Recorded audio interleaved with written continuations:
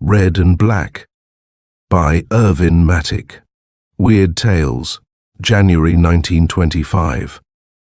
Yong Lo was a reptile with an artist's soul. He did not sting with a fang, but belonged to the family of boas and coiled about his victims till the last drop of life was drained from them. To him, blood was not red. It was yellow and silver and green. Golden discs, soft, heavy and velvety to the touch, were chunks of rich blood, transmuted by the alchemy of Yong's spiked roulette wheel from the purses of his guests to his gambling tables. Silver coins were so much blood squeezed from gullible victims. Crisp, crackling greenbacks, or those wrinkled and fouled, were certificates of blood, left by those who could not carry gold. This relentless coiling about his victims till their last chip of cash went across his tables under his rakes was the reptilian streak in Yong Lo. His artistic soul verified itself in the grandeur of his gambling room. First, you entered a low, wobbly store that helped to demoralize Hop Alley. In this filthy cube, stale tobacco fought moldy spices for stinking ascendancy. Here 2 Chinese clerks kept store for Yong Lo, but if you were popular, these would rap on a door in the rear of the shop, wait for the panel to slide back and a lean yellow face to appear at the slot. Man want see Yong Lo, pass. The door would open, the chosen would enter, but instead of leaving hope behind, they would pass buoyantly into the second room, that red and black alcove, Yong Lo's gambling parlor. Its walls were red, pigeon blood red, black stripes running alternately from ceiling to floor, where a red and black mottled rug silenced the tread of feet. From the center swung a monster lamp wrought of black iron, rose-colored incandescence glowing from the glass lights about which the chimera coiled its hideously scrolled malformation. The gaming tables were covered with pigeon blood Simonis cloth. Their edges were of jet, hard and gleaming, on which the players drummed money-hungry fingers, and the wheel, that revolving, striped and figured bowl, the ball bobbing over the flutings, the roulette wheel was a marvel. The numbers on its black rim were rose-color, coral set in ebony. The alternate stripings of the red and black bowl were ebony and lacquer, polished strips accurately joined, tapering to points where they crowded to the hub. Agog on its race, the wheel was a diabolical kaleidoscope. Yong Lo presided nightly at the gambling classics. Clad in a mandarin robe of pigeon blood red, trimmed confusedly with black, he sat high up on a sooty throne of fumed wood. With a red lacquer fan, he drummed occasionally on the lion's head arm of his chair. Immobile, Yong Lo's drum-skin face was a mask for the greed eating his heart. He presided over the games, contributed to the law in his neighborhood, and hoarded the proceeds of his wheel in a secret cache of the chandelier in the sleeping room behind the gambling parlor. There were 3 rooms in Yong Lo's apartment: the mock store out front, the red and black gambling chamber, and this 3rd room in back, a hutch filled with junk, bunks, opium, stands, rags for carpets, an oil lamp for illumination. A big chandelier on heavy chains swung from the ceiling of this last room, but Yong Lo never used the fixture for lighting purposes. The gambling miser trusted more the chandelier bowl swinging near his bunk than the security of banks. In this cubby room, Yong Lo slept. Just now, Li Gao shared the hole with Yong Lo. Li Gao had been offered the seclusion of the den for a few days while hiding from the police, something the authorities had found in Li Gao's rooms. Something belonging to a murdered white girl made it impossible for Li Gao to venture abroad. Bred in Yong Lo's tongue, Li Gao obtained fraternal cover. In this room, adjacent to the snarling, money-sucking patrons in the gambling den, Li Gao crouched in his loft, a rat, apprehensive of the very shadows that moved across the walls. Occasionally, he peeked through the keyhole of the door to watch the awful faces in that red and black gambling room. Then he would crawl back to his bunk, suck on a bamboo tube, and be at peace. Thus, for a week, all went well, until one night the roulette wheel won too much for Yong Lo. too much to suit Butch Killian, who noticed that each time Yong-Lo tapped the arm of his chair with a red fan, the wheel came to rest at a figure that won stakes for Yong-Lo. Butch Killian had the complexion of a beefsteak and the strength of a tiger. Once, twice, 4 times, Butch saw Yong's fan tap the chair. 4 times the house won. Butch raised his fists, was about to bellow protest at the croupier, when Yong-Lo caught the eye of the infuriated giant. Out of the Mongolian's black orbs, a terrible warning oozed, a warning that checked the blurt on Butch's curled lips. Then a wan smile filtered through the quartz of Yong's face. Butch Killian threw down 100 on the red. 3 times Yong's fan tapped the chair. When the wheel stopped, Butch Killian picked up $1,900 and left. Into the night, Yong-Lo sat in the room behind the den, pondering over the thing Butch Killian had discovered. While Yong-Lo had lived alone here, through 9 years of crooked roulette, no one had detected the fraud. A weary, deeply drawn breath sounded from Li Gao's bunk. Slowly, as the boa creeps, Yong-Lo's brain functioned. He wondered if Li Gao, the glib terror of a smile, crinkled his tight skin, then slid back to the covering of his skull. Yong-Lo shook the sleeping Li Gao. Li Gao. The sleeper grunted, and his mouth dropped open with the comatose indifference of one drugged. Li Gao, get up! Yong-Lo wants you to kill somebody. Yong-Lo shook the torpid fugitive. Li Gao's face showed not a whit of understanding. Beholding the Chinese sleeper, Yong-Lo saw the corner of a paper peeping from under a cover in the bunk. Deftly, Yong-Lo withdrew this paper. Creeping to his gambling parlor, Yong-Lo unfolded and read what Li Gao had scrawled. An icy smile glazed his face as he finished reading. Once again, he read it. Butch Killian, don't tell cops, me hiding here. Me tell truth. Yong-Lo put winnings in fake chandelier bowl of bunk room in back. Chandelier on chains, like pulley. Turn crank, chandelier go up, go down. I tell truth, like yesterday about crooked roulette wheel. You write how we get money. Yong-Lo he not savvy you me work together. You not tell police, we get Yong-Lo cash. Li Gao. At a secretary in the gambling chamber, Yong-Lo destroyed Li Gao's note and wrote another one. Butch Killian, you be last man leave here tonight. You come back later, ring bell at store door. Me send Yong-Lo out to answer bell before he undress from red-black mandarin robe. When Yong-Lo open door, you choke him, kill, throw him down manhole of sewer on corner. Me wait in hall, you come back from manhole. Me open door for you, you follow me, we get cash, divvy, skin out. Money in chandelier back of gambling room. 70,000. Li Gao. Folding the message he had just written, Yong-Lo slipped back into the darker bunk room and replaced the folded paper under Li Gao's bunk cover. All next day, Yong-Lo hovered near Li Gao, preventing the fugitive double-crosser from reading the message he now carried concealed on his person.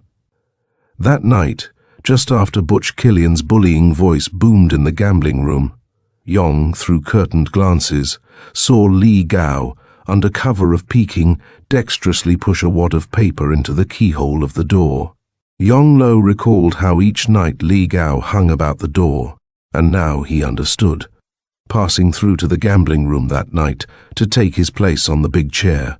Yong noticed the paper had been removed from the keyhole. Yong-Lo let Butch Killian win 5 heavy stakes. Then Yong got back every dollar and took every cent the human tiger put on the table. Until a bit before closing time, Butch Killian had placed $9,000 on the red Simonis cloth, and had seen the black croupier rake them in at each gentle, decreeing tap of Yong's fan. Yong saw the rage cooking in Killian's body. The maddened man clenched his fists deep in his empty pockets, and the fire in Killian's wild eyes faded as he stood there a beefy mass. Yong saw the man draw a crumpled paper from his pocket. He saw Butch Killian read the note again, saw Butch Killian sneer cruelly. Then Killian left, and the house closed. Li Gao and Yong Lo were jabbering in the bunk room when the store annunciator suddenly snared on the wall. Li Gao's eyes widened. Yong Lo took the tiny scissors from his nostrils, where he was trimming black hairs, and looked perplexed. Then he assumed the expression of one startled. Li Gao, me got tip tonight. Didn't believe first, but guessed tip was true. Cops coming to search here for you. Yong, no cops, not let cops in, Cheech. Must let in Gao, they smash in, chop in. Nah, they find me. I kill white girl, I hide in cellar hole. Li Gao was on his knees, the iron ring of the cellar hatch in his spidery fingers. The bell snared again, one long buzz, then several short impatient. Li Gao tried to open the bolt on the cellar door. Yong, help me hide in cellar. You let cops in, not let them look in cellar. Bah, they look in cellar. Here, Yong Lo have good scheme. Yong already had his robe off. Yon wear my red-black mandarin robe, I wear your clothes. You go to front door, let in cops. I stay here. They pinch me. Think me you in your clothes. Find out at station that me Yong Lo. I not kill nobody, police let me go. You skip while me at station. 1,000 cash here in pocket of mandarin robe. Yong helped Li Gao into his garments. The annunciator snared again. The lamp in the bunk room was extinguished, and while Li Gao, disguised as Yong, slippered toward the front door, Yong donned another red robe. In the dark bunk room, Yong manipulated something that clinked against the heavy chandelier chains. The iron ring of the cellar door in the floor squeaked on its rusty staple. Then Yong Lo, in the role of Li Gao, slipped forward to the store and pulled back the entrance door. A man was crossing the street, coming from the manhole on the corner, a huge man tilting his bulk on tiptoe, much like a hog walking on its hind legs. The big man came to Yong Lo's door.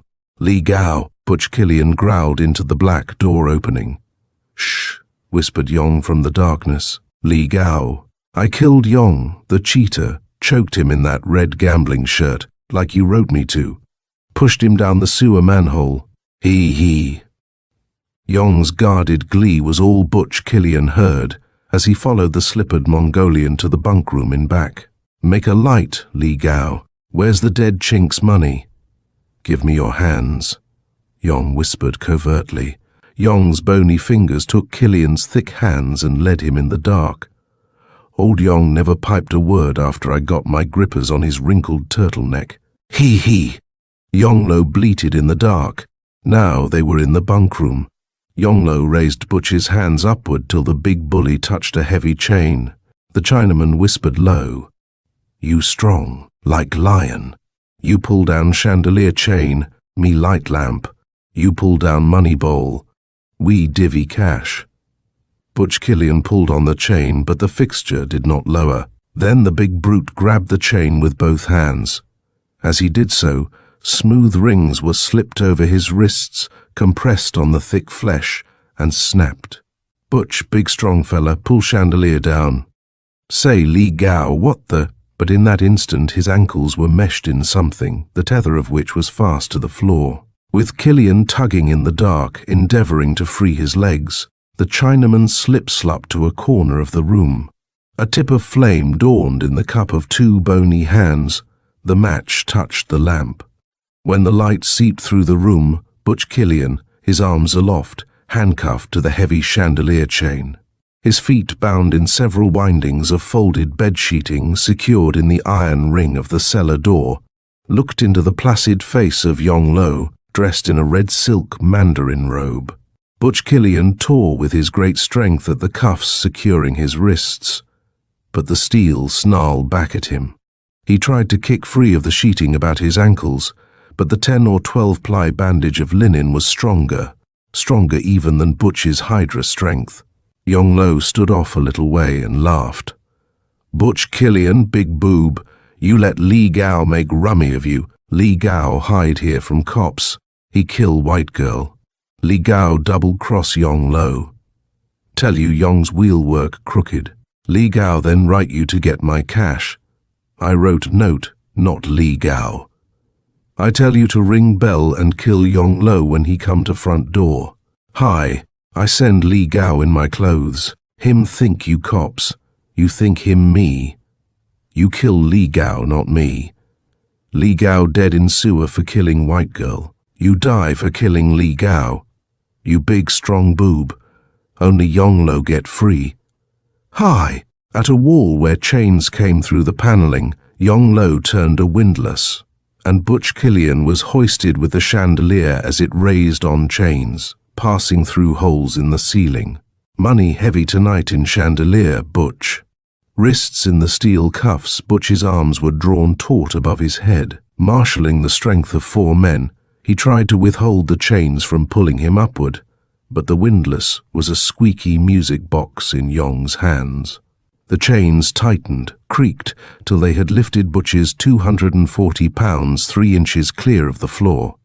The windlass complained at Butch's added weight, and Yong threw the pawl in the crank ratchet and left the cursing man swinging by his wrists, dangling from the ceiling like a heifer about to be skinned. Butch not holler now. Else Yong call cops and tell how Butch kill Li Gao and throw him in sewer. From a bunk, Yong Lo brought another sheet. He wound it about Butch's body, across the stomach. He tied the knot at the back of the suspended man. Through the loop of the sheet, Yong Lo thrust a curtain pole, devising an enormous tourniquet about Butch Killian's middle. Yong Lo belonged to the family of boas that coil and throttle. He gave the curtain pole a half-turn, taking up the slack in the sash about Butch's torso. The big man was silent, fumbling with his wits for a way out. He swayed, jerked, cavorted on his fastenings, but the handcuffs held him aloft. The metal gnawed at his wrists till something warm trickled down his cold arms. He grew weak. Sweat dripped from him, and the shriveled yellow man below him, a spider plying at a huge fly, gave the wooden pole another turn. The flesh folded beneath Butch's clothing. He tried to curse, to shout, but rage and exhaustion stifled the effort. The pole turned another half-circle. The sheet sank in, cramped. A pain floated around Butch's stomach. The tourniquet was getting stubborn, and the Chinaman now had to tug with all his might to budge the pole farther. Butch's neck turned black. His eyes grew bigger. Rushing noises swooped down upon him. And still, his brute strength fought the death Yong Lo was inflicting. Big boob, Butch Killian is. Yong Lo now had to hang on the pole to move it. The sheet tightened. Something ripped inside of Butch. Crazed, the door of hell just over the pole winding an inch farther, pain racking his vitals, being ground to death in the middle by Yong Lo's infernal pole. Butch Killian tugged on the handcuffs with all his weight and strength. He drew steadily. In a tug of war with death, he pulled on those handcuffs. Continually, harder, horribly, every ounce of effort went into that pull to burst or bend the cuffs about his wrists. Fiercer, terribly, he drew and drew with those mighty arms, till his temples thrummed, the handcuffs seared, champed through flesh, bit on the bone. Still, Butch drew down with that mighty tigerish strength. The sheet tightened a bit. His thighs seemed to take what belonged in his torso. Red and black spots before his eyes. Butch strained on his distended arms. Drew, something slocked. Something blazed at his wrist, another sickening slock of his arm, like the sound of a fowl being drawn. A groan from Butch as Yong Lo drew down the pole another inch, flooding Killian's vitals with a hot mass from something that seeped within him. Then Butch's arm came down upon the Chinaman's head. The blow sent the heathen down, forced him to let go of the pole, which unwound like a pinwheel. Knocked from his balance, Yong Lo's head bumped Butch's thighs, and the big man opened his legs and caught Yong's neck between them. Still suspended, Killian's thighs closed on the Chinaman's throat, holding him breathless in that sinewy vice. 2 minutes, 3 minutes, 4 minutes he held Yong Lo, then Butch's senses left. When they found them next morning, Yong Lo was dead on the floor. A ruby patty of coagulation plastered the Chinaman's black hair, blood that had dripped from Butch Killian. For Butch, when his arm hit Yonglo's head, had pulled with his beast's strength so mightily on the chain that his wrist gave way, separated where the steel cuff chewed.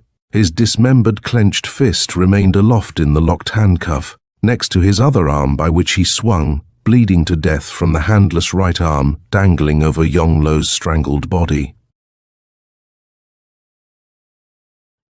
End of Red and Black by Irvin Matick.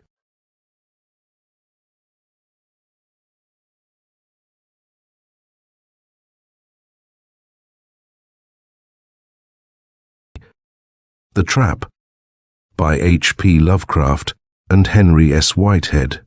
Strange Tales of Mystery and Terror. March 1932. It was on a certain Thursday morning in December that the whole thing began with that unaccountable motion I thought I saw in my antique Copenhagen mirror. Something, it seemed to me, stirred. Something reflected in the glass, though I was alone in my quarters. I paused and looked intently, then, deciding that the effect must be a pure illusion, resumed the interrupted brushing of my hair.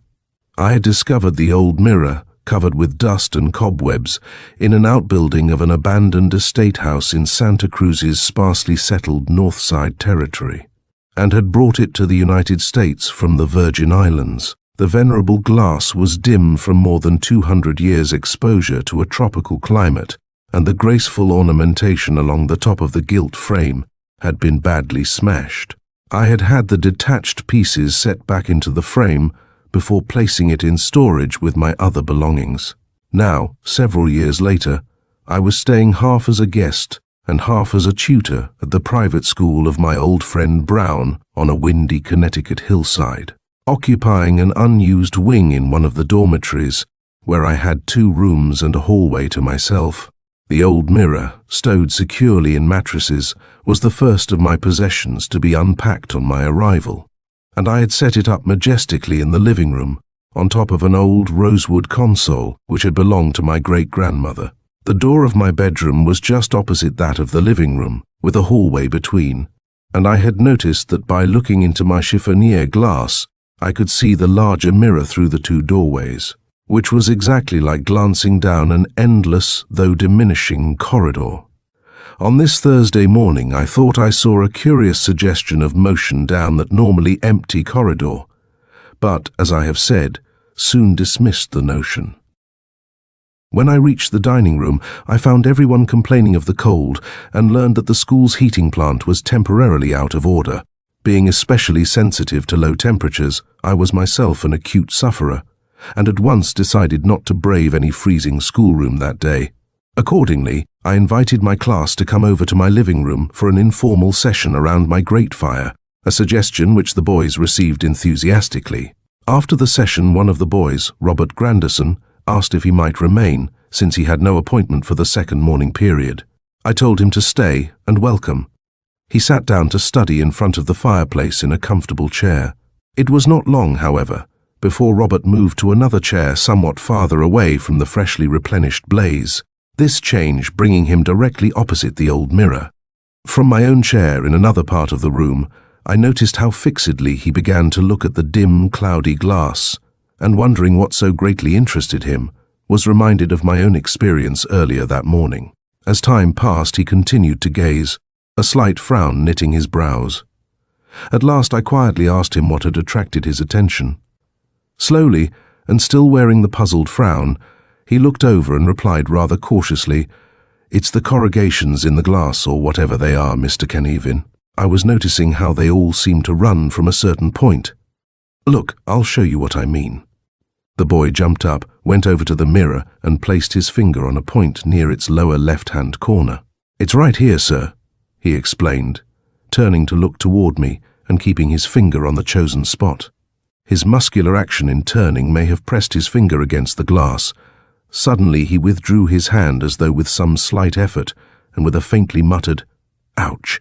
Then he looked at the glass in obvious mystification. "What happened?" I asked, rising and approaching. "Why, he seemed embarrassed. I felt, well, as though it were pulling my finger into it. Seems, perfectly foolish, sir, but, well, It was a most peculiar sensation. Robert had an unusual vocabulary for his 15 years. I came over and had him show me the exact spot he meant. "You'll think I'm rather a fool, sir," he said shamefacedly, "but well, from right here I can't be absolutely sure. From the chair, it seemed to be clear enough." Now thoroughly interested, I sat down in the chair Robert had occupied and looked at the spot he selected on the mirror. Instantly the thing jumped out at me. Unmistakably, from that particular angle, all the many walls in the ancient glass appeared to converge like a large number of spread strings held in one hand and radiating out in streams. Getting up and crossing to the mirror, I could no longer see the curious spot. Only from certain angles, apparently, was it visible. Directly viewed, that portion of the mirror did not even give back a normal reflection, for I could not see my face in it. Manifestly, I had a minor puzzle on my hands.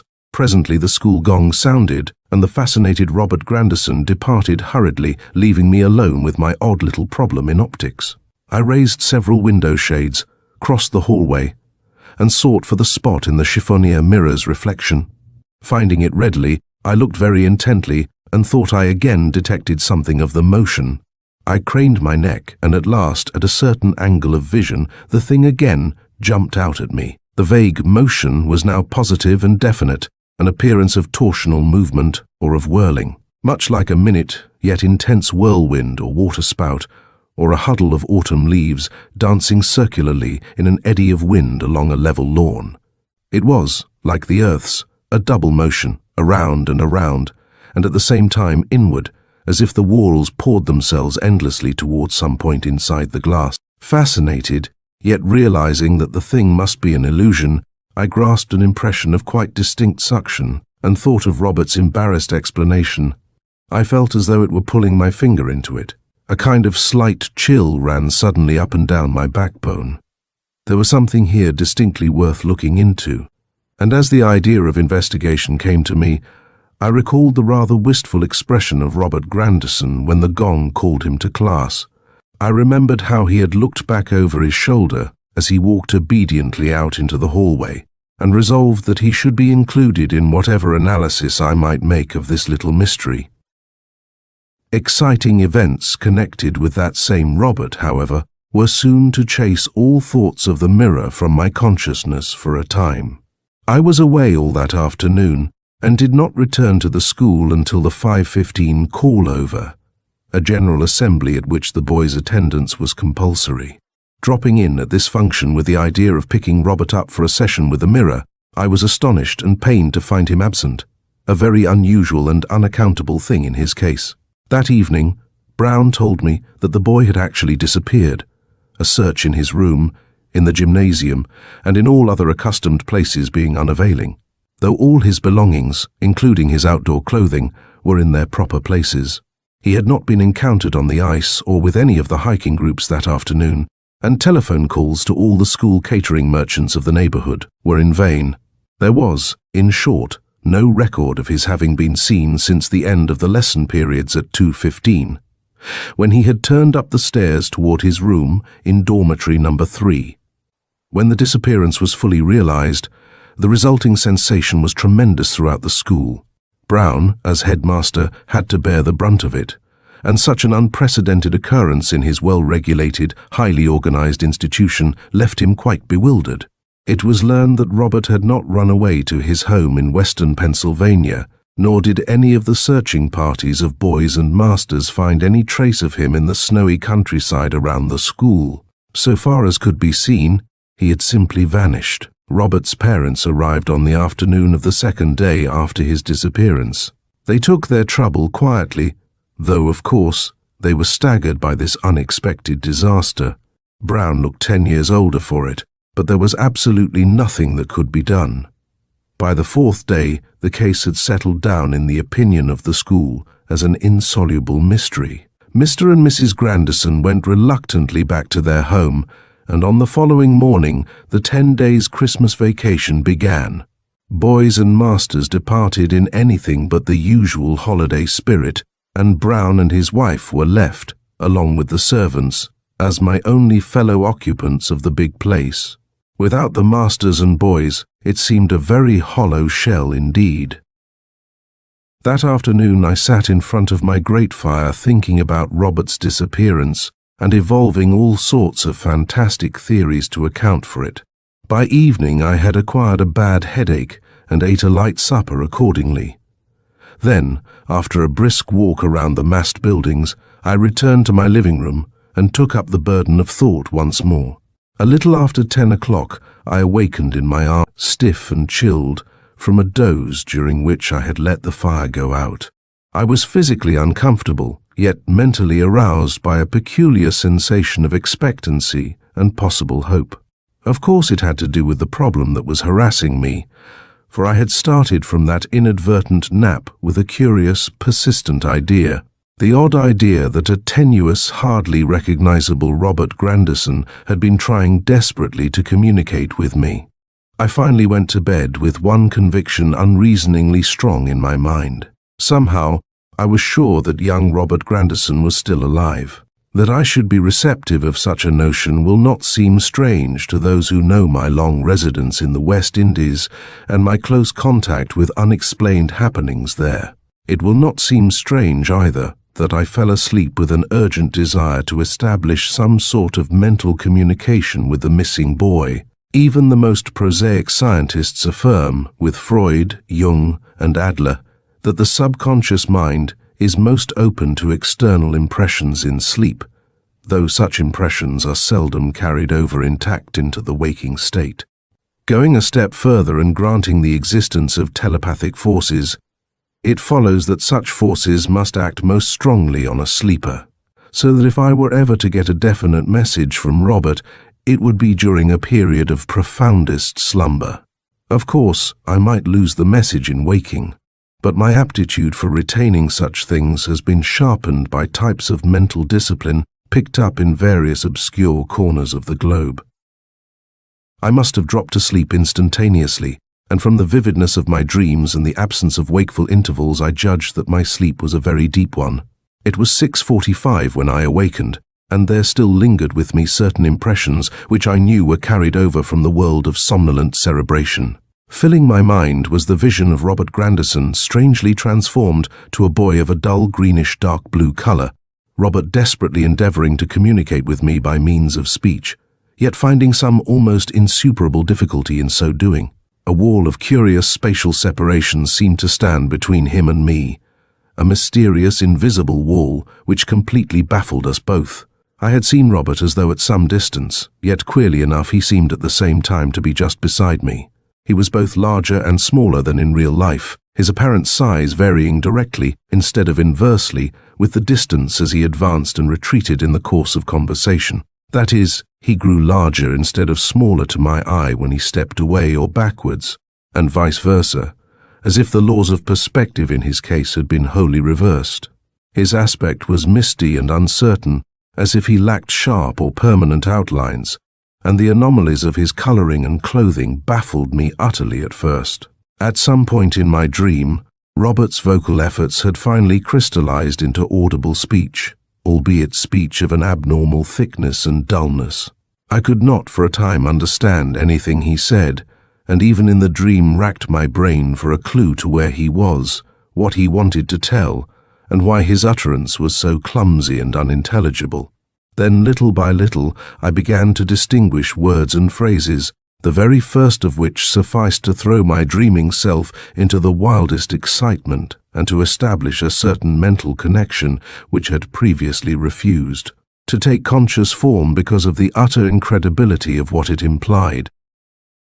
I do not know how long I listened to those halting words amidst my deep slumber, but hours must have passed while the strangely remote speaker struggled on with his tale. There was revealed to me such a circumstance as I cannot hope to make others believe without the strongest corroborative evidence, yet which I was quite ready to accept as truth, both in the dream and after waking, because of my former contacts with uncanny things. The boy was obviously watching my face, mobile in receptive sleep, as he choked along. For about the time I began to comprehend him, his own expression brightened and gave signs of gratitude and hope. Any attempt to hint at Robert's message, as it lingered in my ears after a sudden awakening in the cold, brings this narrative to a point where I must choose my words with the greatest care. Everything involved is so difficult to record that one tends to flounder helplessly. I have said that the revelation established in my mind a certain connection, which reason had not allowed me to formulate consciously before. This connection, I need no longer hesitate to hint, had to do with the old Copenhagen mirror whose suggestions of motion had so impressed me on the morning of the disappearance, and whose wall-like contours and apparent illusions of suction had later exerted such a disquieting fascination on both Robert and me. Resolutely, though my outer consciousness had previously rejected what my intuition would have liked to imply, it could reject that stupendous conception no longer. What was fantasy in the tale of Alice now came to me as a grave and immediate reality. That looking-glass had indeed possessed a malign, abnormal suction, and the struggling speaker in my dream made clear the extent to which it violated all the known precedents of human experience and all the age-old laws of our three sane dimensions. It was more than a mirror, it was a gate, a trap, a link with spatial recesses not meant for the denizens of our visible universe and realizable only in terms of the most intricate non-Euclidean mathematics. And in some outrageous fashion, Robert Grandison had passed out of our ken into the glass and was there immured, waiting for release. It is significant that upon awakening, I harbored no genuine doubt of the reality of the revelation, that I had actually held conversation with a transdimensional Robert, rather than evoked the whole episode from my broodings about his disappearance and about the old illusions of the mirror, was as certain to my utmost instincts as any of the instinctive certainties commonly recognized as valid. The tale thus unfolded to me was of the most incredibly bizarre character. As had been clear on the morning of his disappearance, Robert was intensely fascinated by the ancient mirror. All through the hours of school, he had it in mind to come back to my living room and examine it further. When he did arrive, after the close of the school day, it was somewhat later than 2:20, and I was absent in town. Finding me out and knowing that I would not mind, he had come into my living room and gone straight to the mirror, standing before it and studying the place where, as we had noted, the walls appeared to converge. Then, quite suddenly, there had come to him an overpowering urge to place his hand upon this wall center. Almost reluctantly, against his better judgment, he had done so, and upon making the contact had felt at once the strange, almost painful suction which had perplexed him that morning. Immediately thereafter, quite without warning, but with a wrench which seemed to twist and tear every bone and muscle in his body and to bulge and press and cut at every nerve, he had been abruptly drawn through and found himself inside. Once through, the excruciatingly painful stress upon his entire system was suddenly released. He felt, he said, as though he had just been born, a feeling that made itself evident every time he tried to do anything, walk, stoop, turn his head, or utter speech. Everything about his body seemed a misfit. These sensations wore off after a long while, Robert's body becoming an organized whole rather than a number of protesting parts. Of all the forms of expression, speech remained the most difficult, doubtless because it is complicated, bringing into play a number of different organs, muscles, and tendons. Robert's feet, on the other hand, were the first members to adjust themselves to the new conditions within the glass. During the morning hours, I rehearsed the whole reason-defying problem, correlating everything I had seen and heard, dismissing the natural skepticism of a man of sense, and scheming to devise possible plans for Robert's release from his incredible prison. As I did so, a number of originally perplexing points became clear, or at least clearer to me. There was, for example, the matter of Robert's coloring. His face and hands, as I have indicated, were a kind of dull greenish-dark blue, and I may add that his familiar blue Norfolk jacket had turned to a pale lemon yellow, while his trousers remained a neutral grey as before. Reflecting on this after waking, I found the circumstance closely allied to the reversal of perspective which made Robert seem to grow larger when receding and smaller when approaching. Here, too, was a physical reversal, for every detail of his colouring in the unknown dimension was the exact reverse or complement of the corresponding colour detail in normal life. In physics, the typical complementary colors are blue and yellow, and red and green. These pairs are opposites, and when mixed yield gray. Robert's natural color was a pinkish buff, the opposite of which is the greenish blue I saw. His blue coat had become yellow, while the gray trousers remained gray. This latter point baffled me until I remembered that gray is itself a mixture of opposites. There is no opposite for gray, or rather, it is its own opposite. Another clarified point was that pertaining to Robert's curiously dulled and thickened speech, as well as to the general awkwardness and sense of misfit bodily parts of which he complained. This, at the outset, was a puzzle indeed, though after long thought the clue occurred to me. Here again was the same reversal which affected perspective and coloration. Anyone in the fourth dimension must necessarily be reversed in just this way, hands and feet, as well as colors and perspectives, being changed about. It would be the same with all the other dual organs, such as nostrils, ears, and eyes. Thus Robert had been talking with a reversed tongue, teeth, vocal cords, and kindred speech apparatus, so that his difficulties in utterance were little to be wondered at. As the morning wore on, my sense of the stark reality and maddening urgency of the dream-disclosed situation increased rather than decreased. More and more I felt that something must be done, yet realized that I could not seek advice or aid. Such a story as mine, a conviction based upon mere dreaming, could not conceivably bring me anything but ridicule or suspicions as to my mental state. And what indeed could I do, aided or unaided, with as little working data as my nocturnal impressions had provided? I must, I finally recognized, have more information before I could even think of a possible plan for releasing Robert. This could come only through the receptive conditions of sleep, and it heartened me to reflect that according to every probability my telepathic contact would be resumed the moment I fell into deep slumber again. I accomplished sleeping that afternoon, after a midday dinner, at which, through rigid self-control, I succeeded in concealing from Brown and his wife the tumultuous thoughts that crashed through my mind. Hardly had my eyes closed when a dim telepathic image began to appear, and I soon realized to my infinite excitement that it was identical with what I had seen before. If anything, it was more distinct, and when it began to speak I seemed able to grasp a greater proportion of the words. During this sleep, I found most of the morning's deductions confirmed, though the interview was mysteriously cut off long prior to my awakening. Robert had seemed apprehensive just before communication ceased, but had already told me that in his strange fourth-dimensional prison colors and spatial relationships were indeed reversed, black being white, distance increasing apparent size, and so on.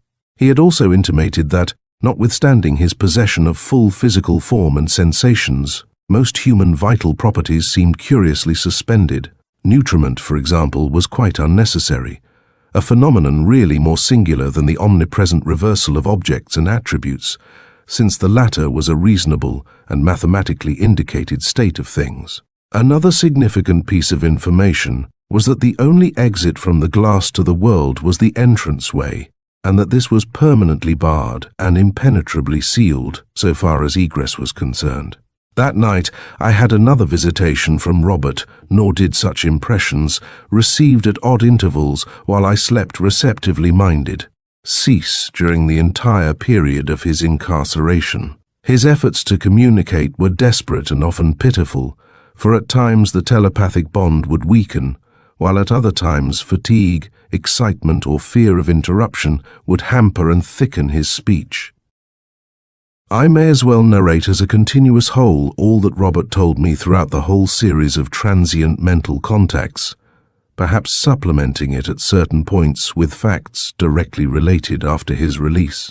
The telepathic information was fragmentary and often nearly inarticulate, but I studied it over and over during the waking intervals of 3 intense days, classifying and cogitating with feverish diligence, since it was all that I had to go upon if the boy were to be brought back into our world. The fourth-dimensional region in which Robert found himself was not, as in scientific romance, an unknown and infinite realm of strange sights and fantastic denizens, but was rather a projection of certain limited parts of our own terrestrial sphere within an alien and normally inaccessible aspect or direction of space. It was a curiously fragmentary, intangible, and heterogeneous world, a series of apparently dissociated scenes merging indistinctly one into the other, their constituent details having an obviously different status from that of an object drawn into the ancient mirror as Robert had been drawn. These scenes were like dream vistas or magic lantern images, elusive visual impressions of which the boy was not really a part, but which formed a sort of panoramic background or ethereal environment against which or amidst which he moved. He could not touch any of the parts of these scenes, walls, trees, furniture, and the like, but whether this was because they were truly non-material or because they always receded at his approach, he was singularly unable to determine. Everything seemed fluid, mutable, and unreal. When he walked, it appeared to be on whatever lower surface the visible scene might have, floor, path, greensward, or such, but upon analysis he always found that the contact was an illusion. There was never any difference in the resisting force met by his feet, and by his hands when he would stoop experimentally, no matter what changes of apparent surface might be involved. He could not describe this foundation or limiting plane on which he walked as anything more definite than a virtually abstract pressure balancing his gravity. Of definite tactile distinctiveness it had none, and supplementing it there seemed to be a kind of restricted levitational force which accomplished transfers of altitude. He could never actually climb stairs, yet would gradually walk up from a lower level to a higher. Passage from one definite scene to another involved a sort of gliding through a region of shadow or blurred focus where the details of each scene mingled curiously. All the vistas were distinguished by the absence of transient objects, and the indefinite or ambiguous appearance of such semi-transient objects as furniture or details of vegetation. The lighting of every scene was diffuse and perplexing, and of course the scheme of reversed colors, bright red grass, yellow sky with confused black and grey cloud forms, white tree trunks, and green brick walls gave to everything an air of unbelievable grotesquerie. There was an alteration of day and night, which turned out to be a reversal of the normal hours of light and darkness at whatever point on the earth the mirror might be hanging. This seemingly irrelevant diversity of the scenes puzzled Robert until he realized that they comprised merely such places as had been reflected for long continuous periods in the ancient glass. This also explained the odd absence of transient objects, the generally arbitrary boundaries of vision, and the fact that all exteriors were framed by the outlines of doorways or windows. The glass, it appeared, had power to store up these intangible scenes through long exposure, though it could never absorb anything corporeally, as Robert had been absorbed, except by a very different and particular process. But, to me at least, the most incredible aspect of the mad phenomenon was the monstrous subversion of our known laws of space involved in the relation of various illusory scenes to the actual terrestrial regions represented. I have spoken of the glass as storing up the images of these regions, but this is really an inexact definition. In truth, each of the mirror scenes formed a true and quasi-permanent fourth-dimensional projection of the corresponding mundane region, so that whenever Robert moved to a certain part of a certain scene, as he moved into the image of my room when sending his telepathic messages, he was actually in that place itself. On Earth, though under spatial conditions which cut off all sensory communication, in either direction, between him and the present tri-dimensional aspect of the place. Theoretically speaking, a prisoner in the glass could in a few moments go anywhere on our planet, into any place, that is, which had ever been reflected in the mirror's surface. This probably applied even to places where the mirror had not hung long enough to produce a clear illusory scene, the terrestrial region being then represented by a zone of more or less formless shadow. Outside the definite scenes was a seemingly limitless waste of neutral grey shadow about which Robert could never be certain, and into which he never dared stray far, lest he become hopelessly lost to the real and mirror worlds alike.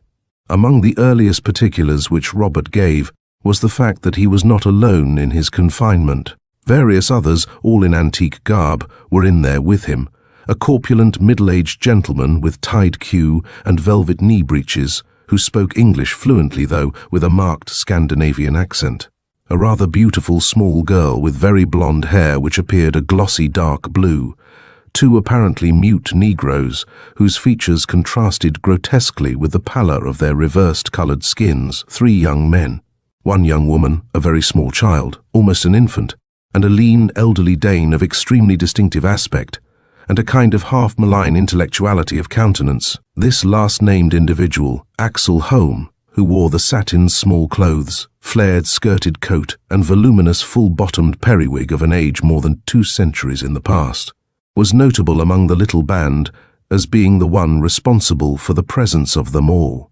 He it was who, skilled equally in the arts of magic and glass working, had long ago fashioned this strange dimensional prison in which himself, his slaves, and those whom he chose to invite or allure thither, were immured unchangingly for as long as the mirror might endure. Home was born early in the 17th century and had followed with tremendous competence and success the trade of a glass blower and moulder in Copenhagen.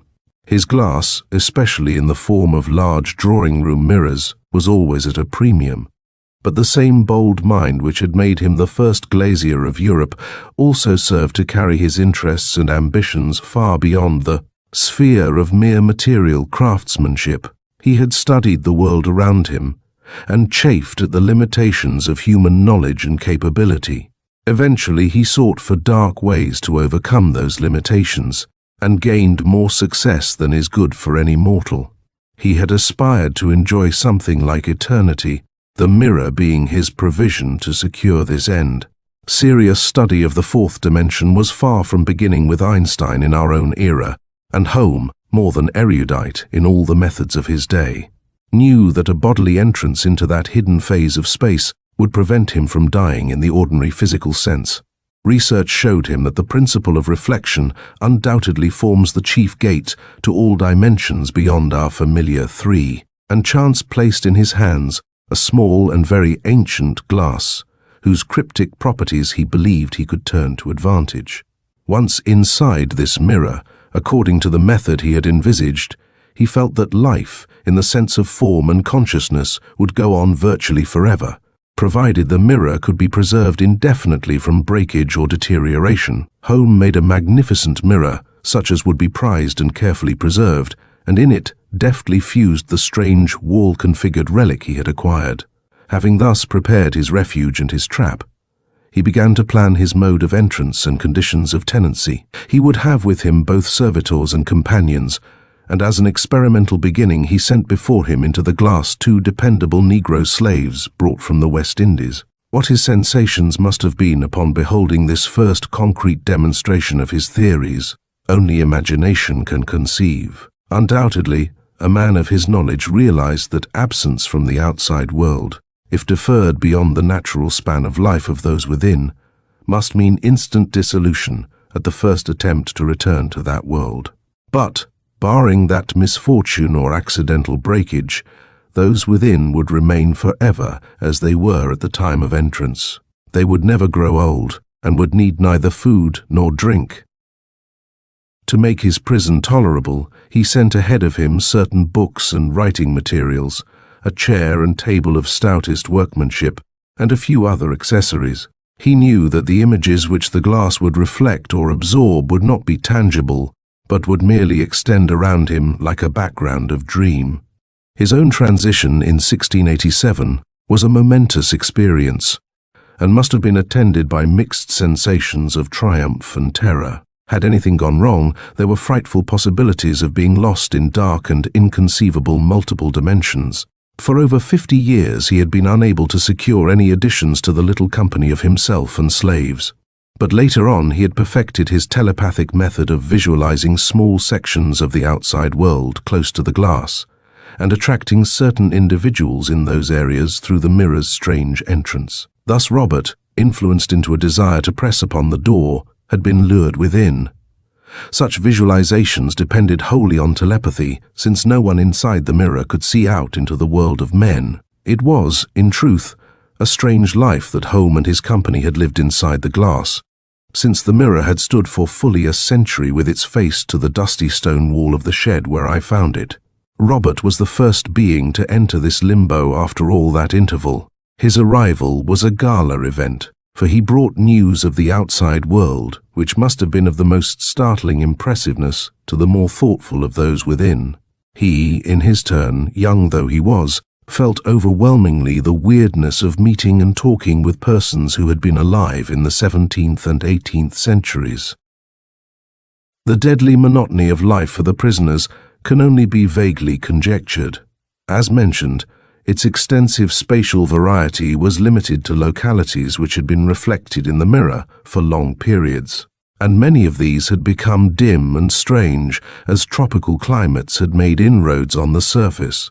Certain localities were bright and beautiful, and in these the company usually gathered, but no scene could be fully satisfying, since the visible objects were all unreal and intangible, and often of perplexingly indefinite outline. When the tedious periods of darkness came, the general custom was to indulge in memories, reflections, or conversations.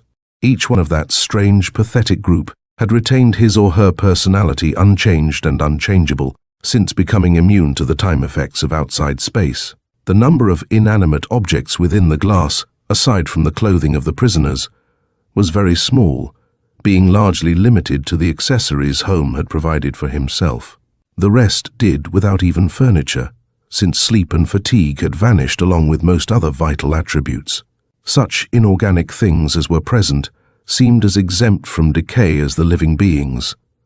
The lower forms of animal life were wholly absent. Robert derived most of his information from Herr Thiele, the gentleman who spoke English with a Scandinavian accent. This portly Dane had taken a fancy to him and talked at considerable length. The others, too, had received him with courtesy and goodwill. Holmes himself, seeming well-disposed, had told him about various matters, including the door of the trap. The boy, as he told me later, was sensible enough never to attempt communication with me when Holmes was nearby. Twice, while thus engaged, he had seen Holmes appear, and had accordingly ceased at once. At no time could I see the world behind the mirror's surface. Robert's visual image, which included his bodily form and the clothing connected with it, was, like the oral image of his halting voice and like his own visualization of myself, a case of purely telepathic transmission, and did not involve true interdimensional sight. However, had Robert been as trained a telepathist as Holmes, he might have transmitted a few strong images apart from his immediate person. Throughout this period of revelation, I had, of course, been desperately trying to devise a method for Robert's release. On the 4th day, the 9th after the disappearance, I hit on a solution. Everything considered, my laboriously formulated process was not a very complicated one, though I could not tell beforehand how it would work, while the possibility of ruinous consequences in case of a slip was appalling. This process depended, basically, on the fact that there was no possible exit from inside the glass. If Holmes and his prisoners were permanently sealed in, then release must come wholly from outside. Other considerations included the disposal of the other prisoners, if any survived, and especially of Axel Holmes. What Robert had told me of him was anything but reassuring, and I certainly did not wish him loose in my apartment, free once more to work his evil will upon the world. The telepathic messages had not made fully clear the effect of liberation on those who had entered the glass so long ago. There was, too, a final though minor problem in case of success, that of getting Robert back into the routine of school life without having to explain the incredible. In case of failure, it was highly inadvisable to have witnesses present at the release operations, and lacking these, I simply could not attempt to relate the actual facts if I should succeed. Even to me, the reality seemed a mad one whenever I let my mind turn from the data so compellingly presented in that tense series of dreams. When I had thought these problems through as far as possible, I procured a large magnifying glass from the school laboratory and studied minutely every square millimeter of that wall center, which presumably marked the extent of the original ancient mirror used by Holmes. Even with this aid, I could not quite trace the exact boundary between the old area and the surface added by the Danish wizard. But after a long study decided on a conjectural oval boundary, which I outlined very precisely with a soft blue pencil. I then made a trip to Stamford, where I procured a heavy glass-cutting tool, for my primary idea was to remove the ancient and magically potent mirror from its later setting. My next step was to figure out the best time of day to make the crucial experiment. I finally settled on 2:30 a.m., both because it was a good season for uninterrupted work and because it was the opposite of 2:30 p.m., the probable moment at which Robert had entered the mirror. This form of oppositeness may or may not have been relevant, but I knew at least that the chosen hour was as good as any, and perhaps better than most. I finally set to work in the early morning of the 11th day after the disappearance, having drawn all the shades of my living room and closed and locked the door into the hallway. Following with breathless care the elliptical line I had traced, I worked around the wall section with my steel-wheeled cutting tool. The ancient glass, half an inch thick, crackled crisply under the firm, uniform pressure, and upon completing the circuit, I cut around it a second time, crunching the roller more deeply into the glass. Then, very carefully indeed, I lifted the heavy mirror down from its console and leaned it face inward against the wall, prying off two of the thin, narrow boards nailed to the back. With equal caution, I smartly tapped the cut-around space with the heavy wooden handle of the glass cutter. At the very first tap, the wall-containing section of glass dropped out on the Bokhara rug beneath. I did not know what might happen, but was keyed up for anything and took a deep, involuntary breath. I was on my knees for convenience at the moment, with my face quite near the newly made aperture, and as I breathed there poured into my nostrils a powerful dusty odor, a smell not comparable to any other I have ever encountered. Then everything within my range of vision suddenly turned to a dull grey before my failing eyesight, as I felt myself overpowered by an invisible force which robbed my muscles of their power to function. I remember grasping weakly and futilely at the edge of the nearest window drapery and feeling it rip loose from its fastening. Then I sank slowly to the floor as the darkness of oblivion passed over me. When I regained consciousness, I was lying on the Bokhara rug, with my legs held unaccountably up in the air. The room was full of that hideous and inexplicable dusty smell, and as my eyes began to take in definite images, I saw that Robert Grandison stood in front of me. It was he, fully in the flesh and with his colouring normal, who was holding my legs aloft to bring the blood back to my head, as the school's first aid course had taught him to do with persons who had fainted. For a moment, I was struck mute by the stifling odour and by a bewilderment which quickly merged into a sense of triumph. Then I found myself able to move and speak collectedly. I raised a tentative hand and waved feebly at Robert.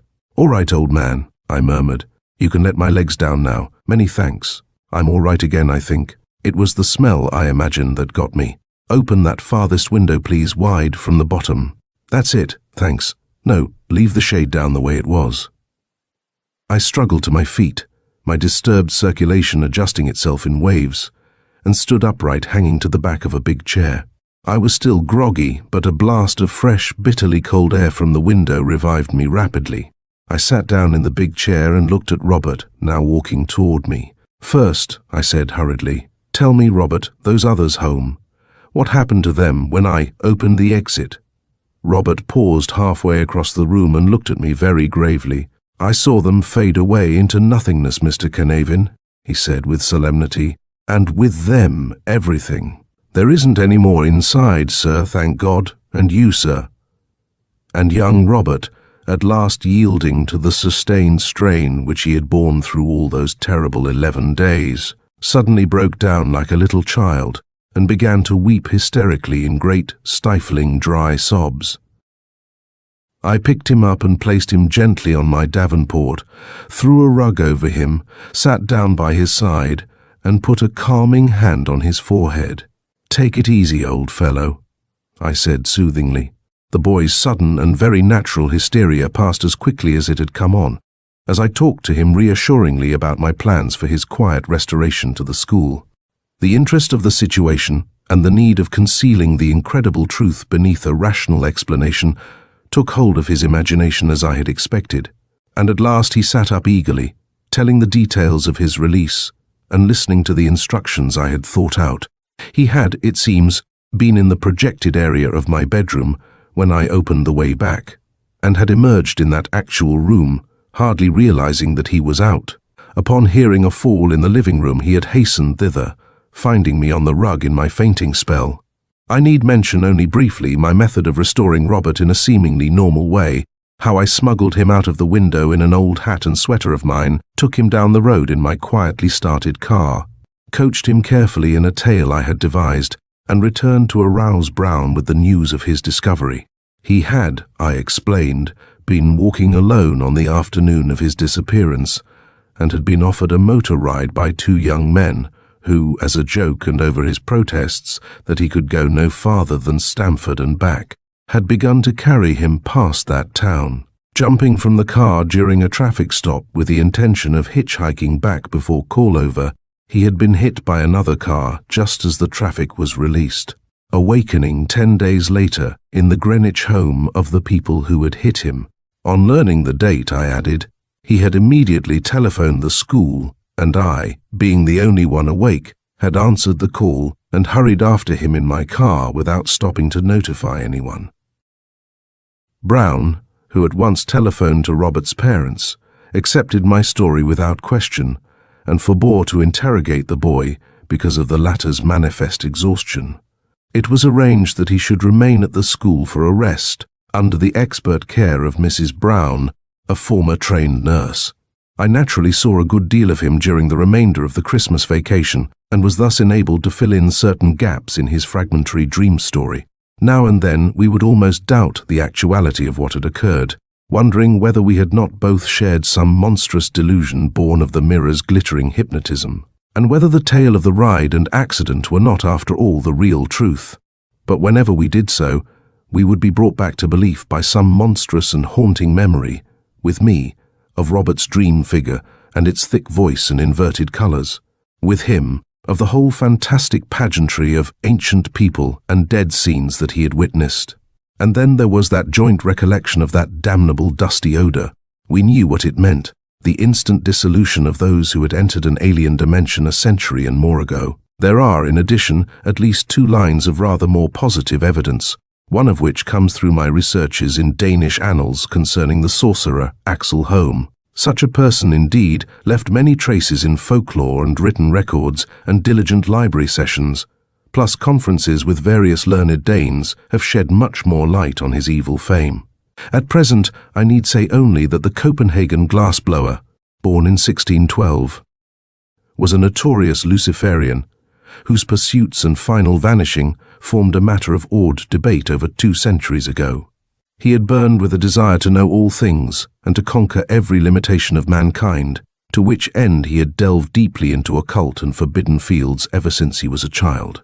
He was commonly held to have joined a coven of the dreaded witch cult, and the vast lore of ancient Scandinavian myth, with its Loki the Sly One and the accursed Fenris wolf, was soon an open book to him.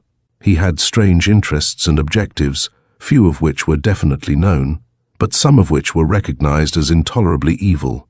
It is recorded that his 2 Negro helpers, originally slaves from the Danish West Indies, had become mute soon after their acquisition by him, and that they had disappeared not long before his own disappearance from the ken of mankind. Near the close of an already long life, the idea of a glass of immortality appears to have entered his mind.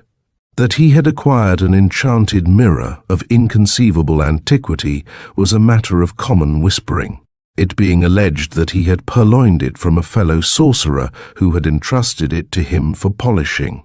This mirror, according to popular tales, a trophy as potent in its way as the better-known Aegis of Minerva or Hammer of Thor, was a small oval object called Loki's glass, made of some polished fusible mineral and having magical properties which included the divination of the immediate future and the power to show the possessor his enemies. That it had deeper potential properties, realizable in the hands of an erudite magician, none of the common people doubted, and even educated persons attached much fearful importance to Holmes' rumoured attempts to incorporate it in a larger glass of immortality. Then had come the wizard's disappearance in 1687, and the final sale and dispersal of his goods amidst a growing cloud of fantastic legendary. It was, altogether, just such a story as one would laugh at if possessed of no particular key, yet to me, remembering those dream messages, and having Robert Grandison's corroboration before me, it formed a positive confirmation of all the bewildering marvels that had been unfolded. But as I have said, there is still another line of rather positive evidence of a very different character at my disposal. 2 days after his release, as Robert, greatly improved in strength and appearance, was placing a log on my living room fire, I noticed a certain awkwardness in his motions and was struck by a persistent idea. Summoning him to my desk, I suddenly asked him to pick up an inkstand, and was scarcely surprised to note that, despite lifelong right-handedness, he obeyed unconsciously with his left hand.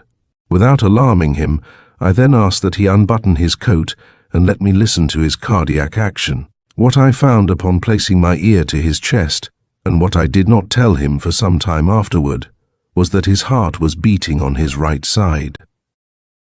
He had gone into the glass right-handed and with all organs in their normal positions. Now he was left-handed and with organs reversed, and would doubtless continue so for the rest of his life. Clearly, the dimensional transition had been no illusion, for this physical change was tangible and unmistakable. Had there been a natural exit from the glass, Robert would probably have undergone a thorough re-reversal and emerged in perfect normality, as indeed the color scheme of his body and clothing did emerge. The forcible nature of his release, however, undoubtedly set something awry, so that dimensions no longer had a chance to right themselves as chromatic wave frequencies still did. I had not merely opened Holmes' trap, I had destroyed it, and at the particular stage of destruction marked by Robert's escape, some of the reversing properties had perished.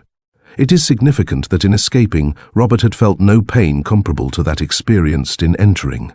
Had the destruction been still more sudden, I shiver to think of the monstrosities of color the boy would always have been forced to bear.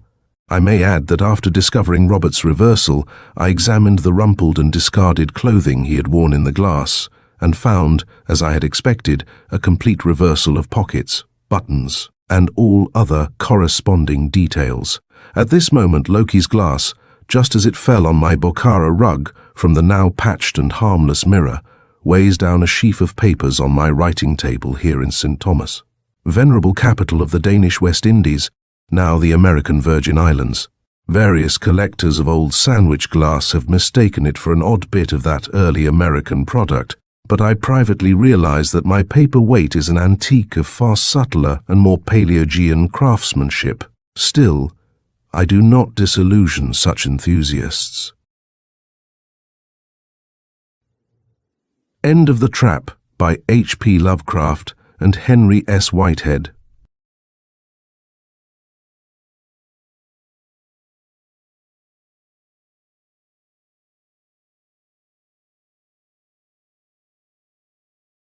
The Lips of Kaya Wu by Frank Owen.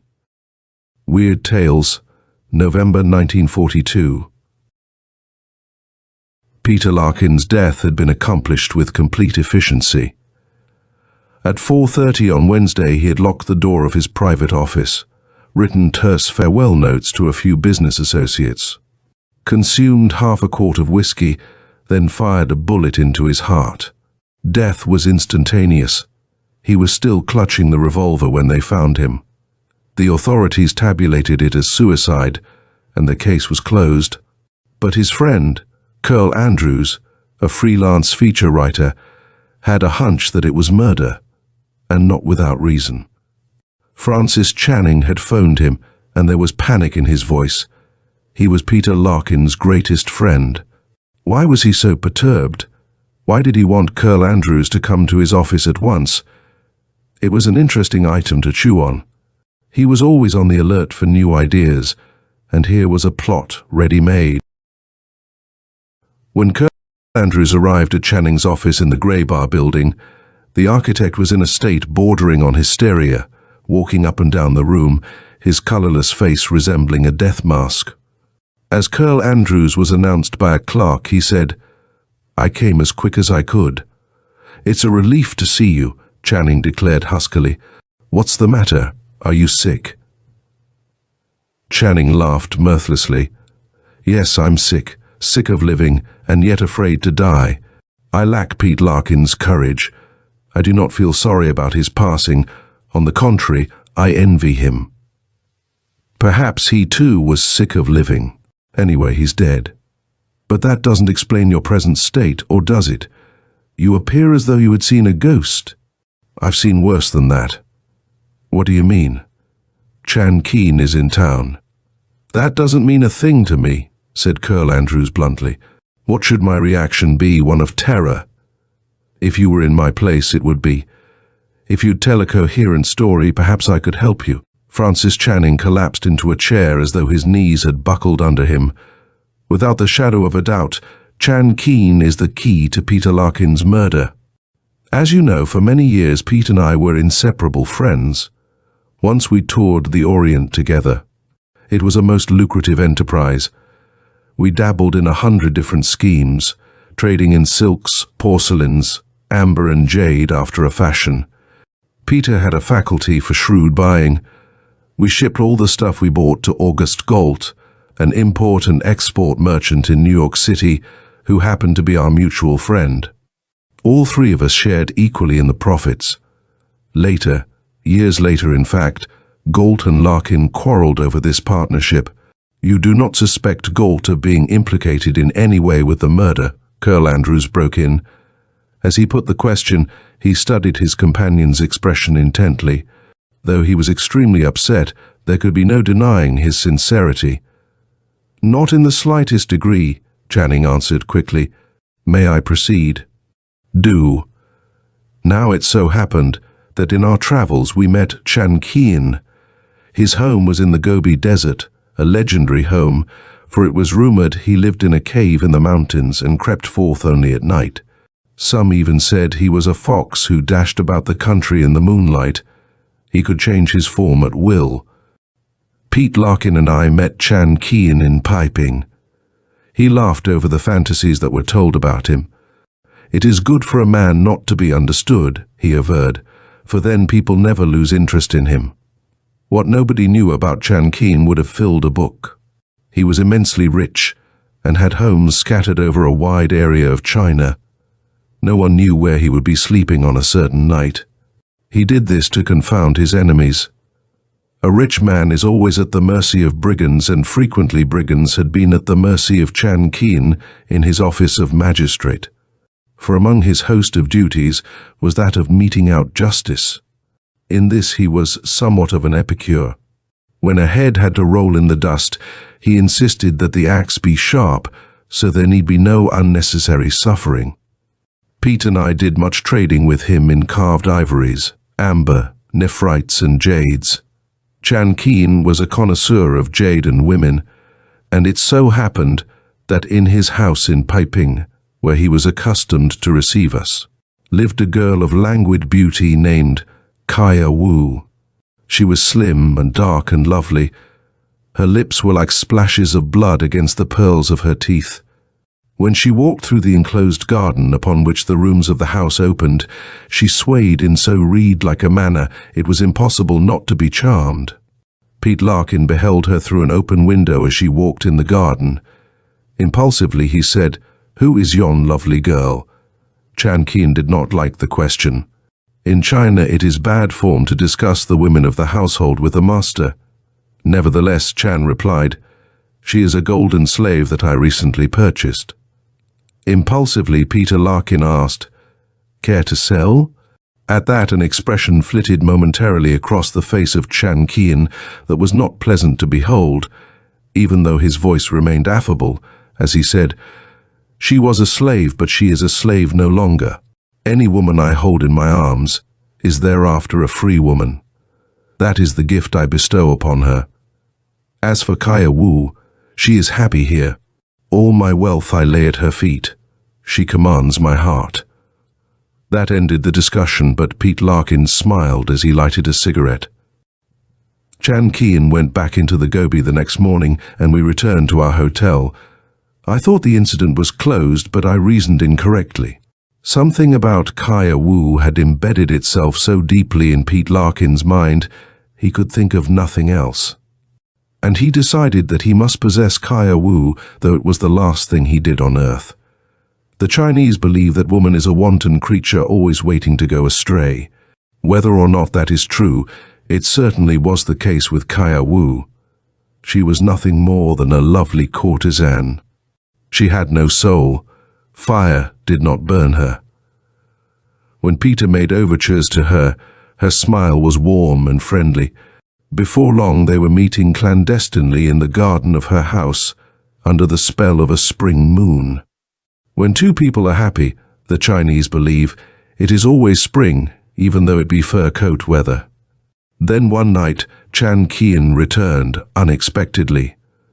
When he did not find her in any of the various rooms of the house that squared the garden, he walked down one of the marble paths to where a willow tree formed friendly shadows. And there he found them in close embrace. Chan Qian sighed. It was a perfect night.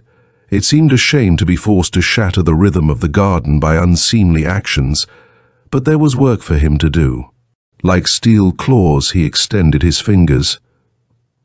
They groped about in the dark until they found her white jade throat. How soft was her flesh, as his fingers leaped to destroy it. It was a night of poetry and dream.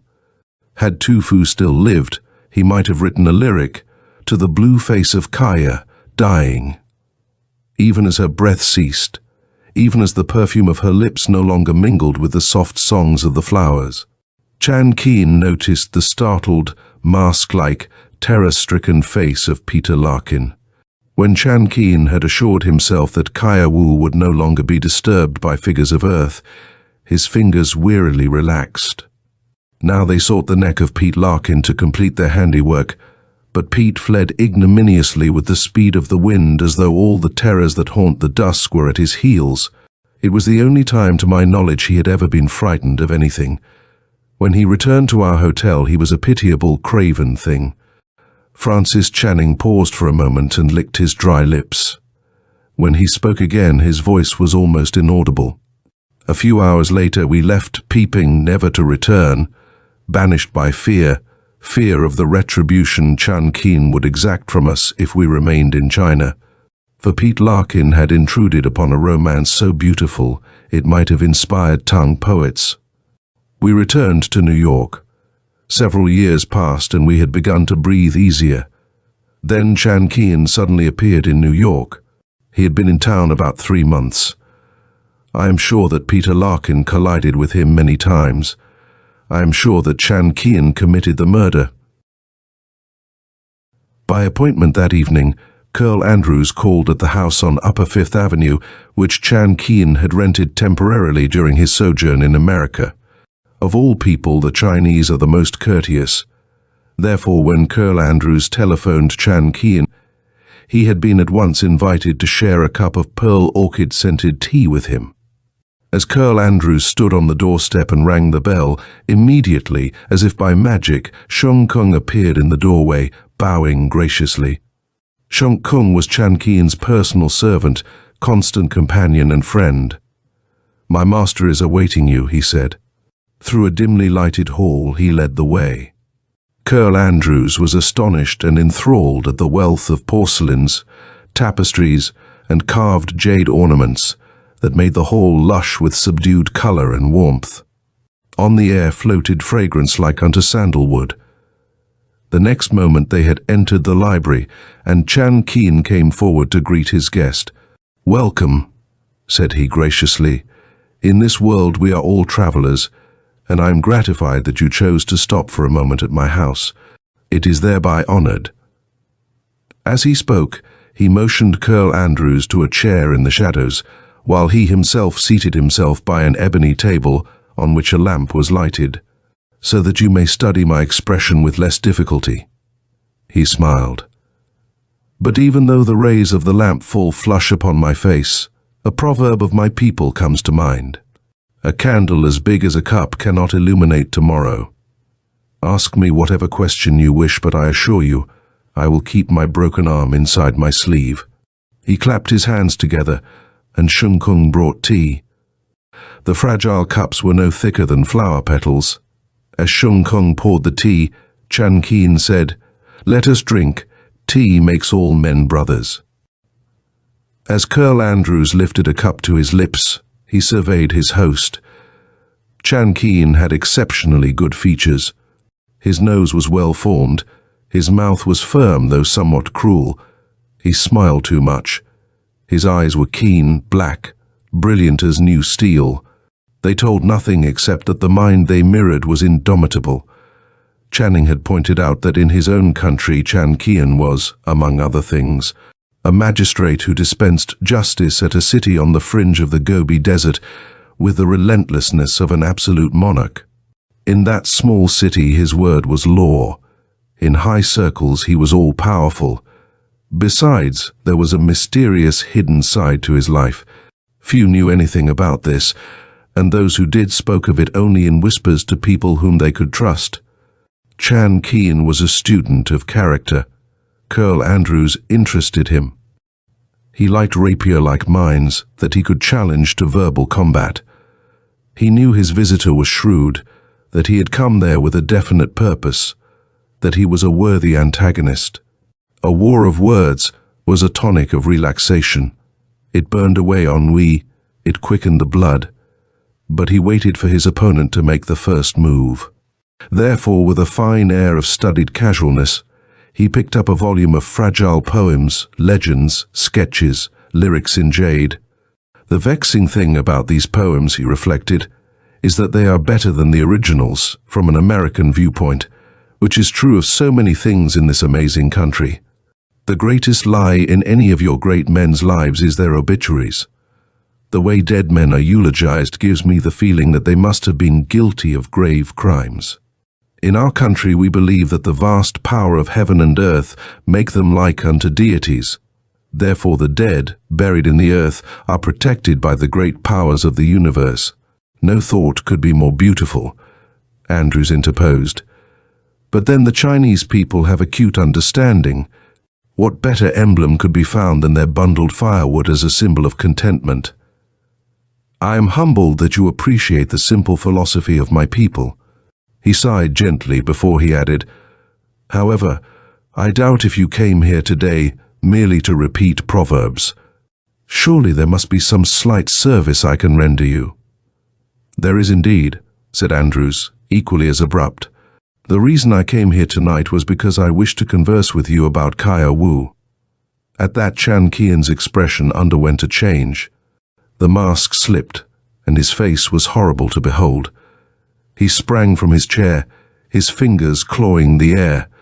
Colonel Andrews eyed him coolly, seeming in no way perturbed, but his muscles were taut, ready to go into action instantly if occasion required.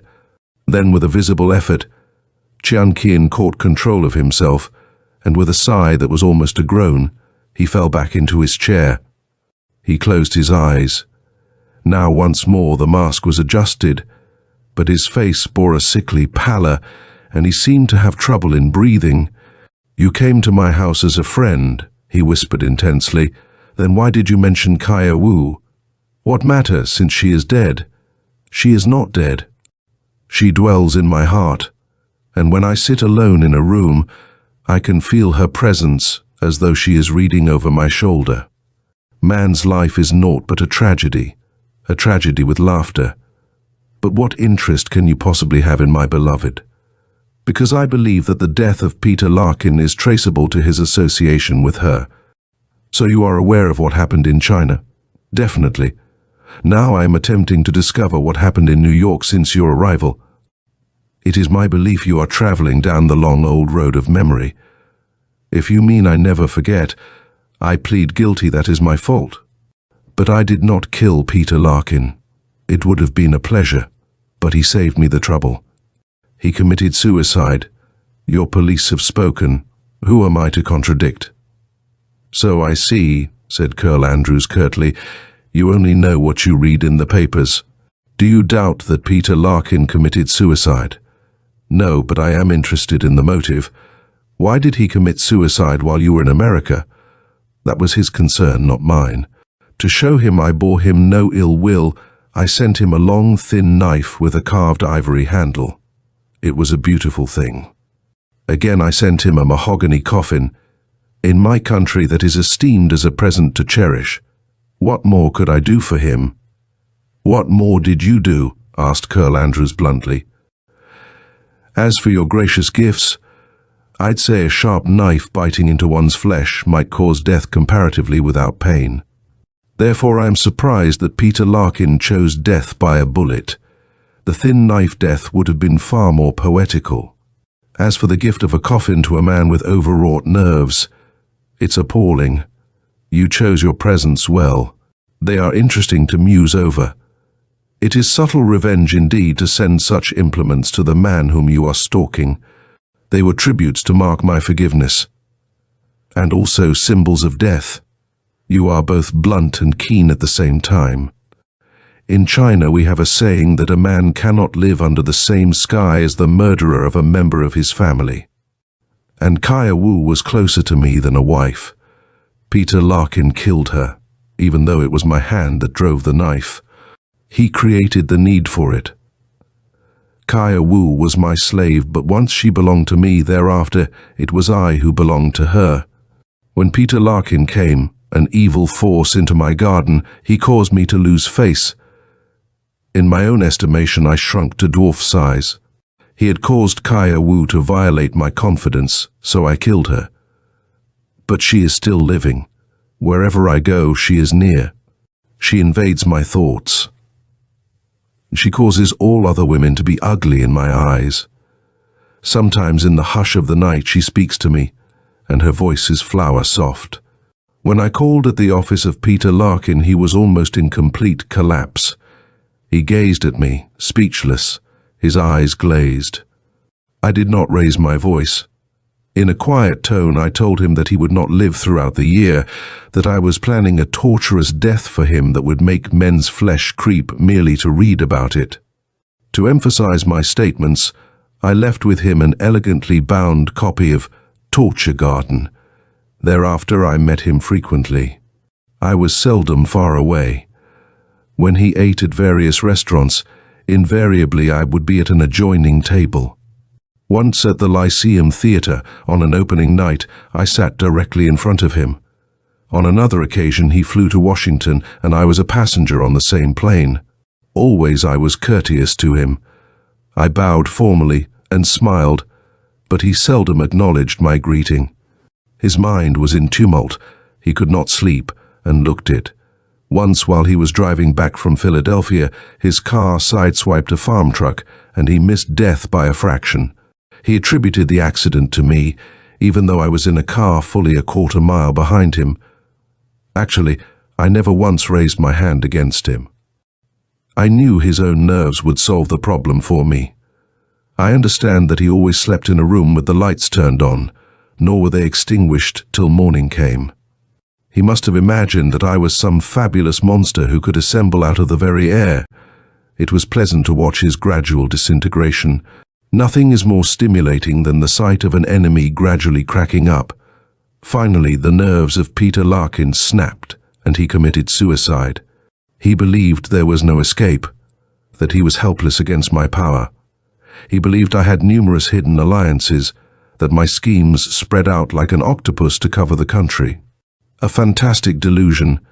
Can I be censured for believing that his death was in the sweet nature of a blessing? So it was murder after all, mused Colonel Andrews. It was suicide. The police have spoken, said Chan Kin. In only one detail were they wrong. It was not a bullet that killed Peter Larkin, rather it was a woman's kiss, the caressing soft pressure of the lips of Kaya Wu. End of The Lips of Kaya Wu.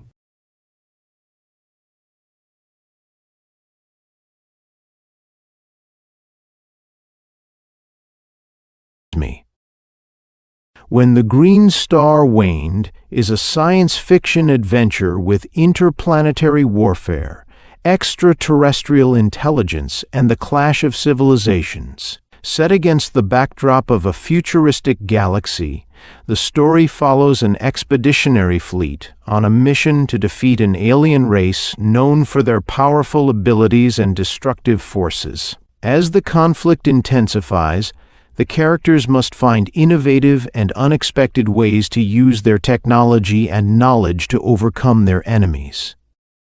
When the Green Star Waned, by Nixon Diahis. Weird Tales.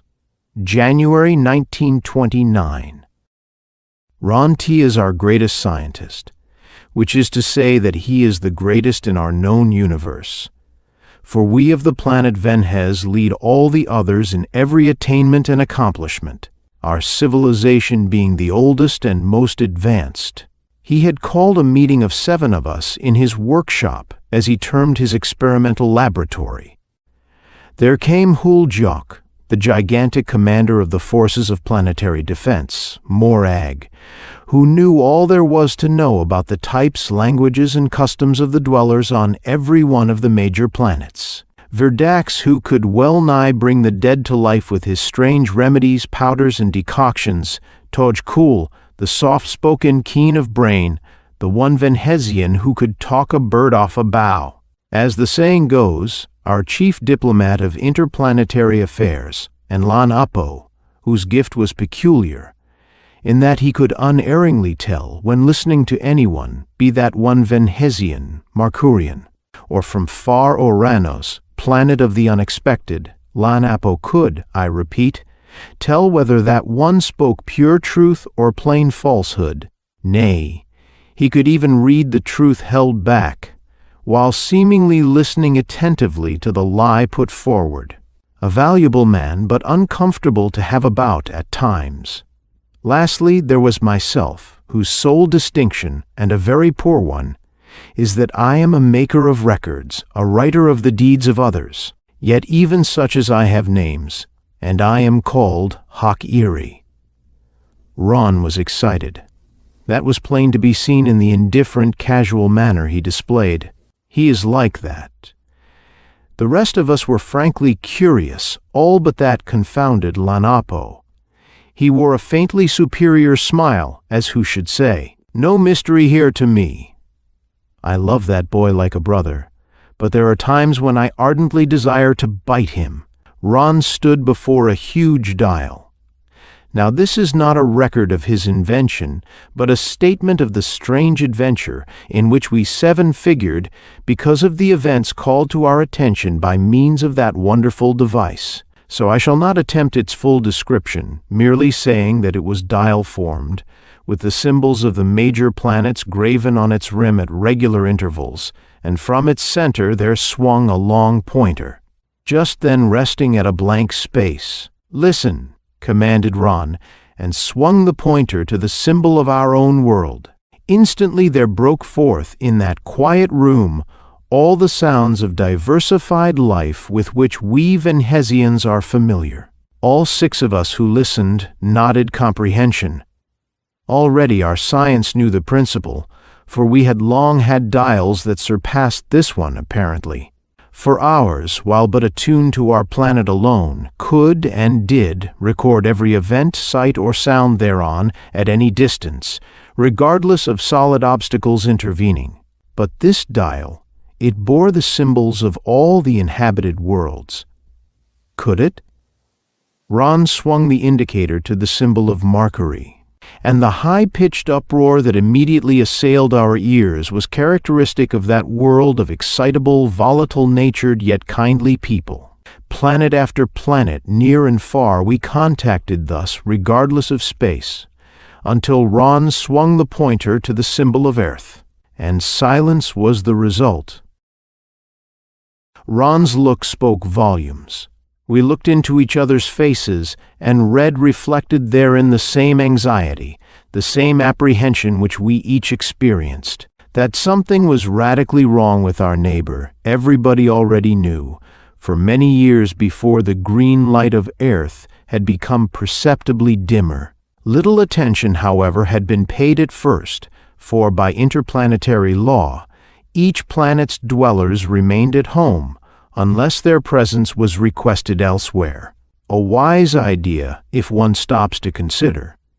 And no call had come to us nor to any other world from Earth, so we had put it down to some purely natural cause with which, doubtless, the Earthons were perfectly capable of coping without outside help or interference. But year by year, the green light waned in the night skies until finally it vanished utterly.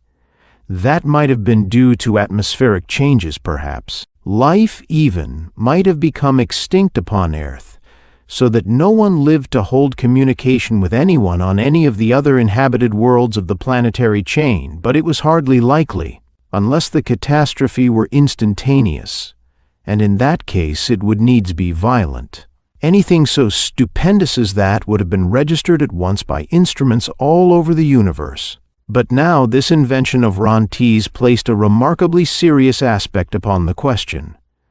For if Earth still occupied its own place, and we knew beyond doubt that it did, then what lay behind this double veil of silence and invisibility?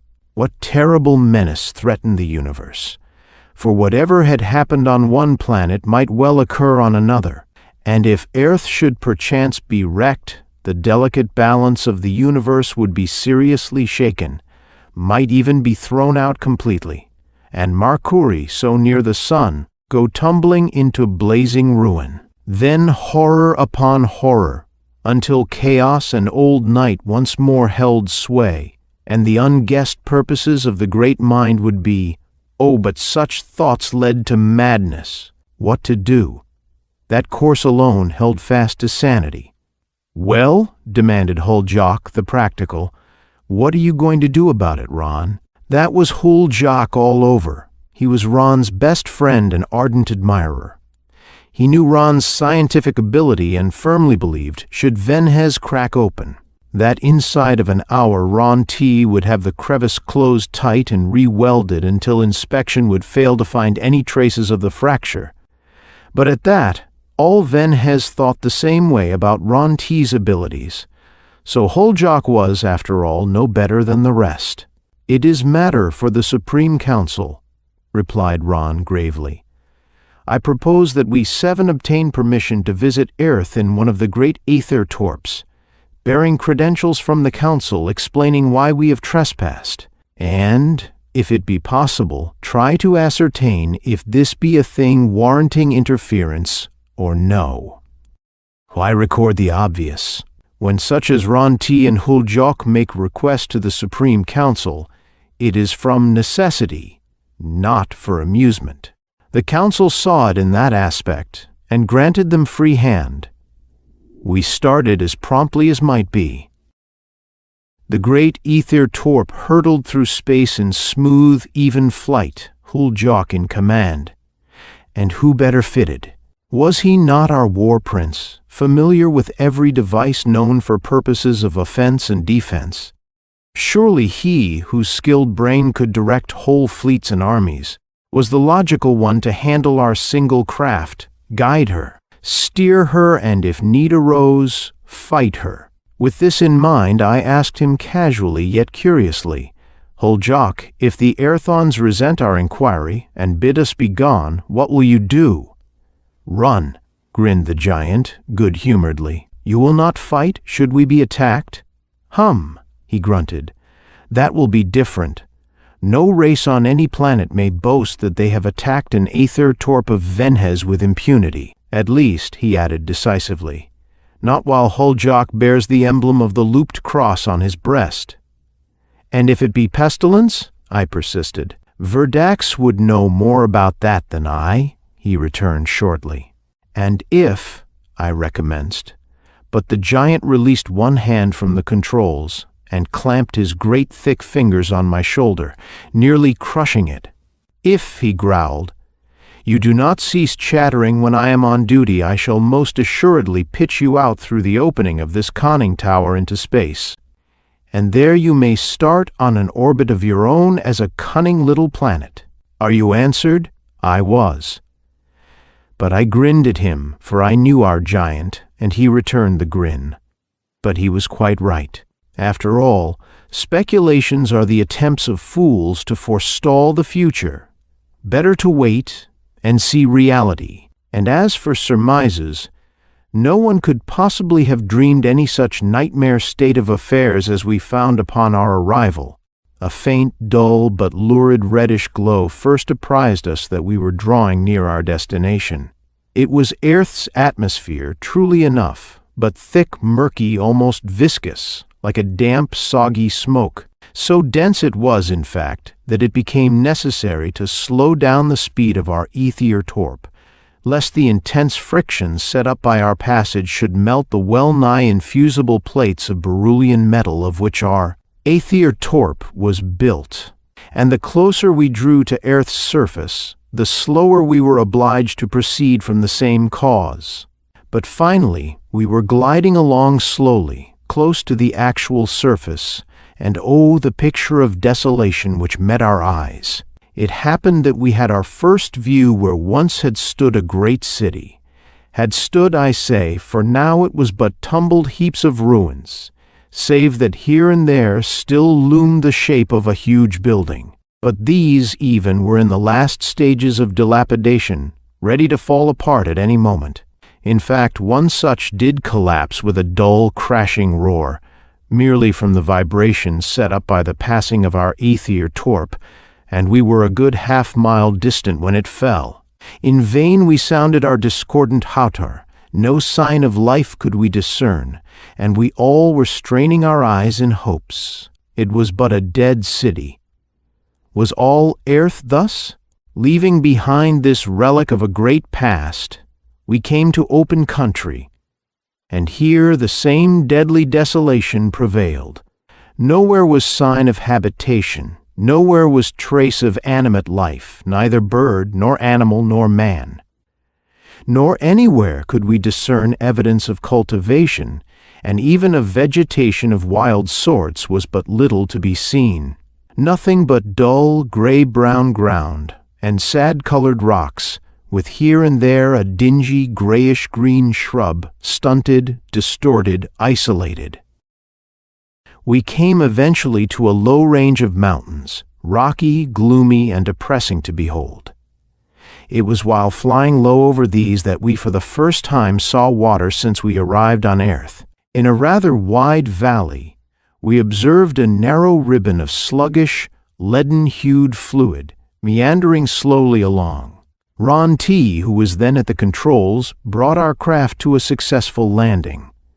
This valley, especially near the stream banks, was the most fertile place we had thus far seen. There grew some fairly tall trees, and in places, clumps and thickets of pallidly green bushes as high as Hull Jock's head, or even higher. But tree trunks and bushes alike were covered with dull red and livid purple and garish yellow fungi, which Virdax, after one look, pronounced poisonous to touch as well as to taste. And here we found life such as it was. I found it, and a wondrous start the ugly thing gave me. It was in semblance but a huge pulpy blob of a loathsome blue color, in diameter over twice Hull Jock's height, with a gaping, triangular-shaped orifice for a mouth, in which were set scarlet fangs, and that maw was in the center of the bloated body. At each corner of this mouth there glared malignant and oval, opaque, silvery eye. Well, it was for me that, in obedience to Hull Jock's imperative command, I was holding my blaster pointing ahead of me, for as I blundered full upon the monstrosity, it upheaved its ugly bulk how I do not know. For I saw no legs, nor did it have wings, to one edge, and would have flopped down upon me. But instinctively, I slid forward the catch on the tiny blaster, and the foul thing vanished, save for a few fragments of its edges, smitten into nothingness by the vibrations hurled forth from that powerful little disintegrator. It was the first time I had ever used one of the terrific instruments, and I was appalled at the instantaneity and thoroughness of its workings. The blaster made no noise, it never does, nor do the big AK blasters, which are the fighting weapons used on the Aether torps, when they are discharging annihilation, but that nauseous ugliness I had removed gave vent to a sort of bubbling hiss as it returned to its original atoms, and the others of the party hastened to where I stood shaking from excitement. Hull Jock was wrong when he said it was fear, and they questioned me as to what I had encountered. Shortly afterward, Huljok found another one and called us all to see it. Threw a rock the size of his head at it, hit it fairly in the center of its mouth, and the rock vanished inside and was apparently appreciated, for the nightmare quivered slightly, rippled a bit, and lay still. Huljok tried it with another rock, but had the mischance to hit his little pet in the eye, and 7 blasters sent that livid horror to whatever limbo had first spawned it, and it was above our heads in the air, hurtling downward upon us when we blew it apart. Lightning scarcely moves swifter. Even Huljok was satisfied thereafter, when encountering one, to confine his caresses to pointing his blaster and pressing the release stud, instead of trying to play games with it. But that was, after all, the sole type of life we found in that valley, although what the things fed upon we could not then ascertain, unless they devoured their own species. We found others like them in another place, blob things that could not be destroyed by our blasters, and we saw too what they were fed with. But that in its proper place. We spent some time here in this valley, but then finding nothing new, we again took to our craft and passed over the encircling mountains, only to find other mountains beyond, also other valleys. At length we came to a larger valley than any we had before seen. This was rather a plain between 2 ranges, or to speak more accurately, a flat where the range divided and formed a huge oval, to reunite and continue as an unbroken chain farther on. And here we again landed where a grove of trees gave concealment for our Aether Torp in case of we did not know anything. But upon us all there lay a heavy certitude that we were in a country inimical to our very continuance of existence. Why? We could not tell that, yet each of us felt it, knew it, and to some extent feared it, for the bravest may well fear the unknown. It was more Ag who had spoken the words which guided our actions for some time past. Were earth inhabited as we understand the word, he had said sententiously, the great city we saw would be no ruin, but teeming with life and activity, as was the custom of the Earthons before the light of the green star waned. So if any be still alive, it is in the wilderness we must seek them. Wherefore, one place is as another, until we learn differently. How utterly right he was, speedily became manifest. The pit-black murk of night slowly gave place to the pallid, wan daylight wherein no actual sunlight ever shone, and as we gathered up our blasters and other impedimenta, preparatory to setting forth, Toj Kul raised a hand in warning. There was no need for speech. We all heard what he did. I think the dead must hear that infernal discordant din every time it is sounded. Describe it? I cannot. There are no words adequate. When our ears had somewhat recovered from the shock, Verdax shook his head. Oof, he exclaimed. To hear that very often would produce madness. It is agony. Perhaps, growled Huljok, but I have already gone mad because of it. Gone mad with curiosity. Come along. He was commander. We went, leaving our Aether Torp to care for itself, but never again were we thus foolish. We proceeded warily, spread out in a line, each keeping within sight of the next.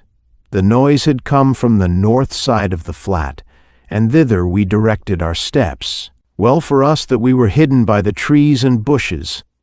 As one, we came to a sudden halt, drew together in a group, staring amazed, incredulous, horrified.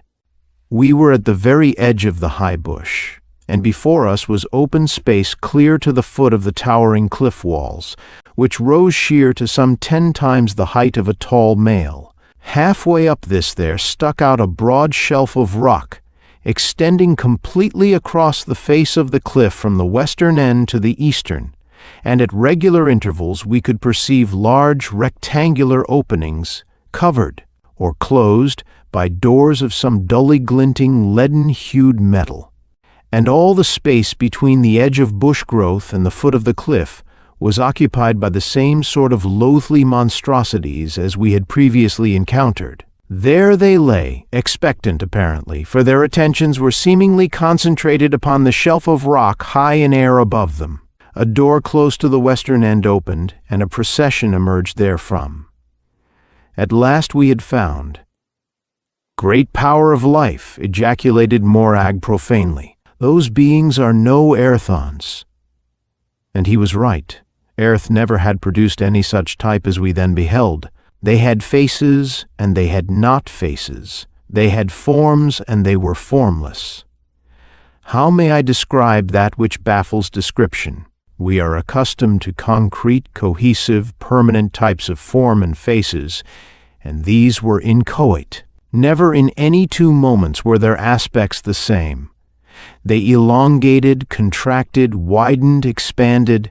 At one moment, the lower parts of one of these beings would apparently vanish, while the upper parts remained visible, and again, conditions were reversed. Or a front aspect faded instantaneously, leaving but the rear section visible, only to promptly reverse the phenomenon. Or a left side disappeared, leaving the right side perceptible then, but picture it for yourself. I have said enough. It made me dizzy. It provoked Morag, because he could not name them. It enraged Huljok, inflamed him with desire to attack the whole throng, shatter them. He could not have told why, but looking at them made him feel that way. Ronti was mildly curious, Verdax frantic with ambition to study such beings. Our Lady of Bliss, deliver me from the curiosity of such as Verdax, his methods of study. Only Tojkul and Lanapo remained unperturbed. Tojkul because he is a diplomat, therefore in no wise startled or amazed at or by anything. And Lanapo was contemptuous, for as he looked at them, any race thus shifting as to bodily aspect must inevitably be shifty as to minds, and he had naught but despisal for a liar of any sort. Strange argument, strange stimulus to courage, yet perhaps as good as any. Only one permanency had these beings, and even that fluctuated. They were of a silvery color, and they were black, of that blackness which is blacker than black. Later we learned what manner of beings these were, and whence they came to afflict Earth with their presences. They formed in a row well back from the shelf edge, and then from out the same door from which they had emerged came another procession, or rather a rout or rabble. These were, as Morag at once asserted, unmistakably Aerthons. But how had that once wise and mighty race fallen? For these men were little better than brutes.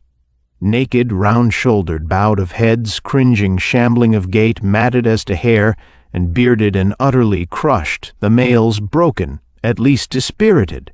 It had long been a proverb on all the inhabited planets, as beautiful as the Aerthon women, but the females we were then beholding were, if anything, more abject, more deteriorate than the males. Many things became apparent to us who stared at these poor unfortunates.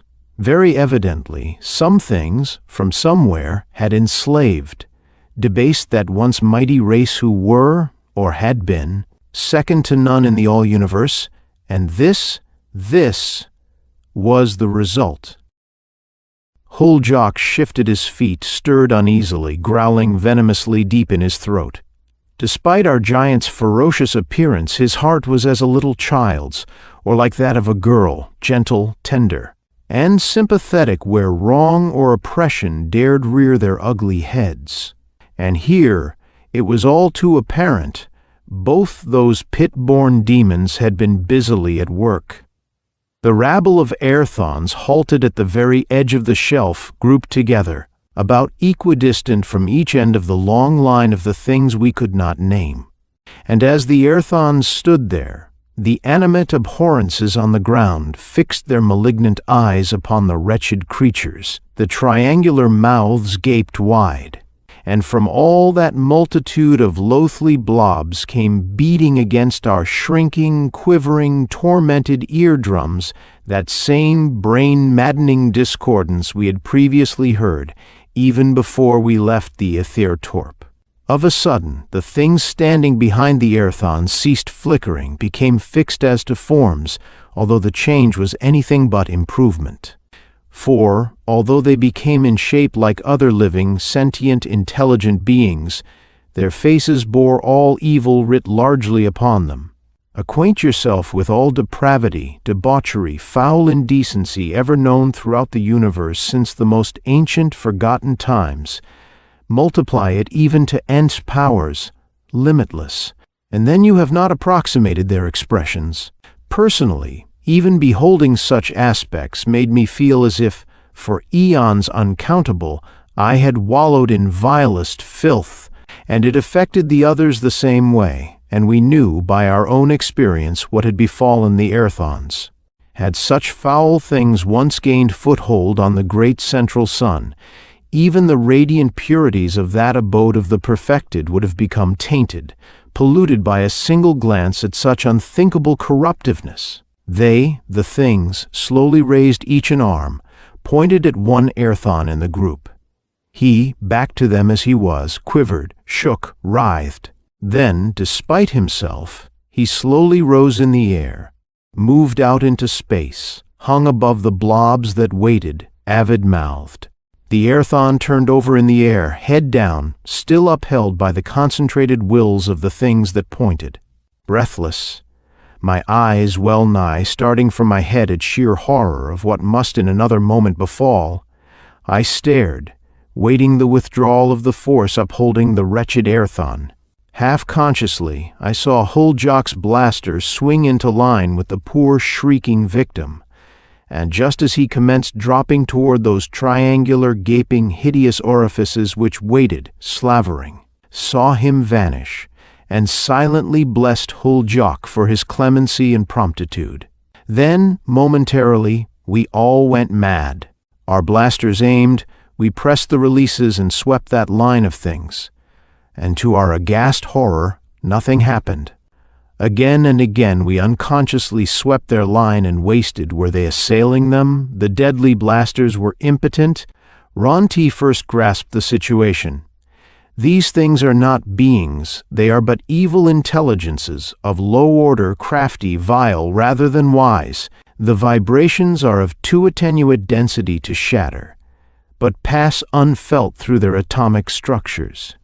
We can do naught save in mercy slay those poor Aerthons, and destroy those foul corruptions which wait to be fed. We did it.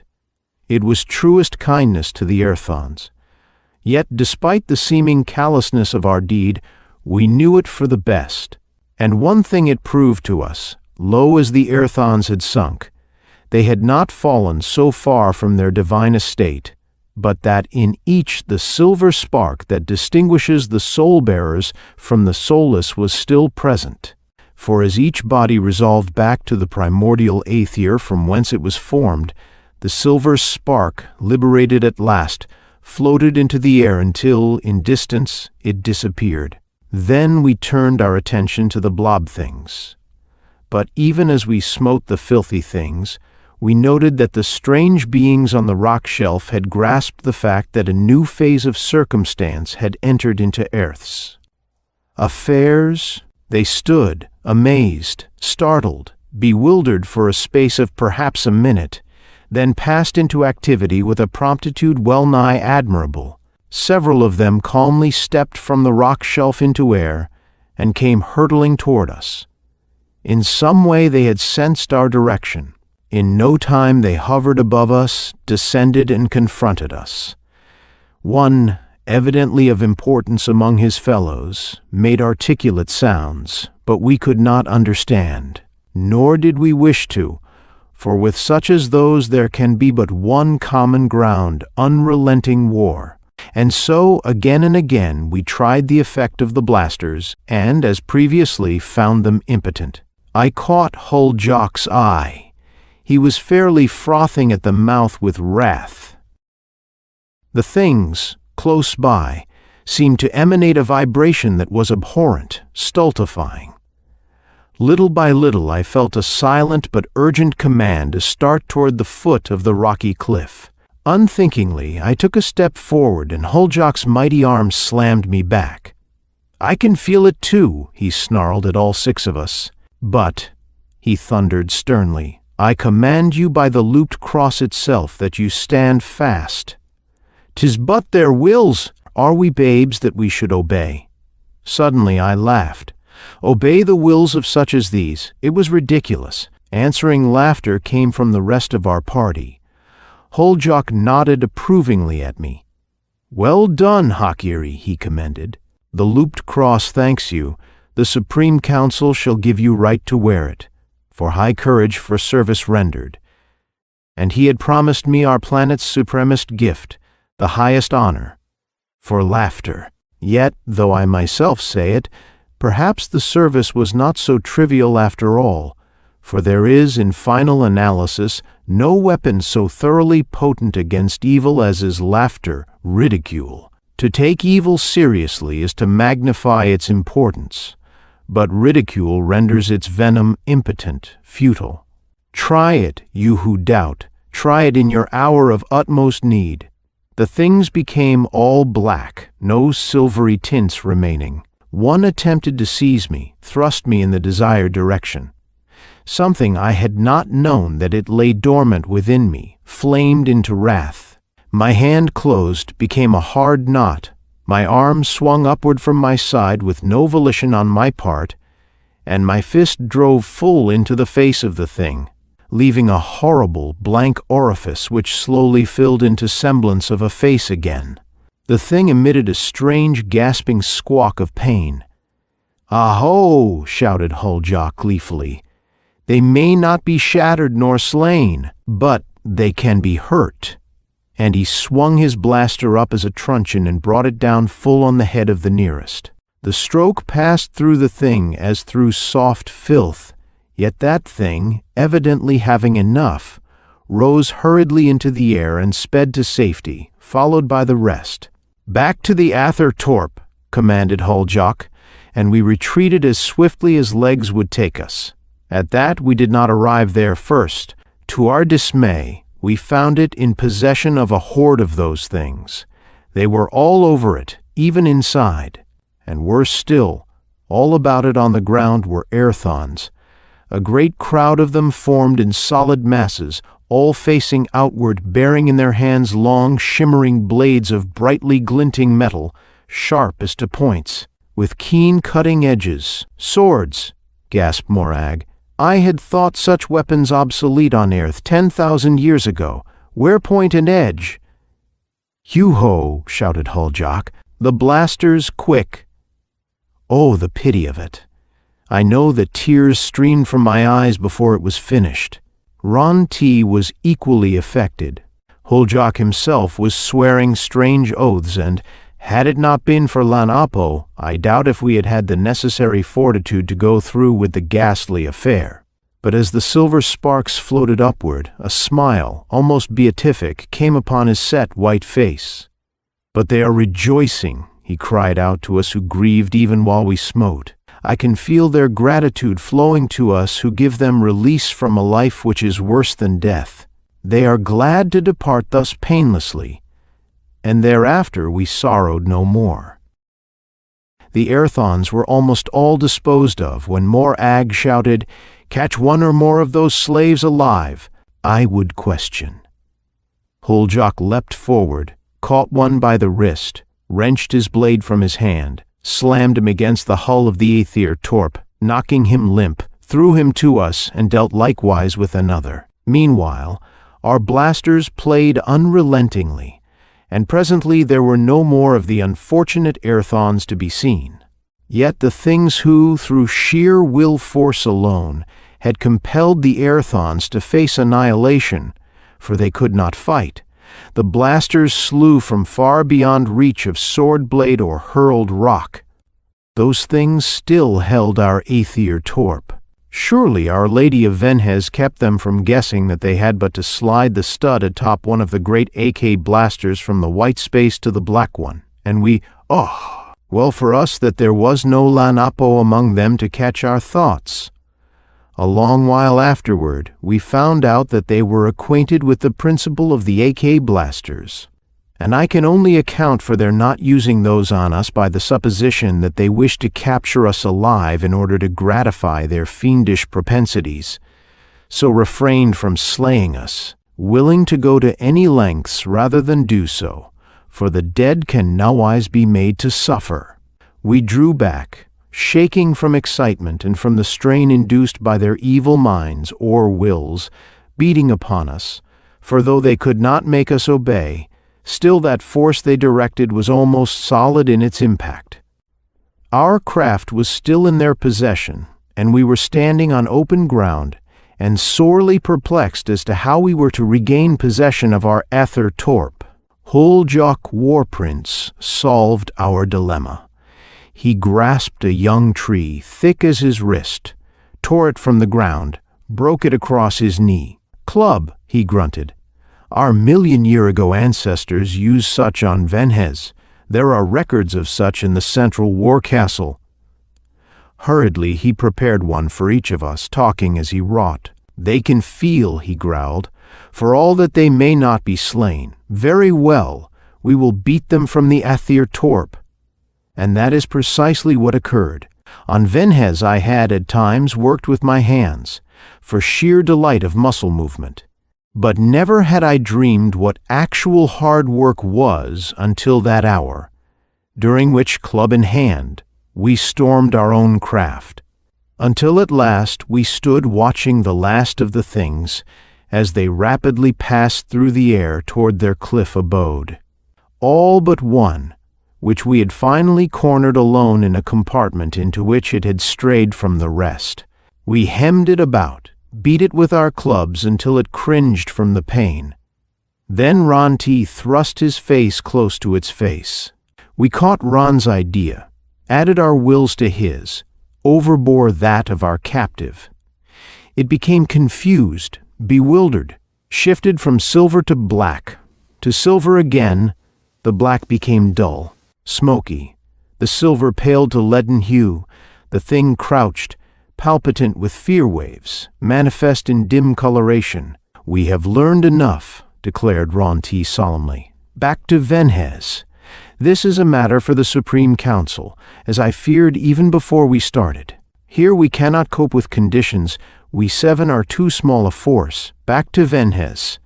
"Nay," Huljok demurred. "Let us remain and clean earth of this spawn." And he indicated the captive thing with a contemptuous gesture of his foot. But Verdax added his voice to that of Ronti, and I was eager to go, to stay, I knew not which. The others felt as I did. Both courses had their attractions, also their drawbacks. For myself, I fear me very greatly that I, Eerie, who ever held myself aloof from all emotions of violence, desiring a clear mind that I might better chronicle the deeds of others, I fear, I say, that in me still lives something of that old Eerie, my remote ancestor who, once in the days of wilderness of which our minstrels still sing, made for himself a name of terror on all Venhez for his love of strife. But Morag really settled the argument. "We have this thing," he declared. "It must be examined if we would learn aught of its nature, and that must be done if we hope ever to cope with such as it has proved to be in structure." Here an unholy light shone transient in the keen, cold eyes of Verdax, and we can, while on the return to Venhez, learn what has actually happened to Earth from the two Airthons. "One Airthon," interrupted Verdax. "The other died. Huljok knows not his own strength." He bent over, examined the living Airthon, and promptly brought him back to consciousness. Morag spoke to him. The Airthon brightened a trifle as he became assured we meant him no harm. He brightened still more when he observed that we held captive one of his former masters. Then the thing caught the Airthon's eye, and Lanapo hastily turned to Huljok. "It were well to confine this where the Airthon may not win to it," he warned emphatically. "Otherwise the will of the thing will compel the enslaved fool to assist it to escape or work us harm in some manner." We left the captive thing in the little room, fastened the sole door, and Huljock retained the ward strip which alone could unlock it again. The Earthon said something to Morag, who smiled and patted him on the shoulder reassuringly. He thanked us for putting it beyond his power to obey. He broke off to ask the Earthon another question, then gasped. "Dear Mother of Life," he ejaculated, "the things are from the dark side of the moon, Earth's satellite." The Earthon nodded. "Avicii!" he exclaimed, and added another word, "hell." We knew not his language, that is, none save Morag, but we all caught his meaning. He referred to the abode of evil, as it was understood on earth. We would have questioned the Earthon further through the medium of Morag, for we all were intensely curious, but just then that occurred which put an end to questioning, and served likewise to hasten our departure from this sorely afflicted planet. A crackling, sizzling hiss of lightning and a terrific crash of thunder. The world, so far as we were immediately concerned, all one blinding glare of violet-tinted light, and the great Ether Torp rocked under the impact. "Aho!" shouted Huljock. "What now?" And he dashed to one of the lookout openings just as another levin bolt struck. We joined him, and one glance was enough. All about us and above us were swarming great iridescent globes, and it was from these that there now came incessant streaks and flashes of lightning, powerful electric currents. Our commander leapt into the conning tower, and the others of us sprang each to his station at one of the Ak blasters, of which our craft mounted 6, and we promptly left the ground. We had little to fear, for the metal beryllium, of which Aether Torps are built, could in no wise be harmed by lightning, nor could we who were inside be shocked thereby. But some part of the controlling mechanism might have been seriously disarranged by the jarring concussions, and, besides, it was not part of our natures to submit tamely to attacks from any source. With a swoosh we shot into the air, and Huljock headed the sharp-pointed nose of our great fighting cylinder straight into the thick of the shining globes that swooped and floated and swirled about and above us. Their thin walls gave them no protection against our impact, and we shattered them as easily as breaking the shells of eggs. With the Ak blasters we could and did shatter some of the globes which we failed to ram, but the vibrations of disintegration from these had no more effect upon the occupants of the globes than had the little hand blasters. Previously, and Huljock fairly stamped in Tage. "Ron T," he exclaimed wrathfully, "your science is but a fraudulent thing. We mount your improved model blasters purported to slay aught living, disintegrate anyone, and now," his anger well-nigh choked him. "Content you," soothed Ron T. If we come again to Earth," Huljock asserted grimly, "Earth will be cleaned, or I return no more to Venhez. But," he went on imperatively, "you must find that which will destroy these Lunarians. We shattered and rammed their foolish globes from which they play with the powers of thunder and lightning, but them we might not harm. They did but float, insolent, safely down to earth." "We have one lunation upon whom to experiment," suggested Verdax meaningly. "Aye," snapped Huljock, "and I look to you and Ron T to produce results. See to it that you fail not. I have known the giant commander since we were children together, but never had I seen him in such a mood. He seemed beside himself with what, in a lesser man, I should have classed as humiliation, but I realized, as did the others, that it was merely that in him the dignity of the looped cross had been proffered insult, amounting well nigh to defeat, and that to him the looped cross, emblem of our planet, was a sacred symbol, his sole object of adoration, and his high, fierce spirit was sore, smarting grievously, and could always be appeased until, as he himself had phrased it, earth was clean. We had formally made report to the Supreme Council and had handed over to them for disposal both the Earthon and the Lunarian we had brought back with us. And the Supreme Council, in their wisdom, had commanded Morag and Virdax to examine and question the Lunarian, with me to make records of aught he might say. But he would say naught, seemingly taking fiendish delight in baffling us. The Airthon, whose name was John, had told Morag, while we were on our homeward flight, all that was to be known as to the conditions on Earth. Here is no space to record it all, but briefly it was as follows. Centuries ago, the Airthons, divided into nations, warred. A mighty empire, hoping to dominate the planet, attacked a little country as a commencement. Another and larger nation hastened to the rescue of its tiny neighbor. A great island kingdom was drawn into the fray. A powerful republic overseas took hand in the matter, so ended the strife. But rather than ending warfare, it did but give fresh incentive to inventions of deadly devices. Somebody found that the element, metal, gold, had strange qualities previously unguessed. Another discovered that gold could be produced by artificial means synthetically, to use earthly terminology. But the producing was by drawing it from out the storehouse of the universe, the primordial aether, wherein, dormant, are all things objective and subjective. And the drain on the aether opened strange doors in space, which heretofore, by fiat of the great wisdom, had been fast sealed. Scientists of a great race, Mongolians, made too free use of the aether, hoping in their turn to subjugate the races of the West.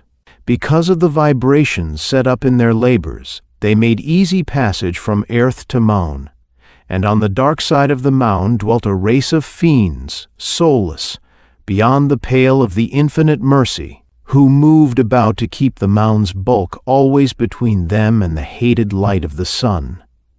These had ever hated Earth and its dwellers, for once they had inhabited that fair planet, until they became too wicked, and they, and the Maun, broken from its parent Earth by almighty wrath, had been set apart in the sea of space. The Maun, although circling ever about its parent planet, revolved never on an axis, so had one side turned ever toward Earth. And these lords of the dark face, in their eon-old hate, saw chance at long last to regain their lost world, upon which they looked with envy when the lunar phases brought them during the dark of the Maun to the side facing Earth. In their Selenian globes they invaded Earth, availing themselves of the openings the Mongolians had unwittingly established. Aided by these unholy powers of evil, the Mongolians had dominated, even as they had planned, all other races, reduced them to conditions of abject servitude, and were in turn subjugated by the lords of the dark face, through sheer will energy alone. So, reduced to conditions wherein they were less than beasts, the Airthons had remained, prey to their fiendish conquerors, subjected to such treatments as even now, while I write, sicken my soul within me to think of, and are unfit to describe. For why afflict clean minds with unnecessary corruptions? Only those who have heard that Airthon's story can conceive of what had, for ages, taken place in the ghastly orgy of the lunations. And we who did hear will never again be quite the same as we were before our ears were thus polluted. So utterly abhorrent were conditions on Earth that our Supreme Council decreed that such must be abolished at any cost. Not the planet, but the state of affairs prevailing. For they feared that the very aether would become putrescent, and moral degeneracy reach eventually to every planet of the universal chain. But that, again, involved every planet in the matter. So they, the Council, sent out invitations to all other planets for a conference. Then came delegates from them all. They talked, discussed, debated, consulted, and that was all. Whole Jock, the practical, violated interplanetary etiquette. Finally, talk, he shouted, rising from where he sat with the other Venhesians. What does talk do? We be no nearer than when we started. Since none can offer helpful suggestions, hear me. I am War Prince of Venhez, not a sage, but I say that Ron-T, if allowed sufficient time, can find that which will slay these Lunarians, all of their evil brood, and that is what is needed.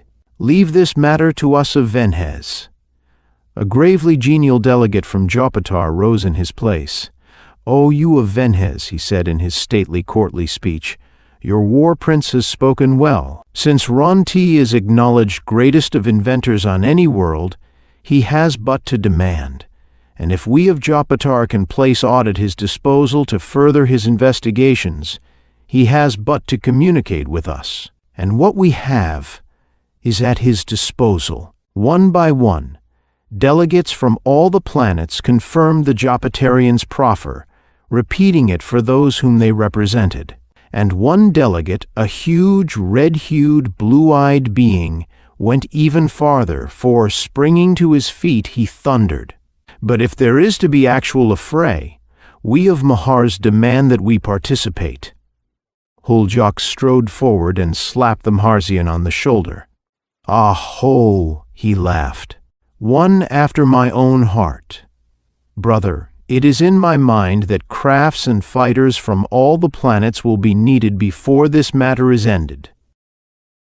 It seems cruel, I know, but what else was there to do?" From then on, that captive Lunarian was subjected to strange, some of them frightful, tests. Poisons and acids Verdax found had no effect upon him. Cutting instruments hurt, but failed to injure him permanently. Already we knew that the blasters, deadliest weapons known to any planet, were ineffective. Ron-T was at his wit's end. 2 of our Venhesian years passed, and all to no progress. Then a girl solved for him the one problem he was beginning to despair of ever solving for himself. He had a love, who of all Venhez has not, and she, entering fully into his ideals and ambitions with that sweetly sympathetic understanding none but a maid of Venhez can bestow, had free access at all times to his workshop, wherein he toiled and studied for planetary benefit. And she, one day, seeing his distress at bafflement in his researches, saying naught, withdrew, returning shortly bearing in her arms her chiefest treasure, an instrument of many strings, from which she proceeded to draw sweet strains of music, hoping thus to soothe his perturbed mind. There came a wondrously sweet strain recurring in her melody, and the first time it sounded, the Lunarian winced. Repetition of that strain made him howl, and realization came to Ron-T in one blinding flash of light-like clarity. "Harmony," he shouted, rejoicing. "The blob thing is discordant in its essential nature." Never a maid of all Venhez was so proud just then as that love-girl of Ron-T's. She had, at least, produced some sort of impression on the fiend, made it suffer grievously. So, over and over she played that self-same strain, and, ere many minutes had passed, the Lunarian fell prone, writhing in anguish, howling like a thing demented. "Enough, Alu-Rai," Ron bade her after watching the captive's misery for a space. "You have rendered the universe a service. Now depart, for I would think. Herein lies the secret of the weapon which will purge an afflicted world of its woe." It was a mighty fleet which started for Earth on that never-to-be-forgotten expedition of rescue and reprisal. Practically speaking, all the craft were of similar appearance, for the Aether Torps had long been conceded to be the most efficient type for interspatial voyaging. Even the Aerthons had used them before they were subjugated, and John the Aerthon stated that the Lunarians themselves had a large fleet of them housed away in readiness against the day when they might desire to win to other worlds. But, he likewise told us, until the Lunarians had exhausted Earth's resources, they would remain there, and for earthly voyaging in air their Selenian globes were more satisfactory to them, moved by will force as they were. than the great Aether torps, which were managed by purely mechanical methods. Naturally, the Aether torps from the different planets varied slightly, as, for example, those of Venhez had the conning towers cylindrical in shape and placed midway from nose to stern, the noses sharply pointed, stems tapering to half the size of the greatest diameter. That of the waist of the craft, our AK blasters were long, slender, copper-plated. The Aether torps from Mars were lurid red in color, blunt of nose, rounded as to stems, with short, thick AK blasters, and their conning towers were well forward of the middle, octagonal in shape. But why amplify? Surely the Aether torps of each planet are familiar to the dwellers of all the other planets. And of course, each craft bore the symbol of its home world. The Maharsians bore the looped dart in gold, even as we of Venhez painted upon the nose of ours the looped cross. But the symbols of the worlds are too well known to require description. Ron T and Huljok had full authority over the entire squadron, although the war commanders from all the worlds fully understood the carefully laid plans of aggression. And all the Aether torps, in addition to the AK blasters, now mounted before their conning towers a new device consisting of a large tube, much like an enormous howdah, terminating at the snout end in 5 smaller tubes. It was black night when Earth was reached, and it was not until the sickly wan daylight broke that actual operations commenced. Spreading out, we courted the air until the great oval flat showed plain. It was our good luck that it was our own craft which was the first to come above it, and as we identified it, Huljok's eyes glowed in wrathful joy, if such emotion may be thus contradictorily described. He caught Ron T's eye and nodded. Ron T, obeying, threw over a lever. A most dreadful and terrific din shook the air with its uproar. From afar to the northward came a similar bellowing howl. Then from the eastward the same sound reached our ears, being replied to, a moment later, by the signal from the distant west. And from the southward came the answering racket, and we knew that all Earth's surface was under surveillance of one or more of the Aether torps comprising the expeditionary fleet. Slowly, deliberately, we began circling above that infernal ovoid valley. But after that one hideous bellowing howl, the tube-like arrangements before the conning towers changed their tones, and from them came the same wondrously sweet, heart-thrilling, soul-shaking strain of melody as that which Alu Rai, the love-maid of Ron T, had produced to the exquisite torment of our captive lunation. Over and over the strains were played, and still nothing happened. The idea was Ron T's, and I began to wonder if in some manner he had miscalculated. Suppose it did not affect all the Lunarians alike? In that case, not only would the expedition be doomed to failure, but the name of Ron T would become the subject for many a jest on many a world, and we of Venhez must, perforce, walk with bowed heads. But Ron T was smiling, and Huljok's fierce face bore an expression of confident, savage expectancy, and I waited, curious, hopeful still. So swiftly that we could barely see it, an iridescent globe spun through the air, rising diagonally from the cliff base, shooting straight at our Aether torp. A touch of Ron's hand, and the strain of music sounded even louder, clearer, sweeter. The globe, when within a quarter of a mile, shot straight upward, discharged a terrific, blinding flash of chain lightning against our craft, followed by a second and even more intense discharge. And still the sweet strain of harmony was all our reply. The globe swooped until it nearly touched us, and I slid forward the stud on the AK blaster behind which I stood. The Lunarian bubble was not more than 100 feet away at that instant, and like a bubble, it vanished incontinently. As ever, for all that we could shatter their Selenian globes, those demoniacal Lunarians themselves we could not disintegrate, or so we deemed then, and I know that I said wrathful profanities in my impotent disappointment, but Hull-Jock grinned, and Ron-T nodded reassuringly to me, saying consolingly, "Wait." Well, I waited. What else could I do? But by this time the same game was going on all over Earth. Wherever the Lunarians had abode, the strains of melody were driving them into a frenzy of madness, and they came swarming forth in their globes, hurling lightning flashes at our aether torps, which might not thus be destroyed.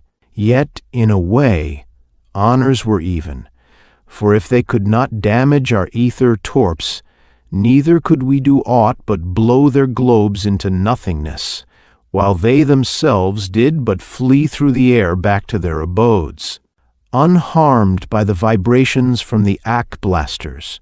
And in this manner, for 3 days and nights, the futile warfare continued, and by the morning of the 4th day, I doubt if there was left to the Lunarians a single Selenian globe. At least, for 2 days and nights, we continued playing that music over and over until all Earth vibrated from the repetitional sound waves. But on the next morning following, we had clear proof that the Lunarians had had all that they could endure of suffering. An aether torp, of a far different model from any we were acquainted with, shot into the air with incredible speed, and catching a craft of Saturn unawares, rammed it in mid-air, completely wrecking it, only to be shattered into dust in its turn by the AK blasters of a Markurian aether torp. The crew of the ill-fated craft we could not save, but they were amply avenged ere long. It happened that we witnessed this ramming, and Morag shouted his surprise. But that aether torp, despite its speed, is of an age-old model, he affirmed excitedly. And Hull-Jock nodded agreement. Our Lady of Love grant that their AK blasters be of equally antiquated model, he chortled. If they are, their vibrations are of too long and too slow wavelengths to affect the modern beryllium metal of which we now build our fighting craft. And so it later proved to be. We could very easily have shattered their old model crafts, taking our own good time therefore, but to what avail? It would leave us the same old problem. The Lunarians, with their levitational powers, would descend safely to the ground and would still inhabit Earth, overrunning it like the evil vermin that they were.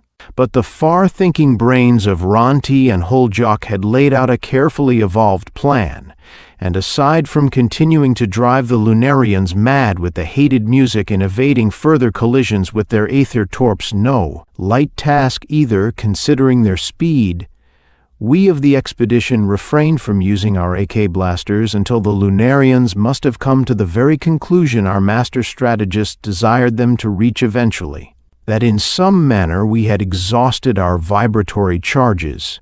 At last one morning we were made the objects of a concerted attack. From all points came hurtling those old-style aether torps, and we fled from before them, finding that their old model AK blasters had little or no effect upon us, protected as we were by the beryllium plates. They fell back on their levin bolts, and these they hurled incessantly until they, as well as we, were well out of Earth's atmosphere and into the great ocean of ethereal space. But ever we played that same maddening music, and it acted as a powerful incentive to hold them to the pursuit, for they had lost all caution in their rage, and ever as we fled from before them we laughed.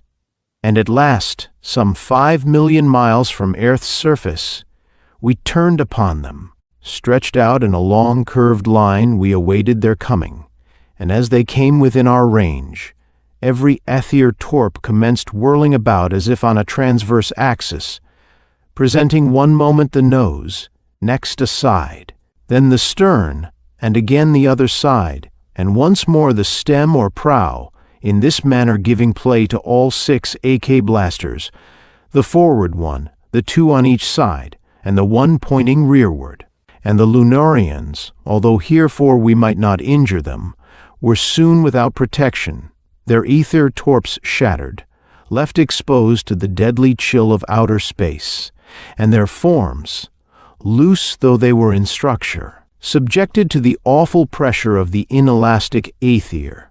It compressed their bodies as if they had been density itself, and having no defense, they instinctively drew close to each other, and etheric pressure did all that was necessary. They were jammed into a single mass, and then we played upon that with the AK blasters until that mass too became as nothing. Only from that blank space where the fiends, the lords of the dark face, had been, floated in all directions a shower or swarm of dull red sparks, which, even as we watched, slowly flickered and burned out in depths of abysmal night. Ron T. bowed his head in reverence to that great power which had permitted us to be the instruments of its vengeance, signing in the air before him the looped cross, symbol of life. As I suspected, he said gravely, they were soulless. They had naught but form and vitality, mind and will, life of the lower order, non-enduring. The red sparks proved that, and even those have burned out, resolved back into the sea of undifferentiated energy. Our work is ended. Let Earth work out its own rehabilitation. That wondrous race of Earthons will soon rear the foundations of an even greater civilization than their world has ever before known. End of When the Green Star Waned by Nixon Dialis.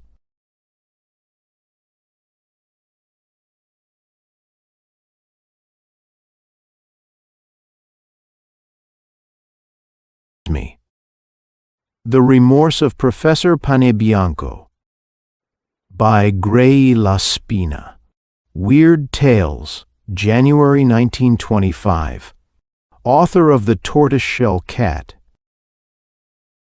Cielo, what an enormous crystal globe, Filippo!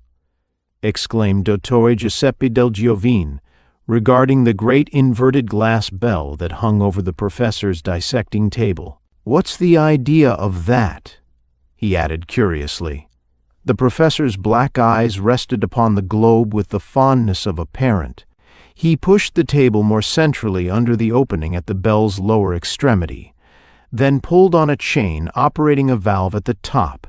The purpose of this globe is to win me such recognition from the world of science as no man has ever enjoyed, and no man after me can ever emulate, he responded, with a kind of grim enthusiasm. But how? The doctor was intensely interested. You are aware that Elena and I have long experimented on animals, to ascertain if that thing men call the soul is at all tangible? We have now arrived at a very advanced point in our studies, so advanced that we are at a dead stop because we cannot obtain the necessary subjects for our next experiment. One can always find mice, or cats, or monkeys, said the doctor. The professor shook his head decidedly. Such animals are things of the past, caro amico. We have seen the soul of a drowning mouse emerge from its body, in a spiral coil of vapor that wreathed its way out of the water to lose itself in the etheric spaces that include all life. We have watched the soul of a dying ape emerge in one long rush of fine, impalpable, smoke-like cloud that wound upward to become invisible as it, too, amalgamated with the invisible forces of the universe about us. I myself once saw what I believe might have been the soul of a dying man as it departed from his body, asseverated the doctor musingly. Ah! If one could but detain that fine essence of immortality, what wonders could not one work in time? What mighty secrets would perhaps be discovered? You understand then, Giuseppe mio, what I await with anxiety. The subject for the most tremendous experiment of all.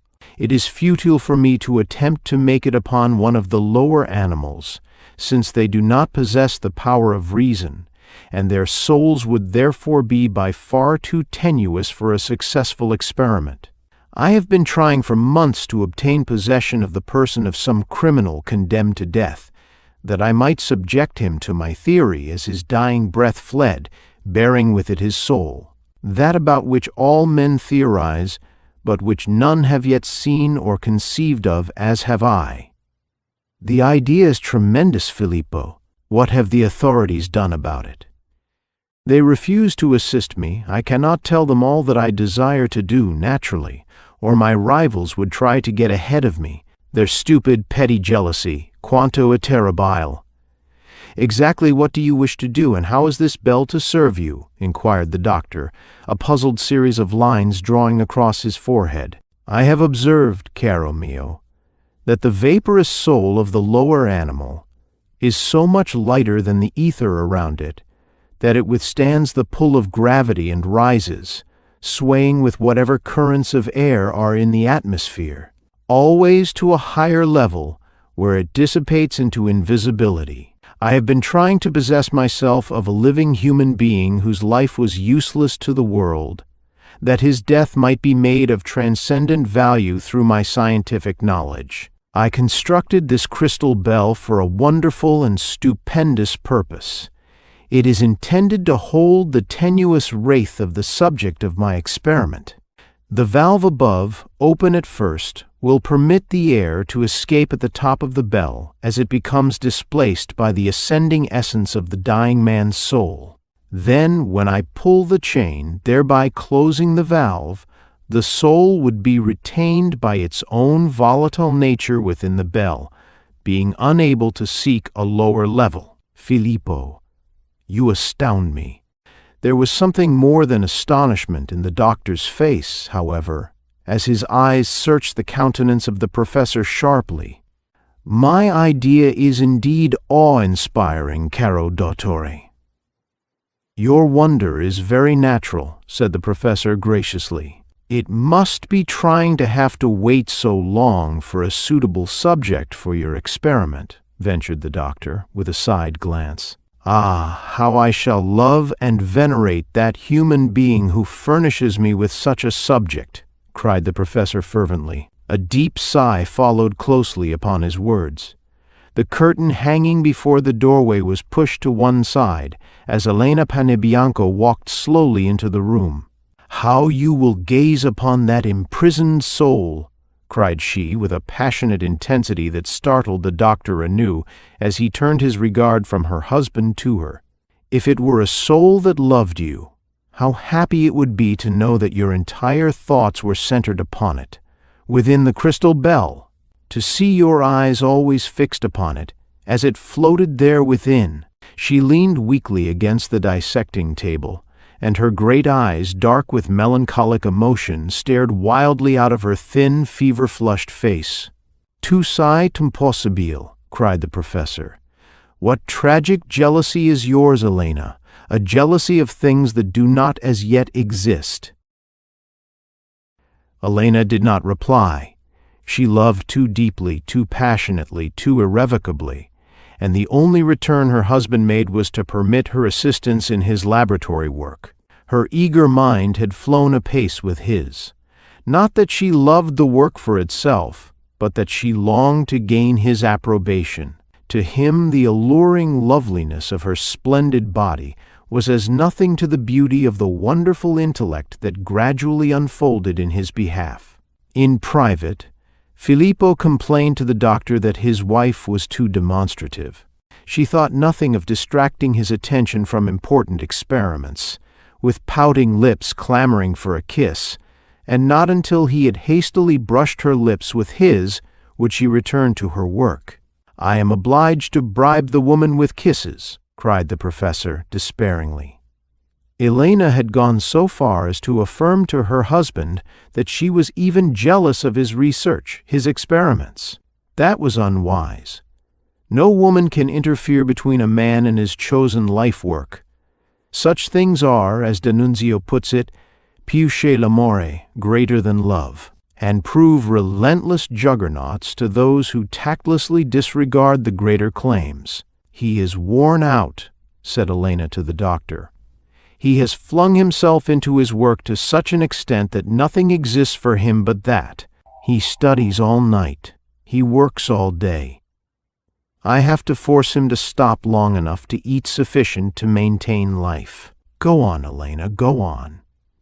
When my head swims, I tie cold, wet towels about it. When my brain refuses to obey me, I concentrate with inconceivable force of will upon my goal. Oh, Giuseppe mio, my very existence is bound up in this last experiment, which, alas, I am unable to complete because the authorities will not permit me to make use of the death of some criminal, a death that must be entirely useless to the scientific world, through their blind stupidity." The doctor shrugged with a gesture of his slender brown hands. His eyes sought Elena's face. Since he had been away, the Signora Panebianco had altered terribly. She looked too delicate. She had faded visibly. Hectic roses flamed in her cheeks. Her thin hands, too, had been too cold when she touched his in greeting. Her constant cough racked her slender body. It seemed to Giuseppe del Giovine that she had become almost transparent. So slender had she become from loss of flesh. As she went from the room slowly with a gesture of helplessness, he turned to the professor. "Your wife is a very sick woman," he declared abruptly. "I suppose she must be," Filippo responded absently. "She's very nervous, I know. She disturbs me inexcusably with silly demands for kisses and caresses, actually weeping when she thinks I don't see her, because I refuse to humor her foolish whims. I've been obliged, more than once, to drive her away with cold looks and hard words, because she has tried to coax me to stop work, insisting upon my talking." He began adjusting his apparatus with an abstracted air. It was as well that he did not see the expression of indignation and despair that flashed across the mobile face of the physician, who had long loved Elena in secret, but hopelessly, as he very well knew, because she was absolutely indifferent to anybody but her husband. "Yes, Giuseppe, she interrupts my most particular experiments to caress me ardently, trying to bring my lips down on hers. Often I have reproved her severely for attempting to turn me aside from my life work, the man whose intellect has driven him to enter the precincts of the great mystery cannot stop to dally with the folly of fools, and love is the greatest folly of all." "Blind fool, you," muttered the doctor under his breath. "Love is the very breath of life itself. If Elena is to assist me in my last experiment, the greatest of all, I must get a subject soon, for she is wasting away fast. Oh yes, I have observed it. Death has his fingers at her throat." His voice was the voice of the man of science. There was not the slightest intonation that might have indicated other than passing interest in the unhappy Elena. "What I am afraid of," he resumed, "is that even a human being's spirit will not materialize properly within the bell, unless instructed previously. And how can I expect a criminal to lend himself voluntarily to an experiment that necessitates his death for its success? No, the fool would cling too closely to his miserable life, and might even refuse to listen when I tried to prepare and instruct him. I ought to have for my experiment someone who knows just what I want done, someone who will carry out my wishes faithfully. And where am I to find such a person?" He finished lugubriously. The curtains over the doorway swayed to admit Elena. It was only too evident from her expression that she had heard part, if not all, of her husband's words. There was an incomprehensible expression within those dark orbs that shrank not from the glance the professor turned upon the intruder. "There is but one person in the whole world who could and would be able to carry out your ideas," said she deliberately. Filippo whirled upon Dottore del Giovine, relief and joy flashing over his face.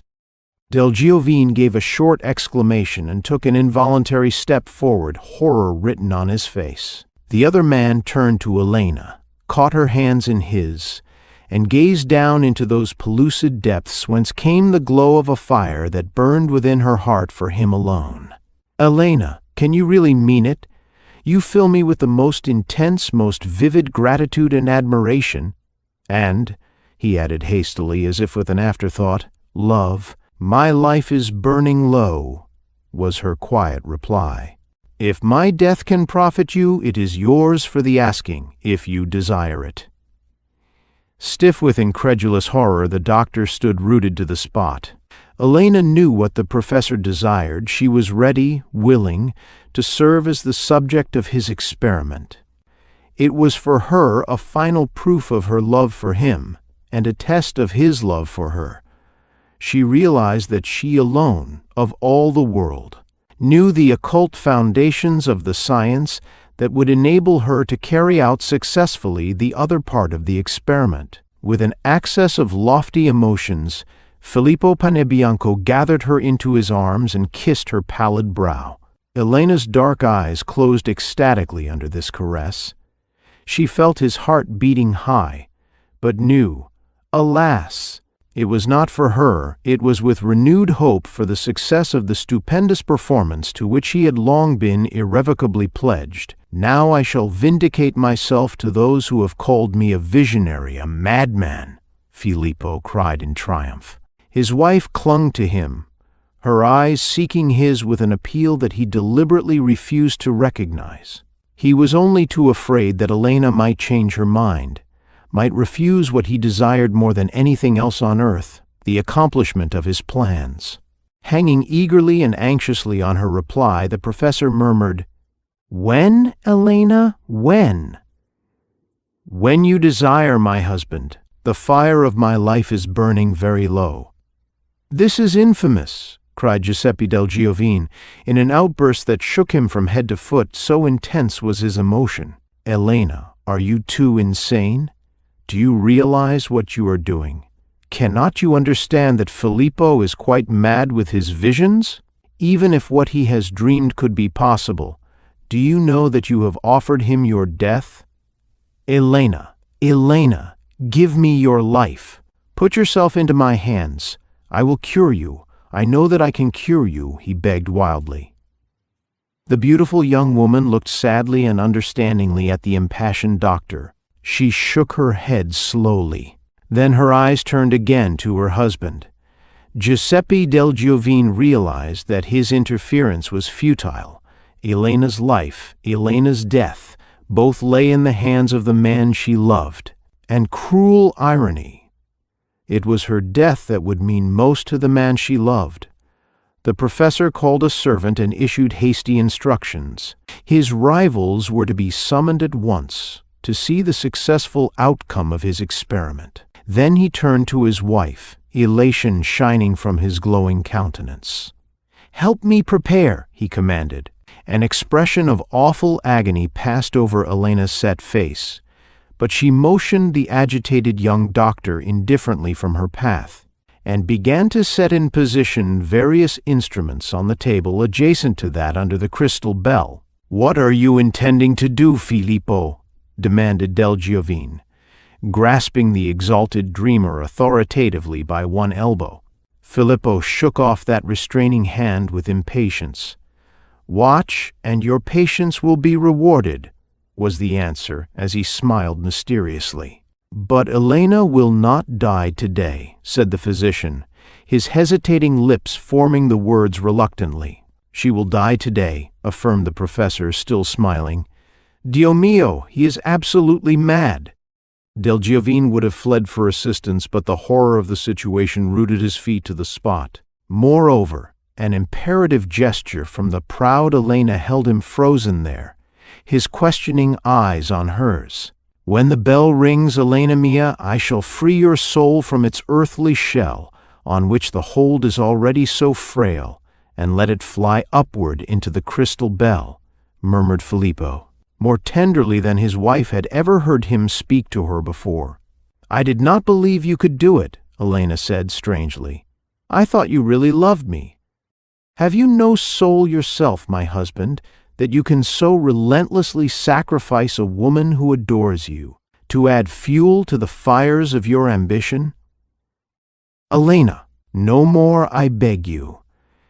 You surely will not withdraw what you offered freely of your own will? He turned his face from hers, lest unexpected weakness of the flesh might undo his will. The doctor knew that Elena had risked her all on a single toss of the dice. Womanlike, she believed that Filippo would throw aside the everlasting fame which he hoped would accrue to him, instead of accepting, as he was doing, the sacrifice of herself. With face still averted, the professor motioned his wife to place herself upon the table under the crystal bell. She gave one dreadful tearing sob. "For me, life has long since lost its value," said she. "I think I may be happier dead." She mounted the table and stretched herself upon it. Footsteps sounded outside the door. Came a knock. The paralyzed Del Giovine saw the professor catch up a glittering knife. And then Elena turned her face upward, and gazed so earnestly at the determined and ruthless scientist that he hesitated, weakening. Del Giovine saw the beloved woman of his soul push her lips together for her husband's last kiss.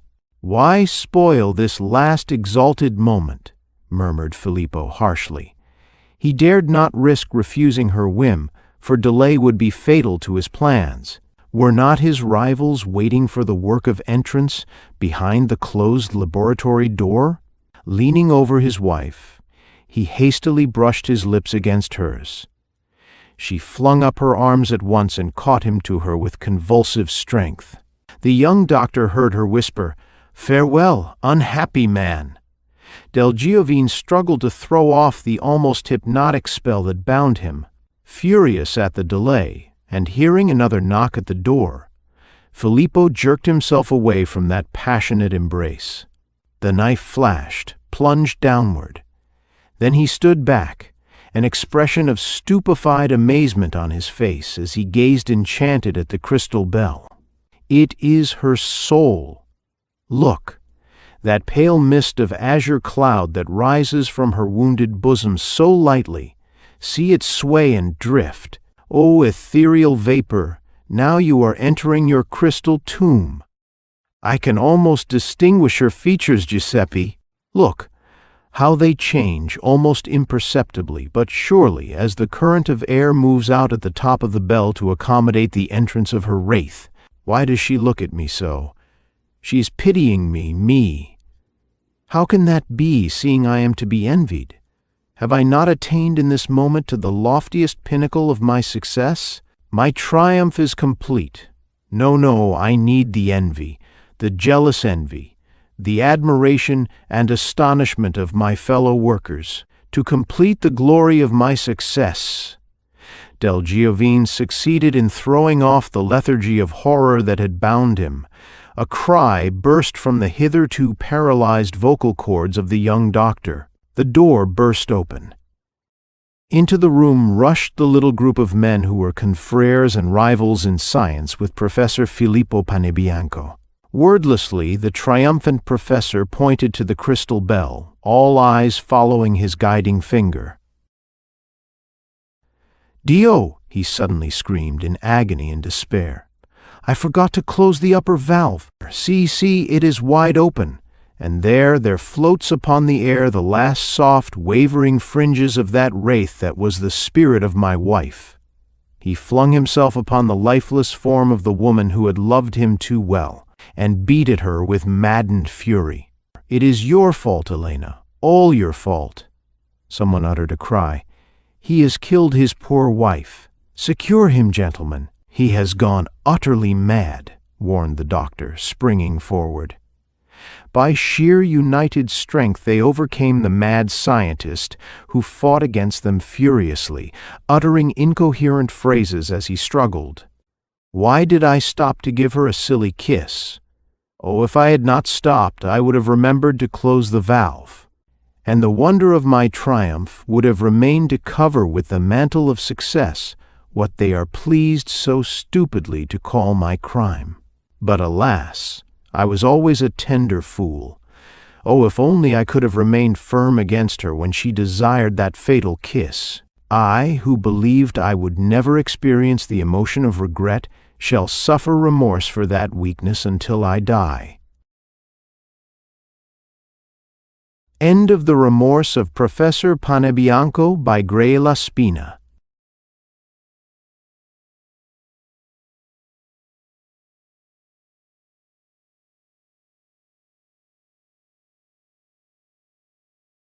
Cully by Jack Egan. By all the laws of nature he should have been dead. But if he were alive, then there was something he had to find. Above him 80 feet of torpid, black water hung like a shroud of death, and still he heard his ragged breathing, and something else. Cully concentrated on that sound and the rhythmic pulsing of his heart. Somehow he had to retain a hold on his sanity, or his soul. After an hour of careful breathing and exploring of body sensations, Cully realized he could move. He flexed an arm. A mote of gold sand sifted upward in the dark water. It had a pleasant color in contrast with the ominous shades of the sea. In a few moments he had struggled to a sitting position, delighting in the curtain of glittering metal grains whirling around him as he moved, and the other sound, a humming in his mind, a distant burble of tiny voices of other minds, words swirling in giddy patterns he couldn't understand. Shortly thereafter, Cully discovered why he still lived, breathed. A suit. A yellow, plastic, watertight suit, with an orange-on-black shield on the left breast pocket, and a clear bubble helmet. He felt weight on his back and examined it. 2 air tanks and their regulator, a radio, and the box. Suit, tanks, regulator, radio, black water, box, sand, sea, stillness. Cully considered his world. It was small, it was conceivable, it was incomplete. Where is it? Where is what? He knew he had a voice, a means of communication between others of his kind, using low-frequency heat waves caused by agitation of air molecules. Why couldn't he make it work? Words, thousands of them at his beck and call. What were they? What did they mean? He shifted uncomfortably in the tight yellow suit, searching the near horizon for. Where is it? A vague calling came from beyond the Black Sea curtain. Objectively, because he could do nothing to stop them, he watched his feet pick up, move forward, put down, pick up, move forward, put down. Funny. He had the feeling, the concept, that this action held meaning. It was supposed to cause some reaction, accomplish an act. He wondered at the regular movement of his legs. One of them hurt. A hurt is a sensation of pain caused by overloading sensory units in the body. A hurt is bad because it indicates something is wrong. Something certainly was wrong. Something stirred in Cully's mind. He stopped and sat down on the sandy sea bottom gracefully, like a ballet dancer.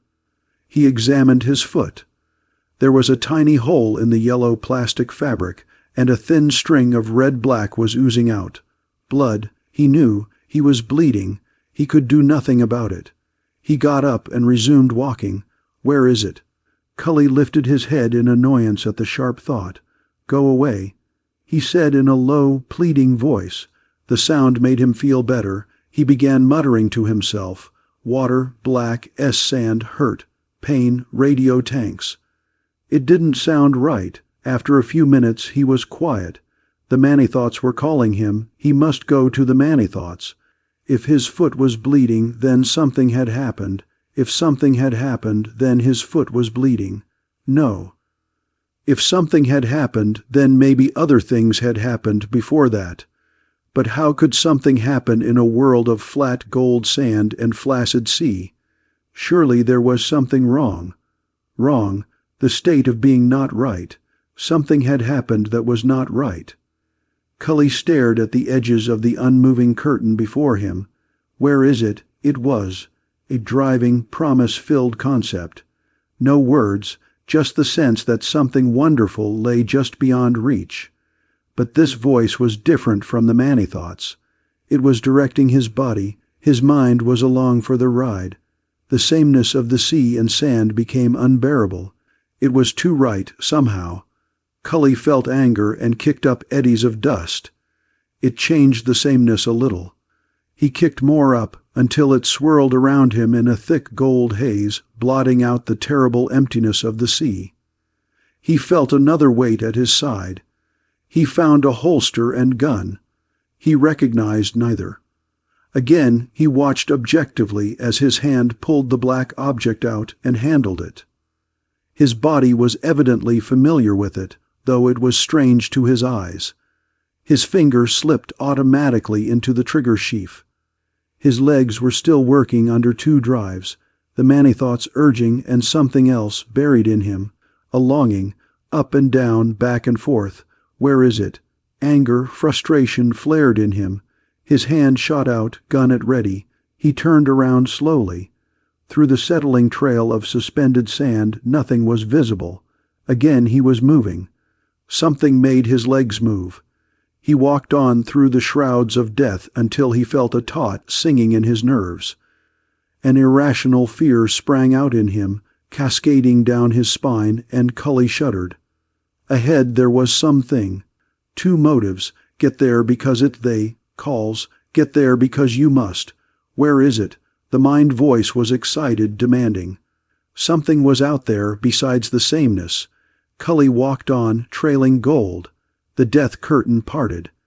An undulating garden of blue and gold streamers suddenly drifted toward him on an unfelt current. Cully was held, entranced. They flowed before him, their colors dazzling, hypnotic. Come closer, Earthling, the many-thoughts spoke inside his head soothingly. Here it is, Cully's mind shouted. Cully's mind was held, hypnotized, but his body moved of its own volition. He moved again. His mind and the many-thoughts spoke, fulfillment almost. There was one action left that must be completed. Cully's arms moved. They detached the small black box from his pack. He moved on into the midst of the weaving, gold-laced plants. Little spicules licked out from their flexing stalks and jabbed, unsensed, into Cully's body to draw nourishment. From the many-thoughts came the sense of complete fulfillment. From Cully's mind came further orders. Lie down, it was a collective concept. Lie still, we are friends. He could not understand. They were speaking words. Words were beyond him. His head shook in despair. The voices were implanting an emotion of horror at what his hands were doing, but he had no control over his body. It was as if it were not his. The black box was now lying in the sand among the streaming plants. Cully's fingers reached out and caressed a small panel. A soundless click ran through the murkiness. The strangely beautiful, gold-laced blue plants began a writhing dance. Their spicules withdrew and jabbed, withdrew and jabbed. A rending, silent scream tore the quiet waters. No, they cried. It was a negative command mixed in with the terrible screaming. Turn it off, stop it, stop it. Cully tried to say, but there were no words. He tried to cover his ears within the helmet, but the cries went on. Emotions roiled the water, pain, hurt, reproach. Cully sobbed. Something was wrong here. Something was killing the plants, the beautiful blue things. The plants were withering, dying. He looked up at them, stupefied, not understanding, tears streaming down his face. What did they want from him? What had he done? Where is it?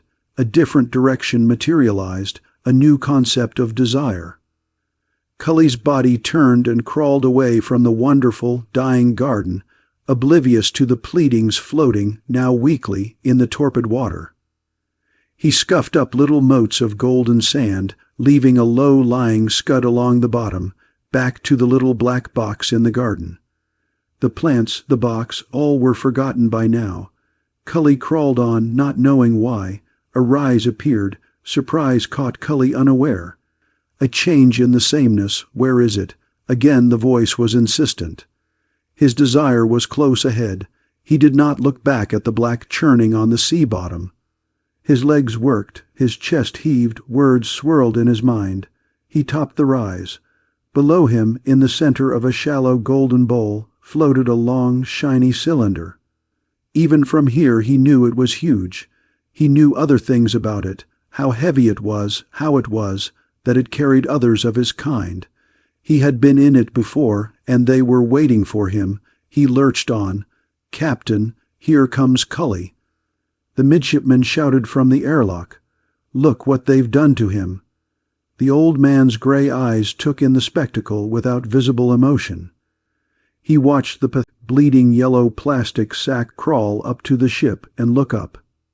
His hands reached down and lifted Cully up into the lock. They took his suit off and stared with loathing at what had once been a man. A white scar zigzagged across his forehead. The captain bent close, in range of the dim blue eyes. "It was a brave thing you did, Cully. The whole system will be grateful. Venus could never be colonized as long as those cannibals were there to eat men and drive men mad." Cully fingered the scar on his forehead and looked unseeing into the old man's compassionate eyes. "I'm sorry, Cully, we all are, but there was no other way. Prefrontal lobotomy, destruction of your speech center. It was the only way you could get past the telepaths and destroy them. I'm sorry, Cully. The race of man shall long honor your name." Cully smiled at the old man, the words churning in his brain, but he did not understand. Where is it? The emptiness was still there. The End of Cully, by Jack Egan.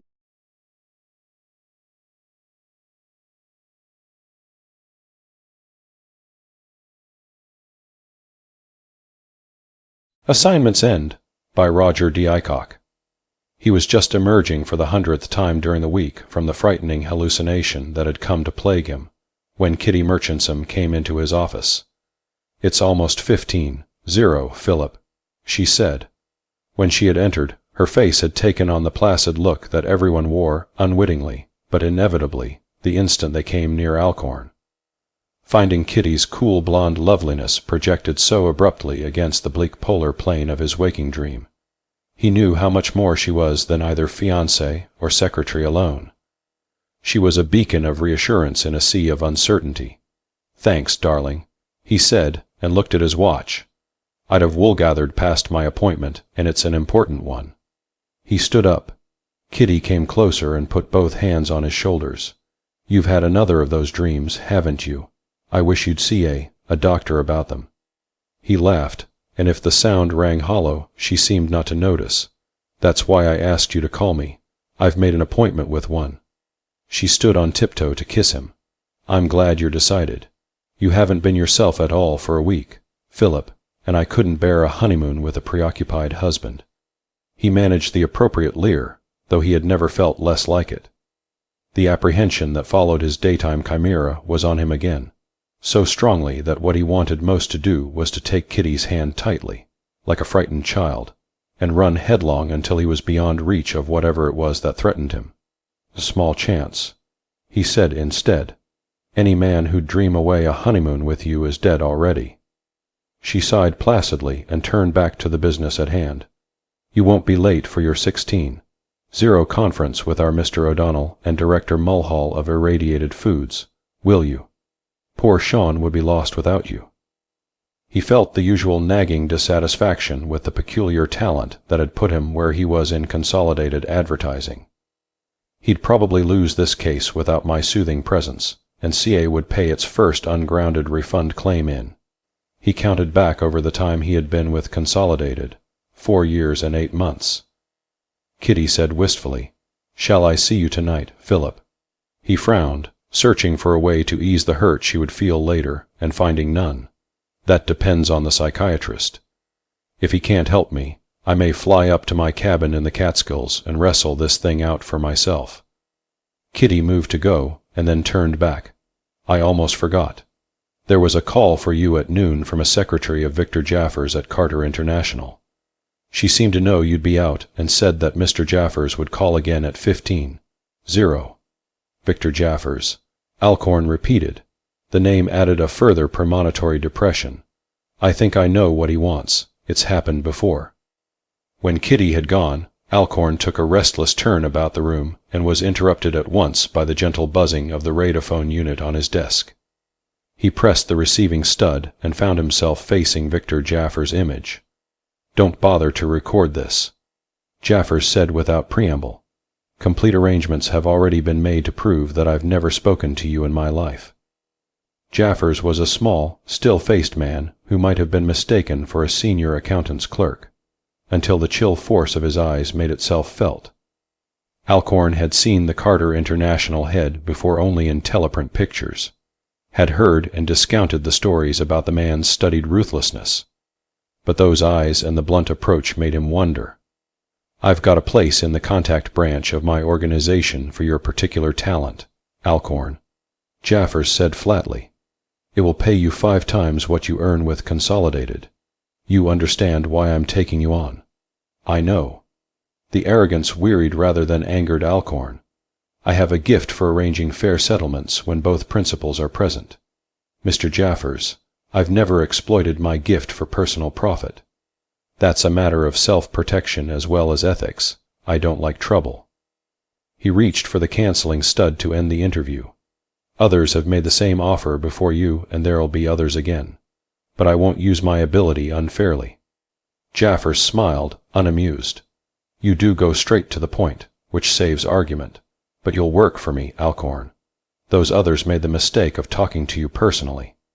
I know that you can be reached as easily as any other man if my agents keep more than 50 feet away from you." His eyes moved past Alcorn to the window. Look at the window across the street. Alcorn, turning, felt his neck prickle. Across the narrow canyon of street, without pretense at concealing himself, a man in gray clothing watched him from an open office window. "I've had you under surveillance for days," Jeffers' voice said behind him. "I've located 2 others of your sort since my statisticians brought their existence to my attention, but somehow they slipped through my fingers this week. I'm taking no chances on you." Alcorn whirled back incredulously. "You've found others. Where? And I'll tell you that when you're on my payroll." "It's a trick," Alcorn said angrily. "I searched for years before I settled down with Consolidated, and I didn't find a trace of anybody like myself. I don't believe there are any. Most of them covered themselves better." Jaffers added, with cold finality, "I don't haggle, Alcorn. You'll work for me or for no one." "The trouble is," Alcorn said, "that I'm different from other people, and I have to know why. I know how I'm different, but if I knew why, I'd never have come to a psychiatrist."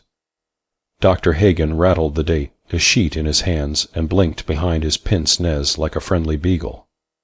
He was a very puzzled man, being accustomed to analyzing his own reactions as well as those of his patients. Alcorn could see him struggling to account for the sudden serenity that had come over him the instant Alcorn entered the office. Certainly it was not the doctor's usual frame of mind, from the first sour look of him, and failing. "Different in what way, Mr. Alcorn?" "I soothe people," Alcorn said. "There's something about me that inspires trust and an eagerness to please. Everyone roughly within a radius of 50 feet, I've checked the limit 1,000 times, immediately feels a sort of euphoria.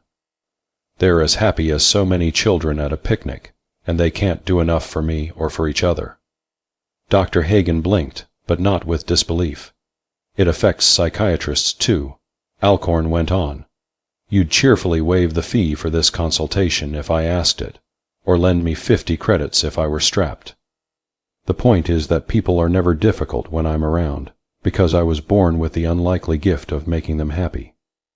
That gift is the most valuable asset I own, but I've never understood it, and as long as I don't understand it, there's the chance that it may be a mixed blessing. I think it's backfired on me already in one fashion and possibly in another." He shook out a cigarette, and the psychiatrist obligingly held a lighter to it. Dr. Hagen, Alcorn thought, must normally have been an exceptionally strong-willed man, for he hesitated noticeably before he spun the wheel. "Actually," Alcorn said, "I've begun to worry about my sanity, and I'm afraid my gift is responsible. For the past week, I've had a recurrent hallucination, a sort of waking nightmare that comes just when I least expect it, and leaves me completely unstrung. It's worse than recurrent, it's progressive, and each new seizure leaves me a little closer to something that I'm desperately afraid to face." The psychiatrist made a judicious tent of his fingers. "Obviously, you are an intelligent and conscientious man, Mr. Alcorn. else you would not have contented yourself with your comparatively minor job. But your profession as claims adjuster must impose a considerable strain upon your nervous organization. Add to this that you are a bachelor at the age of 33, and the natural conclusion, in spite of his mood, Alcorn laughed. Wrong tack, remember my gift. Besides, I'm engaged to be married next month, and I'm quite happy with the prospect. This trouble of mine is something entirely different. It's tied in somehow with my talent for soothing, and it scares me. He could have added that Jaffer's hardly veiled threat on his life disturbed him as well, but saw no point in wasting time on the one danger he understood perfectly. This vision, Alcorn said, and the sensory sharpness and conviction of disaster that come with it, it's no ordinary hallucination. It's as real as my peculiar talent, and represents a very real danger. It's working some sort of change in me that I don't like, and I've got to find out what that change is or I'm done for. I feel that. Obligingly, the psychiatrist said, "Describe your experience." Talking about it made perspiration stand out on Alcorn's forehead. First, I'm seized with a sudden sense of abnormally sharpened perception, as if I were on the point of becoming aware of a great many things beyond my immediate awareness. I can feel the emotions of people about me, and I have the conviction that, in another moment, I shall be able to feel their thoughts as well. Then I seem to be standing alone on a frozen Arctic plain, a polar wasteland that should be utterly deserted, but isn't. I've no actual sensations of touch or hearing, yet the scene is visually sharp in every detail. There's a small village of corrugated sheet metal houses just ahead, the sort that engineers on location might raise, and the streets between are packed with snow. Machines loaded with metal boxes crawl up and down those streets, but I've never seen their drivers. Until this morning, I never saw any people at all on the plain. Dr. Hagen rattled his paper and nodded agreeably. Go on. What are these people like? I can't tell you that, Alcorn said, because their images were not complete. There seems to be a sort of relationship between them and myself, a threatening one, but I can't guess what it may be. I can't even tell you what racial type they belong to, because they have no faces. He crushed out his cigarette and took a deep breath, getting to the worst of it. I have a distinct conviction during each of these seizures that the people I see are not ordinary human beings, that they're as different from me as I am from everyone else, though not in the same way. It's the difference that makes me uneasy. I can feel the urgency and the resolution in them, as if they were determined to do, or had resigned themselves to doing, something desperately important. And then I know somehow that each of them has made some kind of decision recently, a decision that is responsible for his being what he is and where he is, and that I'll have to make a similar one when the time comes. And the worst of it is that I know no matter which way my choice falls, I'm going to be hideously unhappy. The psychiatrist asked tranquilly, You can't guess what choice it is that you must make, or its alternative. I can't, and that's the hell of it, not knowing. The icy chill of the polar plain touched him, and with it came a deeper cold that had not been a part of the dream. At that instant, he might have identified its source, but was afraid to. My fear has some relation to whatever it is these people are about to do, he said. I just realized that, but that doesn't help because I've no idea what it is. He glanced at his strap-watch, and the time made him stand up before the little psychiatrist could speak again. The hour was 15:57, and he saw in dismay that his 16:00 appointment with Sean O'Donnell and the irradiated foods tycoon would be late. I don't expect an immediate opinion, he said. You couldn't reach one as long as I'm here. Add up what I've told you, and if it makes any sort of sense you can radiophone me tonight at 19:00. If my apartment doesn't answer, relay the call to my cabin in the Catskills. I've kept the location a secret, for privacy's sake, but the number is on alternate listing. He paused briefly at the door, touched with an uncharacteristic flash of sour humor. And telestat your bill to me. If I asked for it now, you'd probably charge nothing. The mood vanished as soon as he was outside and saw the gray-suited Jaffers operative waiting with stolid patience on the ramp of a department store across the street. The shock of reminder brought on a giddy recurrence of his hallucination. The polar plane yawned before him. The silent machines crept over their snow-packed ways. The faceless people stood in frozen groups. He emerged from the seizure, shaken and sweating, to find that the Jaffers man had crossed the street and was waiting a safe distance behind. Alcorn fought down a panicked desire to run away blindly only because Kitty would be waiting for him at Consolidated. Kitty, his bulwark of reassurance. The gray-suited man was a deliberate 100 feet behind him when he boarded a tube car. Kitty was not in his office, and there was no time to ring for her. Instead, he went through the long accounting room beyond, answering automatically the smiles of a suddenly genial staff, and headed for O'Donnell's office. He saw at once that he was too late. The CA manager's door was open, and O'Donnell and Mulhall of Irradiated Foods were emerging. Both wore straitjackets, and both men had the unmistakable air of euphoric calm that came within seconds of Alcorn's approach. O'Donnell gave Alcorn his familiar long-lipped grin, looking, with his thin gentle face and neat brush of ermine white hair, like an aristocratic Irish saint. "You missed a pleasant meeting," O'Donnell said. "I've just signed a refund release to Charlie here, and a pleasure it was." The awareness that they had been calmed before he'd arrived left Alcorn speechless. Really shouldn't have accepted, Mulhall said sheepishly. Mulhall was a big, solid man, bald and paunchy, and when his normal instincts were controlled, an argumentative tyrant. "Niggling technicality, I say. Shouldn't have taken a refund, but Sean here insisted." They laughed together like children sharing a joke. The claim was justified. O'Donnell said firmly, once Charlie's secretary explained the case, there was no doubt.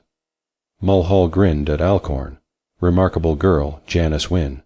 She's waiting in Sean's office. Wants to meet you, Philip." They went toward the lift with their arms about each other, sharing an all too brief moment of companionship. Alcorn hesitated in front of the closed door of O'Donnell's office. When he entered, Janice Wynne was standing at the window, watching the soundless rush of traffic in the street below. She was dark, not pretty in any conventional sense, but charged with a controlled vitality that made physical beauty unimportant. Her face was anything but serene, the complex of emotions in her tilted green eyes far removed from the ready placidity he had learned to expect. There was an unmistakable impression of driving urgency, the same urgency, Alcorn thought, that he had felt in the people of his waking dream. "You're one," he said. His face felt stiff. "After all these years, I've found another one like yourself," she said. "But it's I who have found you.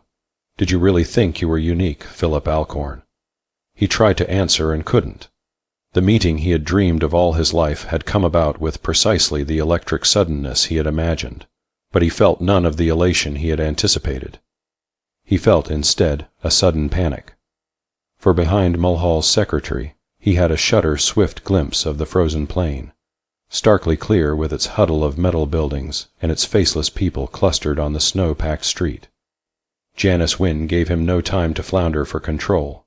"You're the last," she said, "and the most stubborn of the lot.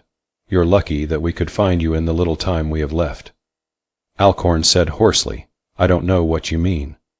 She looked more disappointed than surprised. "You've no inkling yet. I've known most of the truth for days, though I still haven't made the change.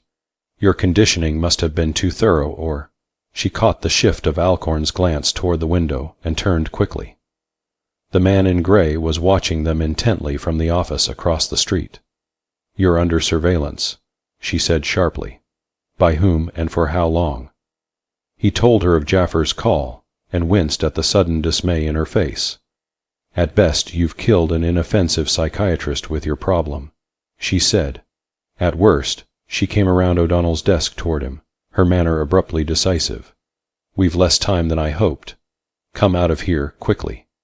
In the corridor, she opened her handbag and took out a thick white envelope.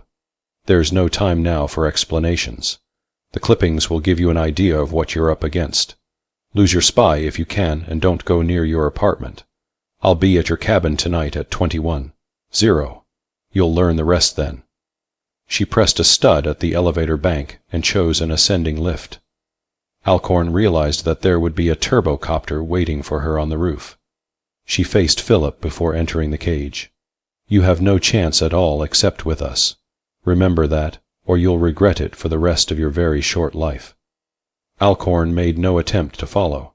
Except with us. Janice Wynne had said us. She was like himself, gifted with his own talent. She was connected somehow with the faceless people of his hallucinations. Who were they, and where were they, and what did they want of him? He was still groping for the answers when Kitty came toward him. She gave a little cry of dismay when she saw his face.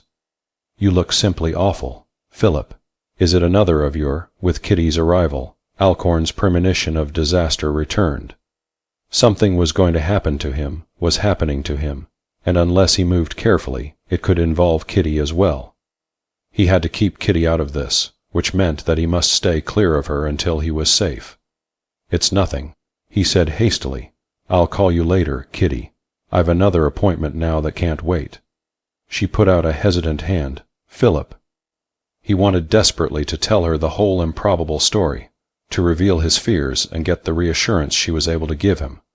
But he couldn't risk involving Kitty in any danger. "It's nothing," he repeated. He went down the lift quickly because he knew that if he delayed to comfort her, he would never have the courage to go at all. His only clear thought, as he shouldered his way into the late afternoon throng outside Seabury, had been to escape from Kitty and from the too vivid memory of Janice Wynne. Now that he must choose a course, he was brought up short by the fact that, so long as he was tailed by Jaffer's men, there was literally no place for him to go. He could not go to his apartment because of Jaffer's surveillance. He had no intention of meeting Janice Wynne at his Catskill cabin at 21:00. Her obvious knowledge, and therefore theirs, of the location ruled that out as a refuge. He looked about for the inevitable man in gray and found him following at his careful 100 feet. The crowd caught and bore them both along like chips in a mill race, keeping the interval constant. Alcorn let himself be carried along, feeling the slow release of tension that spread outward from him through the throng. The physical pressure was also eased. People slowed their dogged pace and smiled at utter strangers. He had wondered often how the people affected by his circle of calm accounted for their sudden change of mood. He had dreamed that one day he might walk in such a crowd and enter another island of serenity like his own, and thus find another human being gifted like himself, someone with his own needs and longings, who would not melt into ready complacence when he drew near, but who would speak honestly and clearly, who would understand how he felt and why. Ironically, when that moment had come in O'Donnell's office, it hadn't brought him the fulfillment he had expected. It had left instead a panic beyond belief. Why? What was he afraid of? There was nothing evil or dangerous in his own gift. Why should he fear another possessing the same wild talent? Damn it, he thought. What sort of fate could be so terrible that its foreshadowing alone could throw him into such an anxious state? How could he be sure that the faceless people were hostile? If they were like Janice Wynne, and if Janice were like himself, it might follow naturally that the rustle of the envelope in his pocket was like an answer, proving that his problem, if nothing else, was real. "For the rest of your very short life," she had said. The sudden sharpening of awareness that preceded a new seizure rasped him again.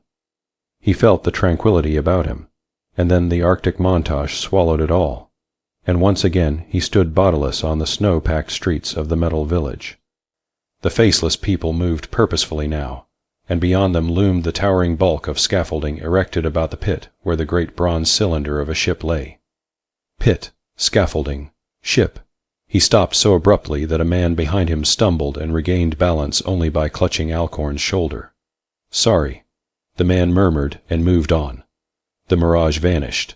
The crowd behind pushed on, parting politely about Alcorn. The mass farther back surged restlessly, hurrying, grumbling like an impatient corporate organism. The Jaffer's agent, caught in the press, was borne helplessly nearer. Alcorn realized his opportunity and stood fast, waiting while the tide of bodies flowed past. The man in gray saw his intention and struggled frantically to break free of the pinioning crowd. He failed. A sort of grim satisfaction fell upon Alcorn when the man's face lost its urgency and settled into smiling unconcern. The gift was a weapon of sorts. The way to escape, at least from Jaffer's surveillance, was open. He fell in beside the spy, paying less attention now to the man himself than to the matter of disposing of him. The garish facade of a nearby joy bar solved his problem. "Come with me," Alcorn ordered. The joy bar was less than half full at this early hour, but noisy enough for midnight. A concealed battery of robotics ground out a brassy blare of music, integrating random pitches, selected by electronic servo computers, into the jarring minor cacophony that had become the latest rage. The early patrons were intently watching the long telescreen above the bar when Alcorn came in. A quarterstaff bout, a frantic, bloody sport revived from God only knew how many centuries before, was in progress there, matching a heavily muscled Nordic with a sandy bristle of hair against a swarthy, hairless Eurasian. The Nordic, from his twisted stance, had a couple of broken ribs already. The Eurasian's right ear dangled redly. Alcorn seated himself opposite Jaffer's operative in an isolated booth and fed the coin slot for drinks. "Drink," he said grimly. "You're going to be drunker, my friend, than you've ever been in your inquisitive life." The uproar died out before the drinks arrived. Only the blaring music machines and the blood roar of the telescreen remained, and a suddenly placid bartender turned both down to a murmur. The rest was routine to Philip Alcorn's experience. Men at the bar turned to each other like old friends, forgetting submerged frustrations as readily as they forgot the vicious slash and parry on the screen. The place drowsed in a slow and comfortable silence. The Jaffer's man tossed off his drink and dialed another. Alcorn, raising his own, remembered Janice Wynn's letter in his pocket and set the glass down, untasted. The clippings, she had said, would give him an idea of what he was up against. His hands shook so violently when he ripped open the envelope that he almost dropped it. 8 clippings were inside, small teleprinted scissorings from digest news sheets that were available at any street corner dispenser. He read them quickly, and was more puzzled than before until he realized that they fell into 2 general groups of interlocking similarities. 4 were accounts of unexplained disappearances. A moderately successful research chemist named Ellis had vanished from the offices of his New York chemical firm. A neighborhood pharmacist in Minneapolis, a spinster tea shop proprietress in Atlanta, and a female social worker in Los Angeles had disappeared with equal thoroughness, completely baffling the efforts of police to find them. None of these people had been of more than minor importance, even in his own immediate circle. Alcorn felt that these events had been reported only because the efficiency of missing persons bureaus made permanent disappearance next to impossible. Even so, only one clipping, that on Ellis, the New York chemist, bothered to run a photograph. The other 4 accounts dealt with violent deaths, all rising from sudden outbreaks of mob hysteria. 2 of the victims had been small-town clergymen, a profession which made their lynchings as startling as they were inexplicable. Both had been respected members of their little communities until the date was less than a week old. Their congregations rose up en masse and tore them limb from limb. The remaining 2 of the second group had died in different fashions. A doctor in a Nevada mining hamlet, making a late call, had been set upon by the patient's family, knocked unconscious and shot. A Girl Scout leader in Mississippi had been thrown over a cliff by her young charges. A morbid and pointless collection of horrors, Alcorn thought, until he saw the parallel that related them. The circumstances were strikingly similar in every case except that the 4 who disappeared were urbanites, while the murdered ones were all members of small and comparatively isolated communities. Not one of the 8 had been over 35. Each had been well liked. None was wealthy. Yet all were in comfortable circumstances from vocations that depended upon goodwill. A further similarity built up in Alcorn's subconscious, but died unconsidered because at that moment the quarterstaff bout on the screen ended and a brazen-voiced announcer gave the time. It was 18:30.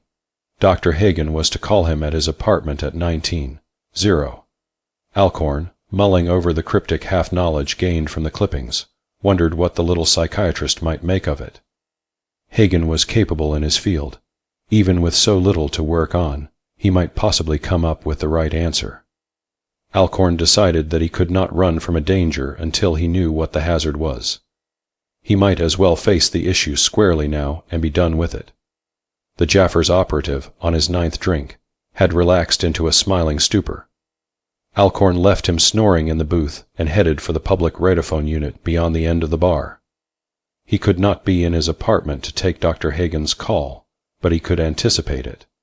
The telescreen announcer's voice stopped him short. "Have you seen this man? Sought by police for the murder earlier this evening of Dr. Bernard Hagen, prominent psychiatrist. He is thought to be at large somewhere in downtown." The screen showed an enlarged full-face photograph of Alcorn. He was responsible for Hagen's death, but who had wanted the knowledge of Alcorn's gift, or the suppression of that knowledge, badly enough to kill the psychiatrist for it? Jaffers, or the faceless people behind Janice Wynne? It had to be Jaffers, he decided, eliminating a possible source of opposition, and at the same stroke placing himself still further on the defensive. Slowly, he became aware that the Joy Bar had fallen quiet, that everyone in the place was watching him with a sort of intense sympathy. The bartender left his place and came toward him, his heavy face a study in concern. "We know you couldn't have done it," the man said. The sway of Alcorn's presence held him hypnotized. "Can we help?" Alcorn's only thought was of flight. "Have you a turbocopter?" "On the roof." The bartender said, "It's yours." Alcorn took him along to unlock the controls. On the roof landing, a cool evening wind was blowing. There was a dim, thin sickle of moon and a pale haze of stars, a wraith-like scattering of small white clouds that drifted in the reflected spectrum of the city's multicolored glow. He sat in the turbocopter with a feeling of incredulous unreality. The vast and shining breadth of the city was spread about him like a monstrous alien puzzle, a light-shot maze without meaning. Where, in that suddenly foreign tangle, could he go? He set the copter off at random, knowing that its owner would have the police on his heels the moment he recovered volition. Alcorn was still trying to settle upon a course when a seizure fell upon him again. First he had seen the city as something alien. Now he felt it, a clamorous surf roar of conflicting individual emotions, an unresolved ant hill scurrying of hates and hopes and endless frustrations. Then he was on the polar plane. The pit and scaffolding were the same, but the enigmatic groupings of people on the streets had changed. 4 of them had faces now. 3 were unfamiliar, but the 4th he recognized as Ellis, the research chemist who had disappeared from his laboratory in New York City. By the time Alcorn was composed, he discovered that he had chosen a course without conscious intent. Dark, open country fled past beneath, pricked here and there with racing points of light that marked the main artery of northward surface traffic. Familiar mountain shapes loomed ahead, indicating where he was bound. He was heading, lemming-like, for his cabin in the Catskills. The knowledge made him wonder if he could trust the instinct that had decided him.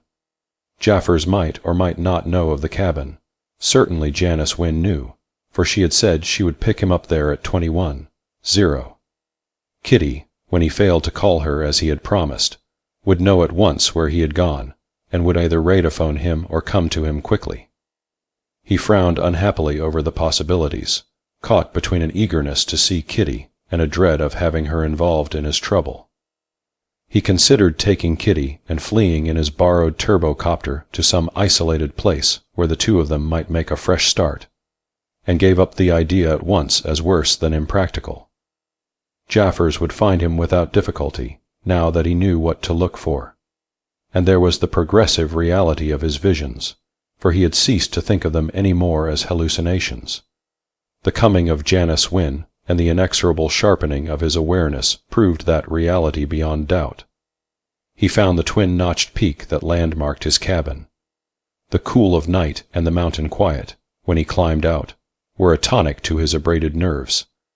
There was a nostalgic calling of night birds, the clean breath of pines, and, from some tangled rocky slope, the faint pervading perfume of wild honeysuckle. He had not guessed how sharp his awareness had become until he realized that someone was waiting for him inside the cabin.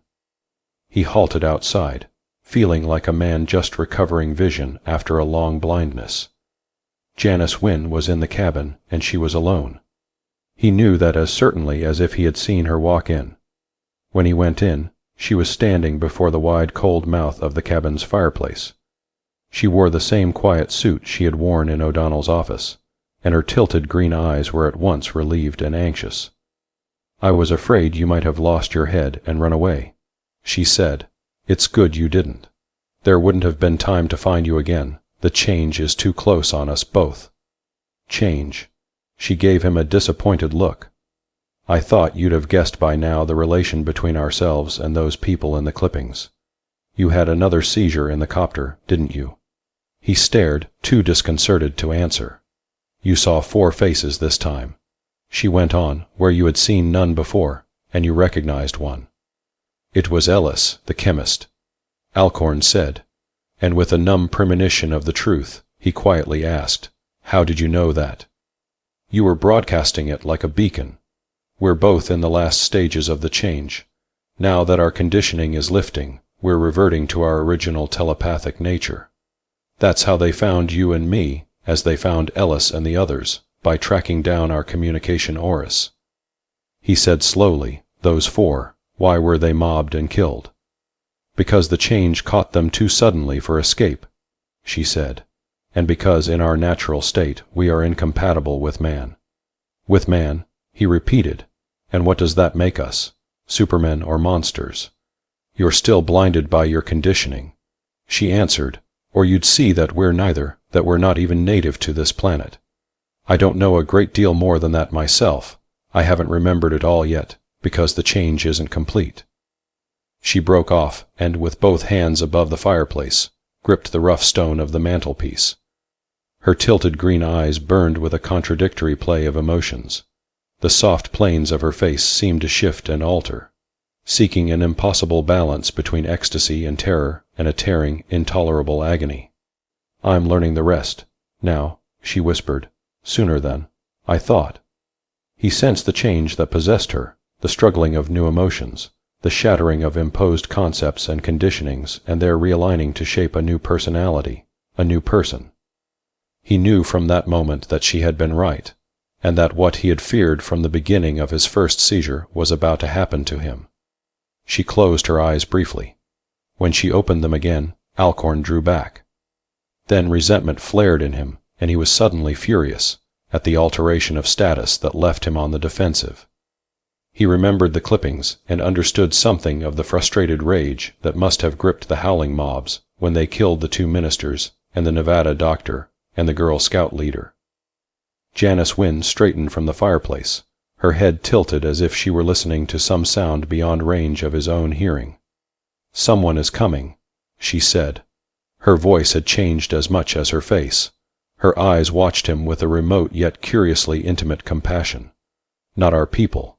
It isn't time for them yet." She was at the cabin door before he realized that she had moved. "Stay here," she ordered. "Don't open the door for anyone, do you hear?" She was gone into the outside darkness. Alcorn felt it himself then, the indefinable certainty of approach. A turbocopter, then another, slanting down toward his hideaway. 2 speeding machines filled with grimly intent men, Jaffer's agents. The copters landed about 100 yards away from the cabin. There was a dragging silence and then a booming, amplified voice. "Alcorn, come out." He stood fast, feeling above their tension the swift progress of Janice Wynne through the darkness toward them.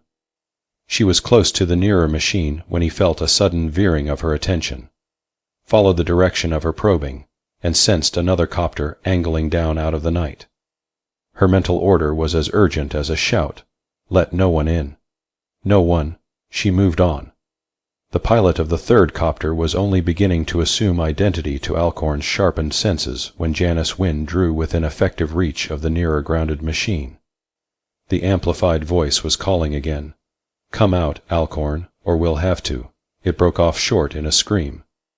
There was a flurry of shots, a white flash in the darkness, and a concussion that shook the cabin. He felt Janice turn and run purposefully through the darkness toward the second copter. The third machine was dropping in for landing when he identified its pilot.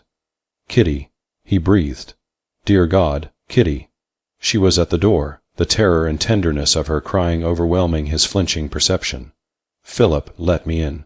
Philip, darling, are you all right?" She was inside and in his arms before he could prevent it.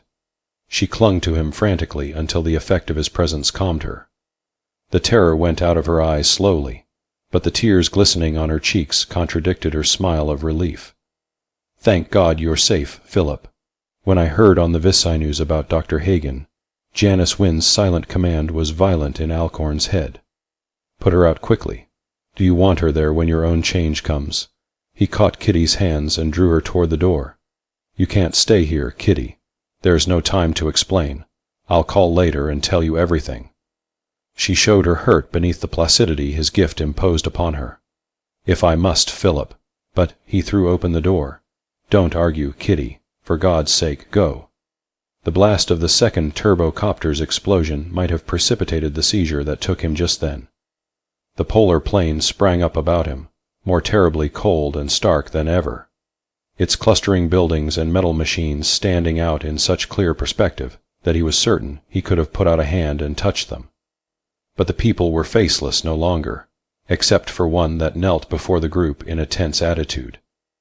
Janice Wynn stood over that one while its features filled in slowly, line by line, growing more and more familiar as the face neared identity. By the time Alcorn realized that it was his own face, the change was fully upon him. A vast icy wind roared in his ears. A force seized and flung him, distorted and disoriented, to infinity. There was darkness and terror, and then a chorus of calm voices calling reassurance. Pain gripped him, and panic, and finally an ecstasy of remembering that was beyond imagining. Dimly, he heard Kitty's screaming.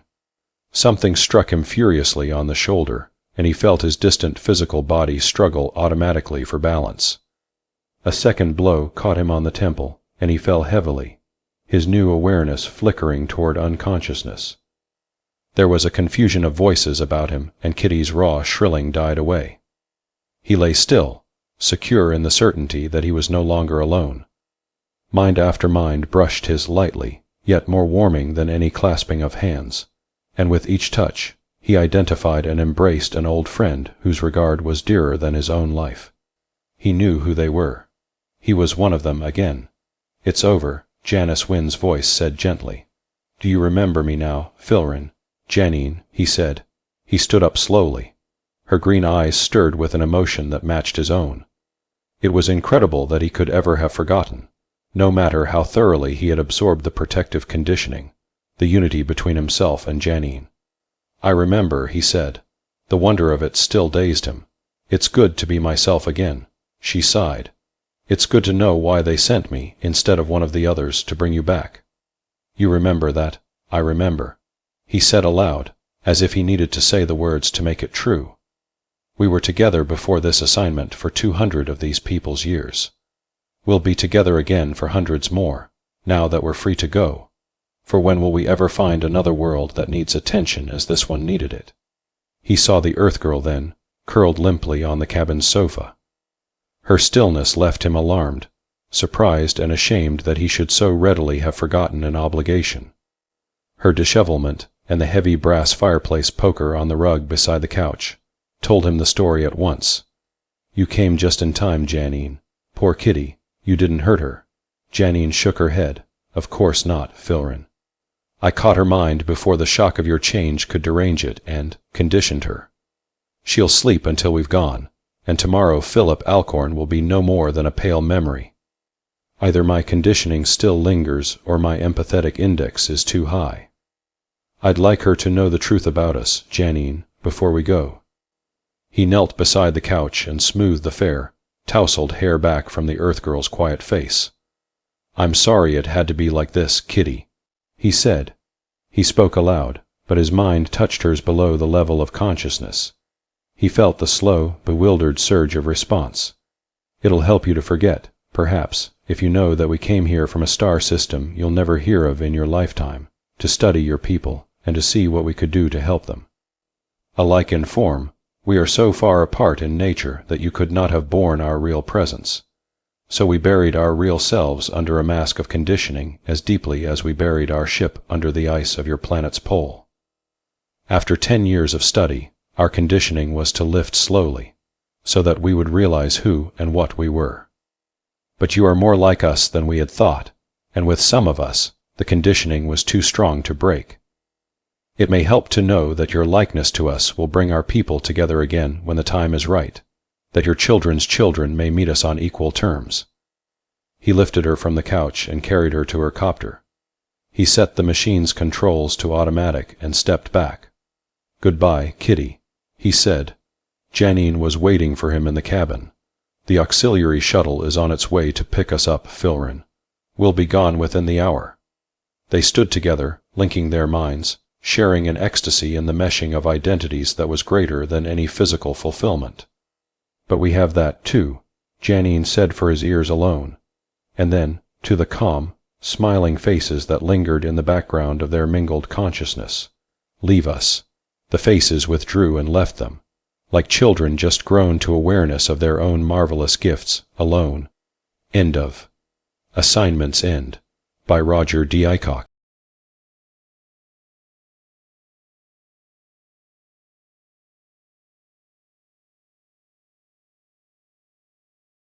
Cool Air by H.P. Lovecraft, a tale of dark science and the ghastly mystery that enveloped the Spanish doctor's attempts at artificial refrigeration. Transcriber's note: this etext was produced from Weird Tales, September 1939. Extensive research did not uncover any evidence that the U.S. copyright on this publication was renewed. You ask me to explain why I am afraid of a draft of cool air, why I shiver more than others upon entering a cold room, and seem nauseated and repelled when the chill of evening creeps through the heat of a mild autumn day.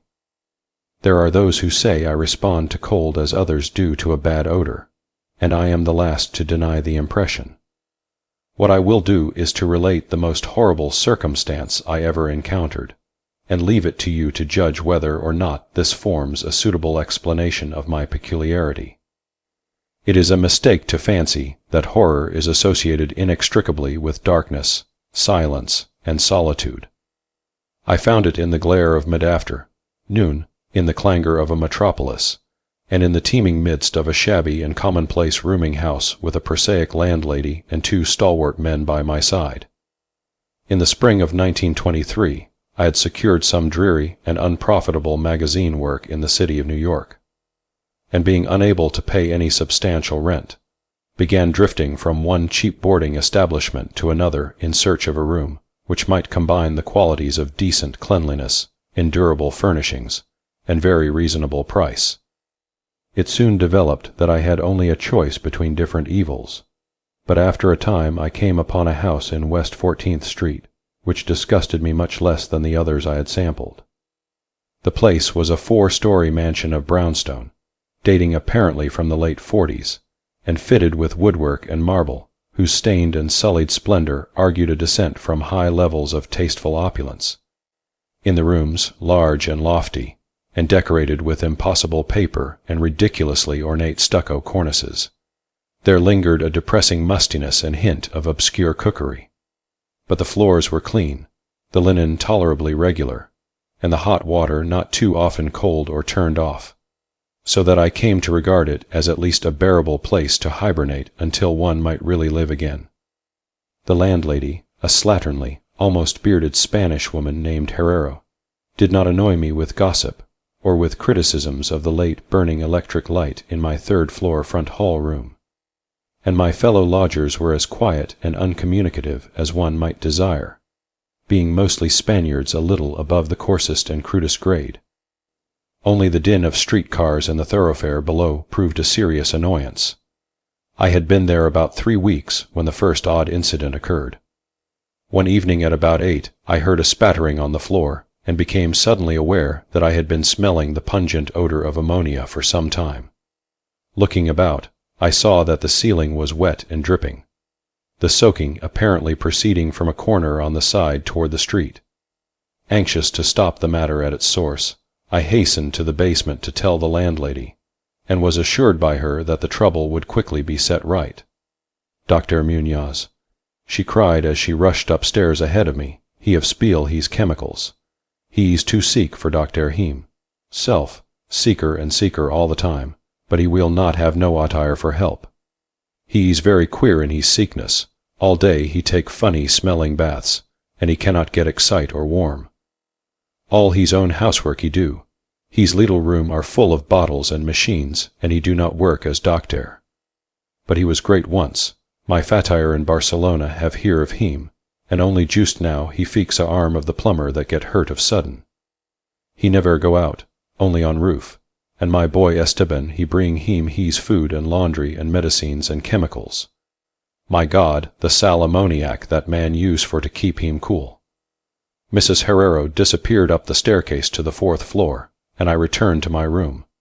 The ammonia ceased to drip, and as I cleaned up what had spilled and opened the window for air, I heard the landlady's heavy footsteps above me. Dr. Munoz I had never heard, save for certain sounds as of some gasoline-driven mechanism, since his step was soft and gentle.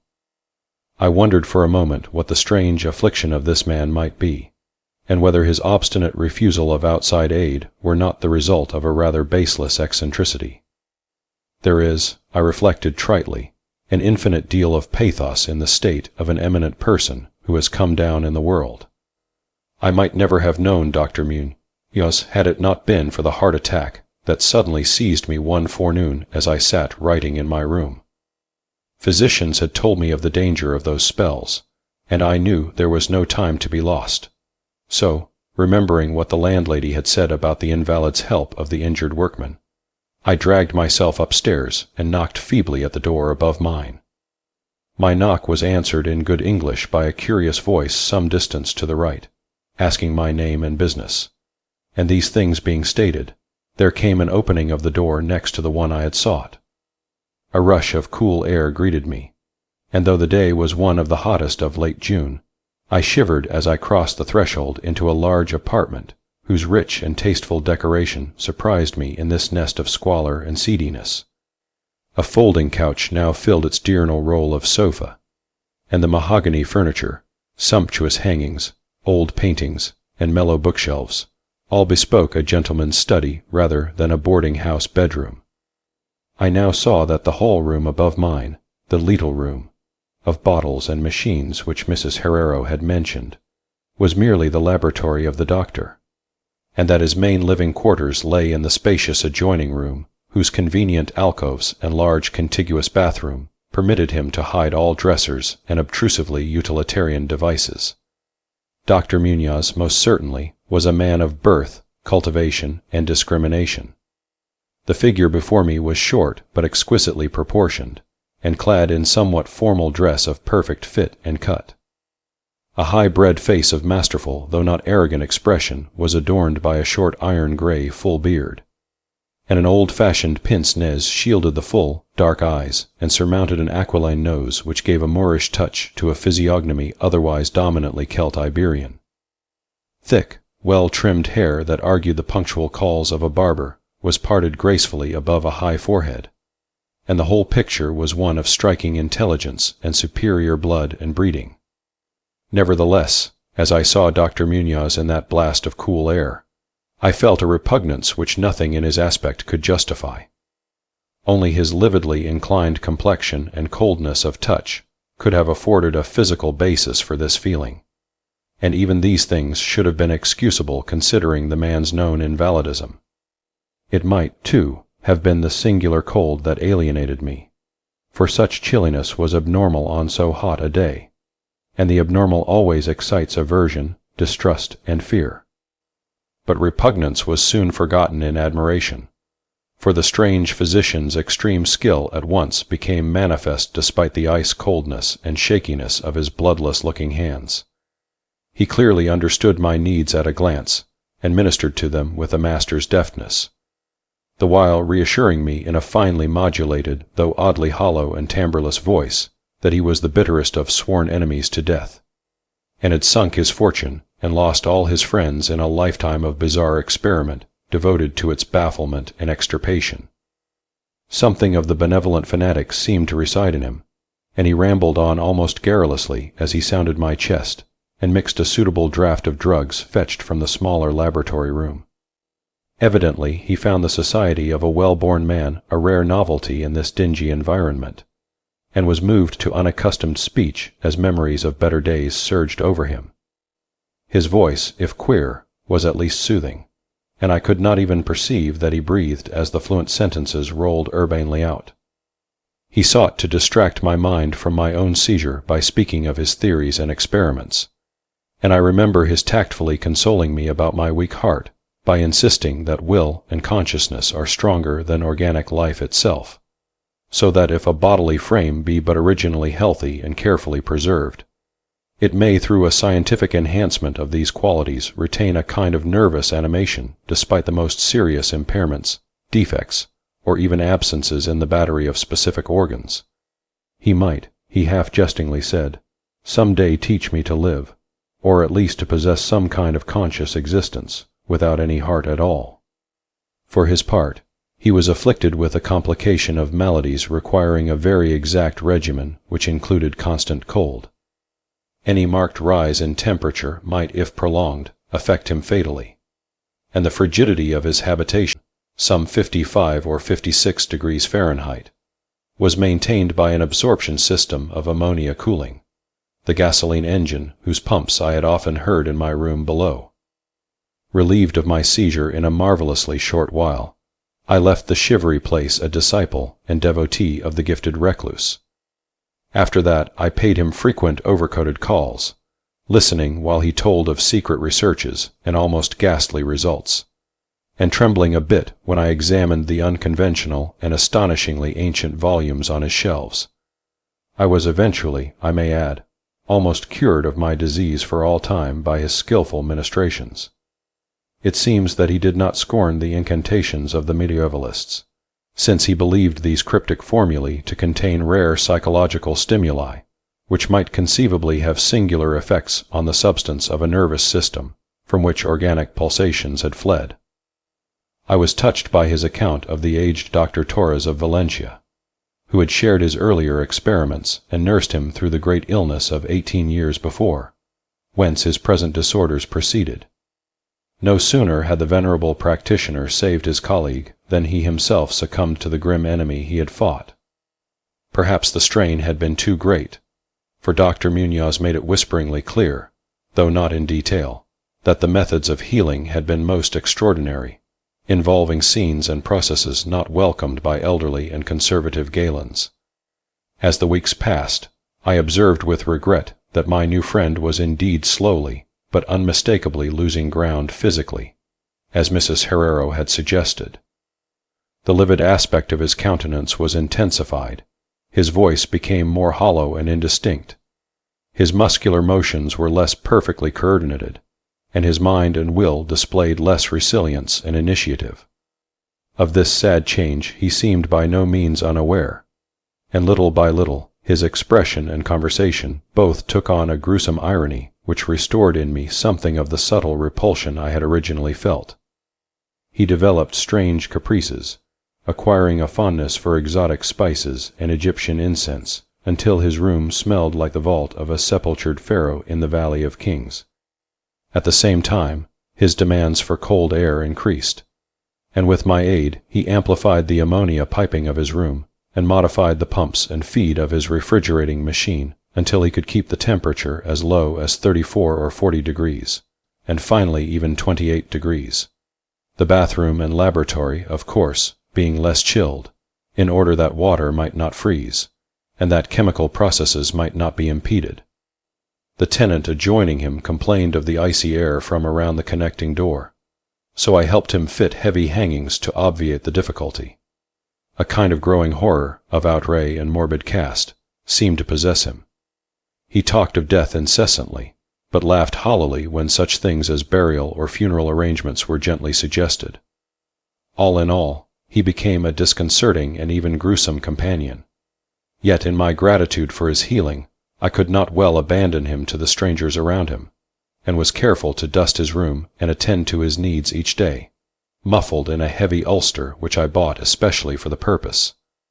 I likewise did much of his shopping, and gasped in bafflement at some of the chemicals he ordered from druggists and laboratory supply houses. An increasing and unexplained atmosphere of panic seemed to rise around his apartment. The whole house, as I have said, had a musty odor, but the smell in his room was worse, in spite of all the spices and incense, and the pungent chemicals of the now incessant baths which he insisted on taking unaided. I perceived that it must be connected with his ailment, and shuddered when I reflected on what that ailment might be. Mrs. Herrero crossed herself when she looked at him, and gave him up unreservedly to me, not even letting her son Esteban continue to run errands for him. When I suggested other physicians, the sufferer would fly into as much of a rage as he seemed to dare to entertain. He evidently feared the physical effect of violent emotion, yet his will and driving force waxed rather than waned, and he refused to be confined to his bed. The lassitude of his earlier ill days gave place to a return of his fiery purpose, so that he seemed about to hurl defiance at the death demon even as that ancient enemy seized him. The pretense of eating, always curiously like a formality with him, he virtually abandoned, and mental power alone appeared to keep him from total collapse. He acquired a habit of writing long documents of some sort, which he carefully sealed and filed with injunctions that I transmit them after his death to certain persons whom he named, for the most part lettered East Indians, but including also a once celebrated French physician now generally thought dead, and about whom the most inconceivable things had been whispered. As it happened, I burned all these papers undelivered and unopened. His aspect and voice became utterly frightful, and his presence almost unbearable. One September day an unexpected glimpse of him induced an epileptic fit in a man who had come to repair his electric desk lamp, a fit for which he prescribed effectively while keeping himself well out of sight. That man, oddly enough, had been through the terrors of the Great War without having incurred any fright so thorough. Then, in the middle of October, the horror of horrors came with stupefying suddenness. One night about 11, the pump of the refrigerating machine broke down, so that within 3 hours the process of ammonia cooling became impossible. Dr. Munoz summoned me by thumping on the floor, and I worked desperately to repair the injury while my host cursed in a tone whose lifeless, rattling hollowness surpassed description. My amateur efforts, however, proved of no use, and when I had brought in a mechanic from a neighboring all-night garage, we learned that nothing could be done until morning, when a new piston would have to be obtained. The moribund hermit's rage and fear, swelling to grotesque proportions, seemed likely to shatter what remained of his failing physique, and once a spasm caused him to clap his hands to his eyes and rush into the bathroom.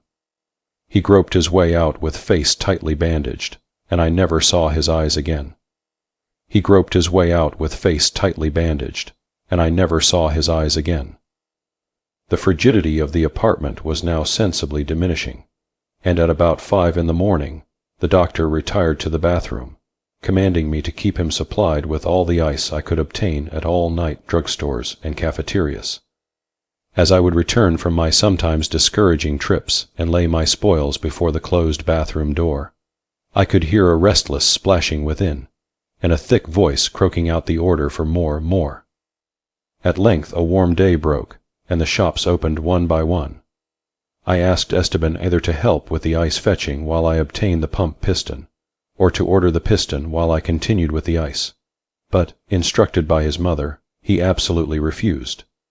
Finally I hired a seedy-looking loafer whom I encountered on the corner of 8th Avenue to keep the patient supplied with ice from a little shop where I introduced him, and applied myself diligently to the task of finding a pump piston and engaging workmen competent to install it. The task seemed interminable, and I raged almost as violently as the hermit when I saw the hours slipping by in a breathless, foodless round of vain telephoning, and a hectic quest from place to place, hither and thither by subway and surface car.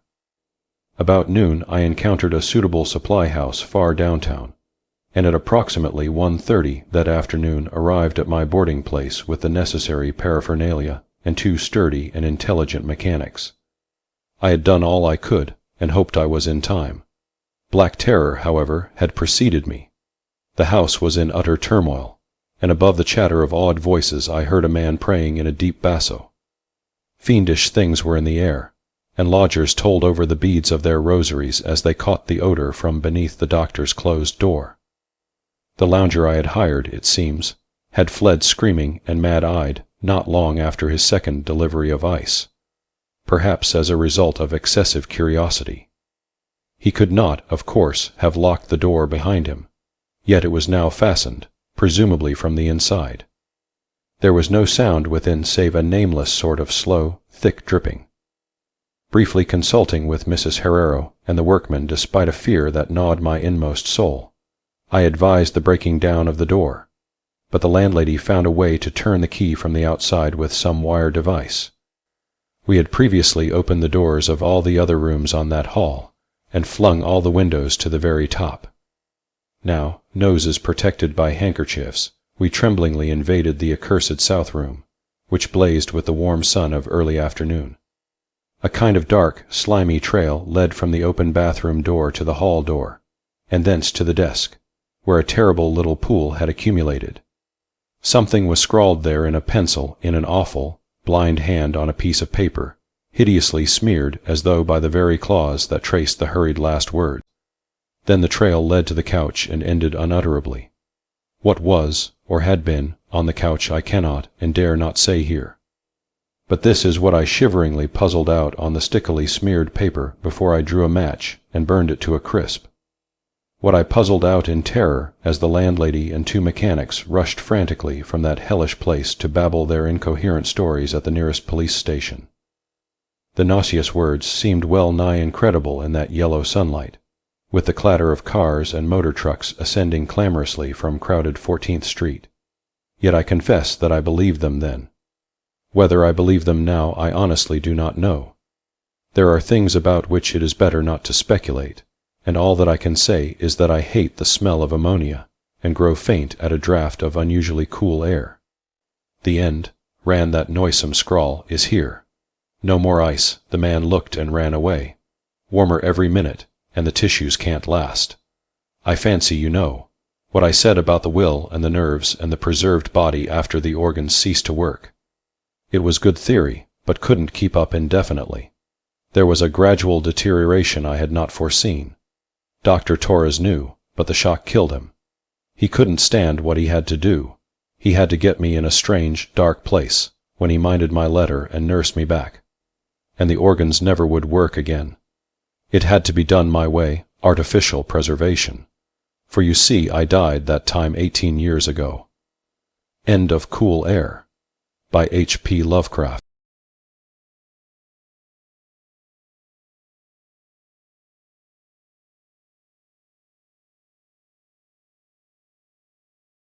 The Man Upstairs, by P.G. Wodehouse. Weird Tales, November 1953.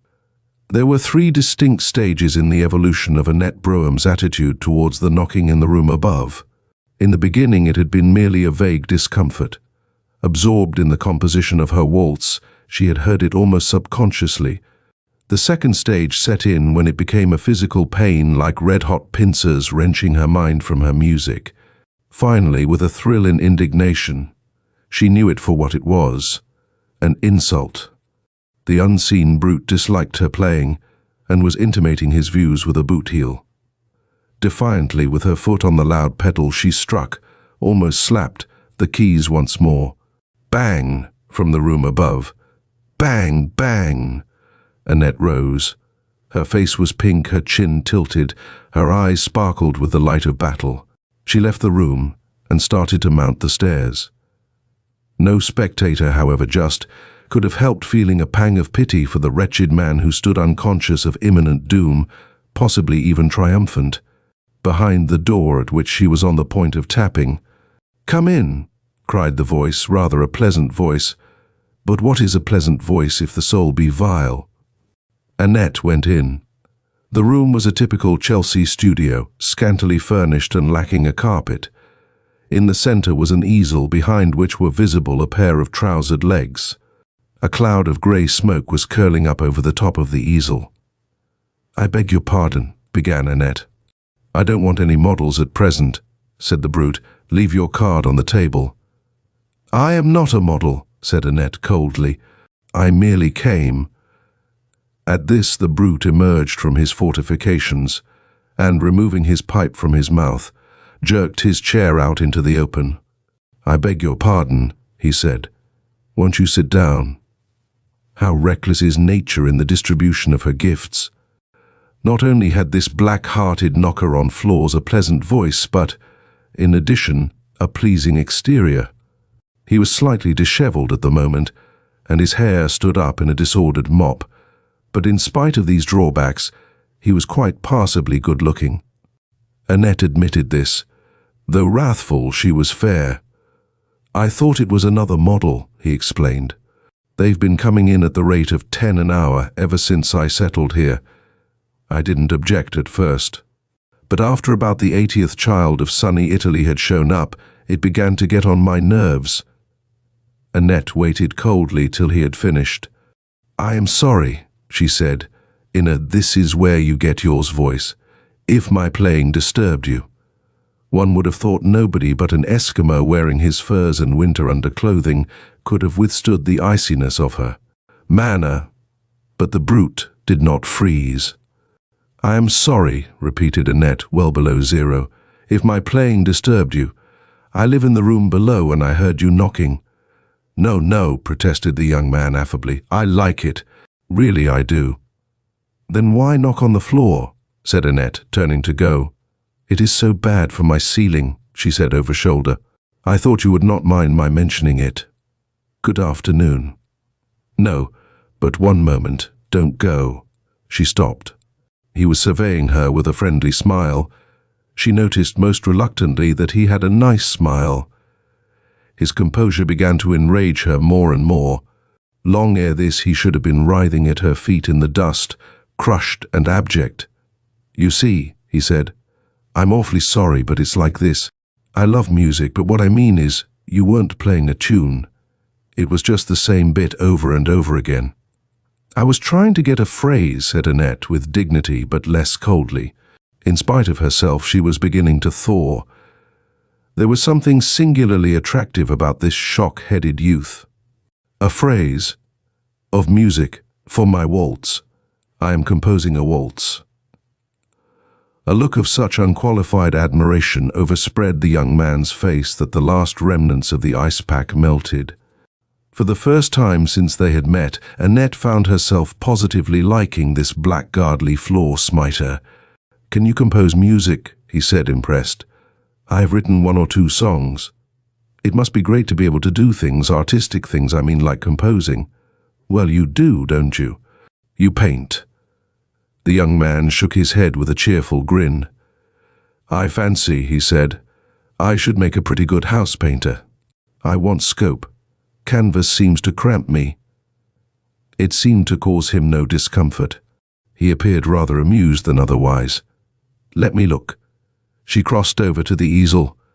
"I shouldn't," he warned her. "You really want to. Is this not mere recklessness? Very well, then." To the eye of an experienced critic, the picture would certainly have seemed crude. It was a study of a dark-eyed child holding a large black cat.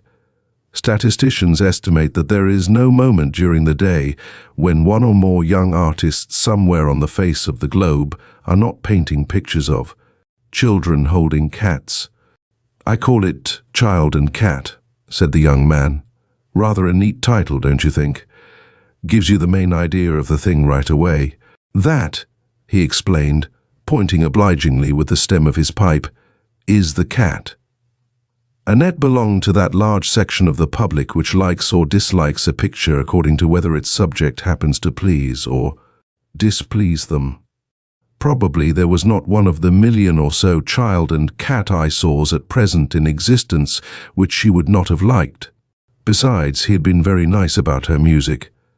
"I think it's splendid," she announced. The young man's face displayed almost more surprise than joy. "Do you really?" he said. "Then I can die happy, that is, if you'll let me come down and listen to those songs of yours first." "You would only knock on the floor," objected Annette. "I'll never knock on another floor as long as I live," said the ex-brute reassuringly. "I hate knocking on floors. I don't see what people want to knock on floors for anyway." Friendships ripen quickly in Chelsea. Within the space of an hour and a quarter, Annette had learned that the young man's name was Alan Beverley, for which family heraldic affliction she pitied rather than despised him. That he did not depend entirely on his work for a living, having a little money of his own, and that he considered this a fortunate thing. From the very beginning of their talk, he pleased her. She found him an absolutely new and original variety of the unsuccessful painter.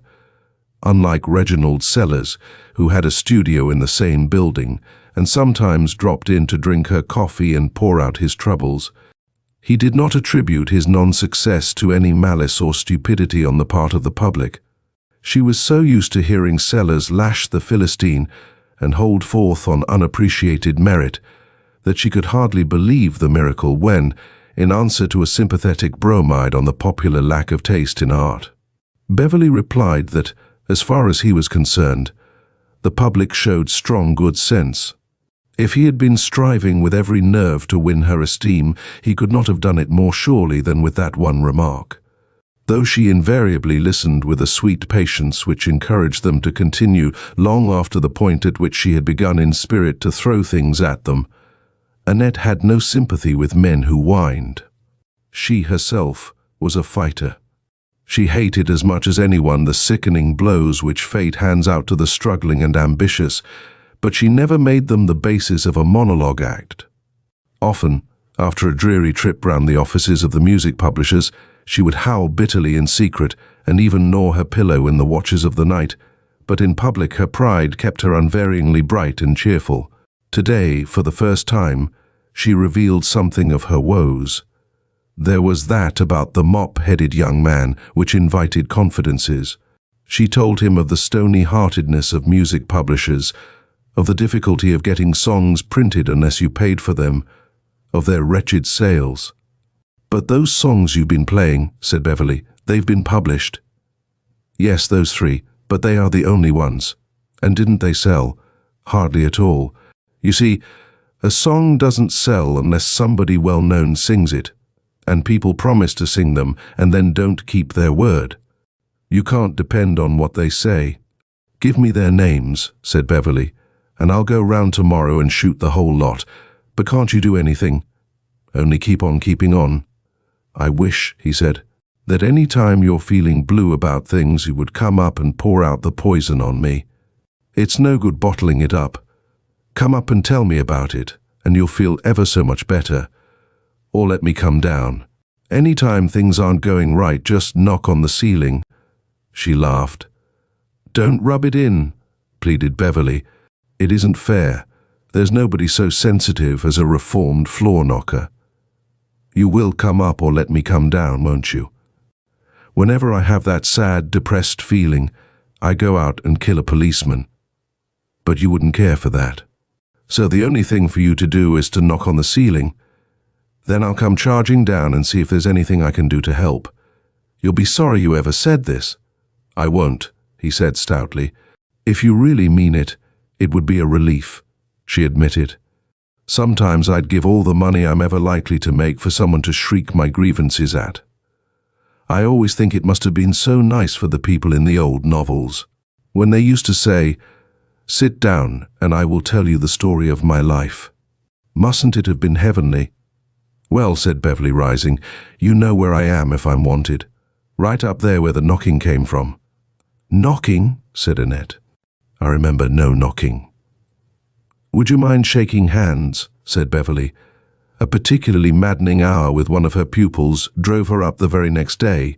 Her pupils were at once her salvation and her despair. They gave her the means of supporting life, but they made life hardly worth supporting. Some of them were learning the piano. Others thought they sang. All had solid ivory skulls. There was about a teaspoonful of grey matter distributed among the entire squad. And the pupil Annette had been teaching that afternoon had come in at the tail end of the division.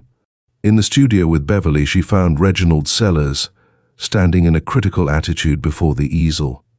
She was not very fond of him.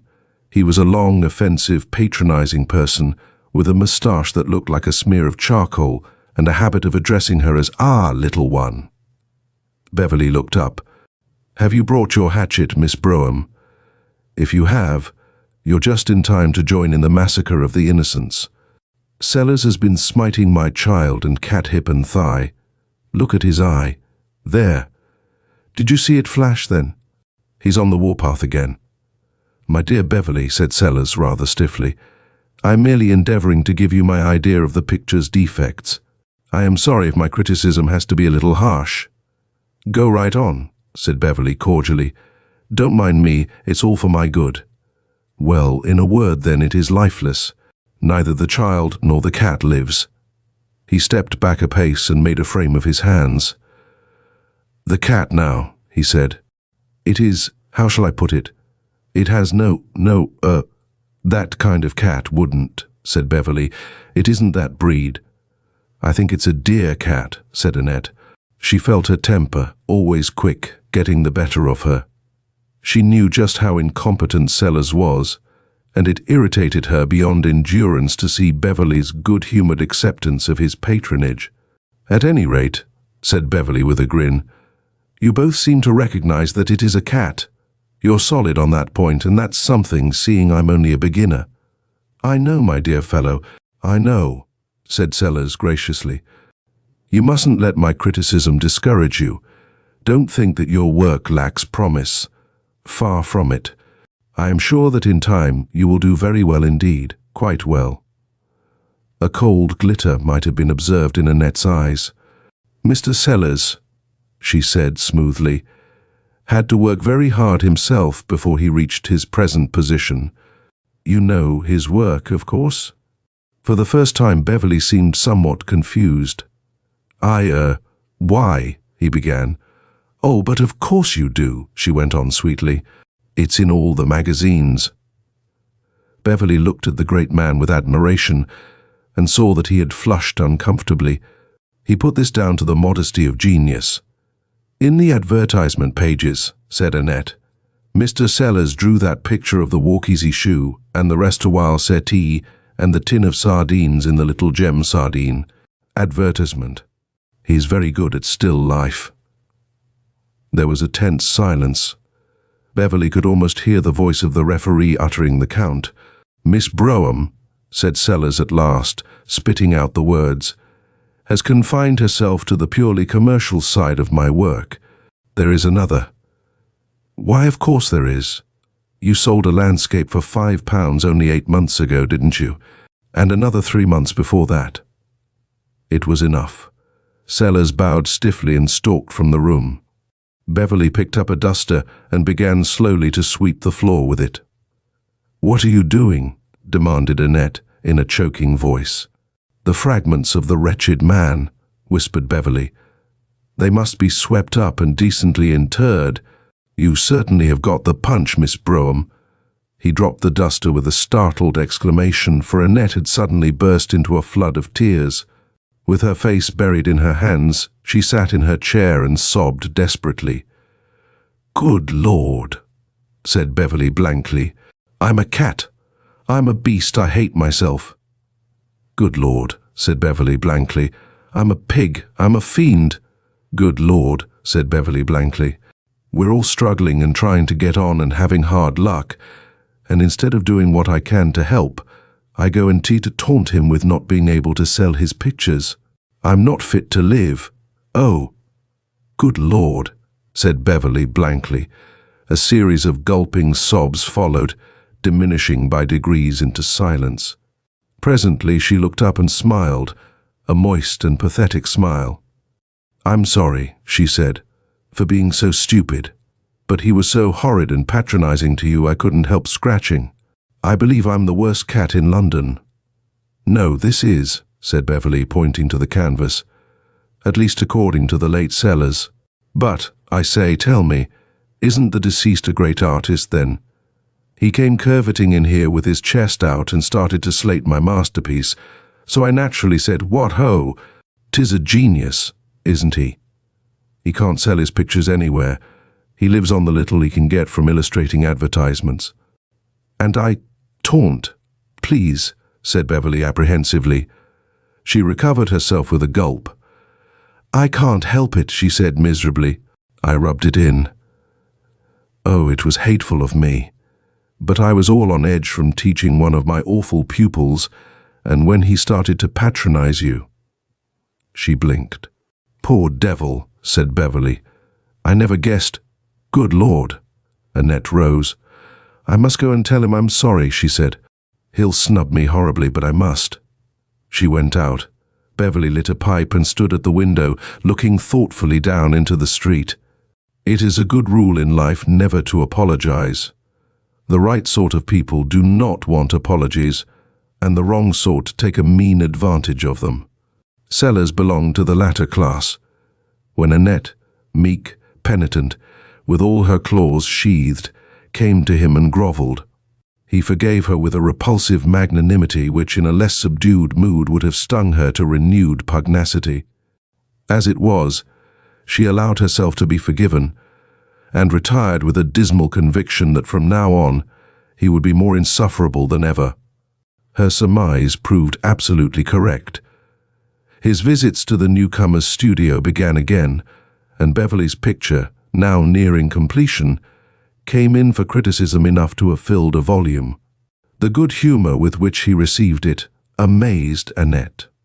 She had no proprietary interest in the painting beyond what she acquired from a growing regard for its parent, which disturbed her a good deal when she had time to think of it.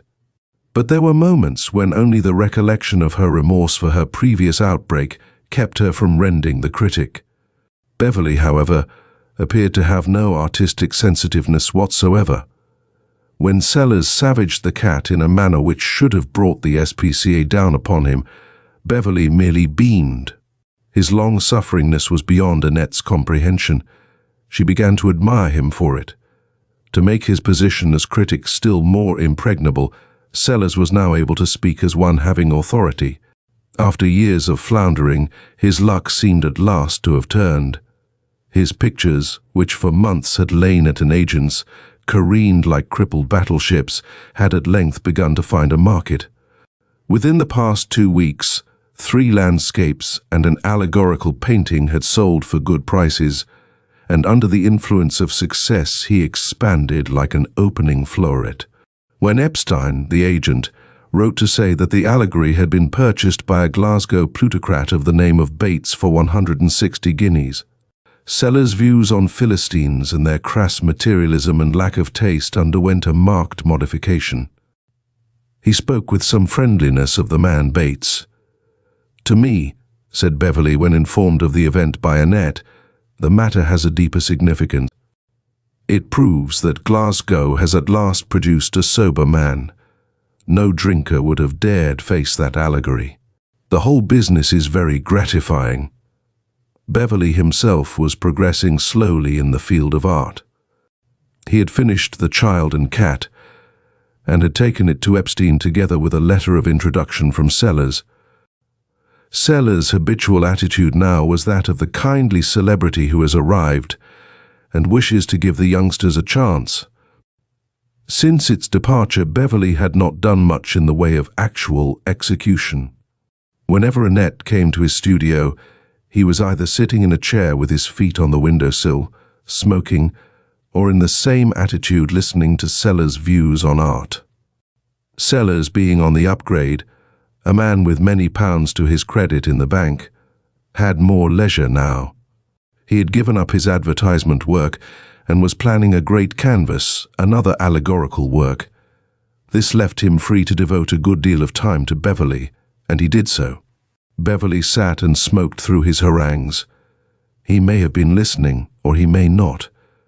Annette listened once or twice, and the experience had the effect of sending her to Beverly, quivering with indignation. "Why do you let him patronize you like that?" she demanded. If anybody came and talked to me like that about my music, I don't know what I'd do. Yes, even if he were really a great musician. Don't you consider Sellers a great artist, then, even now? He seems to be able to sell his pictures, so I suppose they must be good, but nothing could give him the right to patronize you as he does. My learned friend's manner would be intolerable in an emperor to a black beetle, quoted Beverly. Well, what are we going to do about it? If only you could sell a picture too. Ah, well, I've done my part of the contract. I've delivered the goods. There the thing is at Epstein's. The public can't blame me if it doesn't sell. All they've got to do is to waltz in their thousands and fight for it. And by the way, talking of waltzes, oh, it's finished, said Annette dispiritedly. Published too, for that matter. Published? What's the matter then? Why this drooping sadness? Why aren't you running around the square singing like a bird? Because, said Annette, unfortunately, I had to pay the expenses of publication. It was only £5, but the sales haven't caught up with that yet. If they ever do, perhaps there'll be a new edition. And will you have to pay for that? No, the publishers would. Who are they? Gruszczynski and Buchterkirch. Heavens, then what are you worrying about? The thing's a cert. A man with a name like Gruszczynski could sell a dozen editions by himself. Helped and inspired by Buchterkirch, he will make the waltz the talk of the country. Infants will croon it in their cots. He didn't seem to think so when I saw him last. Of course not. He doesn't know his own power. Gruszczynski's shrinking diffidence is a byword in musical circles. He is the genuine human violet. You must give him time. I'll give him anything if he'll only sell an edition or two, said Annette. The outstanding thing was that he did. There seemed no particular reason why the sale of that waltz should not have been as small and as slow as that of any other waltz by an unknown composer. But almost without warning, it expanded from a trickle into a flood. Gruszczynski, beaming paternally whenever Annette entered the shop, which was often, announced 2 new editions in a week. Beverly, his artistic growth still under a watchful eye of Sellers, said he had never had any doubts as to the success of the thing from the moment when a single phrase in it had so carried him away that he had been compelled to stamp his applause enthusiastically on the floor. Even Sellers forgot his own triumphs long enough to allow him to offer affable congratulations. And money came rolling in, smoothing the path of life. Those were great days. There was a hat. Life, in short, was very full and splendid. There was, indeed, but one thing which kept it from being perfect. The usual drawback to success is that it annoys one's friends so, but in Annette's case, this drawback was absent. Sellers' demeanor towards her was that of an old established inmate welcoming a novice into the Hall of Fame. Her pupils, worthy souls, though bone-headed, fawned upon her. Beverly seemed more pleased than anyone, yet it was Beverly who prevented her paradise from being complete. Successful herself, she wanted all her friends to be successful, but Beverly, to her discomfort, remained a cheery failure, and worse, absolutely refused to snub Sellers. It was not as if Sellers' advice and comments were disinterested. Beverly was simply the instrument on which he played his songs of triumph. It distressed Annette to such an extent that now, if she went upstairs and heard Sellers' voice in the studio, she came down again without knocking. One afternoon, sitting in her room, she heard the telephone bell ring. The telephone was on the stairs, just outside her door. She went out and took up the receiver. "Halloa," said a querulous voice. "Is Mr. Beverly there?" Annette remembered having heard him go out. She could always tell his footstep. "He is out," she said. "Is there any message?" "Yes," said the voice emphatically. "Tell him that Rupert Morrison rang up to ask what he was to do with all this great stack of music that's arrived. Does he want it forwarded on to him, or what?" The voice was growing high and excited. Evidently, Mr. Morrison was in a state of nervous tension when a man does not care particularly who hears his troubles, so long as he unburdens himself of them to someone. "Music," said Annette. "Music," shrilled Mr. Morrison. "Stacks and stacks and stacks of it. Is he playing a practical joke on me or what?" he demanded hysterically. Plainly he had now come to regard Annette as a legitimate confidant. She was listening. That was the main point. He wanted someone, he did not care whom, who would listen. "He lends me his rooms," wailed Mr. Morrison, "so that I can be perfectly quiet and undisturbed while I write my novel, and first thing I know, this music starts to arrive.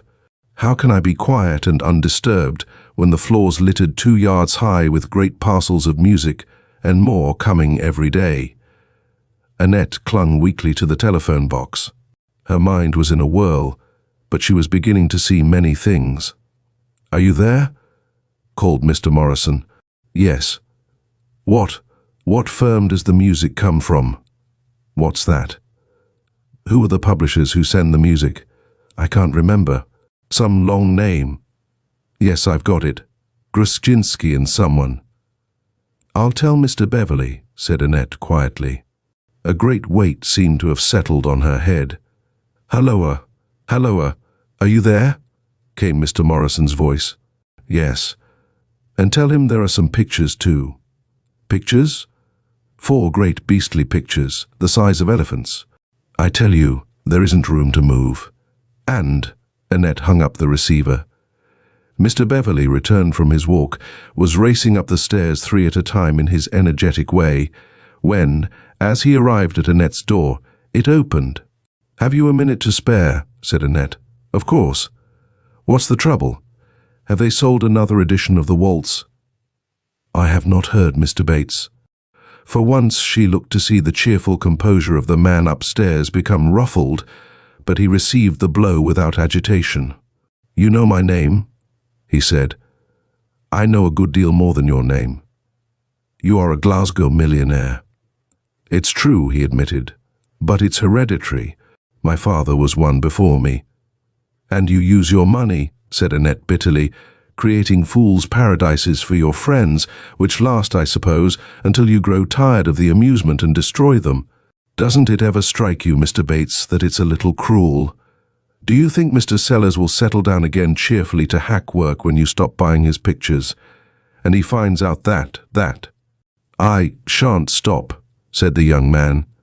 "If a Glasgow millionaire mayn't buy Sellers' allegorical pictures, whose allegorical pictures may he buy? Sellers will never find out. He'll go on painting and I'll go on buying, and all will be joy and peace." "Indeed. And what future have you arranged for me?" "You," he said reflectively. "I want to marry you." Annette stiffened from head to foot. He met her blazing eyes with a look of quiet devotion.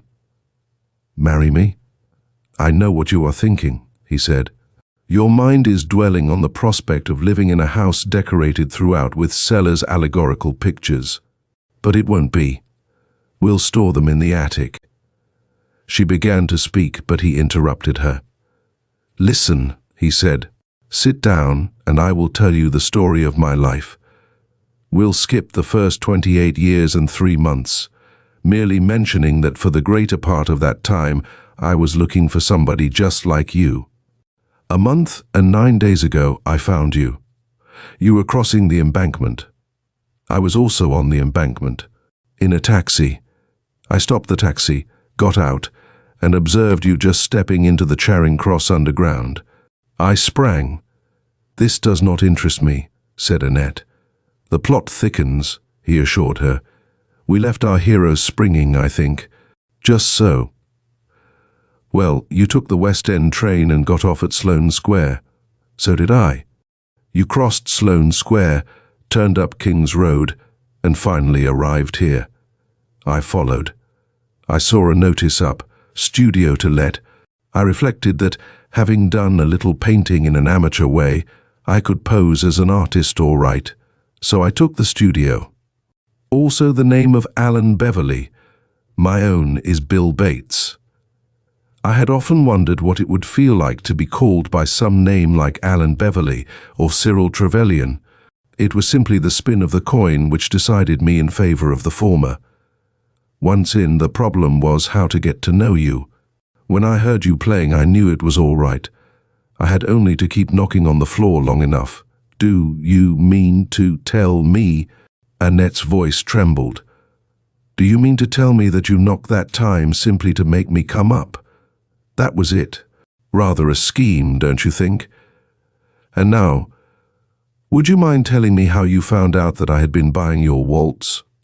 Those remarks of yours about fools' paradises were not inspired solely by the affairs of Sellers, but it beats me how you did it. I swore Rosinski, or whatever his name is, to secrecy.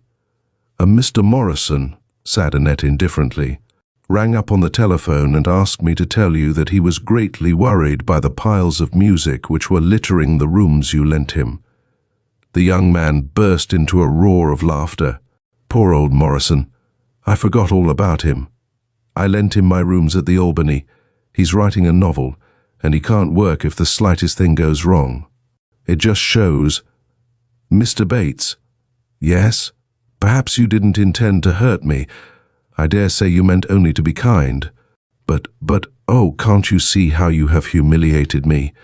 You have treated me like a child, giving me a make-believe success just to keep me quiet, I suppose. He was fumbling in his pocket. May I read you a letter? He said. A letter. Quite a short one. It is from Epstein, the picture dealer. This is what he says. Sir, meaning me, not dear Bill, mind you, just sir, I am glad to be able to inform you that I have this morning received an offer of 10 guineas for your picture, Child and Cat. Kindly let me know if I am to dispose of it at this price. Well, said Annette in a small voice, I have just been to Epstein's. It seems that the purchaser is a Miss Brown. She gave an address in Bayswater. I called at the address. No Miss Brown lives there, but one of your pupils does. I asked her if she was expecting a parcel for Miss Brown, and she said that she had had your letter, and quite understood, and would take it in when it arrived. Annette was hiding her face in her hands. Go away, she said faintly. Mr. Bates moved a step nearer.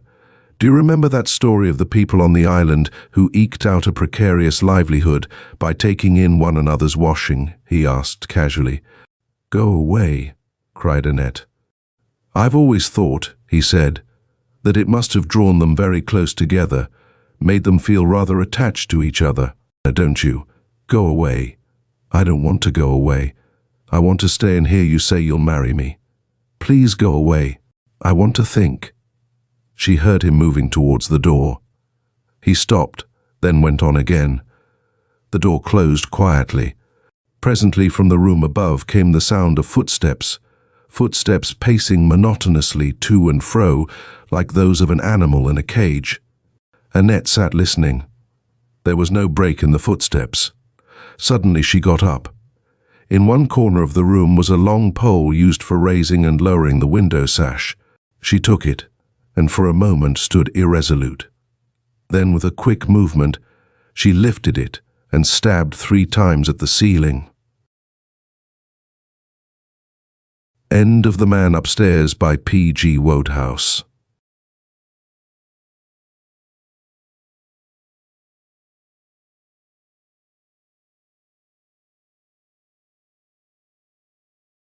On Pell Street by Frank Owen. Weird Tales, July 1940. Chinatown Keeps to the Old Lanes by the author of The Purple Sea and the Wind That Tramps the World. Sam Wong was in a particularly morose state that night because his beloved canary, Li Po, named after the most illustrious of Chinese poets, had died that morning. One last sweet song, then death. Li Po had trilled an anthem to the sun. He had died from excess emotion, from excess of beauty. Anyway, that is how Sam Wong diagnosed his passing. His grief was extreme. The fondness of Chinese for birds is traditional.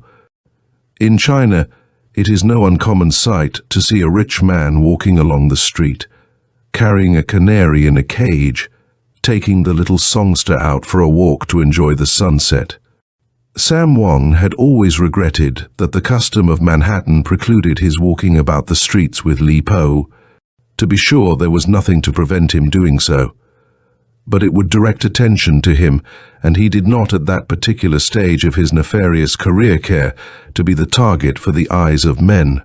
Better to be a shadow, for a shadow is indestructible, with nothing to dread or fear. Now, as he walked along the Bowery, he beheld a thin wisp of a girl standing before a window. Her face was like old ivory, colorless.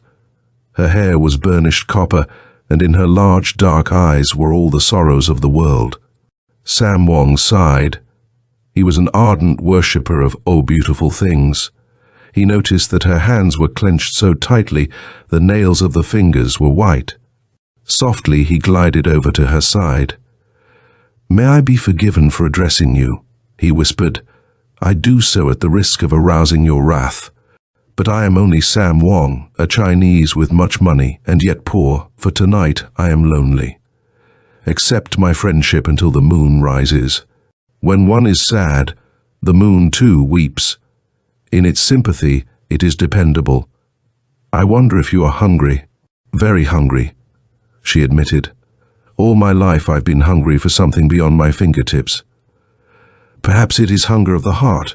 While they talked, Sam Wong had led the way across the street and around the corner to an oriental restaurant, the dim lights of which were soothing to the nerves. "What do you wish?" he asked. "Anything will do," she said listlessly. "You are right," he agreed. "All effort is as useless as summer dust." She sighed. "It is so quiet and peaceful." "Don't talk," said he. "Rest. Forget that I am with you. Here is the tea." In Chinese restaurants they do not wait for one to order the liquor that does not intoxicate. He filled a small cup and placed it before her. Then he spoke in subdued tones to the waiter, ordering chicken mushroom soup, chow mein, roast young pork, and a variety of almonds and condiment delicacies. Then once more he turned to the girl. "Your name?" "Just Barbie." "Barbie," he repeated slowly. "It is a pretty name." Barbie breathed deeply of the sweet aroma of the tea, fragrance of jasmine blossoms. Sam Wong sipped his tea and looked at her through half-dozed eyes. Had she been a written picture, he could not have been more absorbed in her. A strangely beautiful girl with a face of ivory pallor, no painted lady, no common girl of the streets. He longed to know her history, but he asked no question. He was infinitely patient, and he waited. Not till the soup had been placed before them did Barbie speak again. Then, after she had tasted it, she said, "Gee, but this is good. I don't know how long it is since I've tasted food. Funny that the body goes on living after the soul is dead." Sam Wong looked up quickly. She had disturbed his tranquility. The bitterness in her tone was astounding. "Not true," he said bluntly. "Your soul is not dead. I see it shining from your eyes, fine and white and beautiful. The past doesn't matter. It is a sim gone down. But of the present, I wish to speak. The hours that have not happened belong to you. Tell me, where will you sleep tonight? Does it matter?" "To me, infinitely. Why?" "I am a lover of jewels and jade. I am swayed by perfect sonnets. Although I was born in San Francisco and have never been in China, the Yellow River flows through my blood.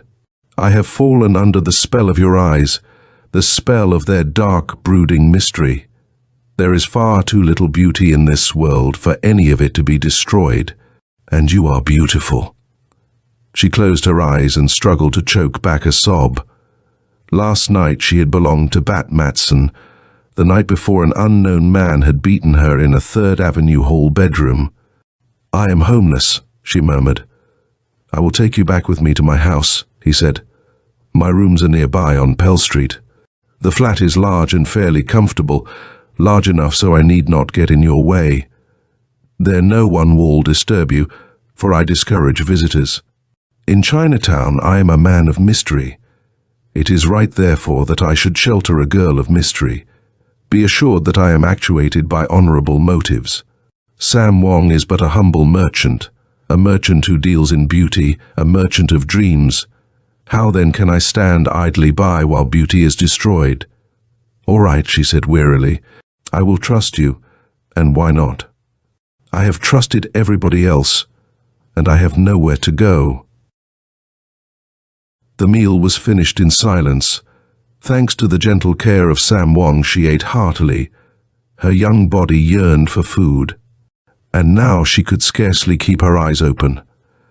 Sam Wong paid the check. He led the way from the restaurant. As they turned into Chinatown, he held her arm lightly. Through the narrow, twisting, adventurous streets they walked, streets about which more fabulous tales have been written than any other section of New York, perhaps of all the world. Few of them are true. The most interesting and sinister have never been written. Colorful stores displaying a vast variety of gewgaws, knick-knacks, ivories, jades and raw fish. Joss houses, the Chinese theater. A Catholic priest walking slowly along, apparently lost in thought, no one bothering them, no one paying the least attention to their doings, and yet Barbie felt as though countless eyes were following them, watching their every move. Strange smells, strange sounds, laughter, weird music, a child crying. Chinatown, a vast rug wafted on the winds from the Orient to be cast down in the heart of the city, one of the most congested spots in all New York and one of the cleanest. No littered, dirty streets, no piles of filth, not much dust. Immaculate cleanliness, as though great brooms in the hands of genii had swept it clean. Sam Wong led the way up 2 flights of winding stairs in a building on Pell Street. There was no light in the halls, and he lighted a cigarette to show her the way. "Be not afraid," said he. "The halls are in darkness, because I believe that he who must walk through narrow places should be protected by shadows." "I am not afraid," said Barbie. And now he unlocked a door and pressed an electric button. The next moment a glare of light shattered the blackness, and Barbie followed him into a room of such sheer beauty it might have belonged to a mandarin when the Manchus were at their peak of glory. Here was wealth inestimable, rich carpets and tapestries, priceless porcelains, teakwood tables and finely carved cabinets in one of which reposed 100 species of jewels, some rough, uncut, some that glowed eerily in the lantern light.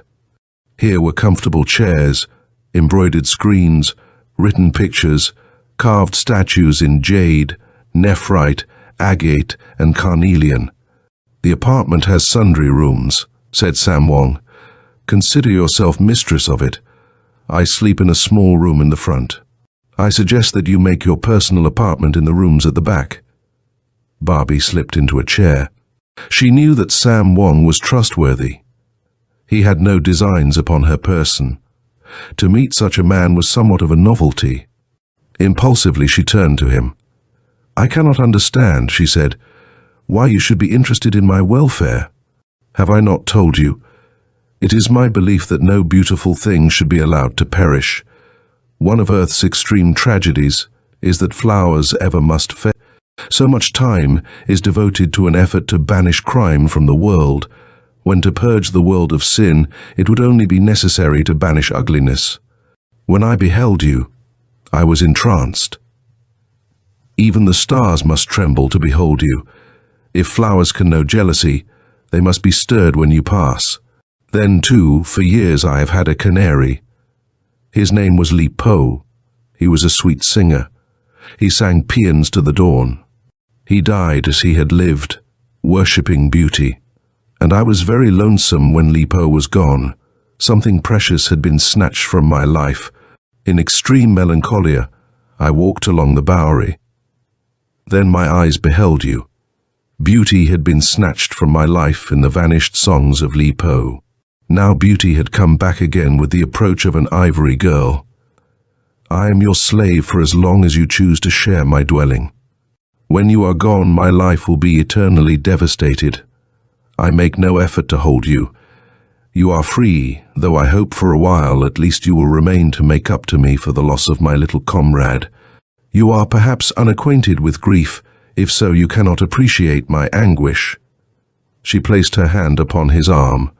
"I had a baby," she said. "A few weeks ago my boy died and nobody cared.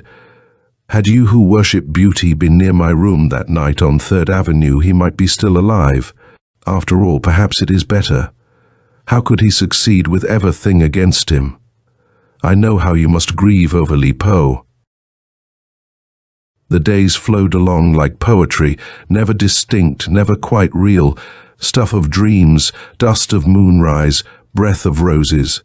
Nothing beautiful is ever real. Barbie was being wooed back to health by silence, complete tranquility. No music is as majestic as silence, absolute silence. Each morning Sam Wong slipped from the house before she had awakened. He never came near her room. He never touched her body. Not even a kiss did he seek. But he wooed her in 1,000 subtle ways. And when her face began to take on some semblance of color, he was glad. Barbie never left the apartment, even when Sam Wong was away. She was afraid of the streets, the filthy, noisy streets and the evil faces of men. Sam Wong brought her beautiful garments fit for a Manchu princess. She always wore them in the rooms, saving her single dress for such time as it would be necessary for her to return to the streets. During those days she slept much, without trepidation, without fear. She never locked the door of her room. She had faith in Sam Wong. He was a genial philosopher. He never tried to force his favors upon her. One may bow down in worship before a goddess, but one should not presume beyond obeisance. Perhaps Sam Wong was foolish in his attitude. Certainly he was not a moralist, for his stock in trade destroyed the souls of men. They never went out to dinner. All meals were sent in from nearby restaurants. Every conceivable luxury graced their table. Barbie was glad Sam Wong never urged her to appear upon the streets with him, although she was surprised that he did not. How was she to know that 100 men constantly waited an opportunity to kill him? The police, too, were constantly on his trail. His increasing influence was resented in high places. The streets were not conducive to health. It was not his wish to parade his ivory girl in the face of danger. Better to keep her hidden away from baleful eyes. At times he read Chinese love poems to her that thrilled her immeasurably. He chanted the verses in a softly modulated voice. It was a new, strange country to Barbie. She closed her eyes and listened. She scarcely breathed, so intent she was. It was restful. It soothed her nerves. Sometimes for hours they sat thus as Sam Wong read to her from his countless volumes of Far Eastern lore. One night he entered the apartment breathlessly as though he had run a long distance. His usual calm mien was ruffled. His hands worked nervously. "Quick, follow me," he cried hoarsely. "There is not a moment to lose." He opened a secret door in a wall panel, disclosing a black passageway. Into this he crept and dragged Barbie after him. The panel swung shut again, leaving them in impenetrable blackness. "Be not afraid, ivory girl," he murmured. "But enemies are pursuing me, and if we fell into their hands, the consequences might be dreadful. I was a fool to subject you to disaster, but you will be quite safe if you follow my instructions." While he had been speaking, they had been creeping up a winding stair. Presently they emerged on the rooftops. It was strange to be slinking along like shadows under the pale moon's glare. The sounds of the street drifted to their ears, laughter, harsh noises, the wail of a motor siren, the bark of a dog. Sam Wong sped from roof to roof. Nimbly Barbie ran along beside him. At last they darted into a doorway. "Go down these stairs," he said, "and you will be free. Get away from Chinatown as soon as you can. I haven't a moment to loiter. Perhaps someday we will meet again, and I can recite more lyrics to you." The next moment he was gone. It was almost as though he had vanished into the air. It was an eerie night, weird and creepy. The moon caused the chimneys to stand out in grotesque silhouette. A train on the 3rd Avenue L went grinding by, and now she imagined she could make out the forms of figures creeping along the rooftops. They were after Sam Wong. They were after her too, because they imagined she was his mistress. In terror, she turned and sped down the stairs. The halls were dimly lighted. They too seemed to be seething with wraiths and shadows. Once a malevolent face loomed up before her, and 2 gnarled bony hands clutched at her like talons. But she evaded them and continued down the stairs. She breathed a sigh of relief as she reached the street. But even now she dreaded to look behind her. Hurriedly crossing the street, she turned neither to right nor left, and so it was that she did not notice the large beer truck that was bearing down upon her. As she went down, the truckman clamped on the brakes and a woman screamed. But Barbie felt no pain. She even smiled, for miraculously Sam Wong was bending over her. "Come, Ivory Girl," he said gently. "We will go back to my rooms where we can find quietude." "But is there no danger?" she asked. "Not now," said he, and her wonderment grew. So hand in hand they walked back to Sam Wong's apartment on Pell Street. But now the stairs did not seem dark as they mounted. There was a pale blue glow, as though a lantern had been lighted. As Sam Wong pushed open the door of the apartment, Lipo greeted them with a song so beautiful it seemed as though the city had paused and stood on tiptoe to listen. Barbie placed her hand on Sam Wong's arm. "But I thought Lipo was dead," she whispered. Sam Wong smiled reassuringly. "Not dead," he said softly. "Living.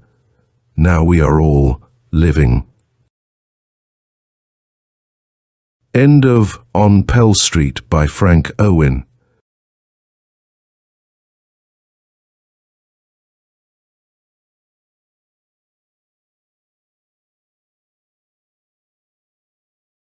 Each Man Kills by Victoria Glad. To Live You Must Feed on the Living, heading by Vincent Napoli. Now that it's all over, it seems like a bad dream. But when I look at Maria's picture on my desk, I realize it couldn't have been a dream. Actually, it was only 6 months ago that I sat at this same desk, looking at her picture, wondering what could have happened to her. It had been 6 weeks since there had been any word from her, and she had promised to write as soon as she arrived in Europe.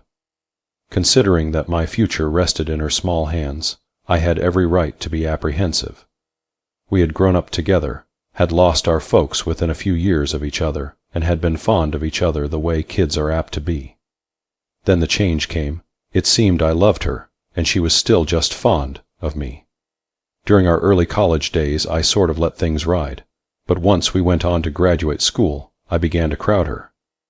The next thing I knew, she had signed up with a student tour destined for Central Europe, and told me she would give me my answer when she returned. I had to be content with that, but couldn't help worrying. Maria was a strange girl, withdrawn, dreamy, and soft-hearted. Knowing the section she was going to, I was inclined to be uneasy, since it is the realm of gypsies, fortune-tellers, and the like. It is also the birthplace of many strange legends, and Maria claimed to be strongly psychic. As a matter of fact, she had foretold 1 or 2 things which were probably coincidental, like the death of our parents, and which even made an impression on me, and you'd hardly call me a believer. This so-called talent of hers led her into trouble on more than one occasion.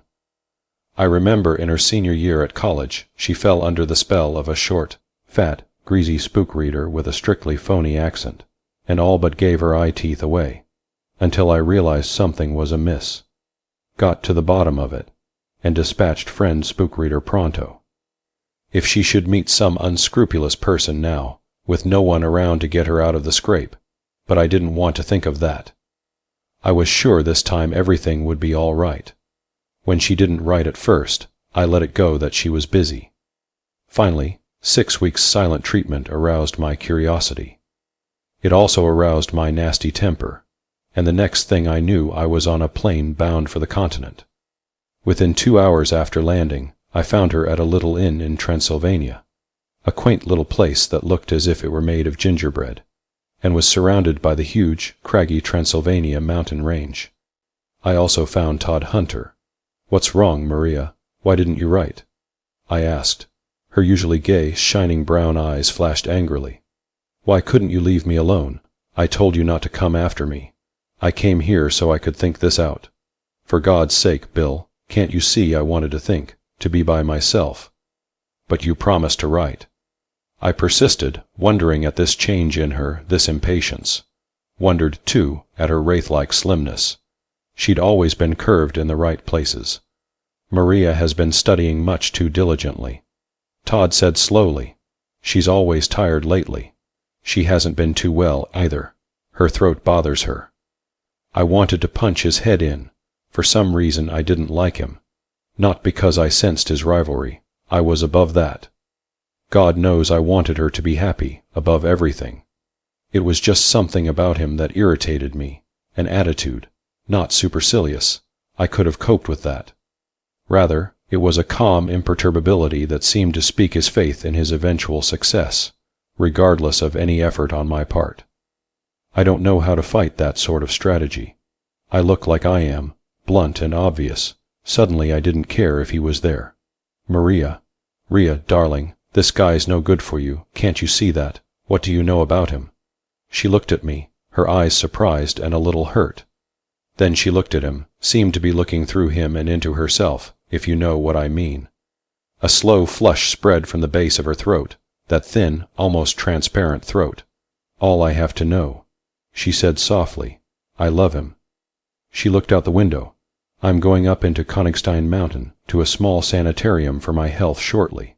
The doctor has told me I must go away, and Todd has suggested this place. There Todd and I shall be married." I knew then how it felt to be on the receiving end of a monkey punch. That she had come to this decision because of my objections, I had not the slightest doubt. She was going to marry someone about whom she knew absolutely nothing. She was much more ill than she knew. Hunter was undoubtedly after her money. She was considerably well off. Obviously she was once more being influenced in the wrong direction. "I won't let you," I warned. "Give it some more time, if for nothing else, then for old time's sake." "How about me, Morris?" Todd interrupted. "You haven't asked me my feelings on the subject. I happen to love Maria dearly. Have I no say just because you're a childhood friend of hers?" "Childhood friend? I was her whole family for years before she ever heard of you. I'll see you in hell before I let her marry you," I shouted. Looking back, I'm sure that had he said anything else, I would have killed him if Rhea hadn't come between us. "That's enough, Bill Morris. I've heard all I want to from you. I'm 23, and if I choose to marry Todd, I'll do so, and there's nothing you can do about it. Now, please go." "Okay, Rhea," I said, "if that's the way you want it. But I'm not through. If you won't protect yourself, I'll do it for you. I'd like to know more about the mysterious Mr. Todd Hunter, American, and I do wish, for your own sake, you'd do the same. I wouldn't care if you married King Tut, so long as you knew all about him. People just don't marry strangers, not if they're smart. For God's sake, ask him about himself." "All right, Bill," she replied, smiling patiently. "I'll ask him. Now, do stop being childish." "Okay, darling," I said sheepishly, "but do me one more favor. Don't marry him until I get back. Only a little while, give me a week. Just wait a little longer." As I closed the door, I could still feel his smile, mocking, yet a little sad. But Maria didn't wait. I was gone a week. I had walked my legs off trying to track down the elusive Mr. Hunter and discovered exactly nothing. All his landlady could tell me was that he was an American who had come to this climate for his health, and that he slept late mornings. I was licked and I knew it. If I had been a pup, I would have fitted my tail neatly between my legs and made for home. But I wasn't a pup, so I headed straight for Rhea's flat to face the music. They were waiting for me, she and Todd. When I saw her, I wished I were dead. She lay in Todd's arms, her body a mere whisper of a body. White and cold she was, like frozen milk on a cold winter's day. They were both dead. You know how it is when at a wake someone views the deceased and says kindly, She's beautiful. And she isn't beautiful at all, just a made-up, lifeless handful of clay. Dead as dead and frightening. Well, it wasn't that way this time. Their fair skins were faintly pink-tinted, and their blonde heads, hers ashen and his a reddish cast, gleamed brightly. And they sat so close in the sofa before the fire, his head resting in the hollow of her throat. They looked peaceful. No line marred their faces. I almost fancied I saw them breathe. And on her third finger, left hand, was the ring, a thin platinum band. He had won, and in winning somehow he had lost. How they had died and why they found each other and death at the same time, I would probably never know. I only knew one thing. I had to get away from there quickly. I almost ran the distance to my flat, stumbled into the place and poured a triple scotch which I could scarcely hold. The scotch seared my throat and tasted bitter.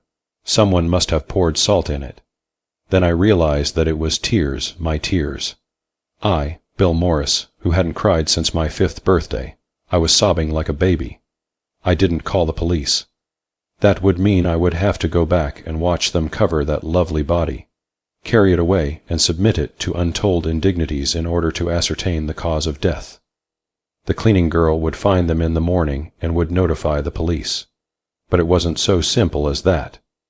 In the morning I found I couldn't shake off the guilt which possessed me. Even 2 bottles of scotch hadn't helped me to forget. I was dead drunk and cold sober at the same time. I phoned Ria's landlady and told her I had failed to reach the Hunters by phone, that I was sure something was amiss. Would she please go to their flat and see if anything was wrong? She was amused. Really, Mr. Morris, you must be mistaken. Miss Maria went out just an hour ago with her new husband. Surely you are jesting. Why, she has never looked better. So happy. They have left for Konigstein. They have also left you a note.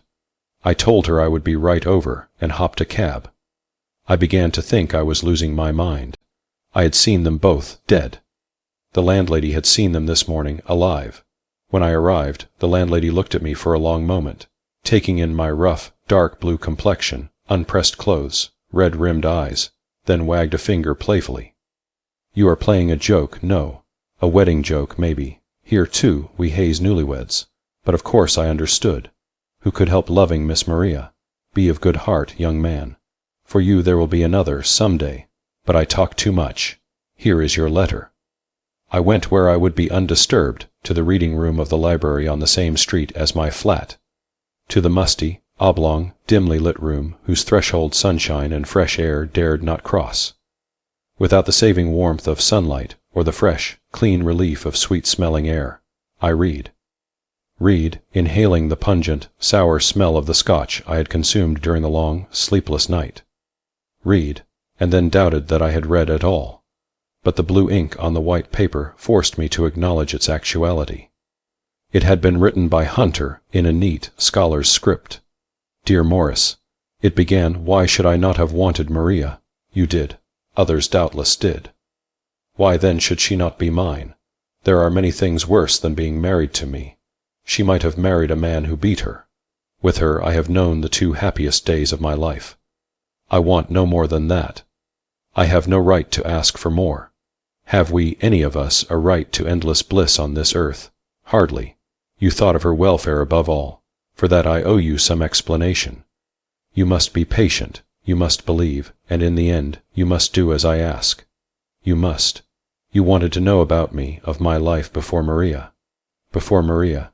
It seems strange to think about it. There is no life without Maria. Still, there was a time when for me she didn't exist. I have been constantly going forward to the day when I would meet her. Yet there was a time when I didn't know where I would find her, or even what her name would be. It was chance that brought us together. For me, good chance. For you, possibly ill chance. For Maria, only she can say. Some 3 years ago I was studying in England under a Rhodes Scholarship. The future held great things for me.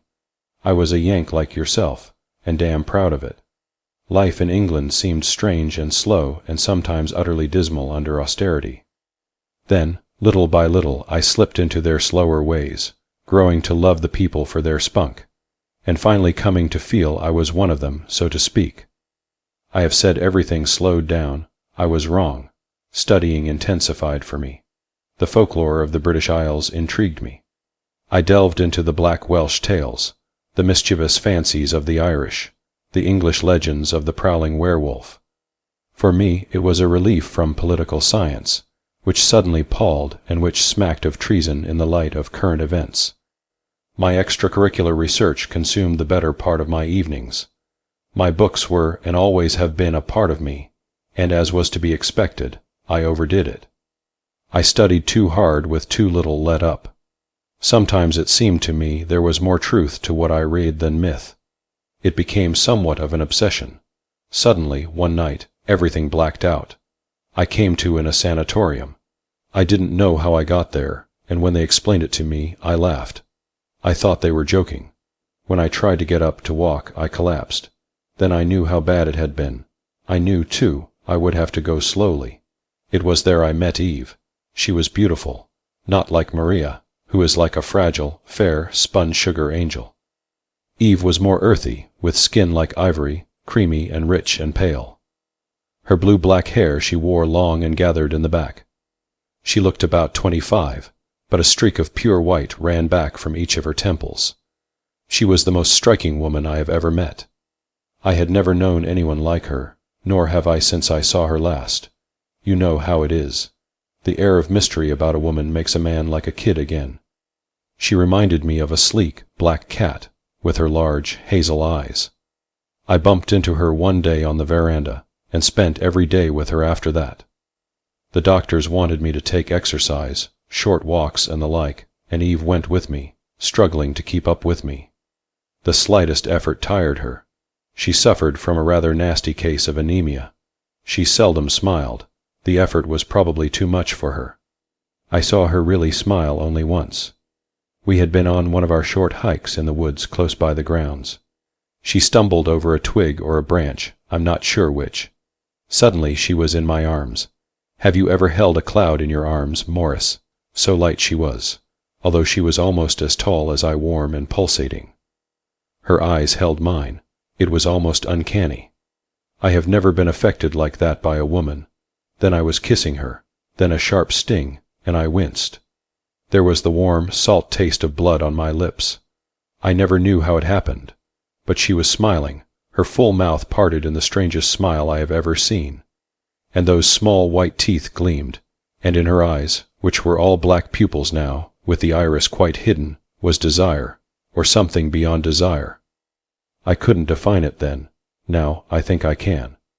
Her small, pink tongue darted over her lips, tasting, seeming to savor. I was frightened for some indefinable reason. I wanted to get away from her, from the woods, from myself. I grasped her arm roughly, and we started back for the grounds. We never mentioned the episode again, but we neither of us ever forgot. She intrigued me now more than ever. The doctors were able to satisfy my curiosity somewhat. They told me she had been a patient for some 4 years. Some days she was better, some days worse. She needed rest, much rest. Most days she slept past noon with their approval.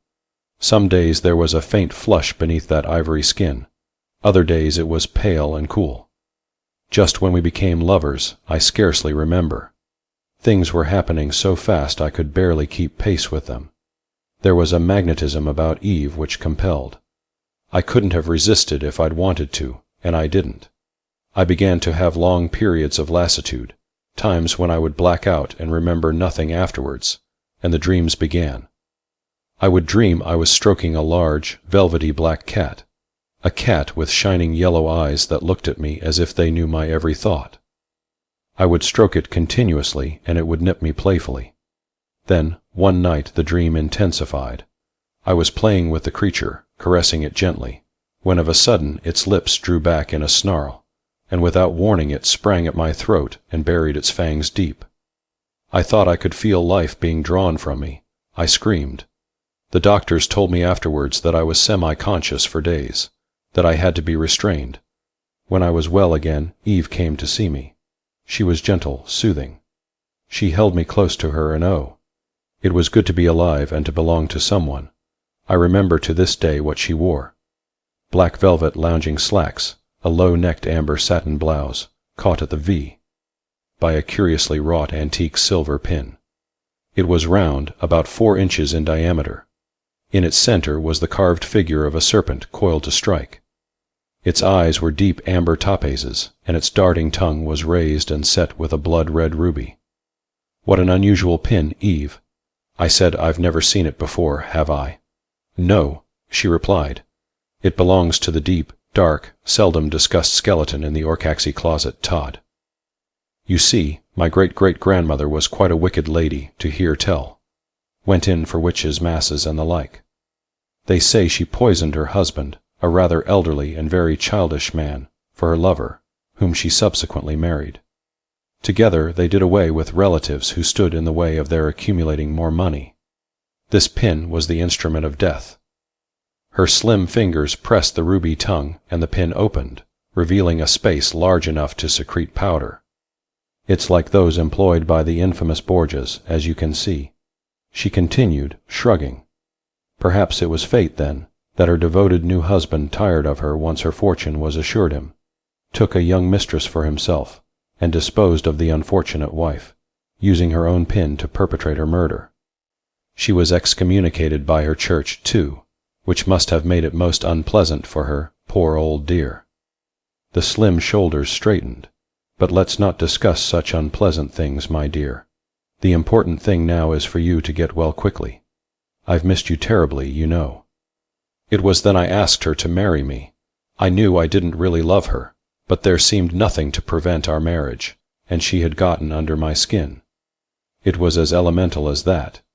She said she thought we should wait until I fully recovered. "Don't say any more, darling," she said. "Rest your poor, sore throat." She bent over me solicitously, and I reached up to stroke that smooth black hair. It had a familiar feel to it that I couldn't quite place. Of course I had stroked it hundreds of times before, but it wasn't that. Then she looked straight at me, those large, glowing hazel eyes boring into mine, and I knew and disbelieved at the same time. I froze where I lay, paralyzed by my fear, unable to make a sound. "So you know," she whispered. "It is well. I have marked you for my own these many months. Now that you know, you will not fight. You know what I am, or at least you can guess. This pin you admired so, it was mine 300 years ago, and it will always be mine." Her lips were on mine. She had never kissed me like this. It was like the touch of hot ice, freezing, then searing. Unendurable. I lay inert. I couldn't have moved if I wanted to. I could scarcely breathe. Then I felt the blood within me pounding, pulsing, beginning to answer in spite of myself. I tasted once more the warm, salty fluid on my lips. Eve's body was liquid in my arms, warm, heady, narcotizing. Once again I felt the agonizing, dagger-sharp pain in my throat and darkness. Have you ever wakened to a bright, sunny afternoon and heard yourself pronounced dead? They spoke in low, hushed tones. How unfortunate. Young fellow only 30, dying so far away from his homeland. No family. Good thing he was well set in life. This sudden anemia was most extraordinary. Fellow showed no signs of it previously. All he had really needed was rest.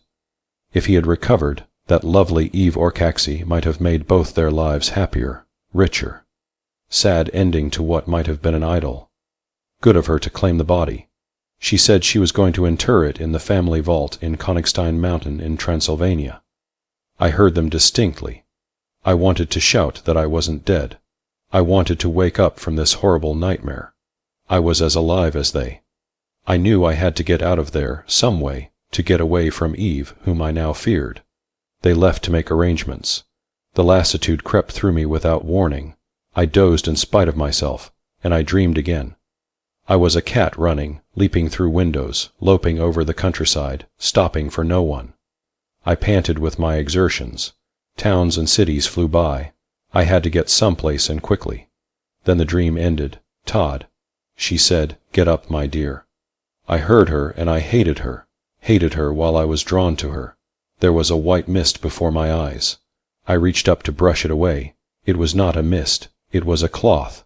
I shivered. I must wake up. I whispered hoarsely, "I must. I'm going mad." There was a creaking sound and daylight descended upon me. When I saw where I was, I covered my face with my hands and sobbed. I tried to pray, but the words froze on my lips. I was sitting in a coffin in a mausoleum. I had been buried alive. What am I? I shrieked. Where am I and what have you done? I'm out of my mind, stark, staring mad. Eve's lips parted, showing the even white teeth, those slightly pointed teeth.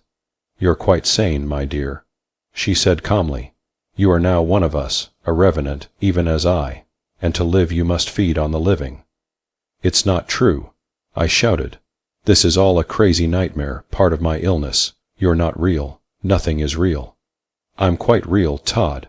To be trite, I am what I am and have accepted it calmly, as you shall in time. I have told you of my life.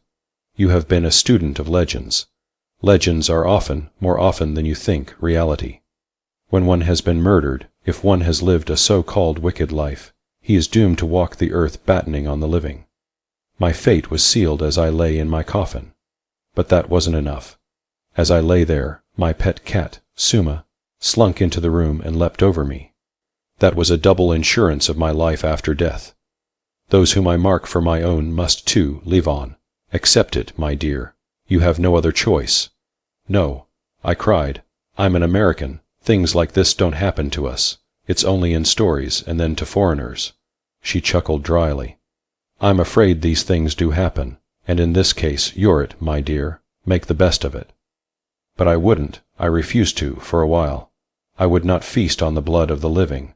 Something within me fought, for a time. Then the awful hunger began. The tearing pangs of hunger that ordinary food wouldn't arrest. I fought it as long as I could. I lost.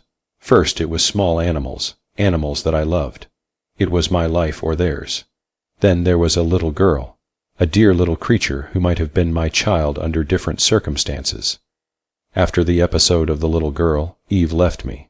She had no further use for me. She had wanted the child too, and I had got it. I was now competition to be shunned. I was alone, once again alone and thoroughly miserable. I couldn't understand myself, my motives, so how could I expect someone else to understand? I only knew what I was. Nor could I rationalize on why I had become this way. I could only presume it had happened to others equally as innocent as myself of wrongdoing. In the daytime, when I was like others, I reproached myself. Goodness knows I loathed myself and what I had to do in order to live. I wished I might really die, for I was tired, so frightfully tired and sick of it all. But I knew of no way to accomplish this, so I had to bear it all, fasting until my voracious, disgusting appetites got the better of me. I decided there must be some information on my kind, particularly in this area where vampire legends are rife, so I took to haunting reading rooms. It was there I met Maria. She told me, after we knew each other better, that she was doing graduate work in regional superstitions, and had decided that her thesis would treat of the history of vampirism. She found it terribly amusing, but at the same time frightening, didn't I? I fear I saw nothing laughable about it, but I held my peace. Why, I could have done a thesis for her that would have driven some mild-mannered prof completely out of his mind. I kept my knowledge to myself, though. I didn't want to scare Maria. She was like a flash of sunshine in a darkened room. She made each day worth living. For the first time the hunger pangs ceased. Ceased for 1 week, then 2. I was certain I was cured. Perhaps, I thought, the whole thing was just a dream and I am finally awake. I felt then I had the right to tell her of my love. She looked infinitely sad. She wasn't certain, she said. She knew she was awfully fond of me, but she was confused. She had just come away from the States, trying to make up her mind about someone dear, whom she didn't want to hurt, and she wanted a breather. I said I would wait up to and through eternity if she wished. Things went along peacefully then. We would walk for hours together, walk in complete silence and understanding. My strength seemed to be returning more day by day. We went far afield in search of material for her thesis. She would track down the most minute speck of hearsay to get authenticity. One day, in our wanderings, I thoughtlessly let myself be led too near my resting place. One of the locals mentioned a place of horror. nearby, and Maria wanted to investigate. I had no choice. We poked amid the still fustiness of the deserted mausoleum I knew so well. She thought it odd that the door was unlocked. I said, yes, wasn't it? Then she saw the box, that gleaming copper box which Eve had so thoughtfully provided. She stroked it gently, commenting on its beauty, and before I could prevent it or divert her attention, she had lifted the heavy lid, exposing the disarranged shroud, the remains of one or two hapless small creatures, the horrible blood-stained satin lining. She screamed and dropped the lid, somehow pinching her finger. She hopped on one foot, as one usually does to fight down sudden pain. Then she was clinging to me, thoroughly frightened. What does it mean, Todd? I quieted her with the usual platitudes. Then I was kissing that poor, red little finger. Without warning to myself or her, I nipped it affectionately. A warm glow spread through me. There was a taste more delightful than fine old brandy or vintage wine, and I knew irrevocably that I was not cured. No, nor ever should be. And I knew, too, that I wanted Maria, not just as a man longs for the woman he loves, but to drink of the fountain of her life, that warm, intoxicating fountain, greedily, joyously. She never knew what went through my mind at that moment. If I could have killed myself then, I would have, and with no compunction. But there is more to killing a revenant than that. The church knows the procedure. I hurried Maria home as fast as I could, and told her I had to go away for a week on business. She believed me and said she would miss me, but I didn't go away. That night I fought a losing battle with myself, and then and every night thereafter I returned to her, partook of her, and slunk away, loathing myself. I knew that I must soon kill the one being I loved above all others, kill, too, her immortal soul, and there was nothing I could do to prevent it. She began to fade visibly. When I returned, in a week, she was so ill that a few steps tired her. Her appetite all but vanished. She seemed genuinely glad to see me. She was beset by nightmares, she said. Could I help her get some rest? I took her to a physician who sagely prescribed a change in climate, rest, and a diet rich in blood and iron, gave her a prescription for sedatives, and called it a day. You know how she looked when you saw her. The day was approaching when she would have no more blood, when life as you know it would stop and she would become like me. Somehow I couldn't take her with me without some warning, but I didn't know how to do it. You see, since I was an innocent victim myself, I could speak, could warn my intended victim, because although my soul had all but died, there was still a spark that evil hadn't touched. I knew she would think it a joke if I told her about myself without warning. Then, happily for me, you came along. I knew you would sense something amiss, and I didn't care. I was almost certain of her love, and I decided to seize the few minutes left me and devil take the hindmost. When you told her to confront me, you gave me the happiest days of my life. For this I thank you sincerely. For what I have done and will ask you to do, forgive me. Maria asked me directly, as you had known she would. I replied frankly, sparing her nothing. I told her that the fact that this life had been wished on me, as it were, gave me some rights, and that I could tell her how to rid herself of me, if she wished. Then she turned to me, her large, lovely eyes thoughtful. Todd, dearest, she said softly, I must die some day, really die, so what difference does it make when? I only know that I love you. Why wait until I'm decrepit and alone, with only a few memories to look back on? Why not now, with you, where life doesn't really stop? With all I've read about this, don't you think I could free myself if I wished? I still wonder if she really believed me. We were married 3 days later. I never told her what her life with me would be like, that one day I would desert her, fearing and hating her rivalry for the very source of my life, and the ghastly chain would continue. I couldn't. I loved her so, Morris, can you understand that? I couldn't betray her then, and I can't now. On the second night of our marriage, she died as you know it, in my arms. I don't think she knows it yet, but it won't be long until she does discover it. We were quite alive when you found us. She was in an hypnotic state induced by her condition.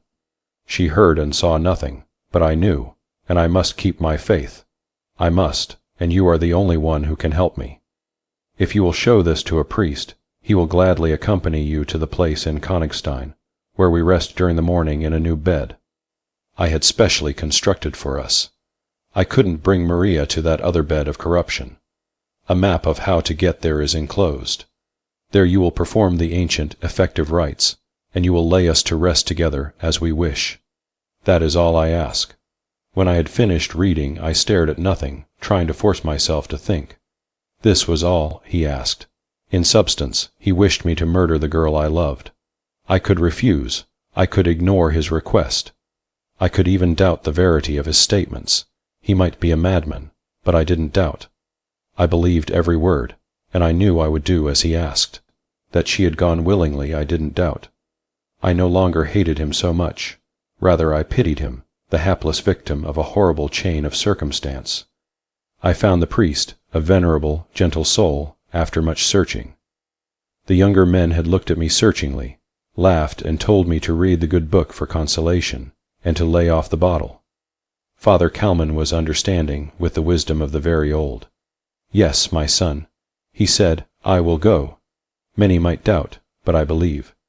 Lucifer roams the earth in many guises, and must be recognized and exorcised. It was 5 o'clock in the morning when we approached the mausoleum. The good father explained that the creatures of darkness had to be back in their resting places before the cock crew. At night they drew sustenance. During the morning they slept. There was a gleaming copper casket. Todd had not lied. We approached it warily. In it was nothing but grisly remains, bloodstains, and dust. We drew back, fearful. Then we saw the other, newer casket in richest mahogany, almost twice the width of the copper box, their bridal bed. They lay together, his arm about her. She wore a gown of palest blue, but oh, that mockery of a gown! Stained it was with fresh blood which had seeped onto it from him. Obviously she had not taken to prowling yet. His mouth was dark, rich with blood, slightly open in a half-smile. His hand pressed her fair head close to his chest. She lay trustingly within the circle of his arm like a small child. The priest crossed himself. The bodies twitched slightly. You know what you must do, Father Counselman whispered. I nodded, the pit of my stomach churning madly. I couldn't do it, not Maria the lovely. But I knew I would. I had to. She must not wake again to see that blood-stained gown or to wonder at her husband's gory lips. She should know rest, eternal rest. Father Counselman circled the box several times, ringing his small bell, and at one point laid a crucifix upon each of their chests. Their faces writhed, and I felt my skin creep. Then, chanting in a low, firm voice, the priest gave me the signal. Together we drove 2 long stakes, dipped first in holy water, home, piercing their hearts simultaneously. The bodies leapt forward in the box, straining against the stake, and a horrible, drawn-out wail shattered the stillness of the tomb. The priest dropped to his knees, and I clapped my hands over my ears, but the dreadful shriek penetrated. My stomach turned over, and I retched. The good father followed suit. We were no supermen, and our bodies and our very souls revolted against this monstrous thing. Let us finish, my son. The priest said slowly, after a time, his face the color of ashes. We must bury these dead, that they may sleep in consecrated ground. I couldn't. I had to see her again before it was done. She lay, small and fragile as ever, her face calm, only there was no trace of life now. She was still and white, as only the dead, the truly dead, are. Todd's arm was flung across her chest, as if to protect her. I made myself move the arm, resting her head upon his shoulder, where it belonged. Then, as I looked, there was just Maria. Todd was gone, and only a handful of dust lay piled up around the stake. It was enough. I slammed the lid shut. Looking back now, I can see it was all for the best. Ria was different, apart from other women. A dreamer, a mystic, too easily influenced by the bizarre and unnormal. I, on the other hand, am practical almost to a fault. Had she married me, I might have crushed in her the very thing that drew me to her. In time she might have grown to hate me. Hunter, on the other hand, was a student, introspective, given to romanticizing, susceptible to suggestion. Had I been confronted with an Eve, I should have run like hell. To him, though, she was cloaked in mystery, hence more desirable. What better choice for him ultimately than Rhea? That Rhea had to die to achieve her happiness is of no real importance. Life is a transitory thing anyway. Sometimes, though, when I look at Rhea's picture, it's hard to be practical. She was everything I shall ever want. I had never been to Europe before the summer of 1947. I went to find Maria to marry her. Instead, I found and murdered her, and I will never go back again. End of Each Man Kills, by Victoria Glenn.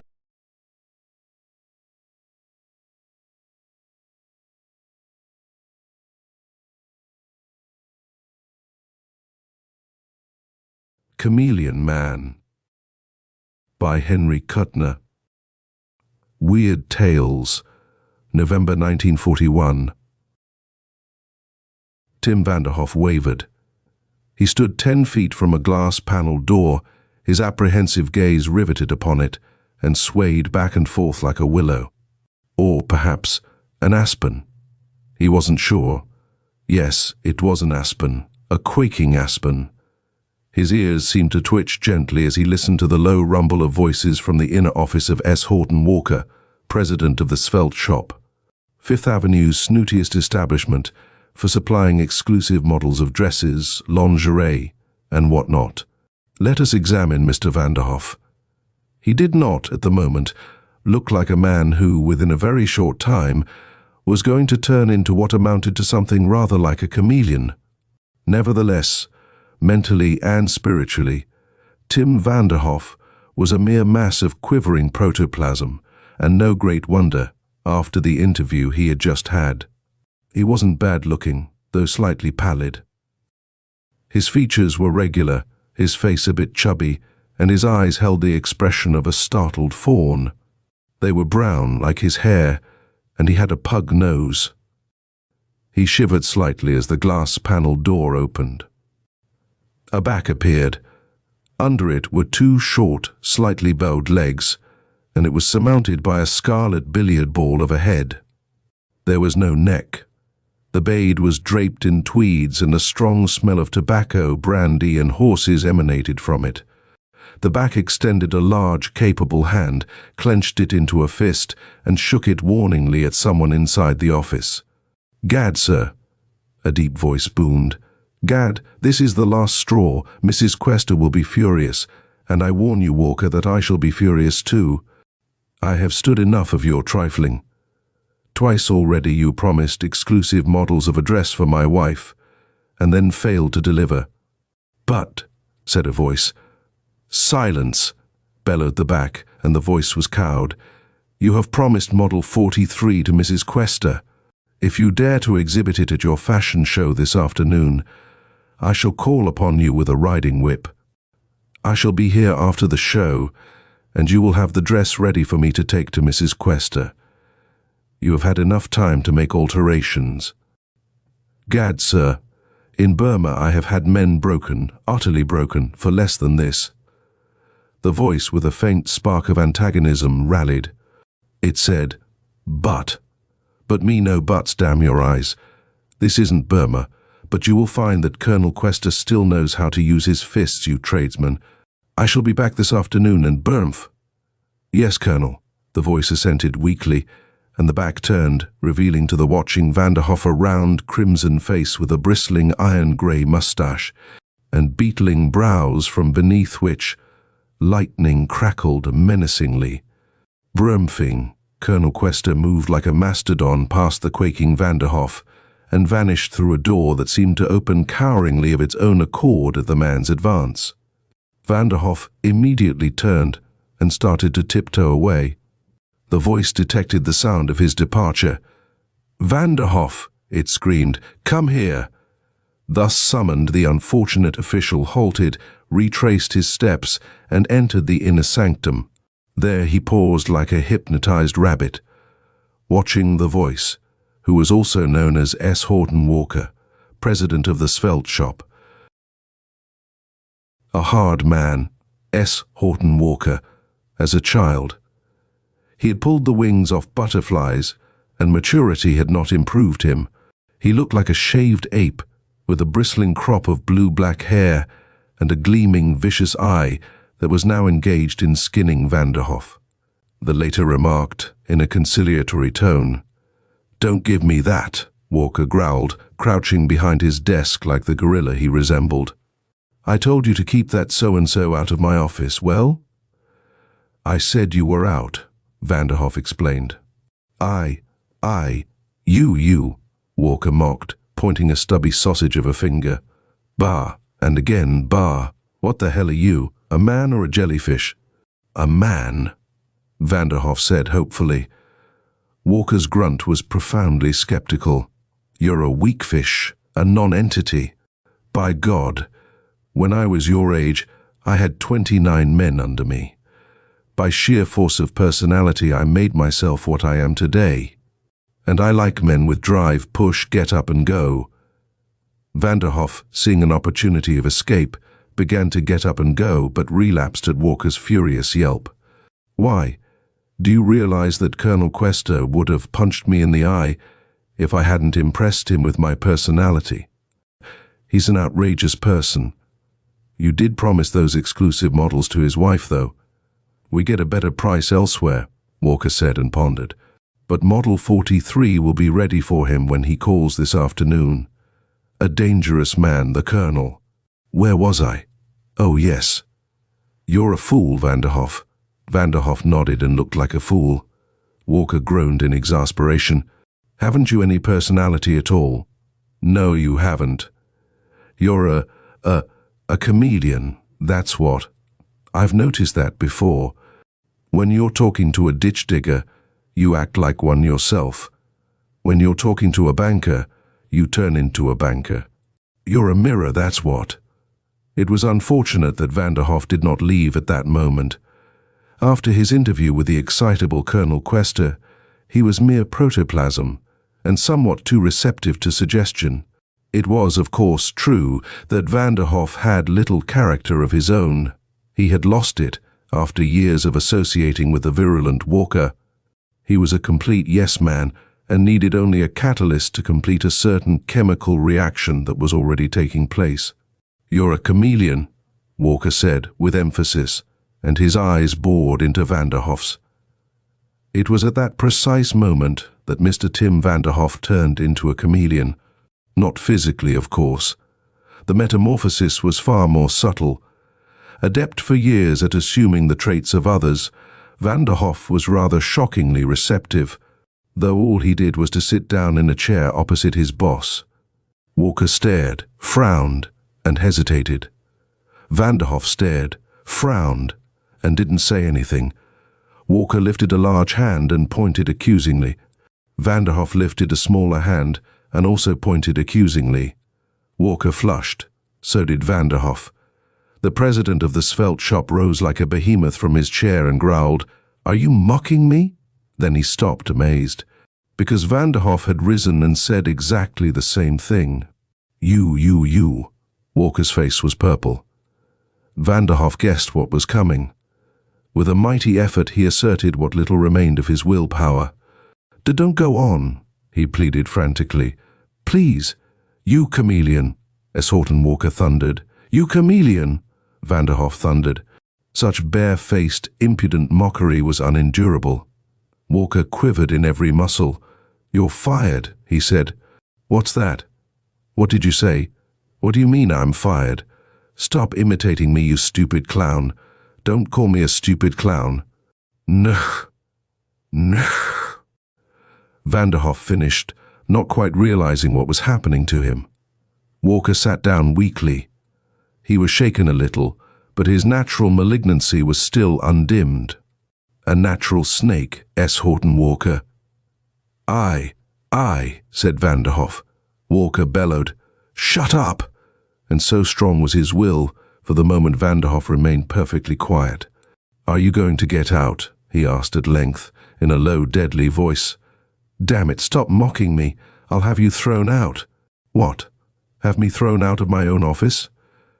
Goaded to insensate fury by the fact that Vanderhoff was repeating perfectly everything he said and did, and, curiously enough, at exactly the same time he said and did it, Walker stuck out his thumb to press a button on the desk. It collided with Vanderhoff's thumb. Walker sat back, palpitating, a mute Vesuvius. Obviously Vanderhoff had gone mad. And yet, "I wish you'd go and drown yourself," said the president, meaning every word.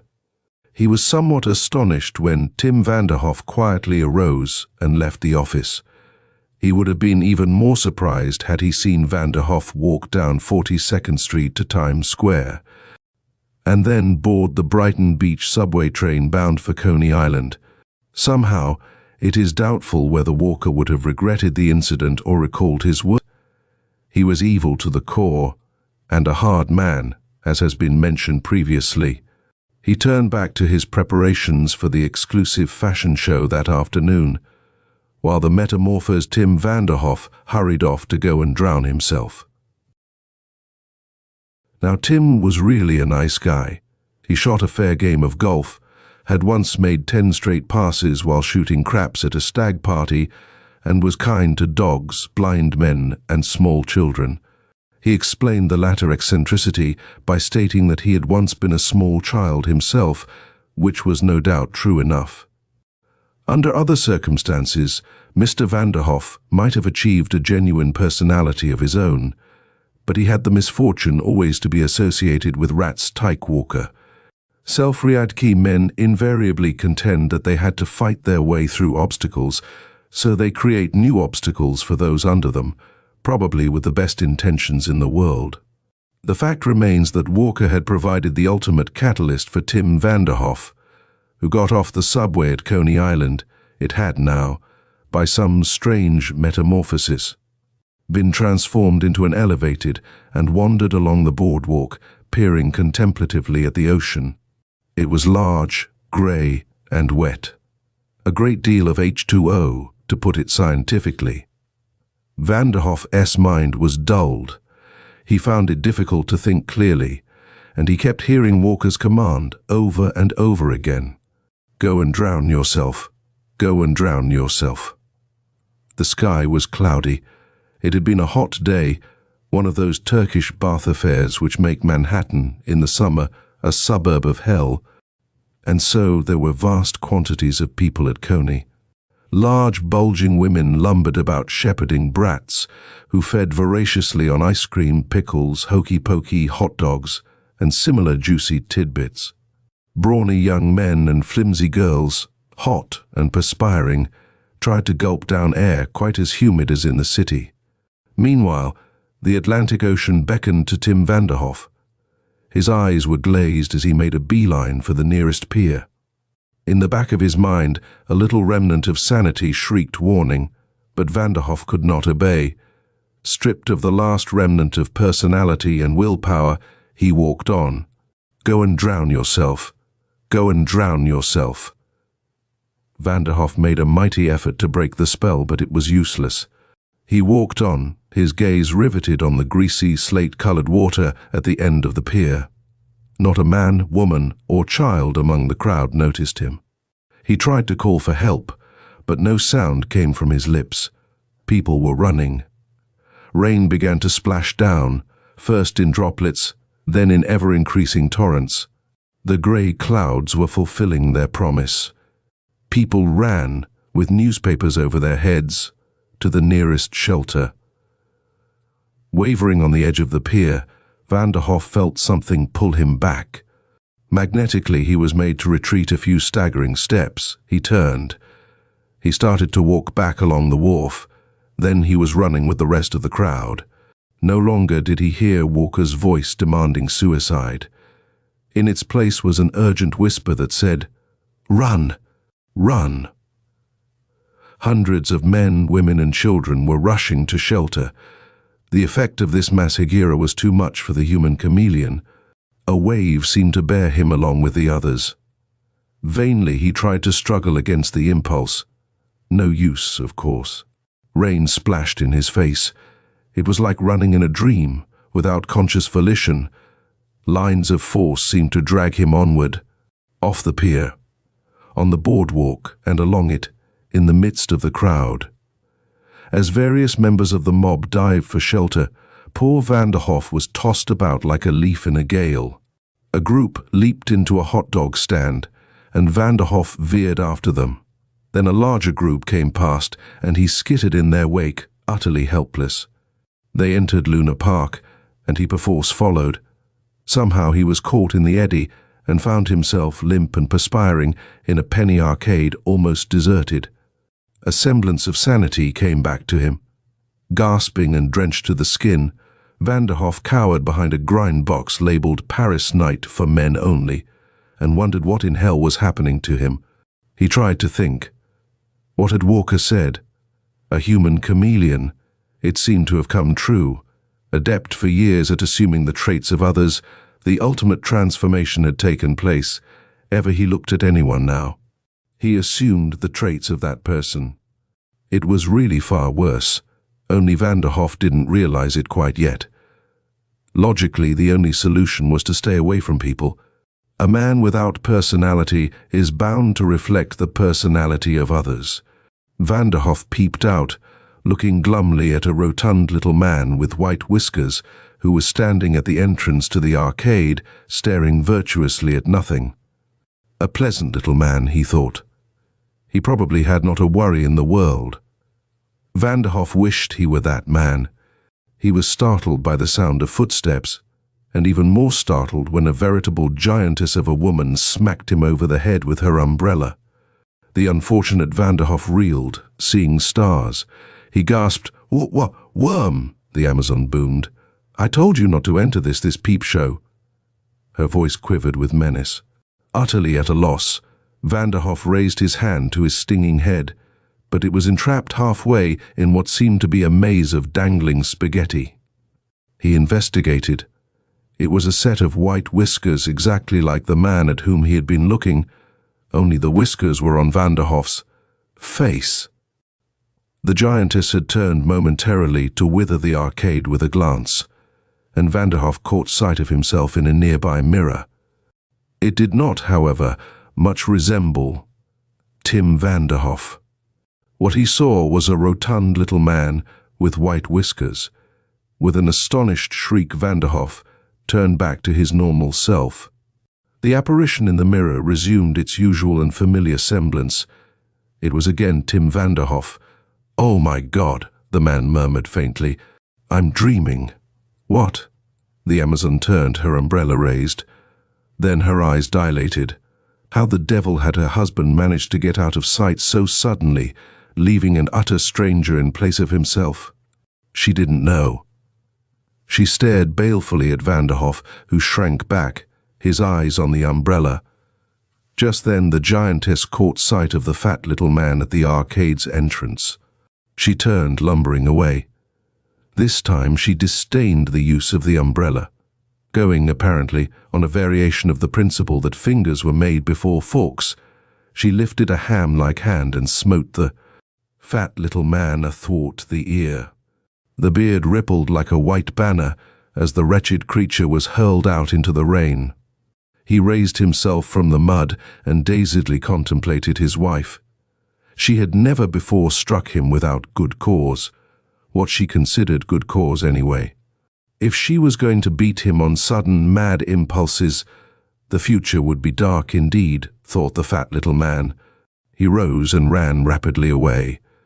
The giantess followed, crying threats. Tim Vanderhoff shuddered convulsively. He was going insane. Or else. No, it was too ghastly. He couldn't be a jellyfish as well as a chameleon. He might, perhaps, assume the traits of somebody else, but he couldn't acquire their actual physical appearance as well. "No," Vanderhoff said urgently.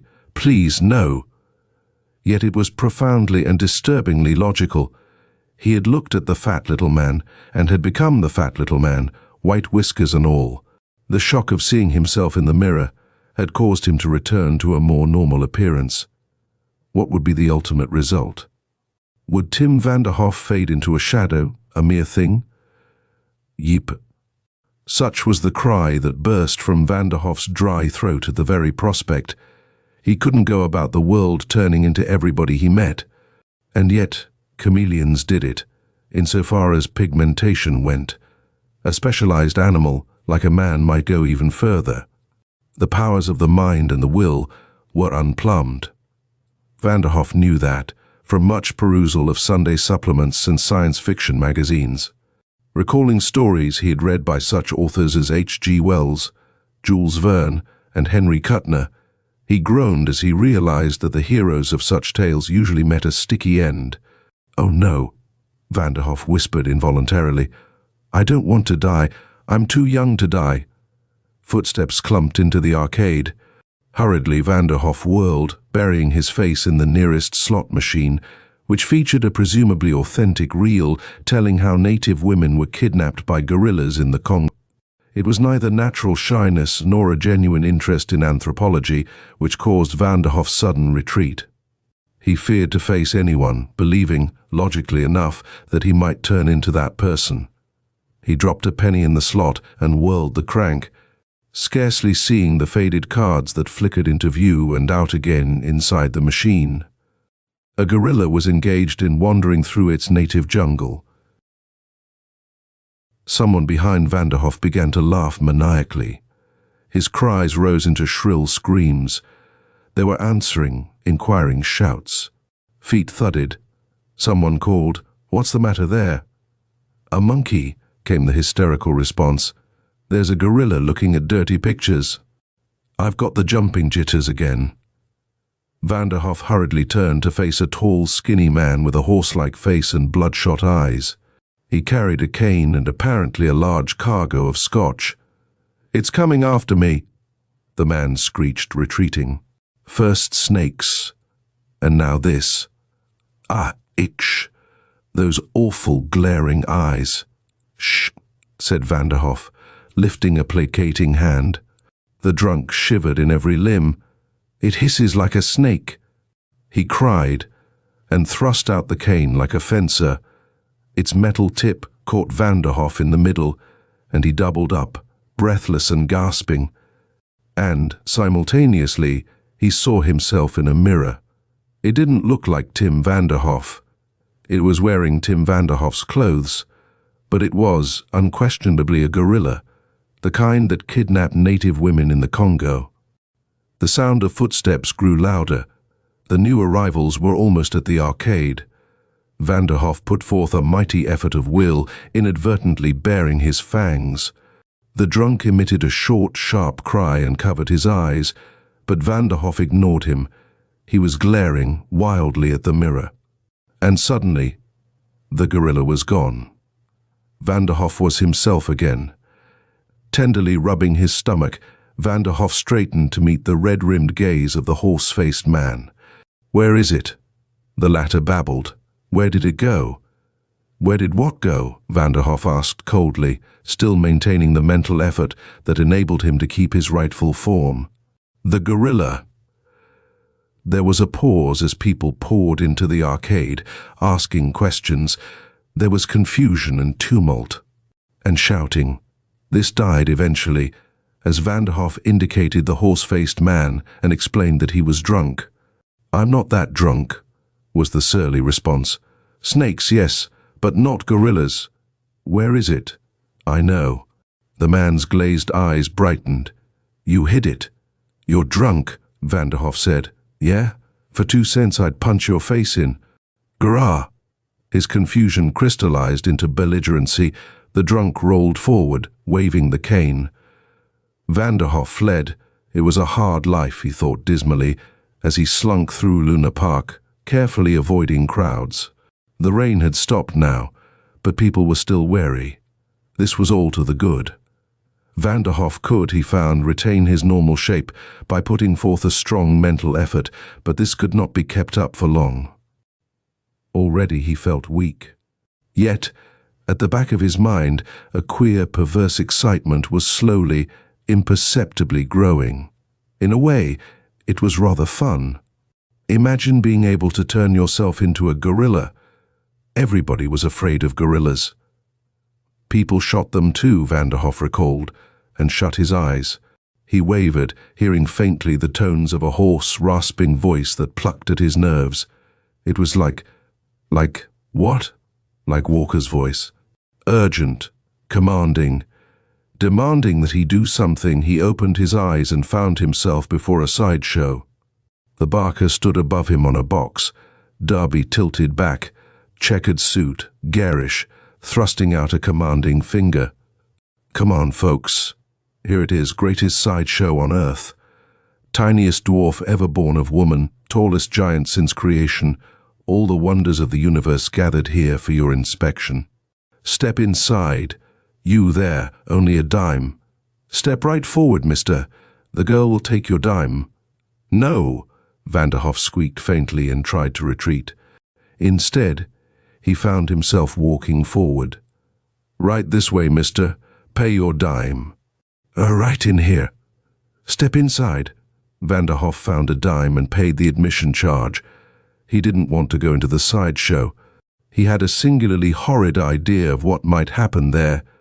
But the barker's willpower was too strong for him, and he could no longer exert the mental effort that partially insulated him from danger.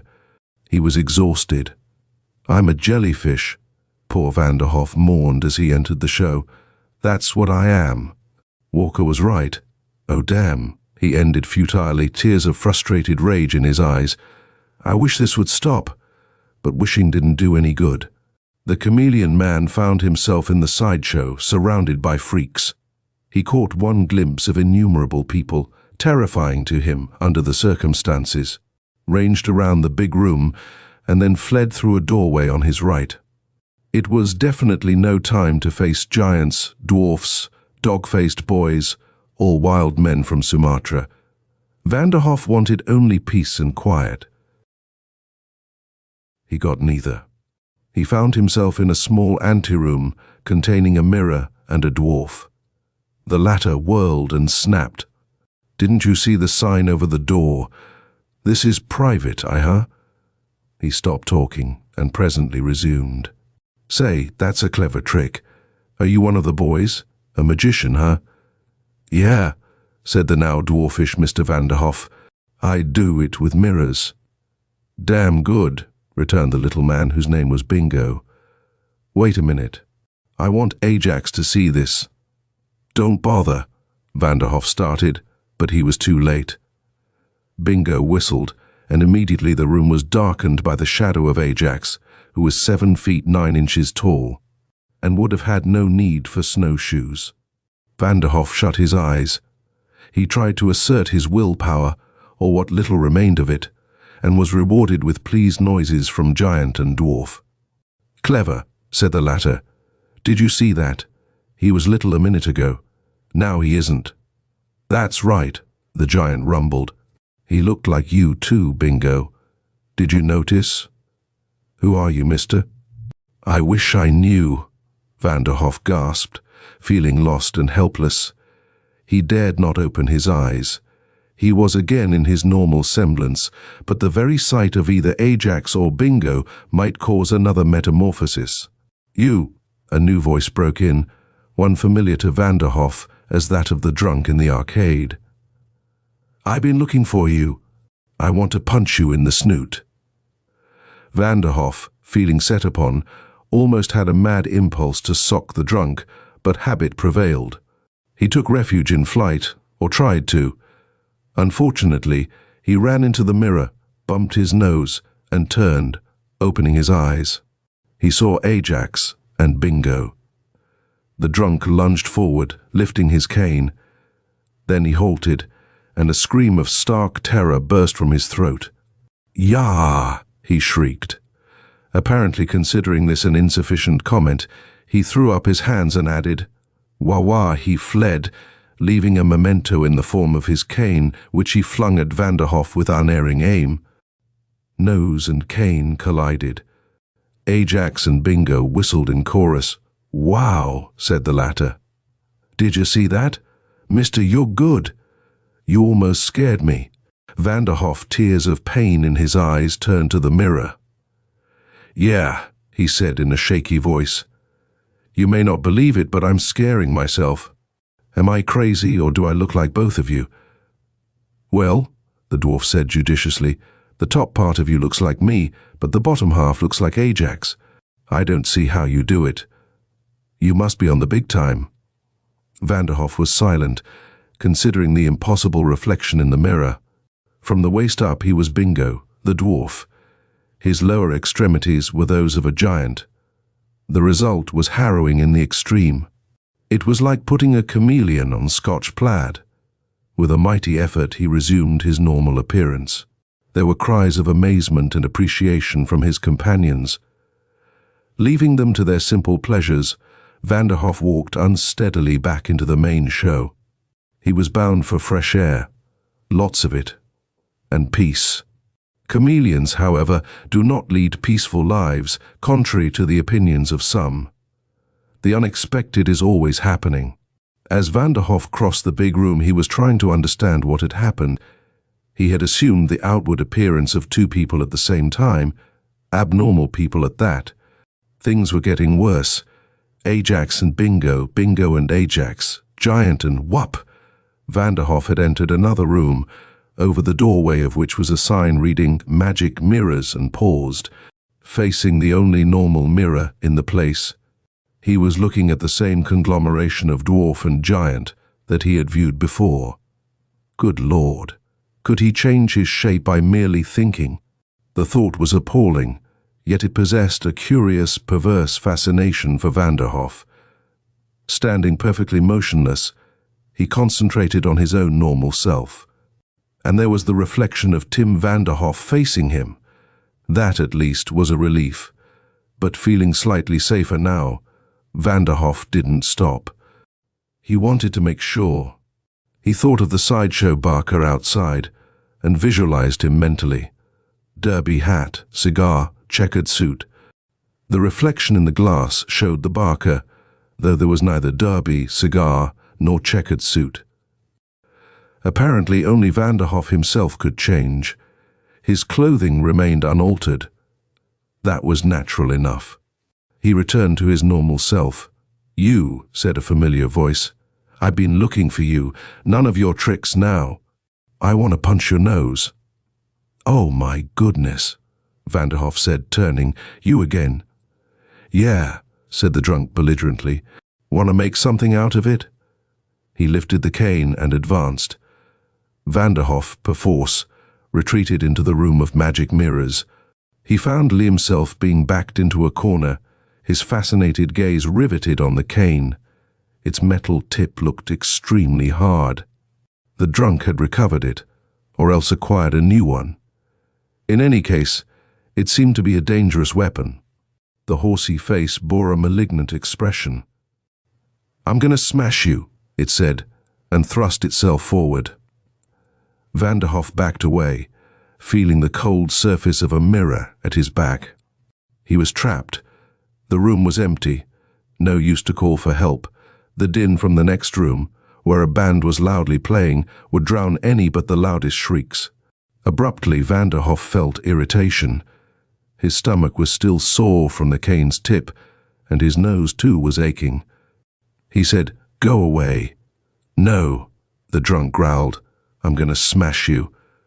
Sudden, violent rage boiled up in Vanderhoff. He thought of Ajax and Bingo. If they were there, they'd help him. But, Vanderhoff thought diligently, visualizing giant and dwarf. From the startled look that came over the drunk, he realized that the metamorphosis had once again taken place.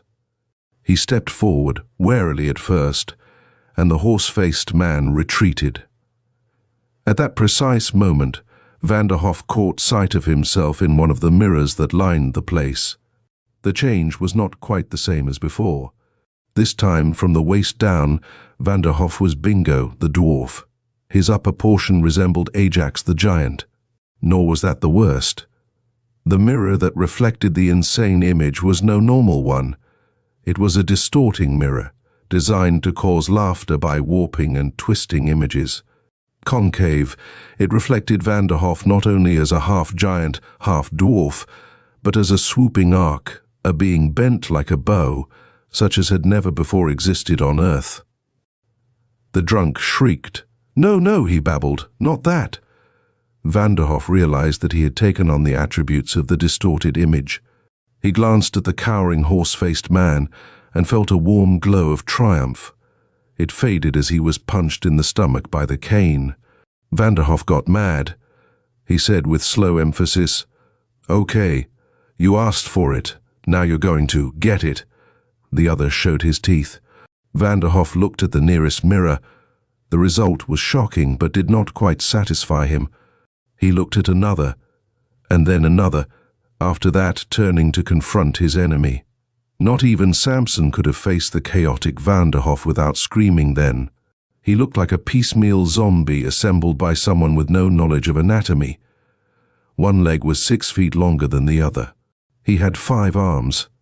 His chest was like a balloon, and his waist measured perhaps 3 inches around. His head resembled a fried egg that had broken in the pan. The mouth was, oddly enough, in the forehead, and there was a tasty assortment of eyes scattered around them, all of these glaring furiously. He towered to the ceiling, and the horse-faced man, giving up all thought of hostility, skittered away like a rabbit. "Go away," he babbled. "Don't touch me. You're not human, that's what you ain't."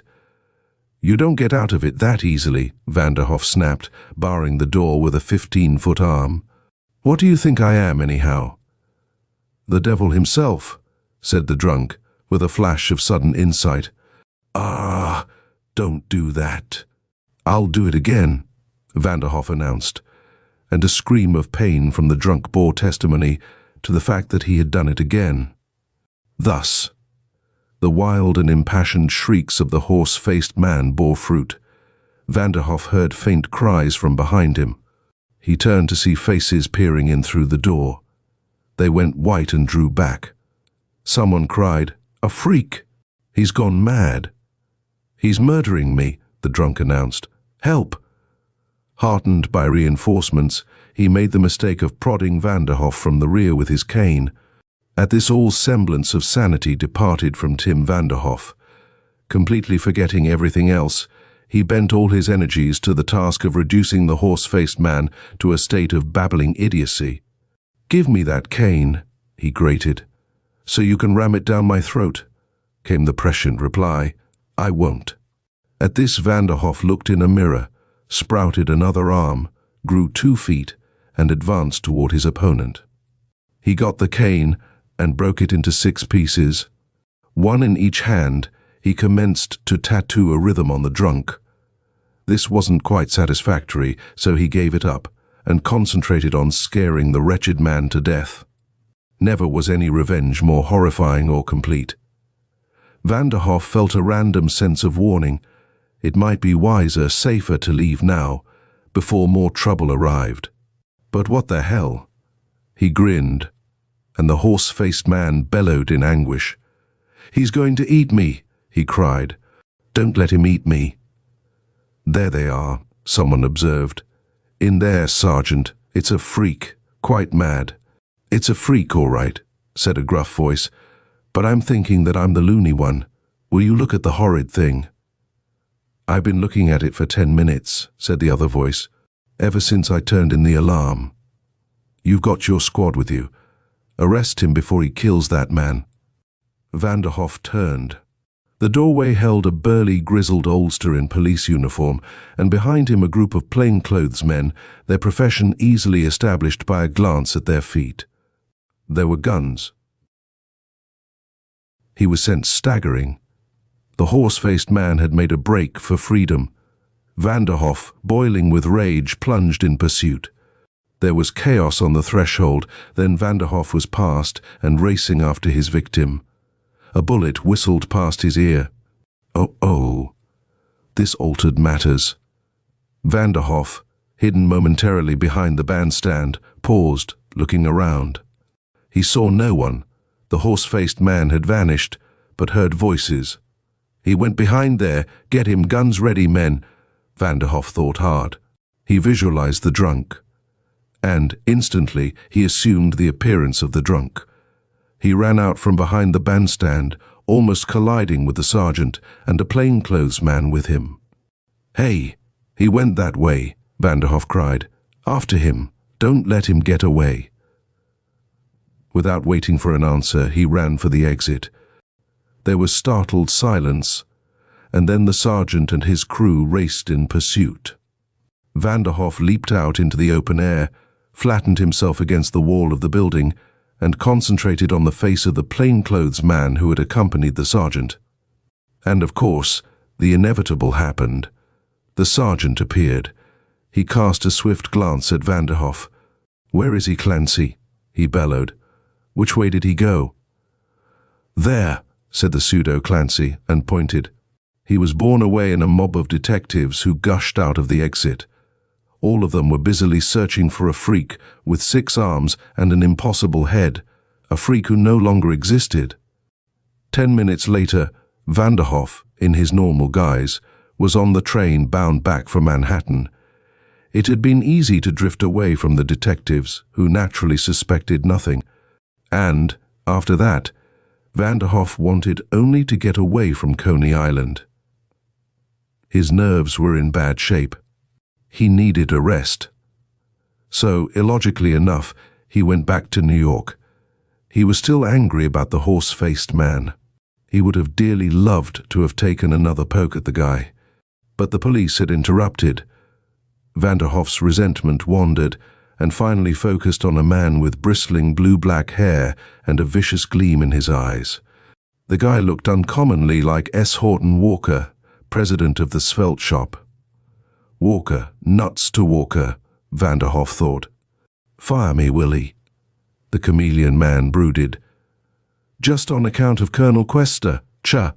The fashion show would be going on soon, he remembered. And, simultaneously with the thought, Vanderhoff grinned. A singularly malicious and unpleasant grin. "Fire me, Willie," he asked rhetorically, turning into Ajax for a brief moment. "I'll fix him." While making his way toward the Fifth Avenue store, he pondered. He was achieving some sort of mastery over his chameleon-like changes. If he visualized a person, he could become that person, though his clothing never altered. And, with an effort of will, he could resume his normal form. Good enough. What now? The fashion show was in full swing when Vanderhoff slipped quietly into the Svelte Shop, unobtrusively making his way behind the scenes. Dowagers and damsels in tons of jewelry were sitting about, feeding on canapés and hors d'oeuvres, while all sorts and conditions of men waited uneasily upon their respective daughters, wives, and lady friends. Park Avenue had turned out in force for the initial showing of exclusive gowns by the Svelte Shop. Mannequins were gliding along the runways, and over all presided the figure of S. Horton Walker, resplendent in specially tailored garments, and looking more than ever like a shaved ape. "And Model 12? A slightly decayed socialite inquired from above her tiers of chins. "The exclusive Model 12, Mr. Walker?" "Soon," said Walker, rubbing his hands. "Very soon, Mrs. Smythe Kennicott Smythe." Peering through drapes of wine-colored fabric, Vanderhoff sucked in his lower lip. Model 12 was already famous. It was super exclusive. Only one gown on this model had been created, and, when it showed, the bidding would be high, almost like an auction, though, of course, most genteel. Mrs. Smythe Kennicott Smythe would probably get it. She was the wealthiest woman in New York, and cream on the elite's upper crust, to put it mildly. "Nuts to you, Mr. Walker," Vanderhoff said silently, and fled. He made his way to the dressing rooms, pausing at sight of Susan Vale, the shop's loveliest model. The girl nodded, smiled, and went on her way. Vanderhoff visualized her. Suddenly he was gone. A perfect duplicate of Susan Vale stood in the passage, looking rather odd in Tim Vancroft's garments. Now for Model 12. It was carefully stored away, but Vanderhoff knew where to look. Tenderly, almost reverently, he drew it from its hiding place and held up the gown. It was a gorgeous creation, one that would transform any woman. "Why, Susan," a soft voice said, "what are you doing in those clothes?" Vanderhoff turned hurriedly to confront a small brown-haired model with wide eyes.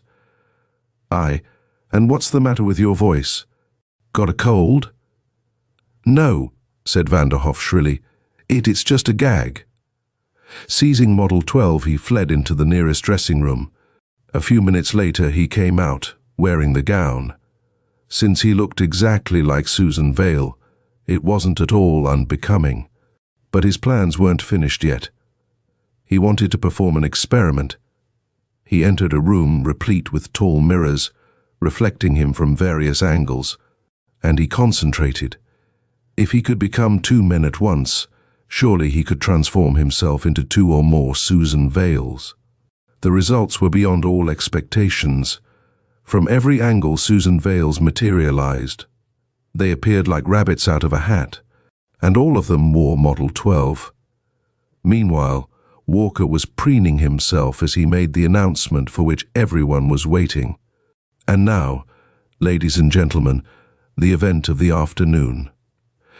At great expense, we have secured an ultra-exclusive model, a veritable symphony.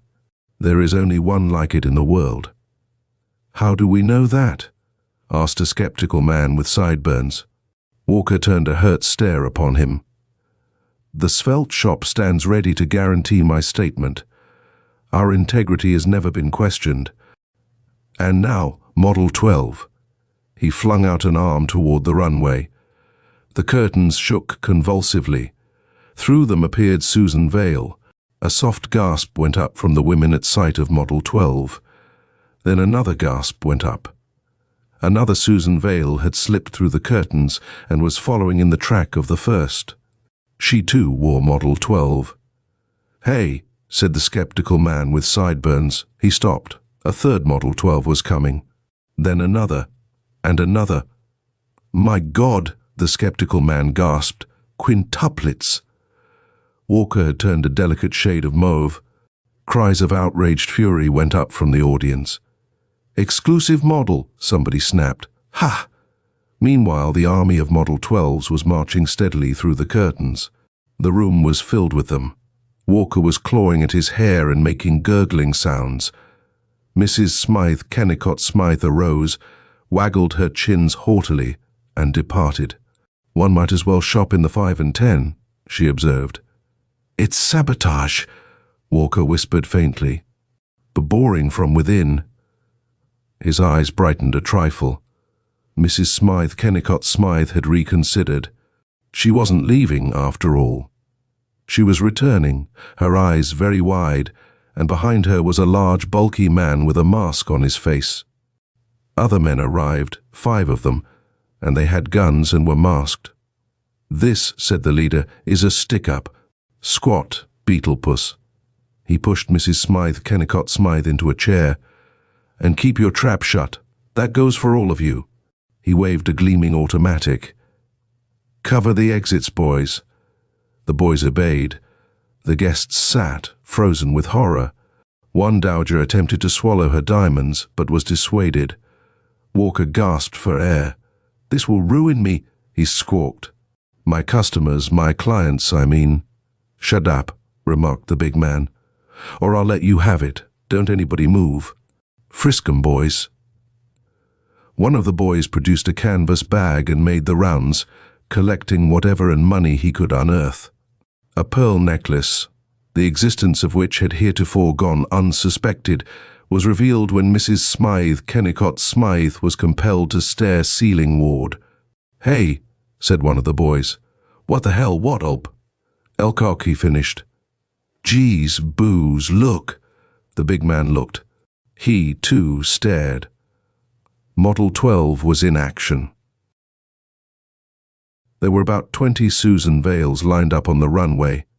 The last of them had stepped forward and merged with the one in front of her. This, Vanderhoff had found, was the only way of consolidating his various images. He merely had to walk into himself.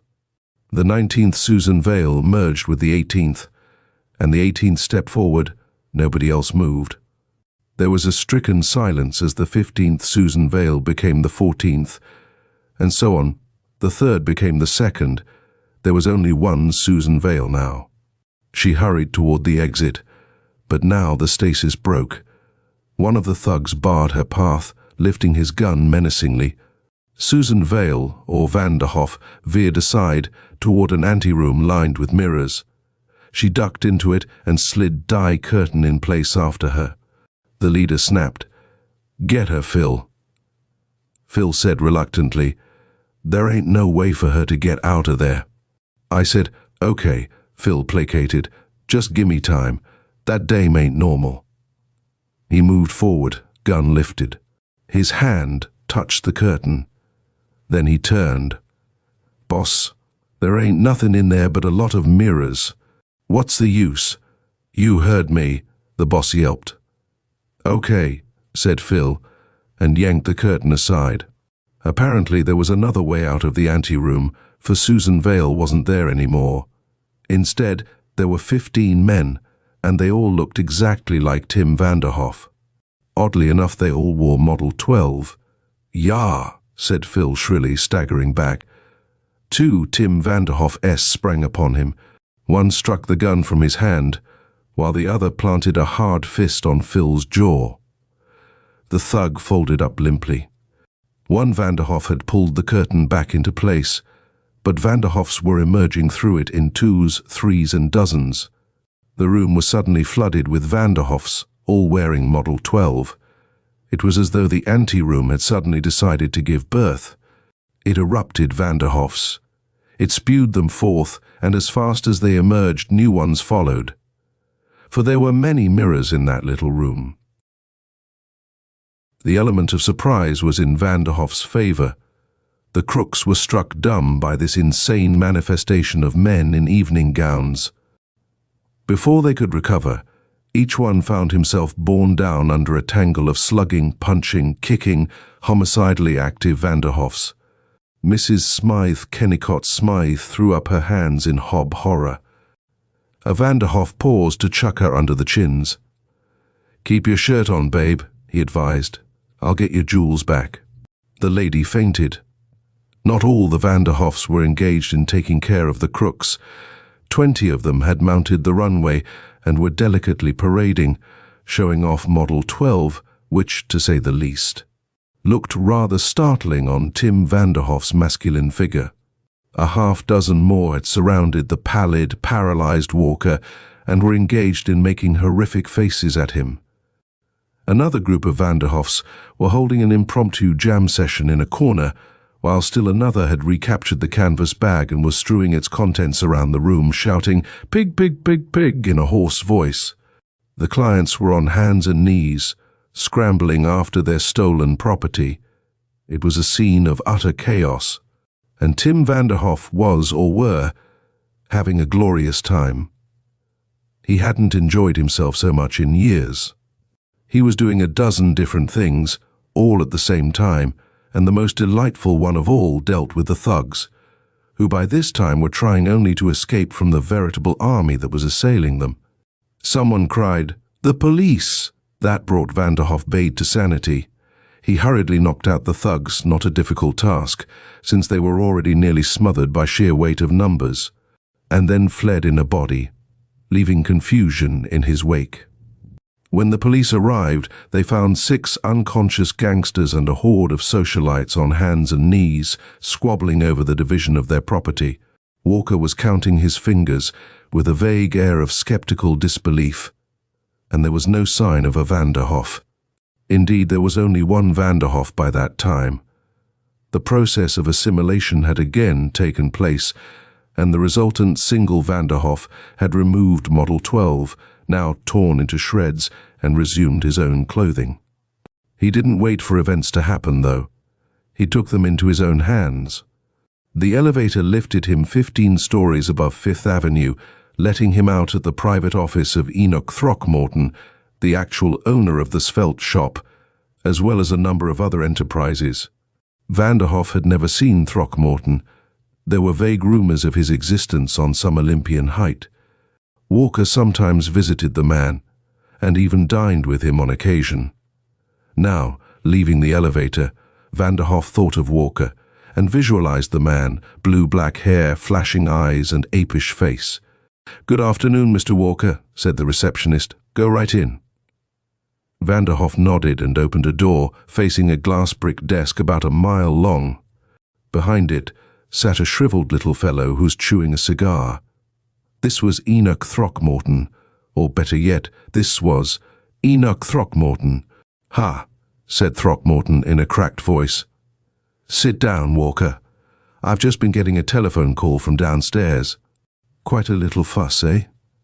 "Nothing much," Vanderhoff shrugged, grinning to himself.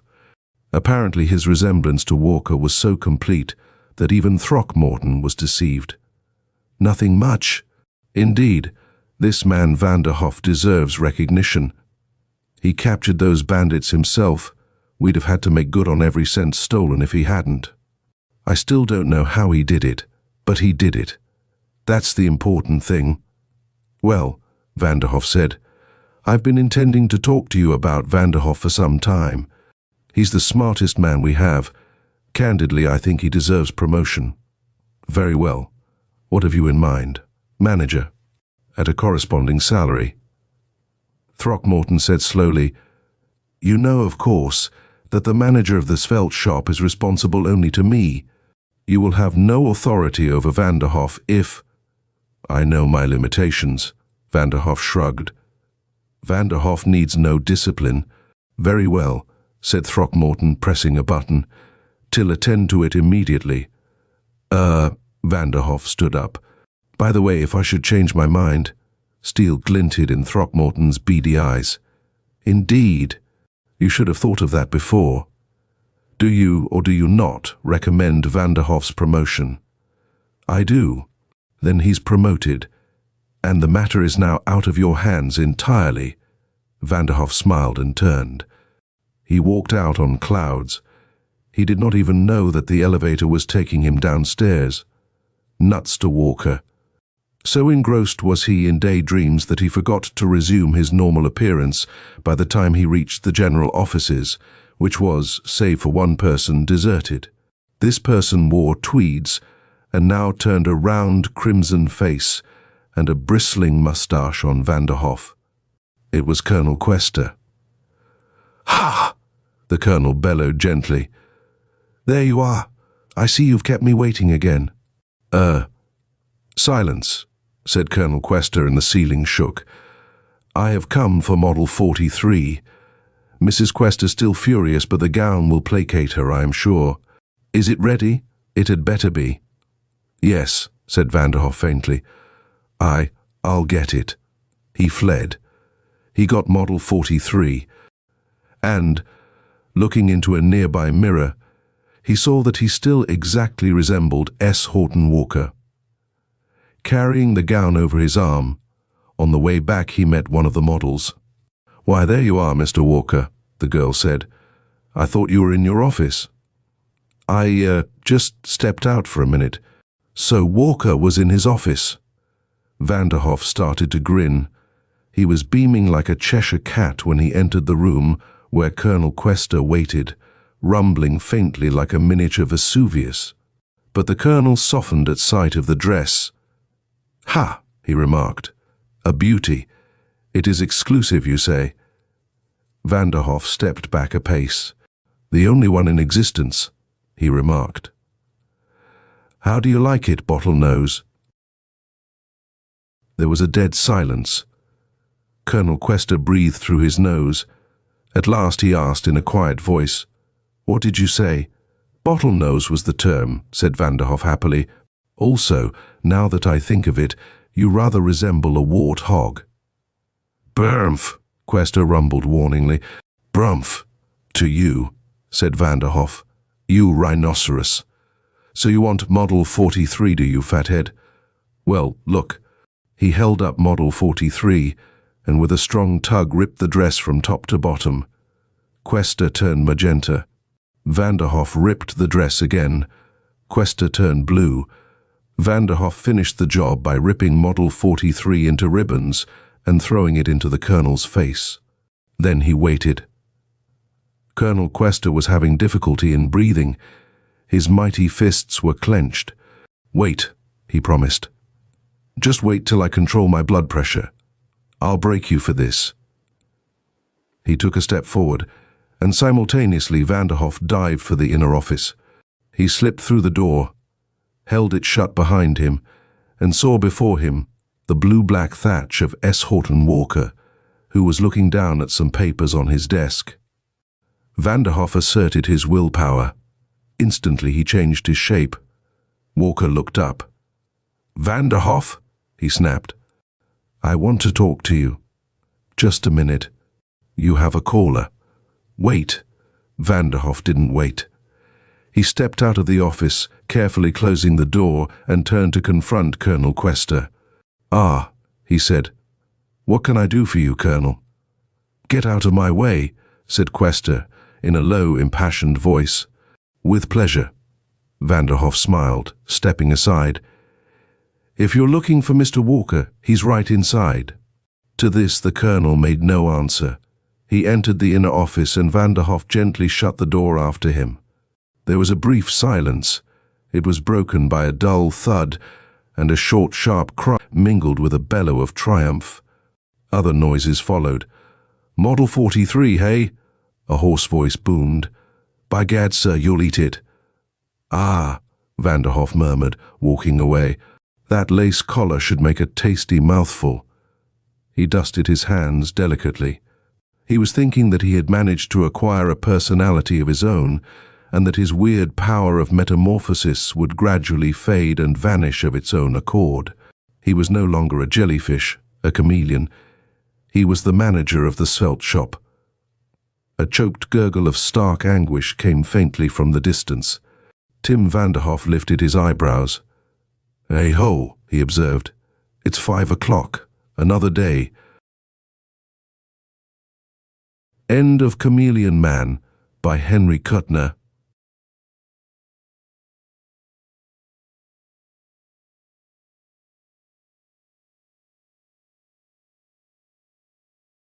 Bartleby, the Scrivener, A Story of Wall Street, by Herman Melville. I am a rather elderly man. The nature of my avocations for the last 30 years has brought me into more than ordinary contact with what would seem an interesting and somewhat singular set of men, of whom as yet nothing that I know of has ever been written. I mean the law copyists or scriveners. I have known very many of them, professionally and privately, and if I pleased, could relate divers histories, at which good-natured gentlemen might smile, and sentimental souls might weep. But I waive the biographies of all other scriveners for a few passages in the life of Bartleby, who was a scrivener of the strangest I ever saw or heard of, while of other law copyists I might write the complete life of Bartle. Nothing of that sort can be done. I believe that no materials exist for a full and satisfactory biography of this man. It is an irreparable loss to literature. Bartleby was one of those beings of whom nothing is ascertainable, except from the original sources, and in his case those are very small. What my own astonished eyes saw of Bartleby, that is all I know of him, except, indeed, one vague report which will appear in the sequel. Ere introducing the scrivener, as he first appeared to me, it is fit I make some mention of myself, my employés, my business, my chambers, and general surroundings, because some such description is indispensable to an adequate understanding of the chief character about to be presented. Imprimis, I am a man who, from his youth upwards, has been filled with a profound conviction that the easiest way of life is the best. Hence, though I belong to a profession proverbially energetic and nervous, even to turbulence at times, yet nothing of that sort have I ever suffered to invade my peace. I am one of those unambitious lawyers who never addresses a jury, or in any way draws down public applause, but in the cool tranquillity of a snug retreat, do a snug business among rich men's bonds and mortgages and title deeds. All who know me consider me an eminently safe man. The late John Jacob Astor, a personage little given to poetic enthusiasm, had no hesitation in pronouncing my first grand point to be prudence, my next method. I do not speak it in vanity, but simply record the fact that I was not unemployed in my profession by the late John Jacob Astor, a name which, I admit, I love to repeat, for it hath a rounded and orbicular sound to it, and rings like unto bullion. I will freely add that I was not insensible to the late John Jacob Astor's good opinion. Some time prior to the period at which this little history begins, my avocations had been largely increased. The good old office, now extinct in the state of New York, of a master in chancery, had been conferred upon me. It was not a very arduous office, but very pleasantly remunerative. I seldom lose my temper, much more seldom indulge in dangerous indignation at wrongs and outrages, but I must be permitted to be rash here and declare that I consider the sudden and violent abrogation of the office of Master in Chancery by the new Constitution as a premature act, inasmuch as I had counted upon a life lease of the profits, whereas I only received those of a few short years. But this is by the way. My chambers were upstairs at No. Wall Street. At one end they looked upon the white wall of the interior of a spacious sky-light shaft, penetrating the building from top to bottom. This view might have been considered rather tame than otherwise, deficient in what landscape painters call life. But if so, the view from the other end of my chambers offered at least a contrast, if nothing more. In that direction my windows commanded an unobstructed view of a lofty brick wall, black by age and everlasting shade, which wall required no spy-glass to bring out its lurking beauties, but for the benefit of all near-sighted spectators, was pushed up to within 10 feet of my window-panes. Owing to the great height of the surrounding buildings, and my chambers being on the second floor, the interval between this wall and mine not a little resembled a huge square cistern. At the period just preceding the advent of Bartleby, I had 2 persons as copyists in my employment, and a promising lad as an office boy. First, Turkey; second, Nippers; third, Ginger Nut. These may seem names, the like of which are not usually found in the directory.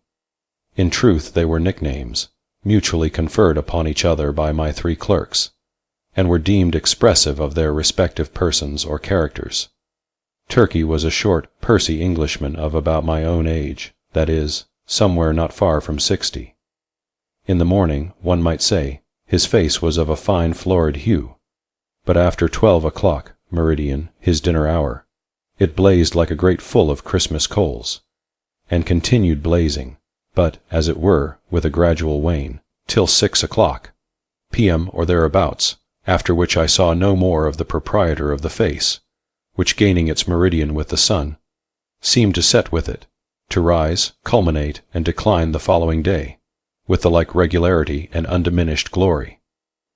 There are many singular coincidences I have known in the course of my life, not the least among which was the fact that exactly when Turkey displayed his fullest beams from his red and radiant countenance, just then, too, at that critical moment, began the daily period when I considered his business capacities as seriously disturbed for the remainder of the 24 hours. Not that he was absolutely idle or averse to business then, far from it. The difficulty was, he was apt to be altogether too energetic. There was a strange, inflamed, flurried, flighty recklessness of activity about him. He would be incautious in dipping his pen into his inkstand. All his blots upon my documents were dropped there after 12 o'clock, meridian. Indeed, not only would he be reckless and sadly given to making blots in the afternoon, but some days he went further, and was rather noisy. At such times, too, his face flamed with augmented blazonry, as if cannel coal had been heaped on anthracite.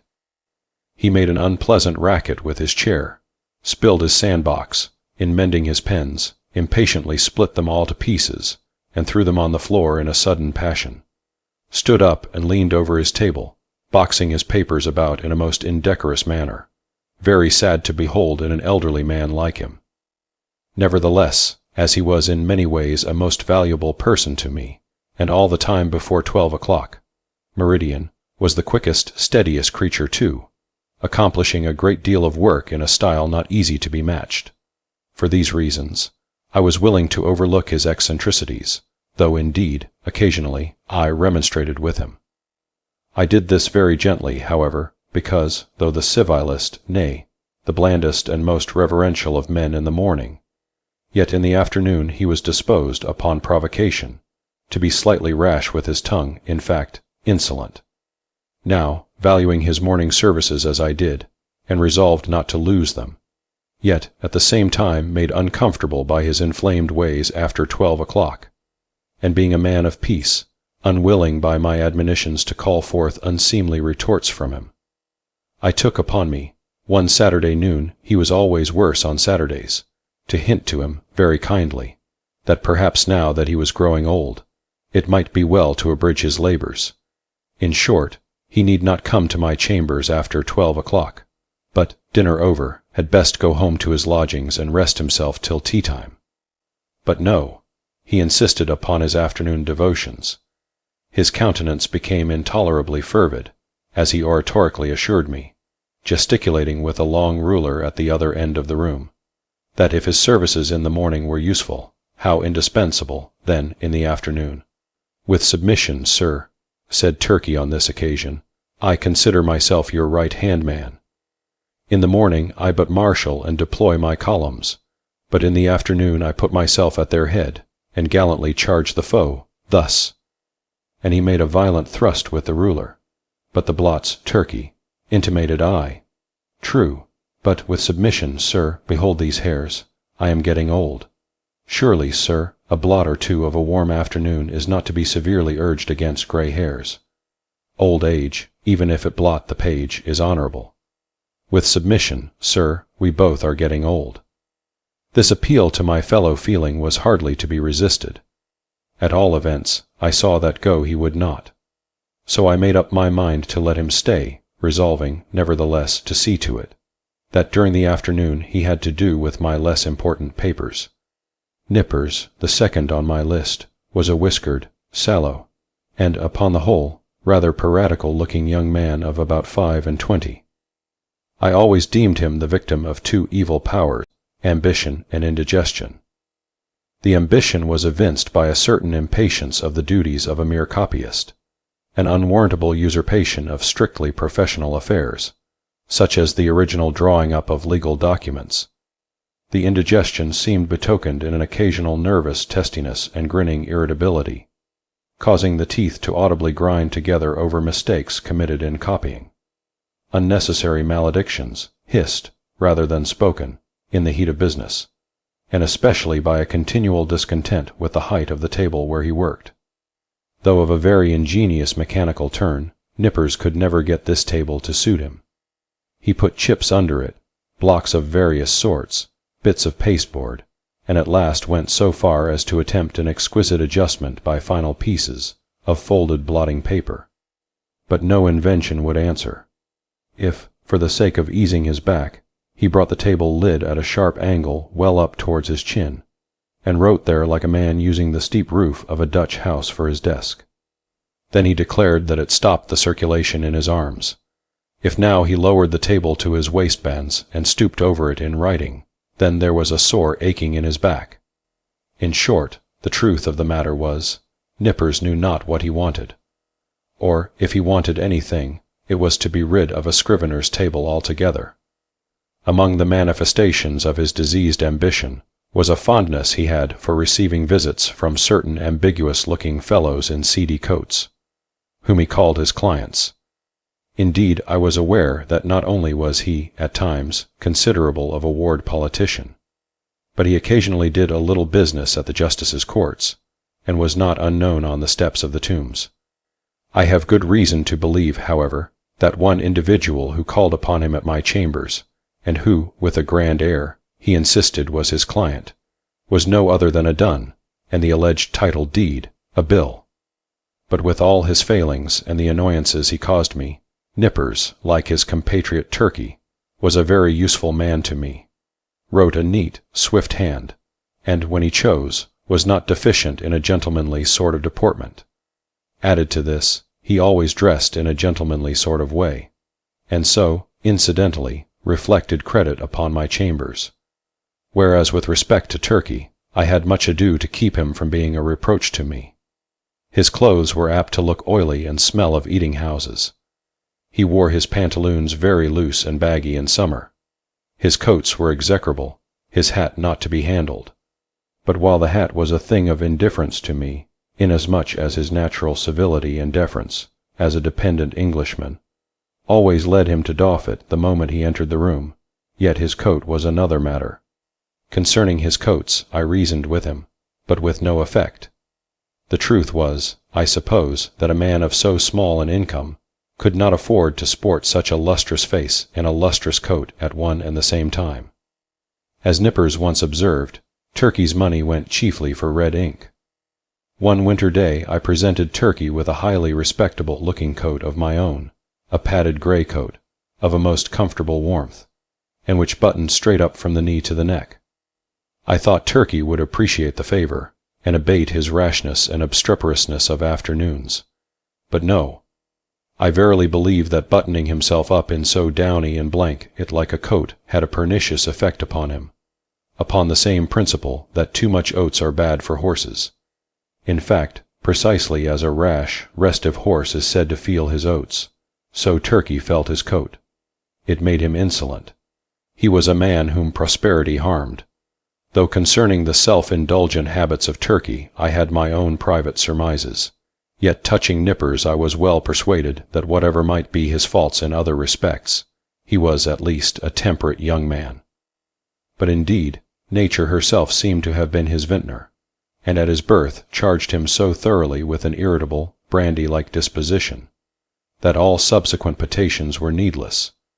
When I consider how, amid the stillness of my chambers, Nippers would sometimes impatiently rise from his seat, and stooping over his table, spread his arms wide apart, seize the whole desk and move it, and jerk it, with a grim, grinding motion on the floor, as if the table were a perverse voluntary agent, intent on thwarting and vexing him. I plainly perceived that for Nippers, brandy and water were altogether superfluous. It was fortunate for me that, owing to its peculiar cause, indigestion, the irritability and consequent nervousness of Nippers were mainly observable in the morning, while in the afternoon he was comparatively mild, so that Turkey's paroxysms only coming on about 12 o'clock, I never had to do with their eccentricities at one time. Their fits relieved each other like guards. When Nippers was on, Turkey's was off, and vice versa. This was a good natural arrangement under the circumstances. Ginger Nut, the third on my list, was a lad some 12 years old. His father was a carman, ambitious of seeing his son on the bench instead of a cart, before he died. So he sent him to my office as student at law, errand boy, and cleaner and sweeper, at the rate of $1 a week. He had a little desk to himself, but he did not use it much. Upon inspection, the drawer exhibited a great array of the shells of various sorts of nuts. Indeed, to this quick-witted youth, the whole noble science of the law was contained in a nutshell. Not the least among the employments of Ginger Nut, as well as one which he discharged with the most alacrity, was his duty as cake and apple purveyor for Turkey and Nippers. Copying law papers being proverbially dry, husky sort of business, my two scriveners were fain to moisten their mouths very often with Spitzenbergs to be had at the numerous stalls nigh the custom house and post office. Also, they sent Ginger Nut very frequently for that peculiar cake, small, flat, round, and very spicy, after which he had been named by them. Of a cold morning when business was but dull, Turkey would gobble up scores of these cakes, as if they were mere wafers. Indeed, they sell them at the rate of 6 or 8 for a penny, the scrape of his pen blending with the crunching of the crisp particles in his mouth. Of all the fiery afternoon blunders and flurried rashnesses of Turkey, was his once moistening a ginger cake between his lips, and clapping it on to a mortgage for a seal. I came within an ace of dismissing him then, but he mollified me by making an oriental bow, and saying, with submission, "Sir, it was generous of me to find you in stationery on my own account." Now my original business, that of a conveyancer and title hunter, and drawer-up of recondite documents of all sorts, was considerably increased by receiving the master's office. There was now great work for scriveners. Not only must I push the clerks already with me, but I must have additional help. In answer to my advertisement, a motionless young man one morning stood upon my office threshold, the door being open, for it was summer. I can see that figure now, pallidly neat, pitiably respectable, incurably forlorn. It was Bartleby. After a few words touching his qualifications, I engaged him, glad to have among my corps of copyists a man of so singularly sedate an aspect, which I thought might operate beneficially upon the flighty temper of Turkey, and the fiery one of Nippers. I should have stated before that ground-glass folding doors divided my premises into two parts, one of which was occupied by my scriveners, the other by myself. According to my humor, I threw open these doors, or closed them. I resolved to assign Bartleby a corner by the folding doors, but on my side of them, so as to have this quiet man within easy call, in case any trifling thing was to be done. I placed his desk close up to a small side window in that part of the room, a window which originally had afforded a lateral view of certain grimy backyards and bricks, but which, owing to subsequent erections, commanded at present no view at all, though it gave some light. Within 3 feet of the panes was a wall, and the light came down from far above, between two lofty buildings, as from a very small opening in a dome.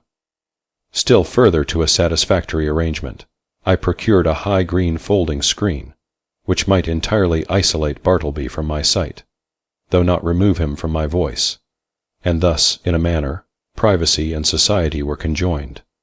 At first, Bartleby did an extraordinary quantity of writing. As if long famishing for something to copy, he seemed to gorge himself on my documents.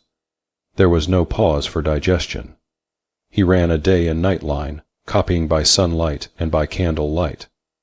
I should have been quite delighted with his application, had he been cheerfully industrious, but he wrote on silently, palely, mechanically.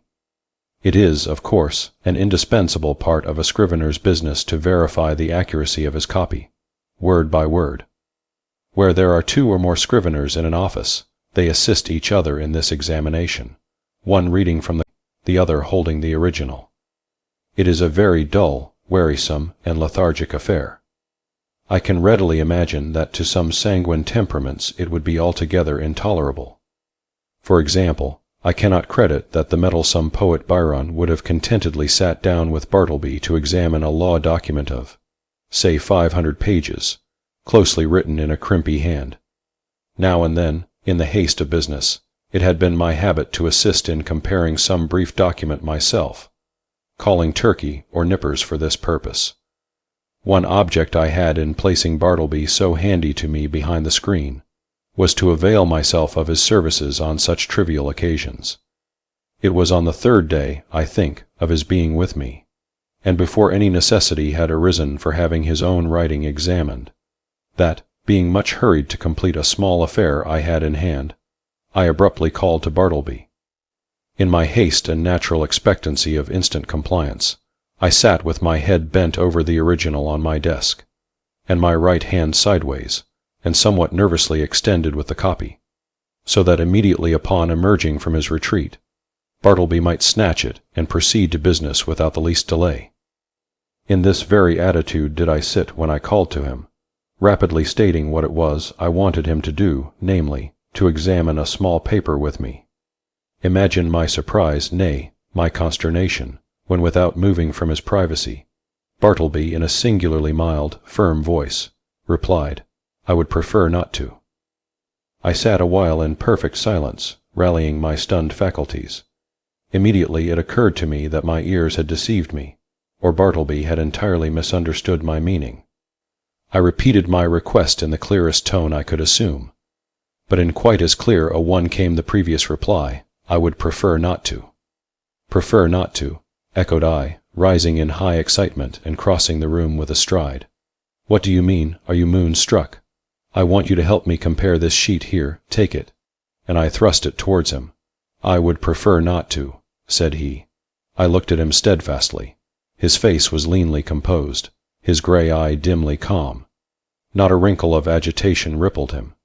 Had there been the least uneasiness, anger, impatience, or impertinence in his manner, in other words, had there been anything ordinarily human about him, doubtless I should have violently dismissed him from the premises.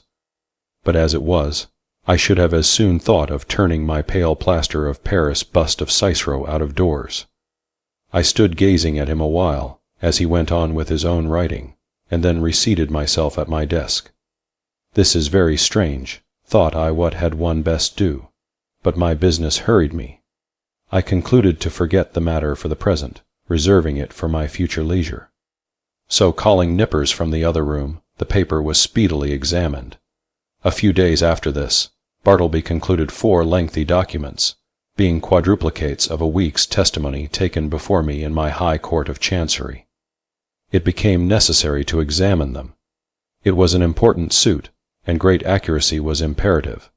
Having all things arranged, I called Turkey, Nippers and Ginger Nut from the next room, meaning to place the 4 copies in the hands of my 4 clerks, while I should read from the original.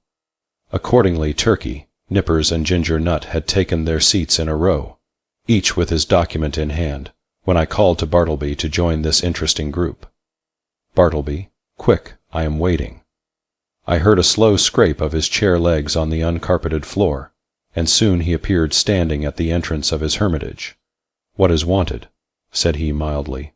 The copies, said I hurriedly. "We are going to examine them. There." And I held towards him the 4th quadruplicate.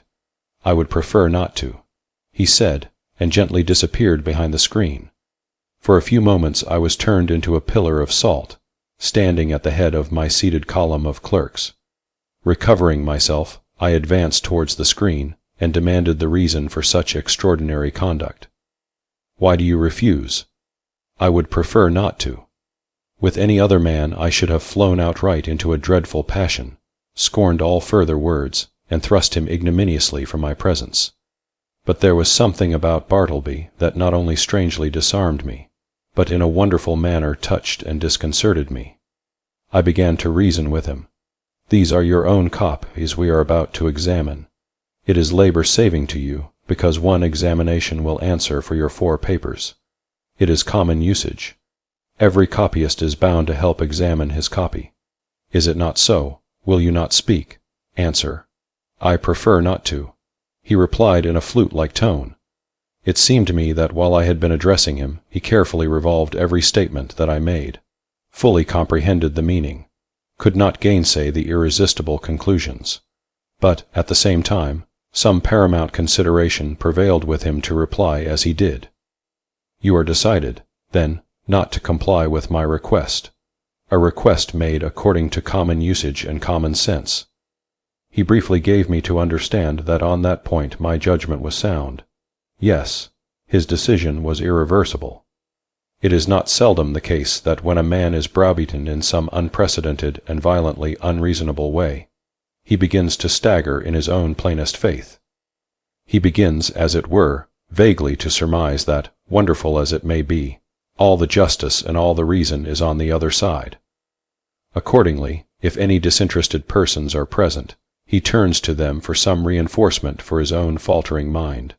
"Turkey," said I, "what do you think of this? Am I not right?" "With submission, sir," said Turkey with his blandest tone, "I think that you are." "Nippers," said I, "what do you think of it?" "I think I should kick him out of the office." The reader of nice perceptions will here perceive that, it being morning, Turkey's answer is couched in polite and tranquil terms, but Nippers replies in ill-tempered ones. Or, to repeat a previous sentence, Nipper's ugly mood was on duty and Turkey's off. "Ginger Nut," said I, willing to enlist the smallest suffrage in my behalf, "what do you think of it?" "I think, sir, he's a little lunny," replied Ginger Nut with a grin. "You hear what they say," said I, turning towards the screen. "Come forth and do your duty." But he vouchsafed no reply. I pondered a moment in sore perplexity, but once more business hurried me. I determined again to postpone the consideration of this dilemma to my future leisure. With a little trouble we made out to examine the papers without Bartleby, though at every page or two, Turkey deferentially dropped his opinion that this proceeding was quite out of the common, while Nippers, twitching in his chair with a dyspeptic nervousness, ground out between his set teeth occasional hissing maledictions against the stubborn oaf behind the screen. And for his Nippers' part, this was the first and the last time he would do another man's business without pay. Meanwhile Bartleby sat in his hermitage, oblivious to everything but his own peculiar business there. Some days passed, the scrivener being employed upon another lengthy work, His late remarkable conduct led me to regard his ways narrowly. I observed that he never went to dinner, indeed, that he never went anywhere. As yet, I had never of my personal knowledge known him to be outside of my office. He was a perpetual sentry in the corner. At about 11 o'clock, though, in the morning, I noticed that Ginger Nut would advance toward the opening in Bartleby's screen, as if silently beckoned thither by a gesture invisible to me where I sat. The boy would then leave the office jingling a few pence, and reappear with a handful of ginger nuts which he delivered in the Hermitage, receiving 2 of the cakes for his trouble. He lives, then, on ginger nuts, thought I. Never eats a dinner, properly speaking. He must be a vegetarian, then. But no, he never eats even vegetables. He eats nothing but ginger nuts. My mind then ran on in reveries concerning the probable effects upon the human constitution of living entirely on ginger nuts.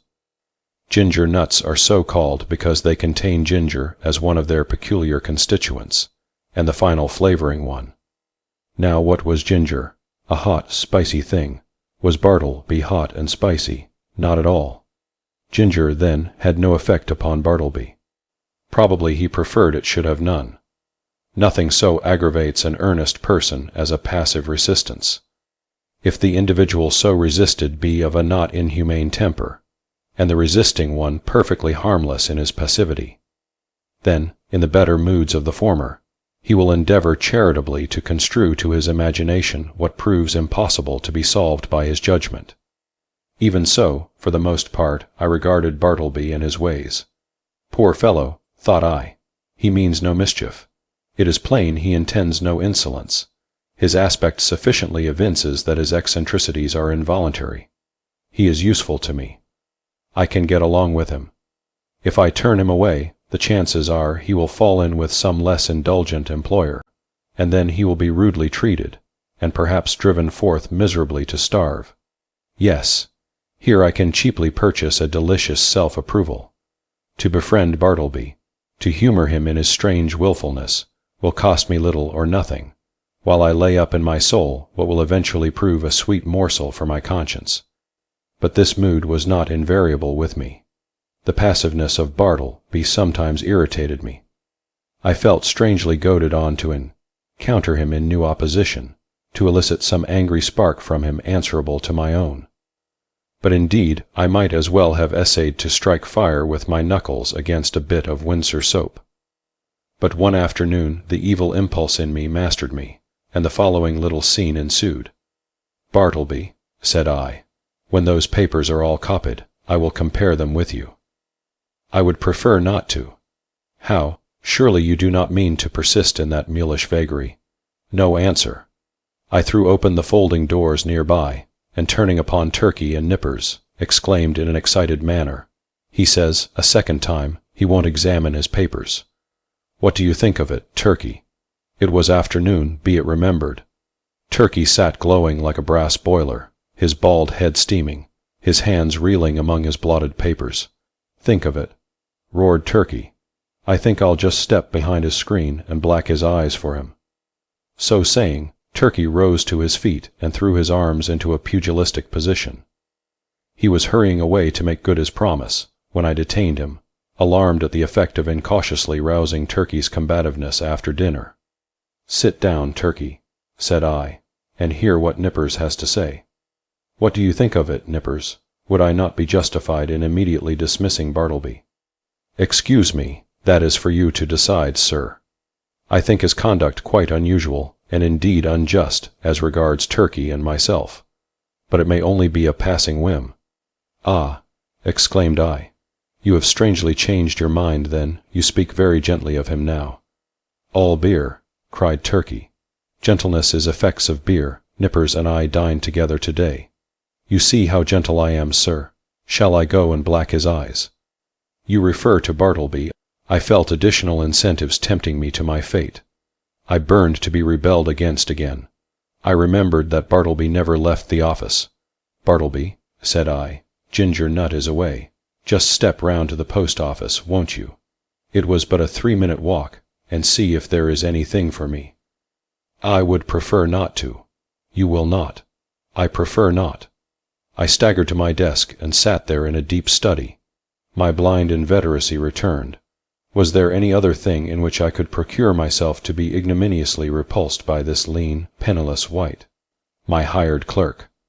What added thing is there, perfectly reasonable, that he will be sure to refuse to do? Bartleby. No answer.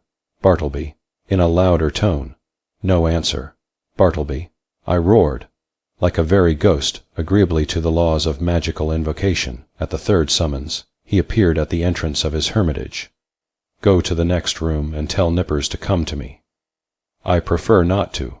He respectfully and slowly said, and mildly disappeared. Very good, Bartleby, said I, in a quiet sort of serenely severe self-possessed tone, intimating the unalterable purpose of some terrible retribution very close at hand. At the moment I half intended something of the kind, but upon the whole, as it was drawing towards my dinner hour, I thought it best to put on my hat and walk home for the day, suffering much from perplexity and distress of mind. Shall I acknowledge it? The conclusion of this whole business was, that it soon became a fixed fact of my chambers, that a pale young scrivener, by the name of Bartleby, and a desk there, that he copied for me at the usual rate of 4 cents a folio 100 words, but he was permanently exempt from examining the work done by him, that duty being transferred to Turkey and Nippers, one of compliment doubtless to their superior acuteness.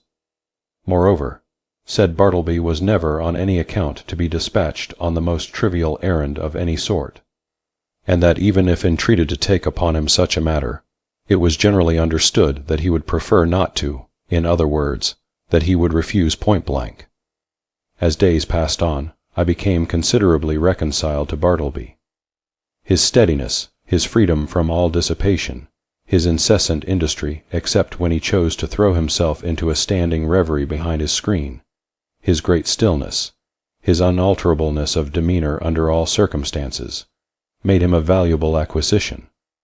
One prime thing was this: he was always there, first in the morning, continually through the day, and the last at night. I had a singular confidence in his honesty.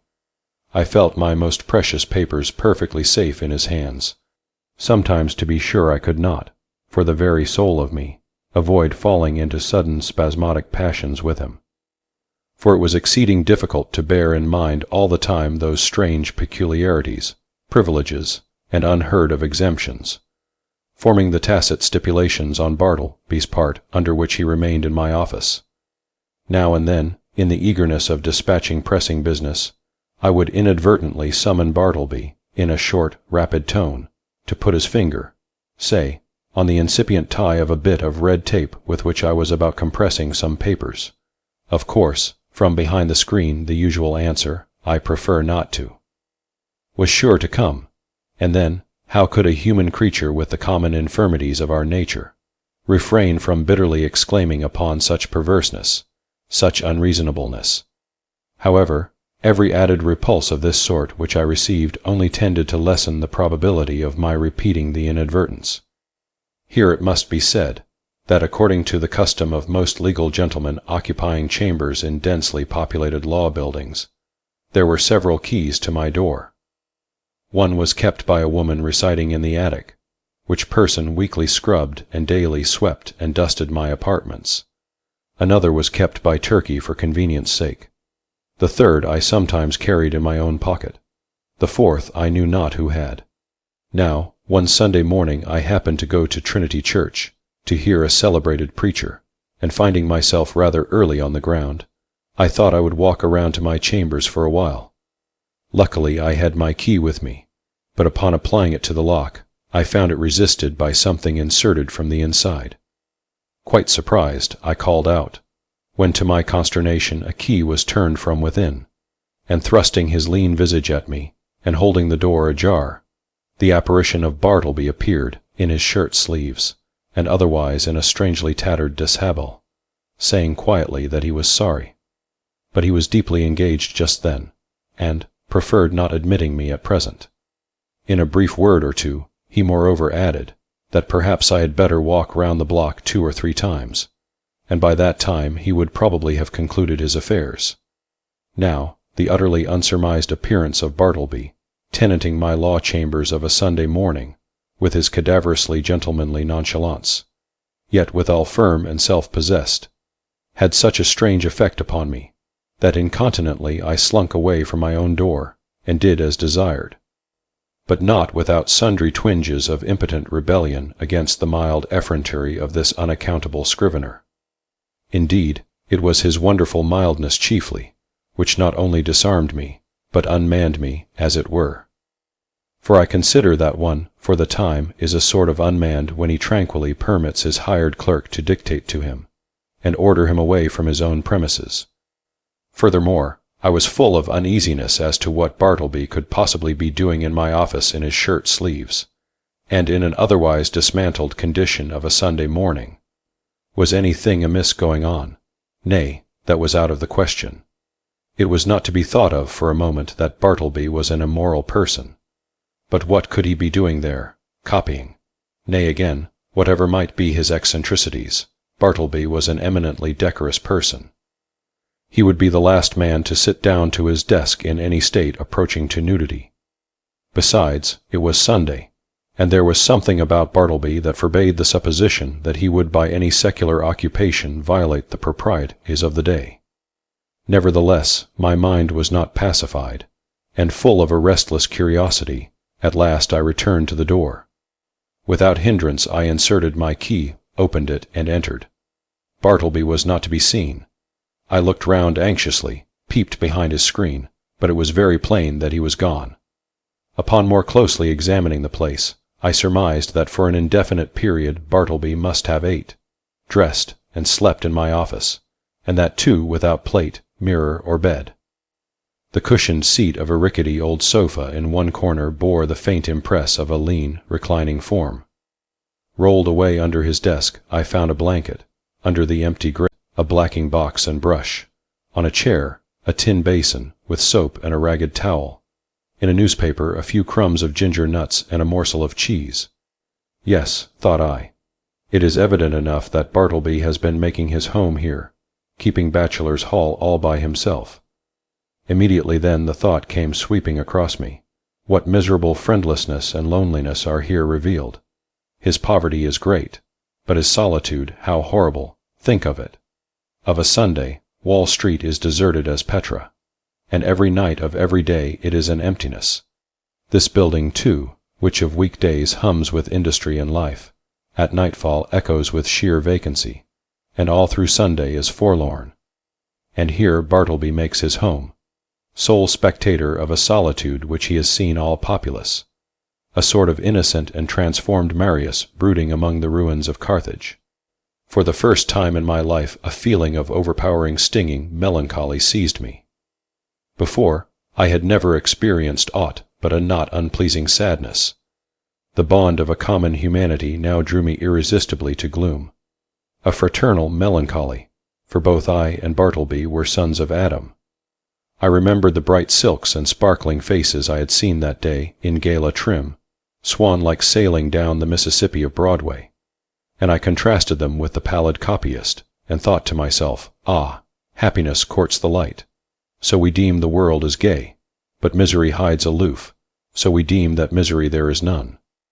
These sad fancyings, chimeras, doubtless, of a sick and silly brain, led on to other and more special thoughts, concerning the eccentricities of Bartleby. Presentiments of strange discoveries hovered round me. The scrivener's pale form appeared to me laid out, among uncaring strangers, in its shivering winding sheet. Suddenly I was attracted by Bartleby's closed desk, the key in open sight left in the lock. I mean no mischief, seek the gratification of no heartless curiosity, thought I. Besides, the desk is mine, and its contents too, so I will make bold to look within. Everything was methodically arranged, the papers smoothly placed. The pigeon holes were deep, and removing the files of documents, I groped into their recesses. Presently I felt something there and dragged it out. It was an old bandana handkerchief, heavy and knotted. I opened it, and saw it was a savings bank. I now recalled all the quiet mysteries which I had noted in the man.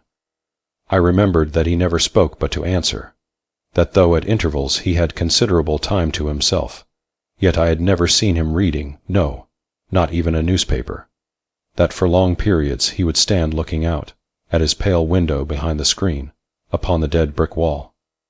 I was quite sure he never visited any refectory or eating-house, while his pale face clearly indicated that he never drank beer like Turkey, or tea and coffee even, like other men, that he never went anywhere in particular that I could learn, never went out for a walk, unless indeed that was the case at present, that he had declined telling who he was, or whence he came, or whether he had any relatives in the world, that though so thin and pale, he never complained of ill health. And more than all, I remembered a certain unconscious air of pallid, how shall I call it? Of pallid haughtiness, say, or rather an austere reserve about him, which had positively awed me into my tame compliance with his eccentricities, when I had feared to ask him to do the slightest incidental thing for me, even though I might know, from his long continued motionlessness, that behind his screen he must be standing in one of those dead-wall reveries of his. Revolving all these things, and coupling them with the recently discovered fact that he made my office his constant abiding place and home, and not forgetful of his morbid moodiness, revolving all these things, a prudential feeling began to steal over me. My first emotions had been those of pure melancholy and sincerest pity, but just in proportion as the forlornness of Bartleby grew and grew to my imagination, did that same melancholy merge into fear, that pity into repulsion. So true it is, and so terrible too, that up to a certain point the thought or sight of misery enlists our best affections, but, in certain special cases, beyond that point it does not. They err who would assert that invariably this is owing to the inherent selfishness of the human heart. It rather proceeds from a certain hopelessness of remedying excessive and organic ill. To a sensitive being, pity is not seldom pain, and when at last it is perceived that such pity cannot lead to effectual succor, common sense bids the soul rid of it. What I saw that morning persuaded me that the scrivener was the victim of innate and incurable disorder. I might give alms to his body, but his body did not pain him. It was his soul that suffered, and his soul I could not reach. I did not accomplish the purpose of going to Trinity Church that morning. Somehow, the things I had seen disqualified me for the time from church-going. I walked homeward, thinking what I would do with Bartleby. Finally, I resolved upon this.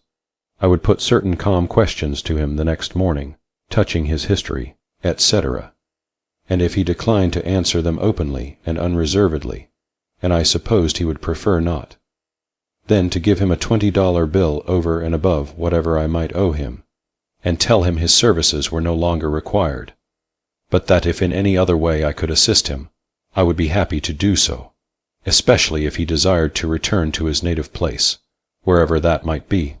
I would willingly help to defray the expenses. Moreover, if after reaching home he found himself at any time in want of aid, a letter from him would be sure of a reply. The next morning came. "Bartleby," said I, gently calling to him behind his screen. No reply. "Bartleby," said I, in a still gentler tone, "come here. I am not going to ask you to do anything you would prefer not to do. I simply wish to speak to you." Upon this he noiselessly slid into view. "Will you tell me, Bartleby, where you were born?" "I would prefer not to." "Will you tell me anything about yourself?" "I would prefer not to." "But what reasonable objection can you have to speak to me? I feel friendly towards you." He did not look at me while I spoke, but kept his glance fixed upon my bust of Cicero, which, as I then sat, was directly behind me, some 6 inches above my head. "What is your answer, Bartleby?" said I, after waiting a considerable time for a reply, during which his countenance remained immovable. Only there was the faintest conceivable tremor of the white attenuated mouth. "At present I prefer to give no answer," he said, and retired into his hermitage. It was rather weak in me, I confess, but his manner on this occasion nettled me. Not only did there seem to lurk in it a certain calm disdain, but his perverseness seemed ungrateful, considering the undeniable good usage and indulgence he had received from me. Again I sat ruminating what I should do, mortified as I was at his behavior, and resolved as I had been to dismiss him when I entered my offices. Nevertheless, I strangely felt something superstitious knocking at my heart, and forbidding me to carry out my purpose, and denouncing me for a villain if I dared to breathe one bitter word against this forlornest of mankind. At last, familiarly drawing my chair behind his screen, I sat down and said, "Bartleby, never mind then about revealing your history, but let me entreat you, as a friend, to comply as far as may be with the usages of this office. Say now you will help to examine papers tomorrow or next day. In short, say now that in a day or two you will begin to be a little reasonable. Say so, Bartleby." "At present I would prefer not to be a little reasonable," was his mildly cadaverous reply. Just then the folding doors opened, and Nippers approached. He seemed suffering from an unusually bad night's rest, induced by severer indigestion than common. He overheard those final words of Bartleby. "Prefer not, eh?" gritted Nippers. "I'd prefer him, if I were you, sir. Addressing me, I'd prefer him. I'd give him preferences, the stubborn mule. What is it, sir, pray, that he prefers not to do now?" Bartleby moved not a limb. "Mr. Nippers," said I, "I'd prefer that you would withdraw for the present." Somehow, of late I had got into the way of involuntarily using this word, prefer, upon all sorts of not exactly suitable occasions, and I trembled to think that my contact with the scrivener had already and seriously affected me in a mental way. And what further and deeper aberration might it not yet produce? This apprehension had not been without efficacy in determining me to summary means. As Nippers, looking very sour and sulky, was departing, Turkey blandly and deferentially approached. "With submission, sir," said he, "yesterday I was thinking about Bartleby here, and I think that if he would but prefer to take a quart of good ale, it would do much towards mending him, and enabling him to assist in examining his papers." "So you have got the word too," said I, slightly excited. "With submission, what word, sir?" asked Turkey, respectfully crowding himself into the contracted space behind the screen, and by so doing, making me jostle the scrivener. "What words, sir?" "I would prefer to be left alone here," said Bartleby, as if offended at being mobbed in his privacy. "That's the word, Turkey," said I, "that's it." "Oh, prefer, oh yes, queer word, I never use it myself. But, sir, as I was saying, if he would but prefer—" "Turkey," interrupted I, "you will please withdraw." "Oh, certainly, sir, if you prefer that I should." As he opened the folding door to retire, Nippers at his desk caught a glimpse of me, and asked whether I would prefer to have a certain paper copied on blue paper or white. He did not in the least roguishly accent the word prefer.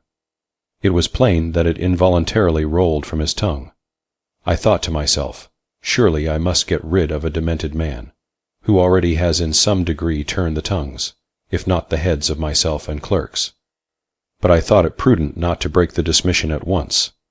The next day I noticed that Bartleby did nothing but stand at his window in his dead-wall reverie.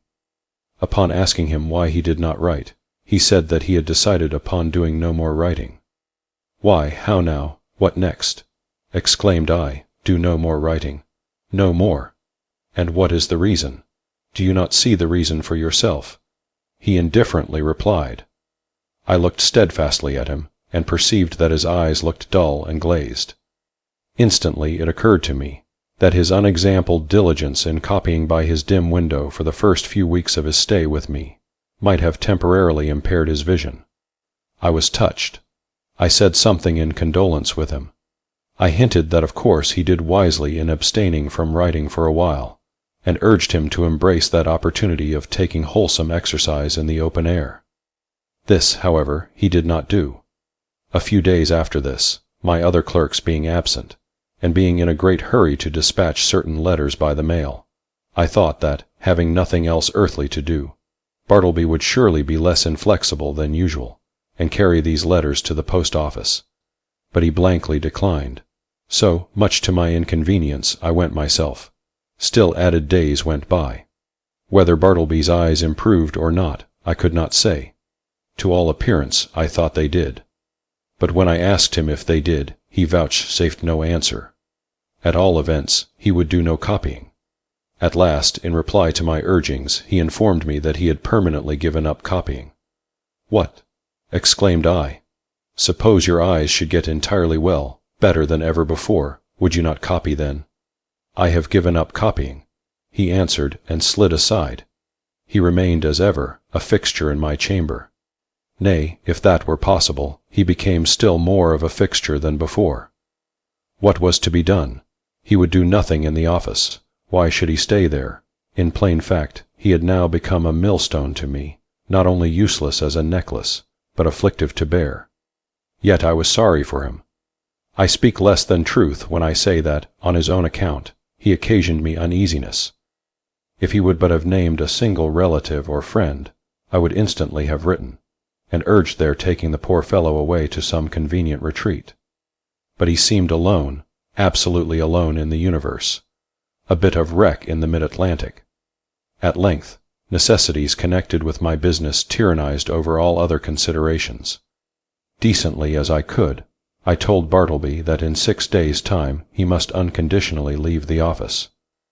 I warned him to take measures, in the interval, for procuring some other abode. I offered to assist him in this endeavor, if he himself would but take the first step towards a removal. "And when you finally quit me, Bartleby," added I shall see that you go not away entirely unprovided. 6 days from this hour, remember." At the expiration of that period, I peeped behind the screen, and lo, Bartleby was there. I buttoned up my coat, balanced myself, advanced slowly towards him, touched his shoulder, and said, "The time has come. You must quit this place. I am sorry for you. Here is money, but you must go." "I would prefer not." He replied, with his back still towards me, "You must." He remained silent.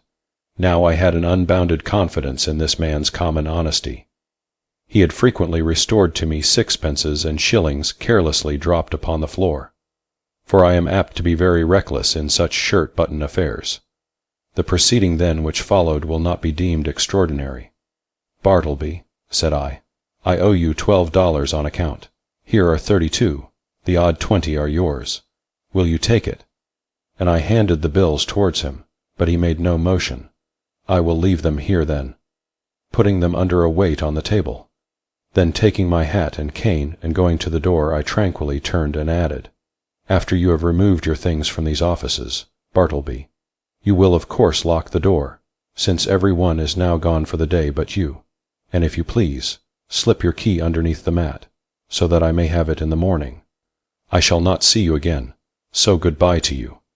If hereafter in your new place of abode I can be of any service to you, do not fail to advise me by letter. Good-bye, Bartleby, and fare you well." But he answered not a word. Like the last column of some ruined temple, he remained standing mute and solitary in the middle of the otherwise deserted room. As I walked home in a pensive mood, my vanity got the better of my pity. I could not but highly plume myself on my masterly management in getting rid of Bartleby. Masterly I call it, and such it must appear to any dispassionate thinker. The beauty of my procedure seemed to consist in its perfect quietness. There was no vulgar bullying, no bravado of any sort, no choleric hectoring and striding to and fro across the apartment, jerking out vehement commands for Bartleby to bundle himself off with his beggarly traps. Nothing of the kind. Without loudly bidding Bartleby depart, as an inferior genius might have done, I assumed the ground that depart he must, and upon that assumption built all I had to say. The more I thought over my procedure, the more I was charmed with it. Nevertheless, next morning, upon awakening, I had my doubts. I had somehow slept off the fumes of vanity. One of the coolest and wisest hours a man has is just after he awakes in the morning.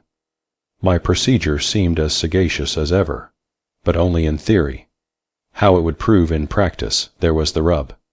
It was truly a beautiful thought to have assumed Bartleby's departure, but, after all, that assumption was simply my own, and none of Bartleby's. The great point was, not whether I had assumed that he would quit me, but whether he would prefer so to do. He was more a man of preferences than assumptions. After breakfast, I walked downtown, arguing the probabilities pro and con. One moment I thought it would prove a miserable failure, and Bartleby would be found all alive at my office as usual. The next moment it seemed certain that I should see his chair empty, and so I kept veering about. At the corner of Broadway and Canal Street, I saw quite an excited group of people standing in earnest conversation. "I'll take odds he doesn't," said a voice as I passed. "Doesn't go. Done," said I. "Put up your money." I was instinctively putting my hand in my pocket to produce my own, when I remembered that this was an election day. The words I had overheard bore no reference to Bartleby, but to the success or non-success of some candidate for the mayoralty. In my intent frame of mind, I had, as it were, imagined that all Broadway shared in my excitement, and were debating the same question with me. I passed on, very thankful that the uproar of the street screened my momentary absent-mindedness. As I had intended, I was earlier than usual at my office door. I stood listening for a moment. All was still. He must be gone. I tried the knob. The door was locked. Yes, my procedure had worked to a charm. He indeed must be vanished. Yet a certain melancholy mixed with this. I was almost sorry for my brilliant success. I was fumbling under the door mat for the key, which Bartleby was to have left there for me, when accidentally my knee knocked against a panel, producing a summoning sound, and in response a voice came to me from within. "Not yet. I am occupied." It was Bartleby. I was thunderstruck. For an instant I stood like the man who, pipe in mouth, was killed one cloudless afternoon long ago in Virginia, by a summer lightning. At his own warm open window he was killed, and remained leaning out there upon the dreamy afternoon, till someone touched him when he fell. Not gone. I murmured at last, but again obeying that wondrous ascendancy which the inscrutable scrivener had over me, and from which ascendancy, for all my chafing, I could not completely escape. I slowly went downstairs and out into the street, and while walking round the block, considered what I should next do in this unheard of perplexity. Turn the man out by an actual thrusting I could not. To drive him away by calling him hard names would not do. Calling in the police was an unpleasant idea. And yet, permit him to enjoy his cadaverous triumph over me. This too I could not think of. What was to be done? Or, if nothing could be done, was there anything further that I could assume in the matter? Yes, as before I had prospectively assumed that Bartleby would depart. So now I might retrospectively assume that departed he was. In the legitimate carrying out of this assumption, I might enter my office in a great hurry, and pretending not to see Bartleby at all, walk straight against him as if he were air. Such a proceeding would in a singular degree have the appearance of a home thrust. It was hardly possible that Bartleby could withstand such an application of the doctrine of assumptions. But upon second thoughts the success of the plan seemed rather dubious. I resolved to argue the matter over with him again. "Bartleby," said I, entering the office with a quietly severe expression, "I am seriously displeased. I am pained, Bartleby. I had thought better of you. I had imagined you of such a gentlemanly organization, that in any delicate dilemma a slight hint would have sufficed, in short, an assumption. But it appears I am deceived. Why," I added, unaffectedly starting, "you have not even touched that money yet," pointing to it, just where I had left it the evening previous. He answered nothing. "Will you, or will you not, quit me?" I now demanded in a sudden passion, advancing close to him. "I would prefer not to quit you," he replied, gently emphasizing the not. "What earthly right have you to stay here? Do you pay any rent? Do you pay my taxes? Or is this property yours?" He answered nothing. "Are you ready to go on and write now? Are your eyes recovered? Could you copy a small paper for me this morning, or help examine a few lines, or step round to the post office? In a word, will you do anything at all to give a coloring to your refusal to depart the premises?" He silently retired into his hermitage. I was now in such a state of nervous resentment that I thought it but prudent to check myself at present from further demonstrations. Bartleby and I were alone. I remembered the tragedy of the unfortunate Adams and the still more unfortunate Colt in the solitary office of the latter, and how poor Colt, being dreadfully incensed by Adams, and imprudently permitting himself to get wildly excited, was at unawares hurried into his fatal act, an act which certainly no man could possibly deplore more than the actor himself. Often it had occurred to me in my ponderings upon the subject, that had that altercation taken place in the public street, or at a private residence, it would not have terminated as it did.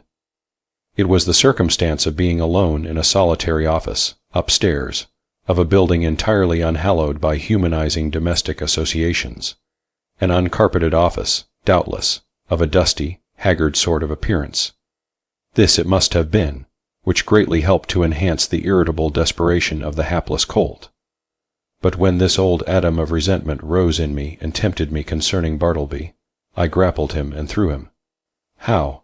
Why, simply by recalling the divine injunction, "A new commandment give I unto you, that ye love one another." Yes, this it was that saved me.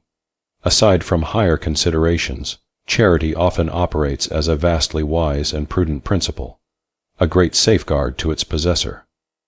Men have committed murder for jealousy's sake, and anger's sake, and hatred's sake, and selfishness' sake, and spiritual pride's sake.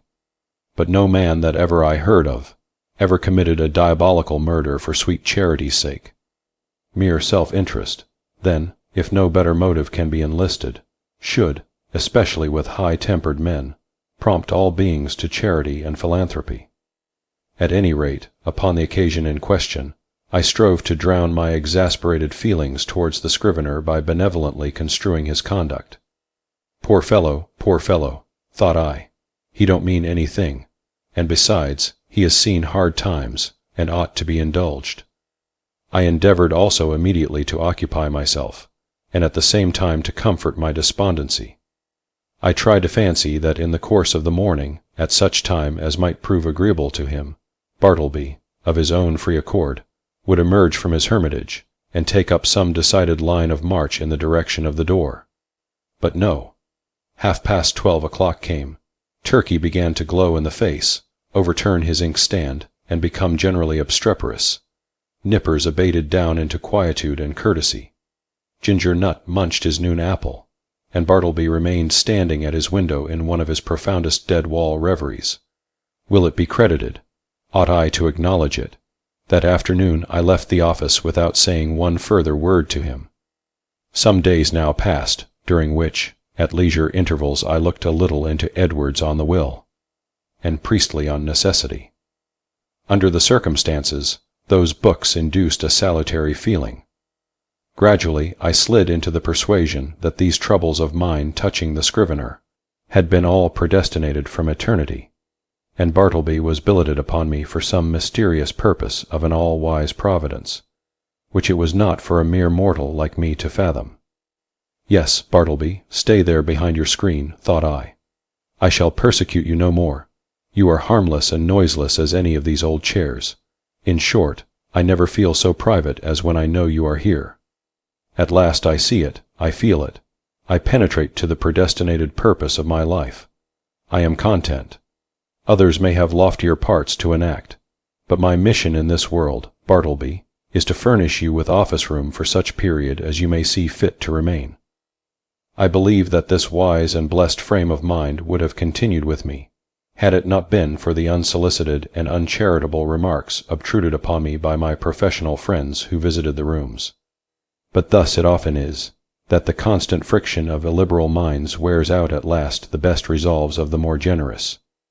Though, to be sure, when I reflected upon it, it was not strange that people entering my office should be struck by the peculiar aspect of the unaccountable Bartleby, and so be tempted to throw out some sinister observations concerning him.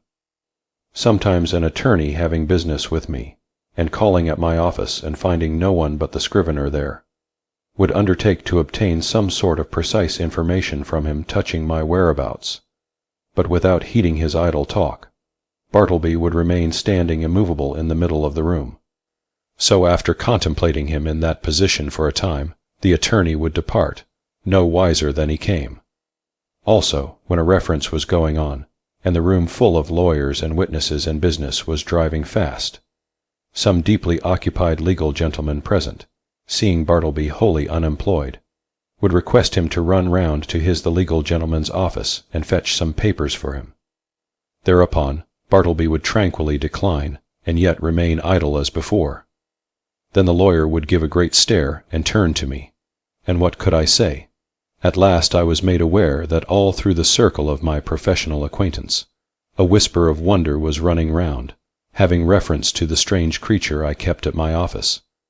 This worried me very much, and as the idea came upon me of his possibly turning out a long-lived man, and keep occupying my chambers, and denying my authority, and perplexing my visitors, and scandalizing my professional reputation, and casting a general gloom over the premises, keeping soul and body together to the last upon his savings, for doubtless he spent but half a dime a day, and in the end perhaps outlive me, and claim possession of my office by right of his perpetual occupancy.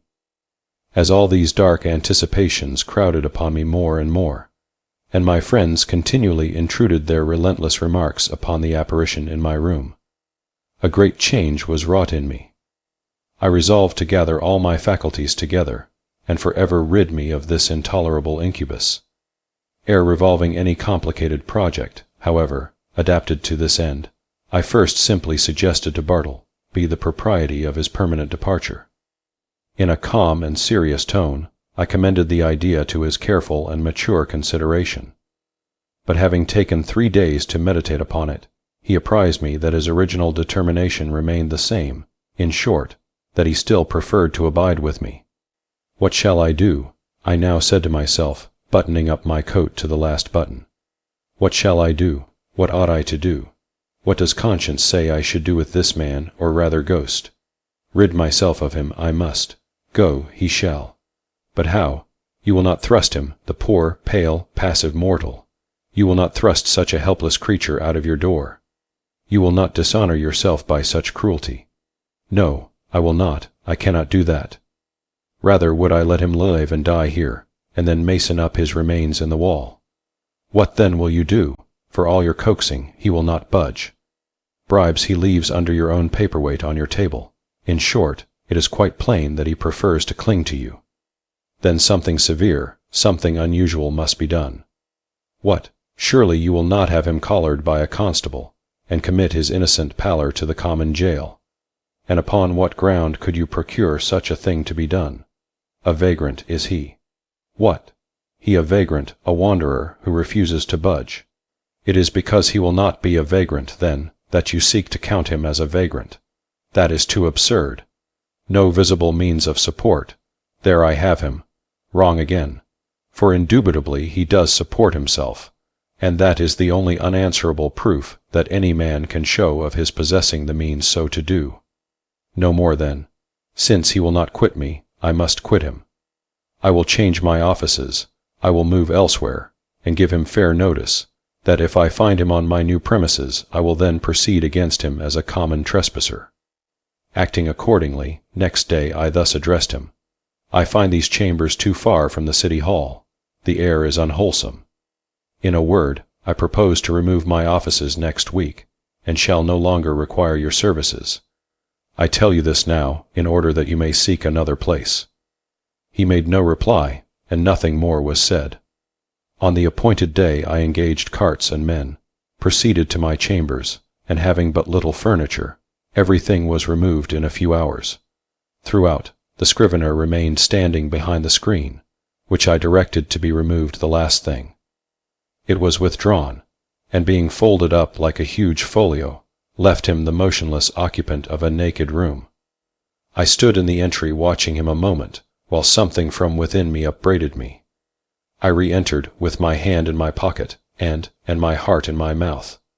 Good-bye, Bartleby. I am going. Good-bye, and God some way bless you, and take that, slipping something in his hand. But it dropped upon the floor, and then, strange to say, I tore myself from him whom I had so longed to be rid of. Established in my new quarters, for a day or two I kept the door locked, and started at every footfall in the passages. When I returned to my rooms after any little absence, I would pause at the threshold for an instant, and attentively listen, ere applying my key. But these fears were needless.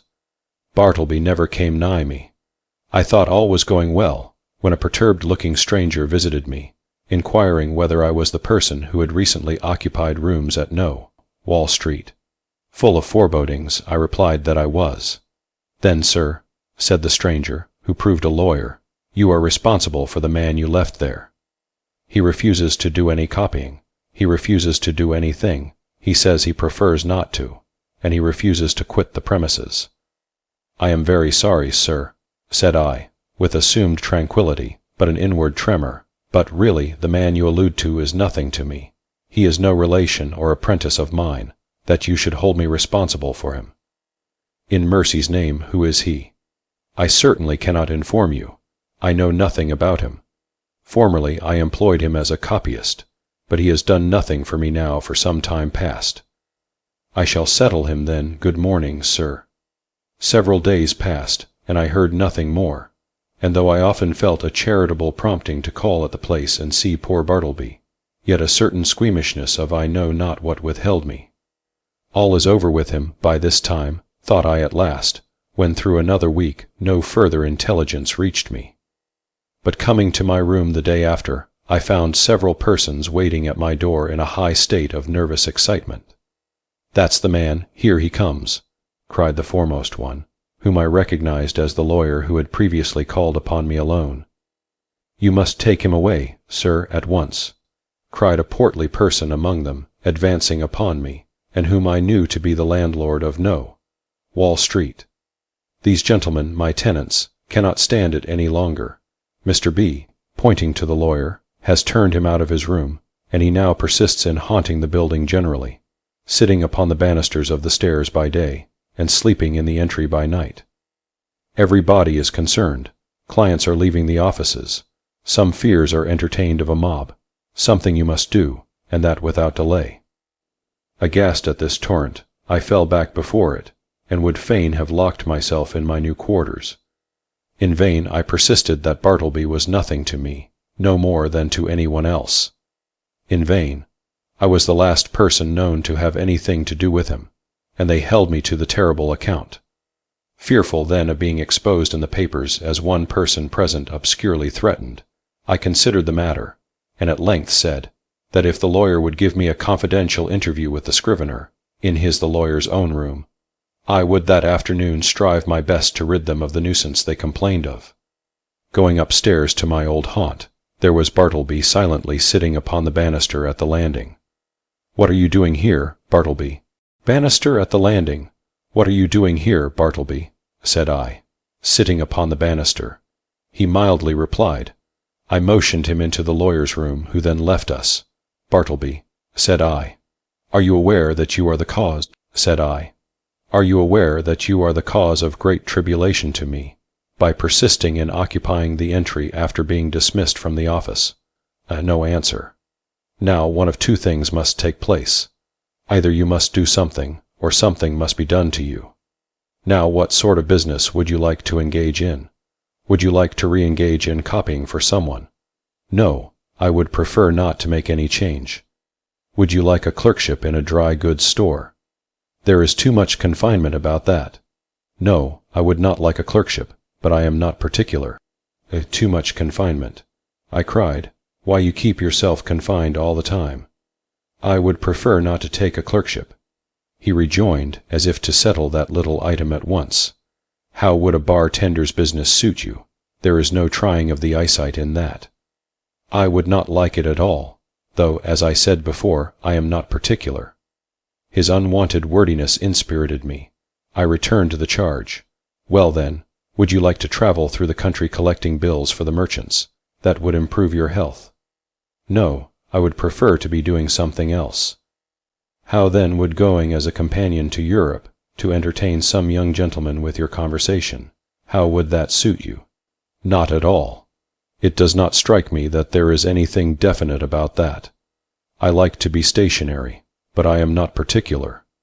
Stationary you shall be then.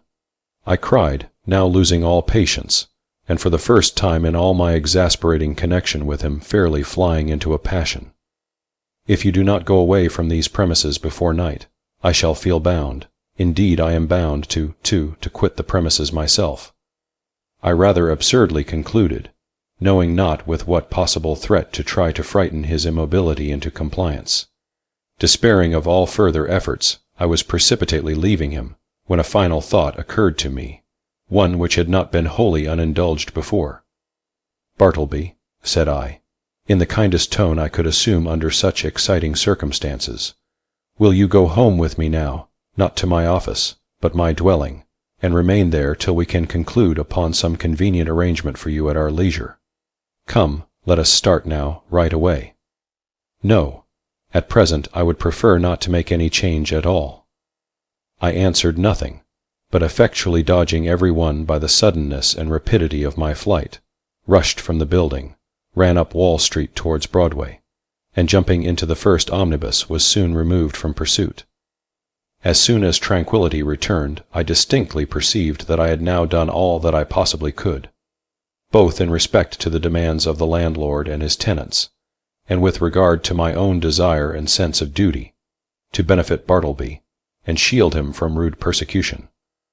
I now strove to be entirely care-free and quiescent, and my conscience justified me in the attempt, though indeed it was not so successful as I could have wished. So fearful was I of being again hunted out by the incensed landlord and his exasperated tenants, that, surrendering my business to Nippers, for a few days I drove about the upper part of the town and through the suburbs in my rockaway, crossed over to Jersey City and Hoboken, and paid fugitive visits to Manhattanville and Astoria. In fact, I almost lived in my rockaway for the time. When again I entered my office, lo, a note from the landlord lay upon the desk. I opened it with trembling hands. It informed me that the writer had sent to the police, and had Bartleby removed to the Tombs as a vagrant. Moreover, since I knew more about him than any one else, he wished me to appear at that place, and make a suitable statement of the facts. These tidings had a conflicting effect upon me. At first I was indignant, but at last almost approved. The landlord's energetic, summary disposition had led him to adopt a procedure which I do not think I would have decided upon myself, and yet as a last resort, under such peculiar circumstances, it seemed the only plan. As I afterwards learned, the poor scrivener, when told that he must be conducted to the Tombs, offered not the slightest obstacle, but in his pale, unmoving way, silently acquiesced. Some of the compassionate and curious bystanders joined the party, and headed by one of the constables arm in arm with Bartleby, the silent procession filed its way through all the noise, and heat, and joy of the roaring thoroughfares at noon. The same day I received the note I went to the Tombs, or to speak more properly, the halls of justice.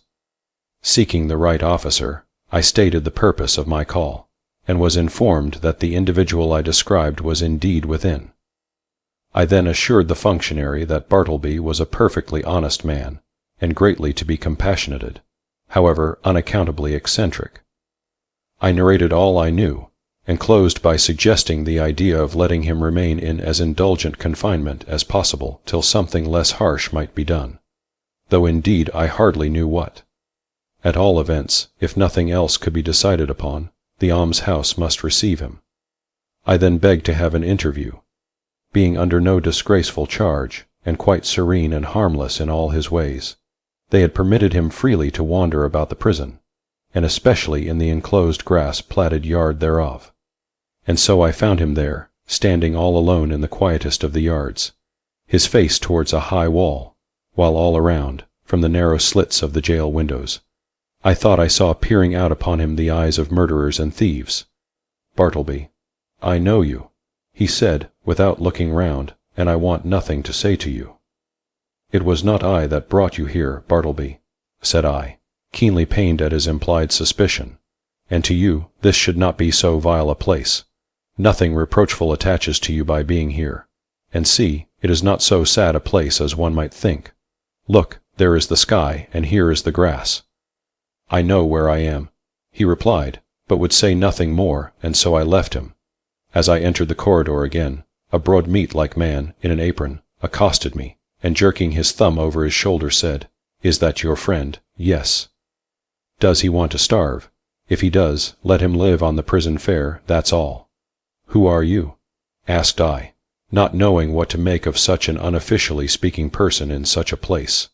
I am the grub man. Such gentlemen as have friends here hire me to provide them with something good to eat. Is this so? Said I, turning to the turnkey. He said it was. Well then, said I, slipping some silver into the grub man's hands, for so they called him. I want you to give particular attention to my friend there. Let him have the best dinner you can get, and you must be as polite to him as possible. Introduce me, will you?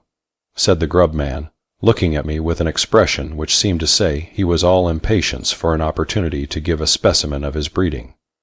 Thinking it would prove of benefit to the scrivener, I acquiesced, and asking the grub man his name, went up with him to Bartleby. Bartleby, this is Mr. Cutlets. You will find him very useful to you. Your sarvant, sir, your sarvant, said the grub man, making a low salutation behind his apron. Hope you find it pleasant here, sir. Spacious grounds, cool apartments, sir. Hope you'll stay with us some time. Try to make it agreeable. May Mrs. Cutlets and I have the pleasure of your company to dinner, sir, in Mrs. Cutlets' private room. I prefer not to dine today, said Bartleby, turning away.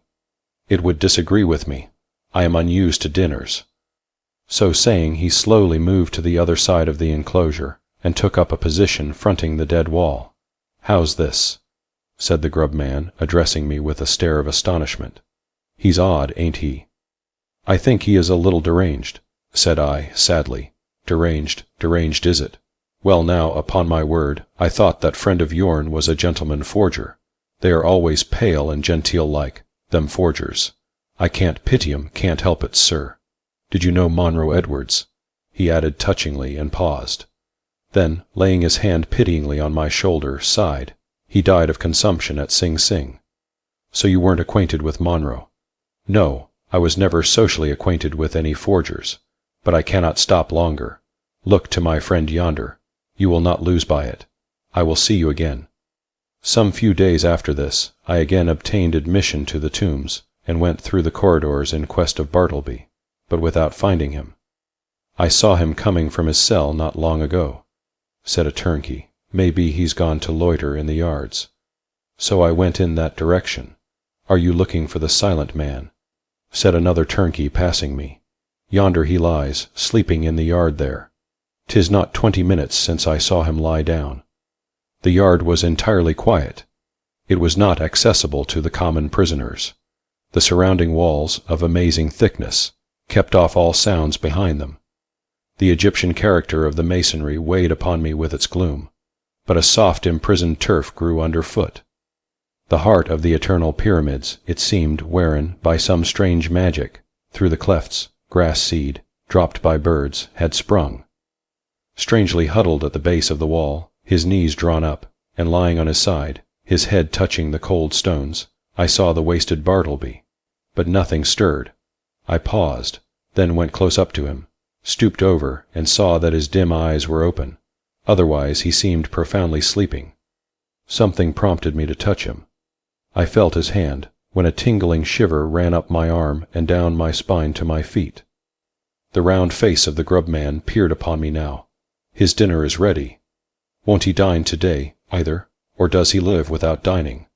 Lives without dining, said I, and closed his eyes.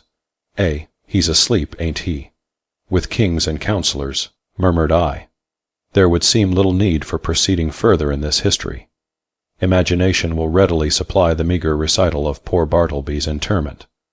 But ere parting with the reader, let me say, that if this little narrative has sufficiently interested him, to awaken curiosity as to who Bartleby was, and what manner of life he led prior to the present narrator's making his acquaintance, I can only reply, that in such curiosity I fully share, but am wholly unable to gratify it. Yet here I hardly know whether I should divulge one little item of rumor, which came to my ear a few months after the scrivener's decease. Upon what basis it rested, I could never ascertain, and hence, how true it is I cannot now tell. But inasmuch as this vague report has not been without certain strange suggestive interest to me, however sad, it may prove the same with some others, and so I will briefly mention it. The report was this. that Bartleby had been a subordinate clerk in the dead-letter office at Washington, from which he had been suddenly removed by a change in the administration. When I think over this rumor, I cannot adequately express the emotions which seize me. Dead letters. Does it not sound like dead men? Conceive a man by nature and misfortune prone to a pallid hopelessness.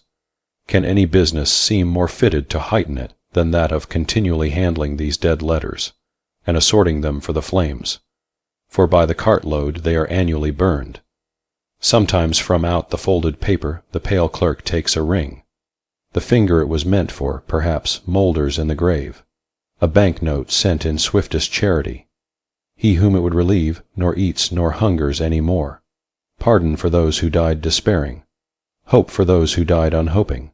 Good tidings for those who died stifled by unrelieved calamities. On errands of life these letters speed to death. Ah, Bartleby! Ah, humanity! End of Bartleby, the scrivener. A Story of Wall Street, by Herman Melville.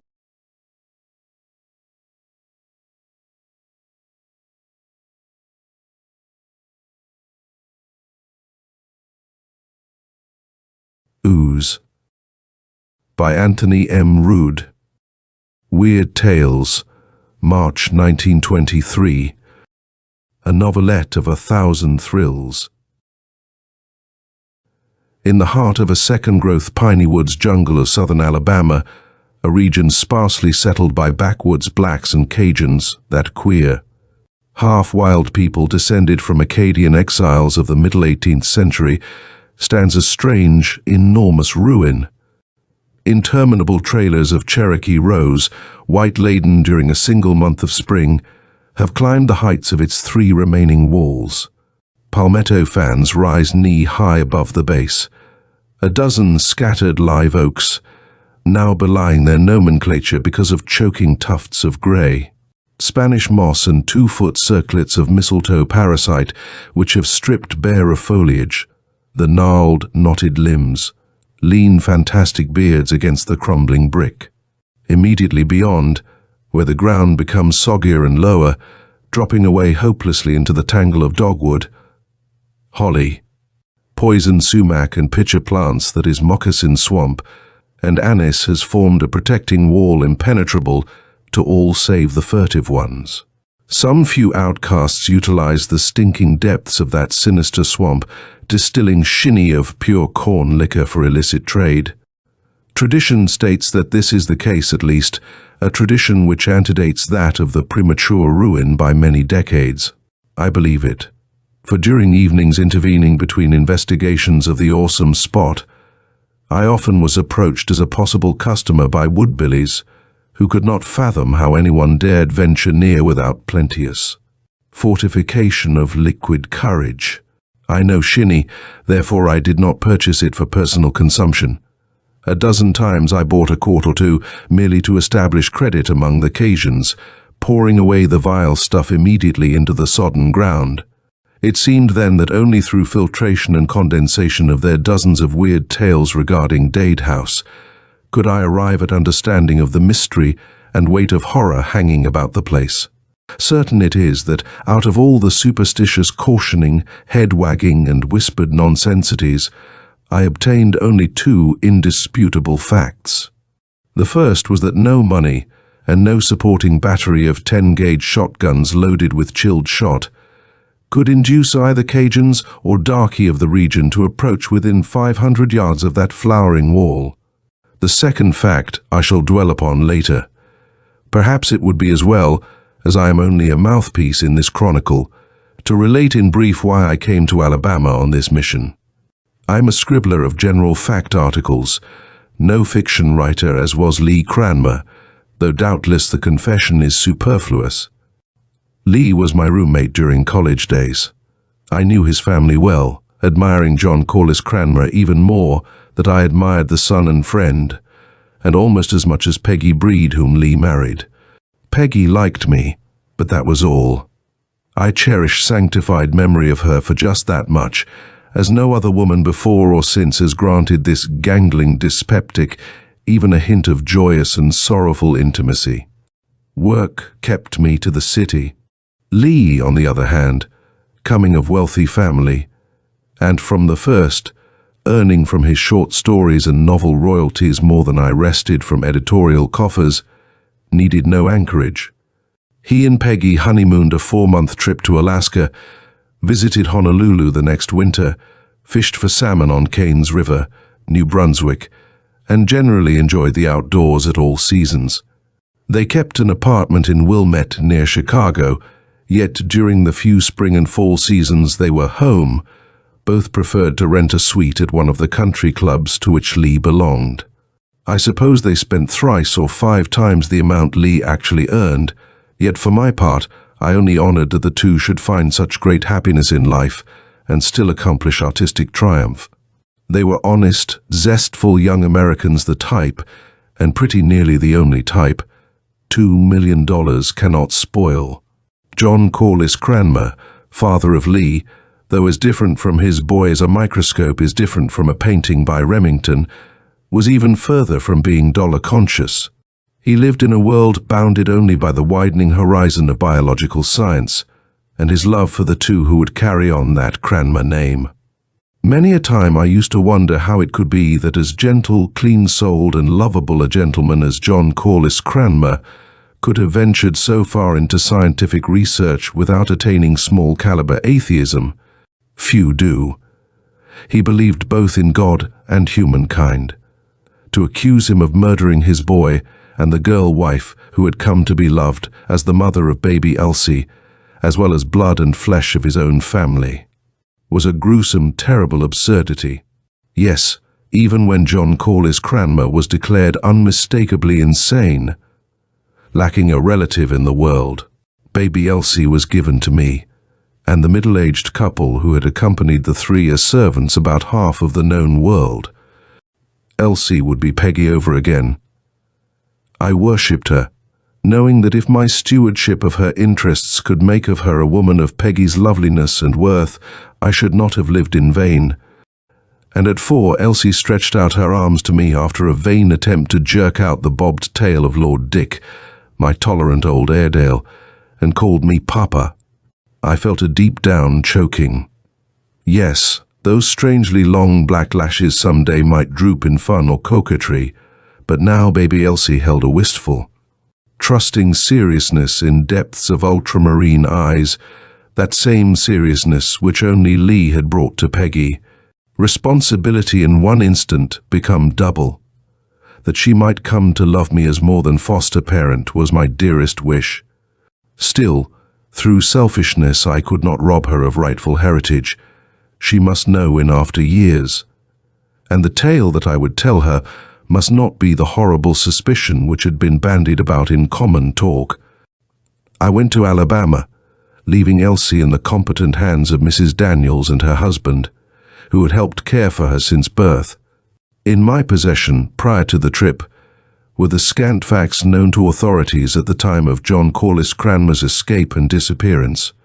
They were incredible enough. For conducting biological research upon forms of protozoan life, John Corliss Cranmer had hit upon this region of Alabama, near a great swamp teeming with microscopic organisms, and situated in a semi-tropical belt where freezing weather rarely intruded to harden the bogs. The spot seemed ideal for his purpose. Through Mobile, he could secure supplies daily by truck. The isolation suited him. With only an octoroon man to act as chef, houseman, and valet for the times he entertained visitors, he brought down scientific apparatus, occupying temporary quarters in the village of Burdett's Corners while his woods house was in process of construction. By all accounts, the lodge, as he termed it, was a substantial affair of 8 or 9 rooms, built of logs and planed lumber bought at Oak Grove. Lee and Peggy were expected to spend a portion of each year with him. Quail, wild turkey, and deer abounded, which fact made such a vacation certain to please the pair. At other times, all save 4 rooms were closed. This was in 1907, the year of Lee's marriage. 6 years later, when I came down, no sign of a house remained except certain mangled and rotting timbers projecting from viscid soil, or what seemed like soil, and a 12-foot wall of brick had been built to enclose the house completely. One portion of this had fallen inward. Chapter 2. He wasted weeks of time first, interviewing officials of the police department at Mobile, the town marshals and county sheriffs of Washington and Mobile counties, and officials of the psychopathic hospital from which Cranmer made his escape. In substance, the story was one of baseless homicidal mania. Cranmer the Elder had been away until late fall, attending 2 scientific conferences in the north, and then going abroad to compare certain of his findings with those of a Dr. Gemmler of Prague University. Unfortunately, Gemmler was assassinated by a religious fanatic shortly afterward. The fanatic voiced virulent objection to all Mendelian research as blasphemous. This was his only defense. He was hanged. Search of Gemmler's notes and effects revealed nothing save an immense amount of laboratory data on karyokinesis, the process of chromosome arrangement occurring in first-growing cells of higher animal embryos. Apparently, Cranmer had hoped to develop some similarities or point out differences between hereditary factors occurring in lower forms of life and those half demonstrated in the cat and monkey. The authorities had found nothing that helped me. Cranmer had gone crazy. Was that not sufficient explanation? Perhaps it was for them, but not for me and Elsie. But to the slim basis of fact I was able to unearth, no one wondered when a fortnight passed without appearance of any person from the lodge. Why should anyone worry? A provision salesman in Mobile called up twice, but failed to complete the connection. He merely shrugged. The Cranmers had gone away somewhere on a trip.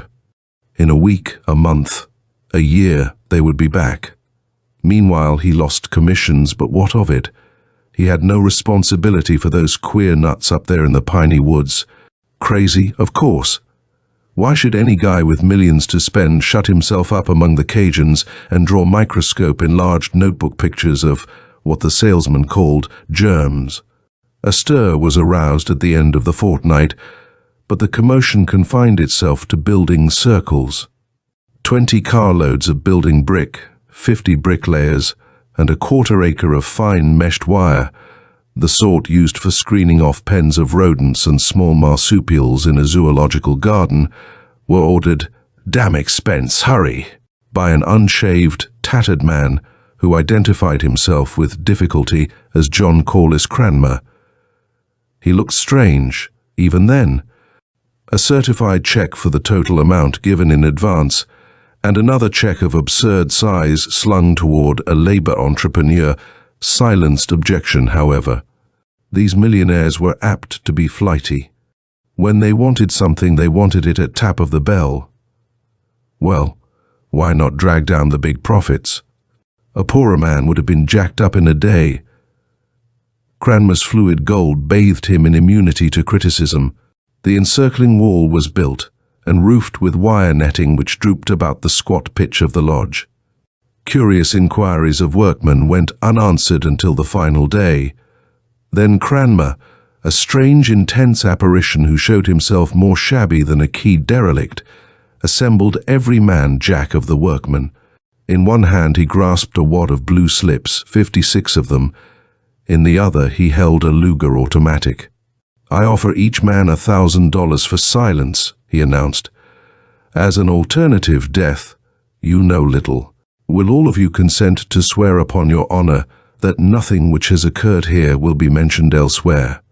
By this I mean absolute silence. You will not come back here to investigate anything. You will not tell your wives.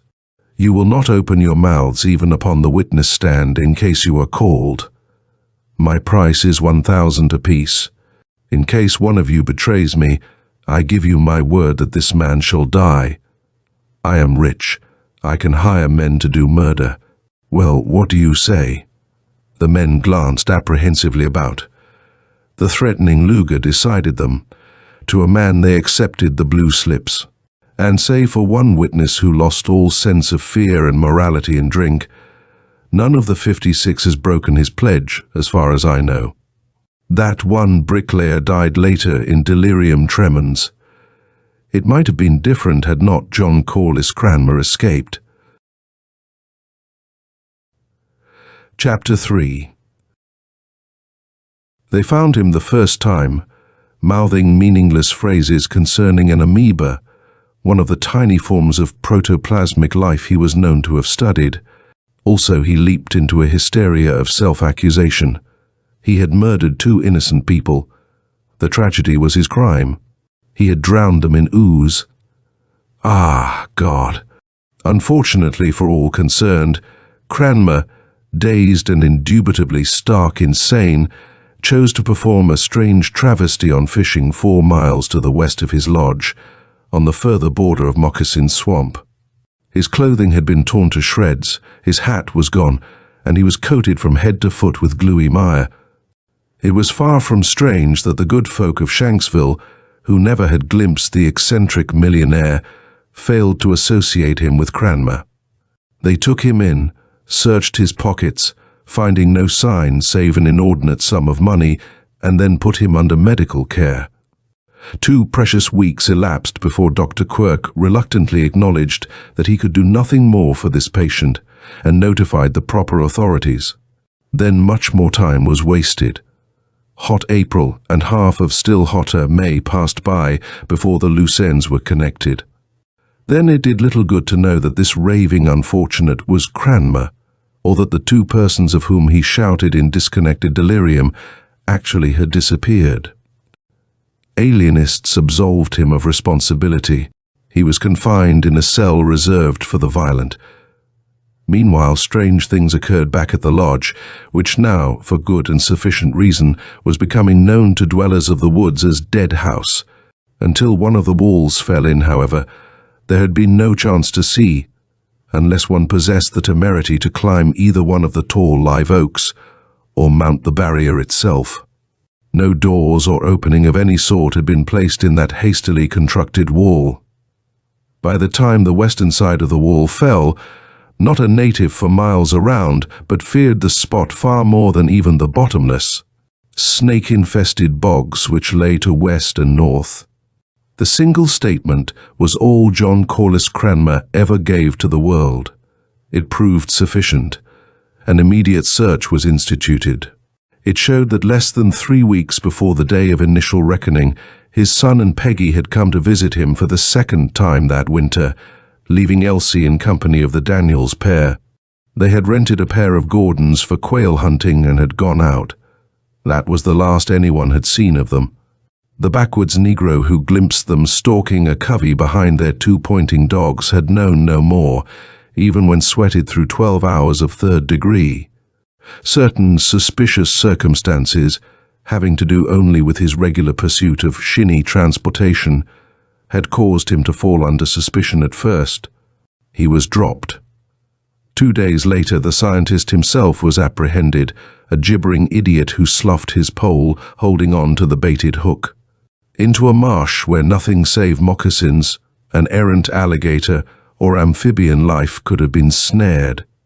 His mind was 3/4 dead. Cranmer then was in the state of the dope fiend who rouses to a sitting position to ask seriously how many Bolshevists were killed by Julius Caesar before he was stabbed by Brutus, or why it was that roller canaries sang only on Wednesday evenings. He knew that tragedy of the most sinister sort had stalked through his life, but little more at first. Later, the police obtained that one statement that he had murdered 2 human beings, but never could means or motive be established. Official guess as to the means was no more than wild conjecture. It mentioned enticing the victims to the noisome depths of Moccasin Swamp, there to let them flounder and sink. The 2 were his son and daughter-in-law, Lee and Peggy. Chapter 4. By feigning coma, then awakening with suddenness to assault 3 attendants with incredible ferocity and strength, John Corliss Cranmer escaped from Elizabeth Ritter Hospital. How he hid, how he managed to traverse 60-odd intervening miles and still balk detection, remains a minor mystery to be explained only by the assumption that maniacal cunning sufficed to outwit saner intellects. Traverse those miles he did, though until I was fortunate enough to uncover evidence to this effect, it was supposed generally that he had made his escape a stowaway on one of the banana boats, or had buried himself in some portion of the nearer woods where he was unknown. The truth ought to be welcome to householders of Shanksville, Burdett's Corners and Vicinage, those excusably prudent ones who to this day keep loaded shotguns handy and barricade their doors at nightfall. The first 10 days of my investigation may be touched upon in brief. I made headquarters in Burdett's Corners and drove out each morning, carrying lunch and returning for my grits and Piney Woods pork or mutton before nightfall. My first plan had been to camp out at the edge of the swamp, for opportunity to enjoy the outdoors comes rarely in my direction. Yet after one cursory examination of the premises, I abandoned the idea. I did not want to camp alone there, and I am less superstitious than a real estate agent. It was perhaps psychic warning, more probably the queer, faint salt odor as of fish left to decay, which hung about the ruin, made too unpleasant an impression upon my olfactory sense. I experienced a distinct chill every time the lengthening shadows caught me near Dead House. The smell impressed me. In newspaper reports of the case, one ingenious explanation had been worked out. To the rear of the spot where Dead House had stood, inside the wall, was a swampy hollow circular in shape.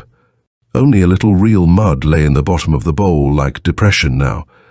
But one reporter on the staff of the Mobile Register guessed that during the tenancy of the lodge, it had been a fish pool. Drying up of the water had killed the fish, who now permeated the remnant of mud with this foul odor. The possibility that Cranmer had needed to keep fresh fish at hand for some of his experiments silenced the natural objection that in a country where every stream holds gar, pike, bass, catfish, and many other edible varieties, no one would dream of stocking a stagnant puddle. After tramping about the enclosure, testing the queerly brittle, desiccated top stratum of earth within, and speculating concerning the possible purpose of the wall, I cut off a long limb of chinaberry and probed the mud. One fragment of fish spine would confirm the guess of that imaginative reporter. I found nothing resembling a Piscal's skeleton, but established several facts. First, this mud crater had definite bottom only 3 or 4 feet below the surface of remaining ooze. Second, the fishy stench becomes stronger as I stirred. Third, at one time the mud, water, or whatever had comprised the balance of content had reached the rim of the bowl.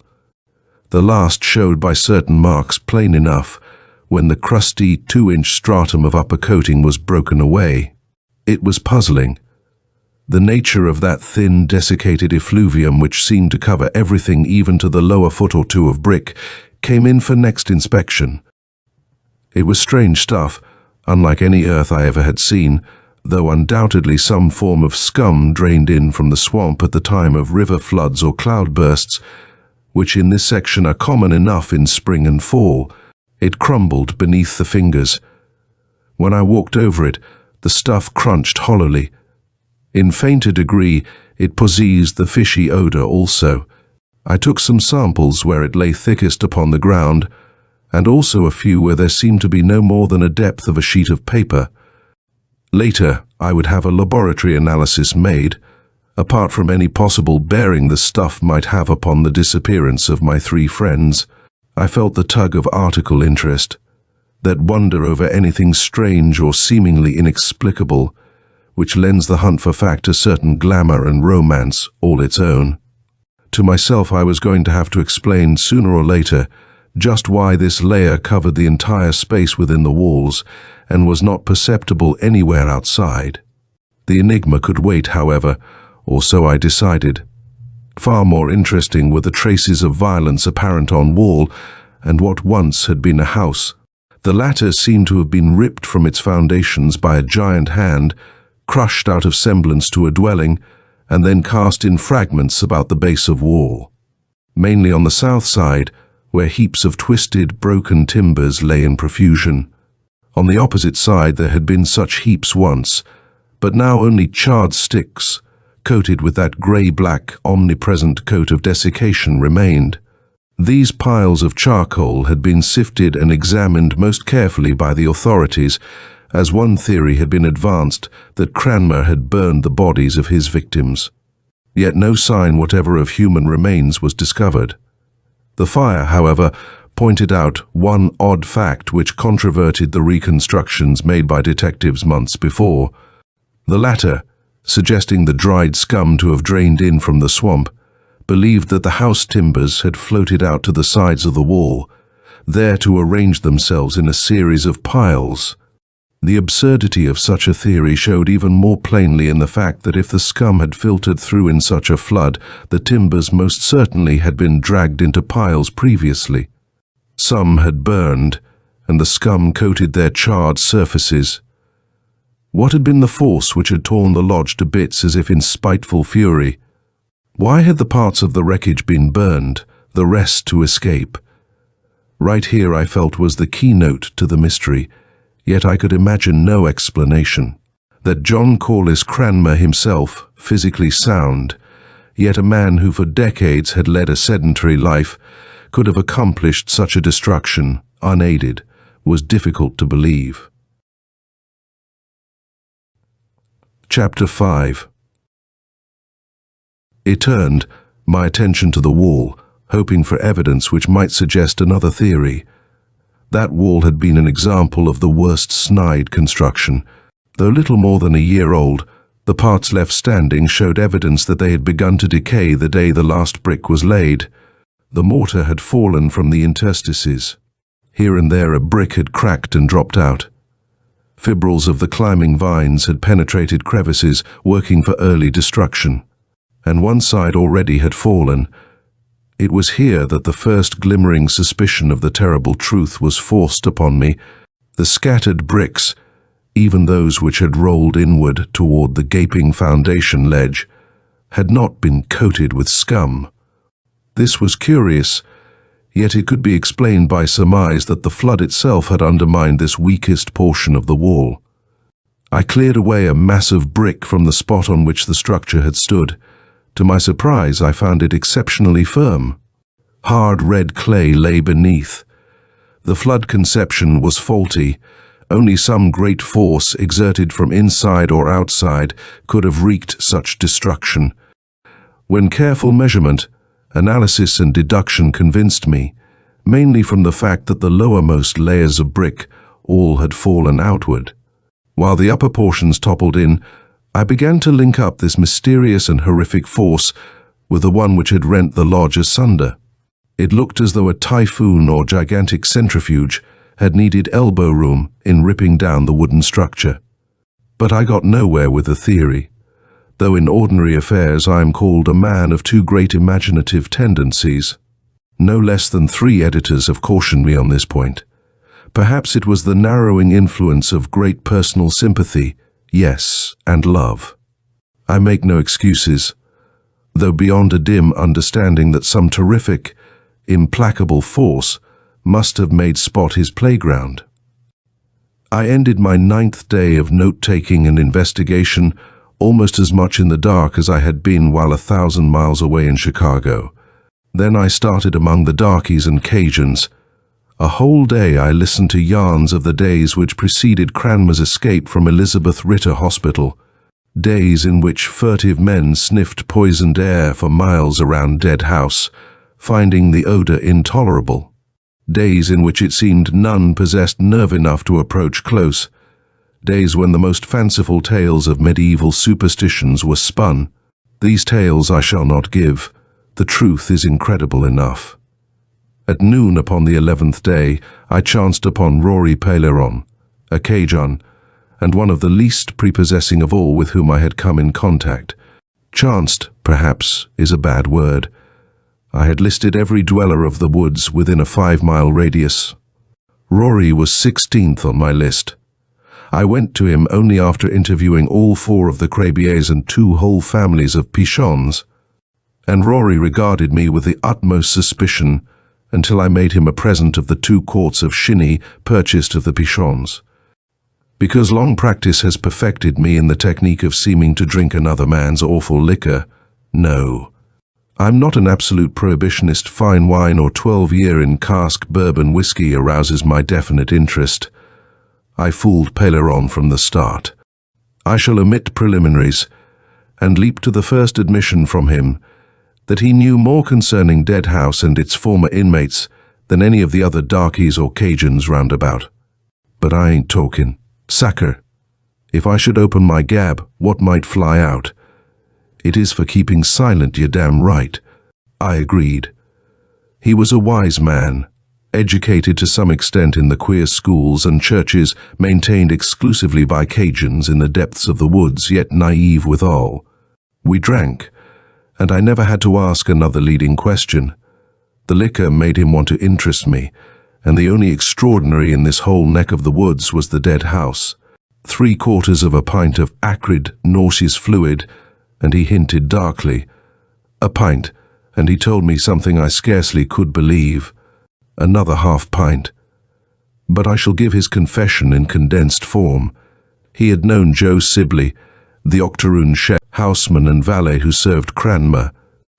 Through Joe, Rory had furnished certain indispensables in way of food to the Cranmer household. At first, these saleable articles had been exclusively vegetable, white and yellow turnip, sweet potatoes, corn and beans, but later, meat. Yes, meat especially, whole lambs, slaughtered and quartered, the coarsest variety of Piney Woods pork and beef, all in immense quantity. Chapter 6. In December of the fatal winter, Lee and his wife stopped down at the lodge for 10 days or thereabouts. They were en route to Cuba at the time, intending to be away 5 or 6 weeks. Their original plan had been only to wait over a day or so in the Piney Woods, but something caused an amendment to the scheme. The two dallied. Lee seemed to have become vastly absorbed in something, so much absorbed that it was only when Peggy insisted upon continuing their trip that he could tear himself away. It was during those 10 days that he began buying meat. Meager bits of it at first, a rabbit, a pair of squirrels, or perhaps a few quail beyond the number he and Peggy shot. Rory furnished the game, thinking nothing of it, except that Lee paid double prices, and insisted upon keeping the purchases secret from other members of the household. "I'm putting it across on the governor, Rory," he said once with a wink. "Going to give him the shock of his life. So you mustn't let on, even to Joe, about what I want you to do. Maybe it won't work out, but if it does, Dad'll have the scientific world at his feet. He doesn't blow his own horn anywhere near enough, you know." Rory didn't know, hadn't a suspicion what Lee was talking about.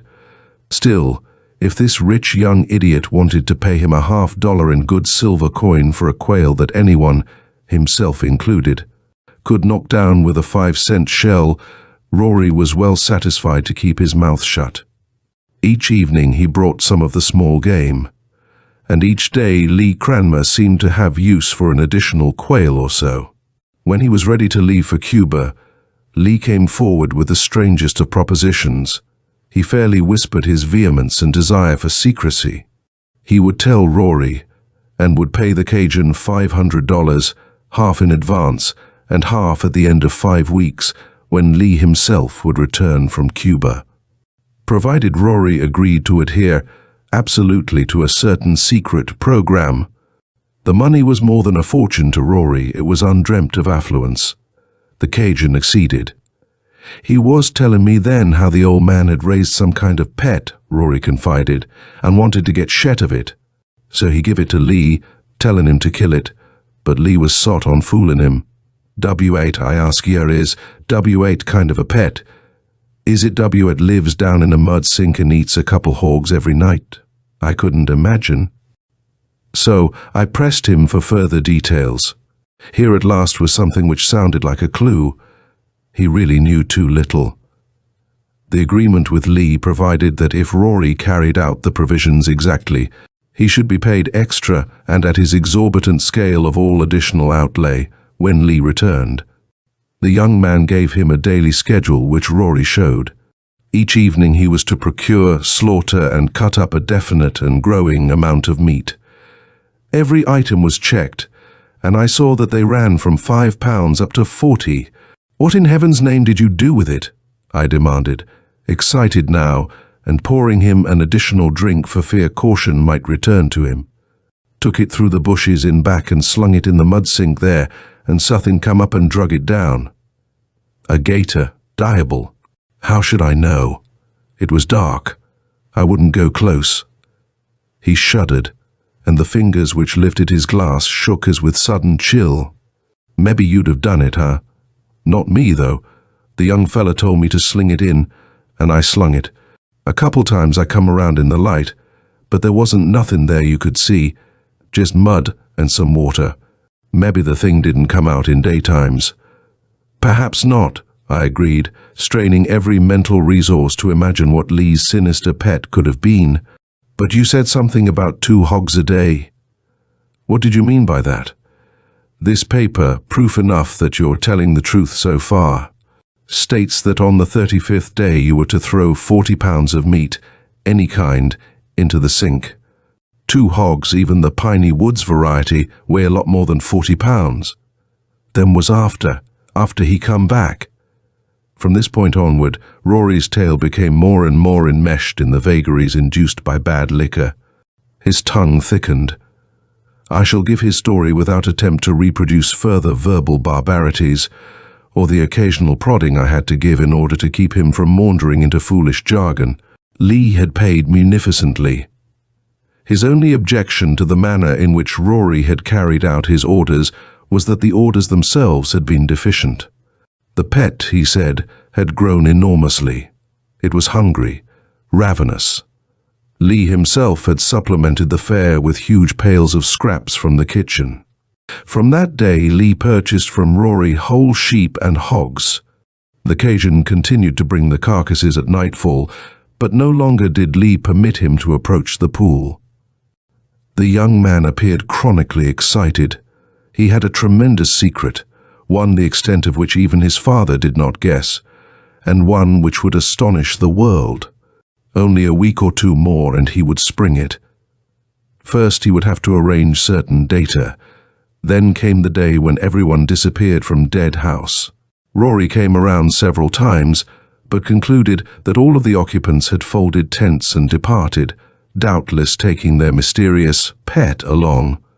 Only when he saw from a distance Joe, the octoroon servant, returning along the road on foot toward the lodge, did his slow mental processes begin to ferment. That afternoon Rory visited the strange place for the next to last time. He did not go to the lodge himself, and there were reasons. While still some hundreds of yards away from the place, a terrible sustained screaming reached his ears. It was faint, yet unmistakably the voice of Joe. Throwing a pair of No. 2 shells into the breech of his shotgun, Rory hurried on, taking his usual path through the brush at the back. He saw, and as he told me, even shinny drunkenness fled his chattering tones, Joe, the octoroon. He stood in the yard, far from the pool into which Rory had thrown the carcasses, and Joe could not move. Rory failed to explain in full, but something, a slimy, amorphous something which glistened in the sunlight, already engulfed the man to his shoulders. Breath was cut off. Joe's contorted face writhed with horror and beginning suffocation. One hand, all that was free of the rest of him, beat feebly upon the rubbery, translucent thing that was engulfing his body. Then Joe sank from sight. Chapter 7. 5 days of liquored indulgence passed before Rory, alone in his shaky cabin, convinced himself that he had seen a fantasy born of alcohol. He came back the last time to find a high wall of brick surrounding the lodge, and including the pool of mud into which he had thrown the meat. While he hesitated, circling the place without discovering an opening, which he would not have dared to use, even had he found it. A crashing, tearing of timbers and persistent sound of awesome destruction came from within. He swung himself into one of the oaks near the wall, and he was just in time to see the last supporting stanchions of the lodge give way outward. The whole structure came apart. The roof fell in, yet seemed to move after it had fallen. Logs of wall deserted layers of plywood in the grasp of the shearing machine. That was all. Suddenly intoxicated now, Rory mumbled more phrases, giving me the idea that on another day when he became sober once more, he might add to his statements, but I, numbed to the soul, scarcely cared. If that which he related was true, what nightmare of madness must have been consummated here? I could vision some things now which concerned Lee and Peggy, horrible things. Only remembrance of Elsie kept me faced forward in the search. For now it seemed almost that the handiwork of a madman must be preferred to what Rory claimed to have seen. What had been that sinister, translucent thing? That glistening thing which jumped upward about a man, smothering, engulfing? Queerly enough, though such a theory as came most easily to mind now would have outraged reason in me if suggested concerning total strangers, I asked myself only what details of Rory's revelation had been exaggerated by fright and fumes of liquor. And as I sat on the creaking bench in his cabin, staring unseeing as he lurched down to the floor, fumbling with a lockbox of green tin which lay under his cot, and muttering, the answer to all my questions lay within reach. It was not until next day, however, that I made the discovery. Heavy of heart, I had re-examined the spot where the lodge had stood, then made my way to the Cajun's cabin again, seeking sober confirmation of what he had told me during intoxication. In imagining that such a spree for Rory would be ended by a single night, however, I was mistaken. He lay sprawled almost as I had left him. Only two factors were changed. No shinny was left, and lying open, with its miscellaneous contents strewed about, was the tin box. Rory somehow had managed to open it with the tiny key still clutched in his hand. Concern for his safety alone was what made me notice the box. It was a receptacle for small fishing tackle of the sort carried here and there by any sportsman. Tangles of Dowagiac minnows, spool hooks ranging in size to silverback No. 8s, 3 reels still carrying line of different weights, spinners, casting plus, wobblers, floating baits, were spilled out upon the rough plank flooring where they might snag Rory badly if he rolled. I gathered them, intending to save him an accident. With the miscellaneous assortment in my hands, however, I stopped dead. Something had caught my eye, something lying flush with the bottom of the lockbox. I stared, and then swiftly tossed the hooks and other impediments upon the table. What I had glimpsed there in the box was a loose-leaf notebook of the sort used for recording laboratory data. And Rory scarcely could read, let alone write. Feverishly, a riot of recognition, surmise, hope and fear bubbling in my brain, I grabbed the book and threw it open. At once I knew that this was the end. The pages were scribbled in pencil, but the handwriting was that precise chirography I knew as belonging to John Corliss Cranmer, the scientist. Could he not have obeyed my instructions? Oh God, this. These were the words at top of the first page which met my eye. Because knowledge of the circumstances, the relation of which I pried out of the reluctant Rory only some days later, when I had him immobile as a police witness for the sake of my friend's vindication, is necessary to understanding, I shall interpolate. Rory had not told me everything. On his late visit to the vicinage of Dead House, he saw more. A crouching figure, seated Turk fashion on top of the wall, appeared to be writing industriously. Rory recognized the man as Cranmer, yet did not hail him. He had no opportunity. Just as the Cajun came near, Cranmer rose, thrust the notebook, which had rested across his knees, into the box. Then he turned, tossed outside the wall both the locked box and a ribbon to which was attached the key. Then his arms raised toward heavens.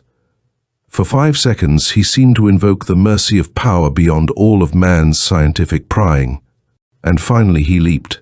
Inside. Rory did not climb to investigate. He knew that directly below this portion of wall lay the mud sink into which he had thrown the chunks of meat. Chapter 8. This is a true transcription of the statement I inscribed, telling the sequence of actual events at Dead House.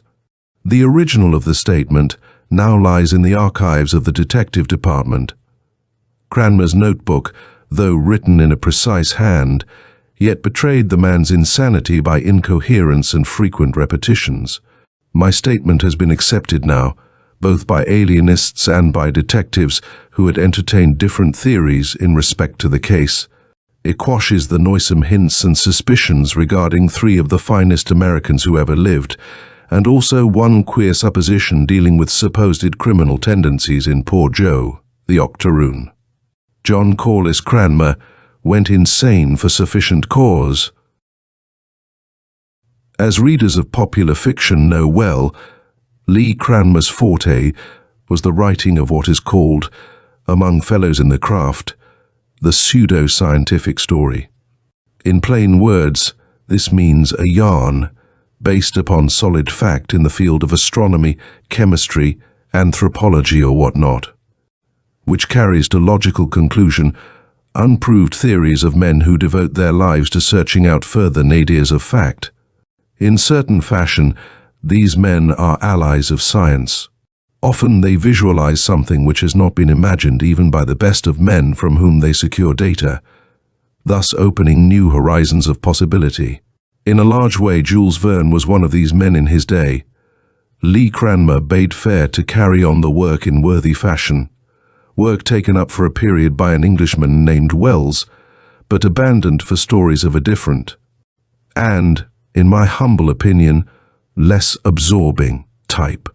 Lee wrote 3 novels, all published, which dealt with such subjects, 2 of the 3 secured from his own father's labors, and the other speculating upon the discovery and possible uses of interatomic energy. Upon John Corliss Cranmer's return from Prague that fatal winter, the father informed Lee that a greater subject than any with which the young man had dealt now could be tapped. Cranmer, Sr., had devised a way in which the limiting factors in protozoic life and growth could be nullified, in time, and with cooperation of biologists who specialized upon karyokinesis and embryology of higher forms, he hoped, to put the theory in pragmatic terms. To be able to grow swine the size of elephants, quail or woodcock, with breasts from which 100 weight of white meat could be cut away, and steers whose dehorned heads might butt at the 3rd story of a skyscraper. Such result would revolutionize the methods of food supply, of course. It also would hold out hope for all undersized specimens of humanity, provided only that if factors inhibiting growth could be deleted, some methods of stopping gianthood also could be developed. Cranmer the Elder, through use of an undescribed, in-the-notebook growth medium of which one constituent was agar-agar, and the use of radium emanations, had succeeded in bringing about apparently unrestricted growth in the paramecium protozoan, certain of the vegetable growths among which were bacteria, and, in the amorphous cell of protoplasm known as the amoeba, the last a single cell containing only nucleolus, nucleus, and a space known as the contractile vacuole, which somehow aided in throwing off particles impossible to assimilate directly. This point may be remembered in respect to the piles of lumber left near the outside walls surrounding Dead House. When Lee Cranmer and his wife came south to visit, John Corliss Cranmer showed his son an amoeba, normally an organism visible under low-power microscope, which he had absolved from natural growth inhibitions. This amoeba, a rubbery, amorphous mass of protoplasm, was of the size then of a large beef liver. It could have been held in 2 cupped hands, placed side by side. "How large could it grow?" asked Lee, wide-eyed and interested. "So far as I know," answered his father, "there is no limit now. It might, if it got food enough, grow to be as big as the Masonic temple. But take it out and kill it. Destroy the organism utterly, burning the fragments, else there is no telling what might happen. The amoeba, as I have explained, reproduces by simple division. Any fragment remaining might be dangerous." Lee took the rubbery, translucent giant cell, but he did not obey orders. Instead of destroying it as his father had directed, Lee thought out a plan. Suppose he should grow this organism to tremendous size.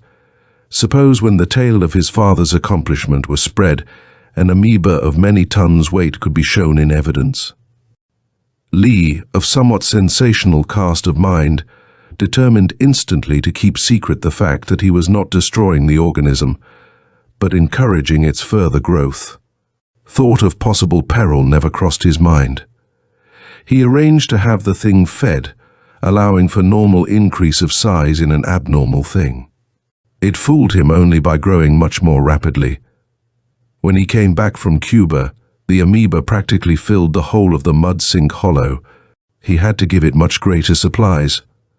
The giant cell came to absorb as much as 2 hogs in a single day. During daylight, while hunger still was appeased, it never emerged, however. That remained for the time that it could secure no more food near at hand to satisfy its ravenous and increasing appetite. Only instinct for the sensational kept Lee from telling Peggy, his wife, all about the matter. Lee hoped to spring a coup which would immortalize his father and surprise his wife terrifically. Therefore, he kept his own counsel and made bargains with the Cajun, Rory, who supplied food daily for the shapeless monster of the pool. The tragedy itself came suddenly and unexpectedly. Peggy, feeding the 2 Gordon setters that Lee and she used for quail hunting, was in the lodge yard before sunset. She romped alone, as Lee himself was dressing. Of a sudden her screams cut the still air, without her knowledge. 10-foot pseudopods, those flowing tentacles of protoplasm sent forth by the sinister occupant of the pool, slid out and around her pottied ankles. For a moment at first, she did not understand. Then, the horrid suspicion of truth. Her cries rent the air. Lee, at that time struggling to lace a pair of high shoes, straightened, paled, and grabbed a revolver as he dashed out. In another room, a scientist, absorbed in his note-taking, glanced up, frowned, and then, recognizing the voice, shed his white gown and came out. He was too late to do aught but gasp with horror. In the yard, Peggy was half engulfed in a squamous, rubbery something which at first he could not analyze. Lee, his boy, was fighting with the sticky folds and slowly, surely, losing his own grip upon the earth. Chapter 9. John Corliss Cranmer was by no means a coward. He stared, cried aloud, then ran indoors, seizing the first 2 weapons which came to hand. A shotgun and hunting knife, which lay in sheath in a cartridged belt across hook of the hall tree. The knife was 10 inches in length and razor keen. Cranmer rushed out again. He saw an indecent fluid, something which as yet he had not had time to classify, lumped into a 6-foot-high center before his very eyes. It looked like one of the microorganisms he had studied, one grown to frightful dimensions, an amoeba. There, some minutes suffocated in the rubbery folds, yet still apparent beneath the glistening ooze of this monster, were 2 bodies. They were dead. He knew it. Nevertheless, he attacked the flowing, senseless monster with his knife. Shot would do no good, and he found that even the deep, terrific slashes made by his knife closed together in a moment and healed. The monster was invulnerable to ordinary attack. A pair of pseudopods sought out his ankles, attempting to bring him low. Both of these he severed and escaped. Why did he try? He did not know. The 2 whom he had sought to rescue were dead, buried under folds of this horrid thing he knew to be his own discovery and fabrication. Then it was that revulsion and insanity came upon him. There ended the story of John Corliss Cranmer, save for one hastily scribbled paragraph, evidently written at the time Rory had seen him atop the wall. May we not supply with assurance the intervening steps? Cranmer was known to have purchased a whole pen of hogs a day or two following the tragedy. These animals were never seen again. During the time the wall was being constructed, is it not reasonable to assume that he fed the giant organism within to keep it quiet? His scientist brain must have visualized clearly the havoc and horror which could be wrought by the loathsome thing if it ever were driven by hunger to flow away from the lodge and prey upon the countryside. With the wall once in place, he evidently figured that starvation or some other means which he could supply would kill the thing. One of the means had been made by setting fire to several piles of the disgorged timbers. Probably this had no effect whatever. The amoeba was to accomplish still more destruction. In the throes of hunger, it threw its gigantic, formless strength against the walls from the inside. Then every edible morsel within was house assimilated. The logs, rafters and other fragments being worked out through the contractile vacuole. During some of its last struggles, undoubtedly, the side wall of brick was weakened, not to collapse, however, until the giant amoeba no longer could take advantage of the breach. In final death lassitude, the amoeba stretched itself out in a thin layer over the ground. There it succumbed, though there is no means of estimating how long a time intervened. The last paragraph in Kramer's notebook, scrawled so badly that it is possible some words I have not deciphered correctly, reads as follows: "In my work I have found the means of creating a monster. The unnatural thing, in turn, has destroyed my work, and those whom I held dear. It is in vain that I assure myself of innocence of spirit. Mine is the crime of presumption. Now, as expedition, worthless though that may be, I give myself. It is better not to think of that last leap, and the struggle of an insane man in the grip of the dying monster." End of Ooze by Anthony M. Root.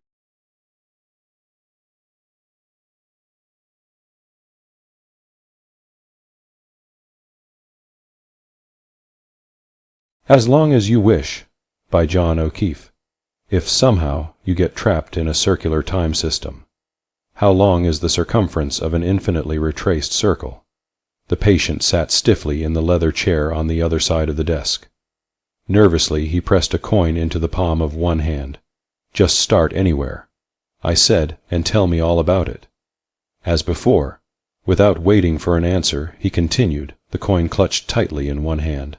"I'm Charles J. Fisher, professor of philosophy at Reiser College." He looked at me quickly, or at least I was until recently. For a second his face was boyish. Professor of philosophy, that is. I smiled and found that I was staring at the coin in his hand. He gave it to me. On one side I read the words, "The statement on the other side of this coin is false." The patient watched me with an expressionless face. I turned over the coin. It was engraved with the words, "The statement on the other side of this coin is false." "That's not the problem," he said, "not my problem. I had the coin made when I was an undergraduate. I enjoyed reading one side, turning it over, reading the other side, and so on. A fiendish enjoyment like boys planning where to put the tipped-over outhouse." I looked at the patient. He was 38, single, medium build, had an M.A. and Ph.D. from an Eastern university. I knew this and more from the folder on my desk. 8 months ago, he continued, I read about the sphere found on Paney Island. He stopped, looking at me questioningly. "Yes, I know," I said. I opened my desk drawer, took out a clipping from the newspaper, and handed it to him. "That's it." I read the clipping before putting it back in the drawer. Manila, Sept.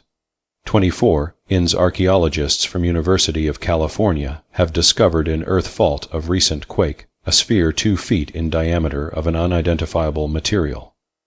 Dr. Carl Schwartz, head of the group, said the sphere was returned to the university for study. He declined to answer questions on the cultural origin of the sphere. There wasn't any more in the newspapers about it. He said, I have a friend in California who got me the photographs.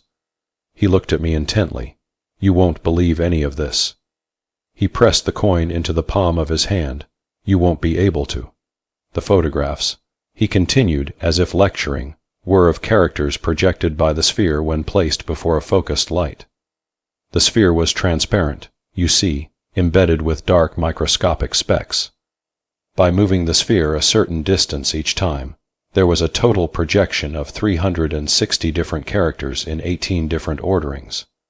Or 19 different orderings if you count one which was a list of all the characters. I made a mental note of the numbers. I felt they were significant. As I said, he continued, I obtained the photographs of the characters. Very strange shapes, totally unlike the characters of Oriental languages, but yet that is the closest way to describe them. He jerked forward in his chair, except, of course, ostensively.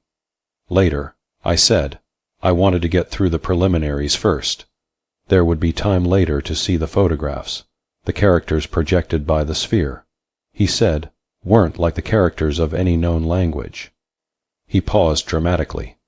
There was reason to believe they had origin in an unknown culture, a culture more scientifically advanced than our own.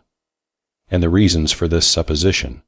I asked, the material of the sphere. It could only be roughly classified as ferroplastic, totally unknown, amazing imperviousness, a synthetic material, hardly the product of a former culture. From Mars, I said, smiling. There were all kinds of conjectures, but, of course, the important thing was to see if the projection of characters was a message. The message, if any, would mean more than any conjecture. You translated it. He polished the coin on his jacket. You won't dare believe it, he said sharply. He cleared his throat and stiffened into a more rigid posture. It wasn't exactly translation. You see, to us none of the characters had designation. They were just characters. So it was a problem of decoding. I asked. As it turned out, no. Decoding is dependent on knowledge of language characteristics of known languages. Decoding was tried, but without success. No, what we had to find was a key to the language. You mean like the rune stone? More or less. In principle, we needed a picture of a cow, and a sign of meaning indicating one of the characters. For me, there was no possibility of finding similarities between the characters and characters of other languages. That would require tremendous linguistic knowledge and library facilities. Nor could I use a decoding approach. That would require special knowledge of techniques and access to electronic computers and other mechanical aids. No, I had to work on the assumption that the key to the sphere was implicit in the sphere. You hope to find the key to the language in the language itself. Exactly. You know, of course, some languages do have an implicit key. For example, hieroglyphics or picture language. The word for cow is a picture of a cow. He looked at the toes of his shoes. You won't be able to believe it. It's impossible to believe. I use the word impossible in its logical sense. In most languages, he continued, looking up from his shoes, the sound of some words themselves indicates the meaning of the word. Onomatopoetic words like bow-wow, buzz. And the key to the unknown language, I asked, how did you find it? I watched him push the coin against the back of his arm, then lift it to read the backward letters pressed into his skin. He looked up at me and smiled. I built models of the characters, big material ones, exactly proportionate to the ones projected. Then, quite by accident, I viewed one of them through a glass globe the size of the original sphere. What do you think I saw? What? I noticed he had the boyish look again, a distortion of the model. But that's not what's important. The distortions on study gave specific visual entities, like when looking at one of those trick pictures and suddenly seeing the lion in the grass. The lines outlining the lion are there all the time, only the observer has to view them as the outline of a lion. It was the same with the models of the characters, except the shapes that appeared were not of lions or other recognizable things, but they did suggest. He pressed the coin against his forehead, closed his eyes, and appeared to be thinking deeply. Yes, impossible to believe. No one can believe it. In addition to the visual response, the distortions gave me definite feelings. Not mixtures of feelings, but one definite emotional experience. How do you mean? One character, when viewed through the globe, gave me a visual image, and at the same time, a strong feeling of light hilarity. I take it then that these distortions seem to connote meanings, rather than denote them. You might say that their meaning was conveyed through a gestalt experience on the part of the observer. Yes, each character gave a definite gestalt, but the gestalt was the same for each observer, or at least for 35 observers there was an 80% correlation. I whistled softly, and the translation.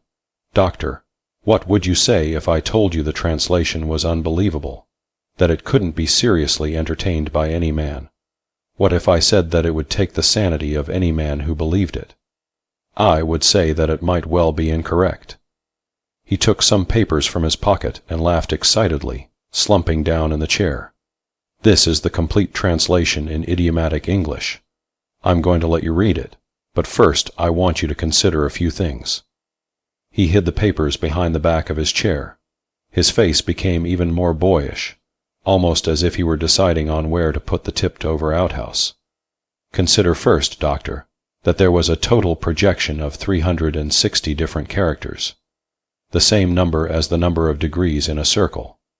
Consider also that there were 18 different orderings of the characters, or 19 counting the alphabetical list. The square root of 360 would lie between 18 and 19. Yes, I said. I remembered there was something significant about the numbers, but I wasn't at all sure that it was this. Consider also, he continued, that the communication was through the medium of a sphere. Moreover, keep in mind that physics accepts the path of a beam of light as its definition of a straight line. Yet, the path is a curve. If extended sufficiently, it would be a circle, the section of a sphere. All right, I said. By now the patient was pounding the coin against the sole of one shoe, and, he said, keep in mind that in some sense time can be thought of as another dimension. He suddenly thrust the papers at me and sat back in the chair. I picked up the translation and began reading.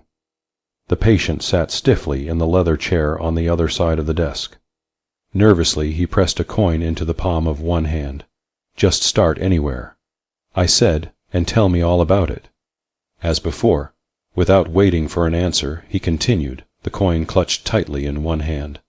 I'm Charles J. Fisher, professor of philosophy at Reiser College. He looked at me quickly, or at least I was until recently. For a second his face was boyish. Professor of philosophy, that is. I smiled and found that I was staring at the coin in his hand. He gave it to me. On one side I read the words, "The statement on the other side of this coin is false." The patient watched. The End of As Long as You Wish, by John O'Keefe.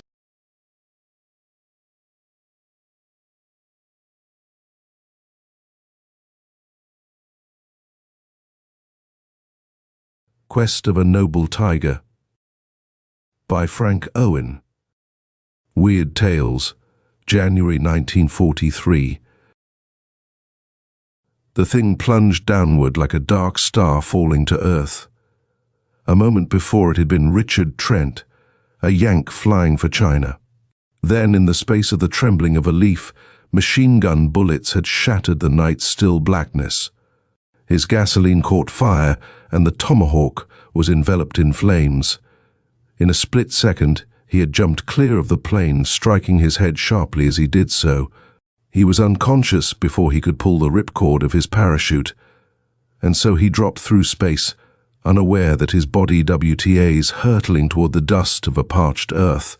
His plane had been flying at 18,000 feet. The air was bitingly cold, and it served as a stimulant to revive him. He opened his eyes. Down, down, down he plunged. It was difficult for him to pull his thoughts together. His brain was in chaos. Memory eluded him.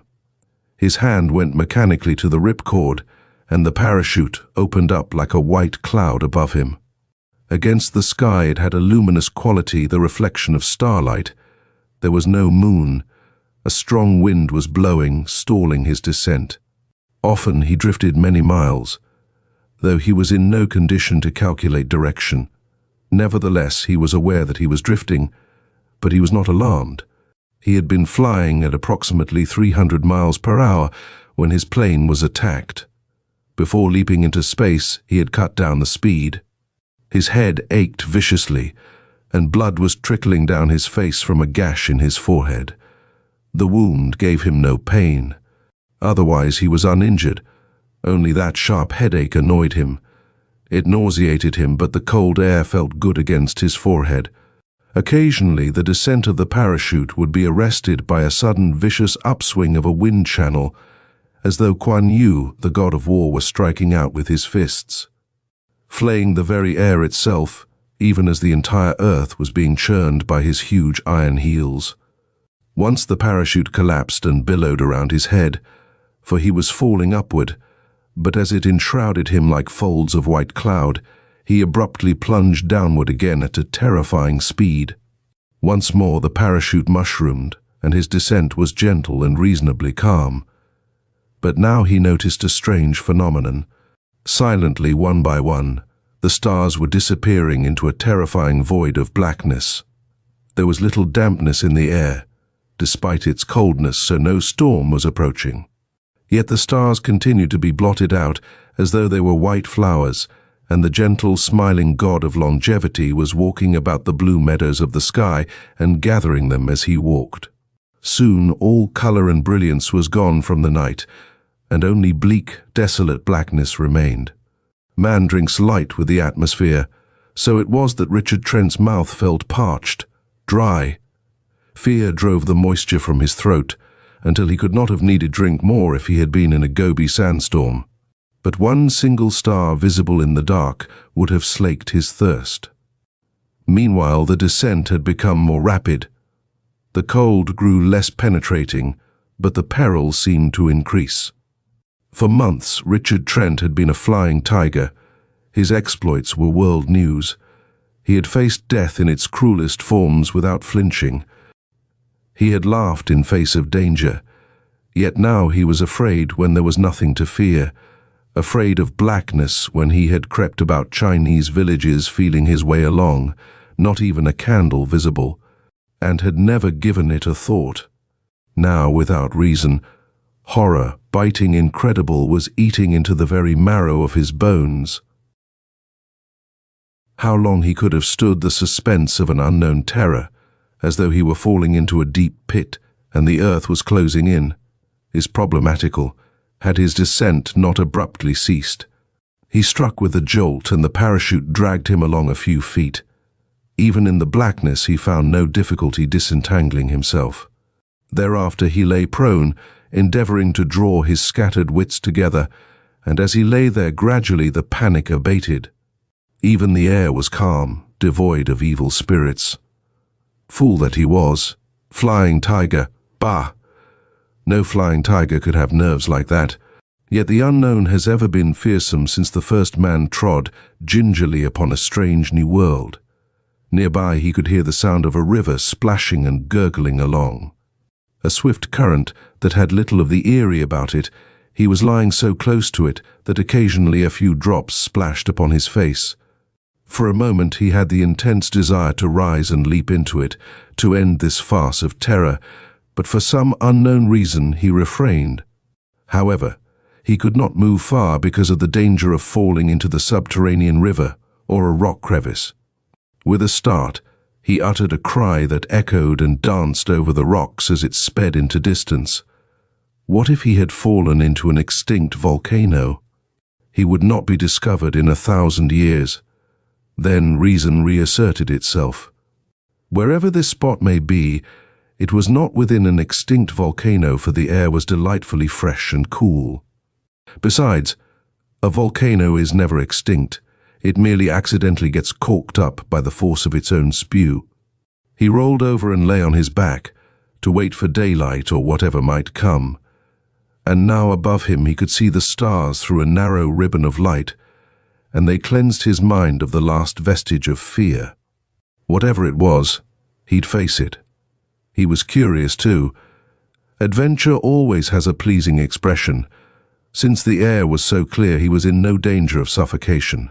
The water of the river was probably fresh, so he was in no danger of thirst. Before hunger could overtake him, he'd be able perhaps to climb back into the world of men once more. Without doubt, he had fallen into a mighty crevice in the rocks, though why the air was so sweet to breathe was an enigma.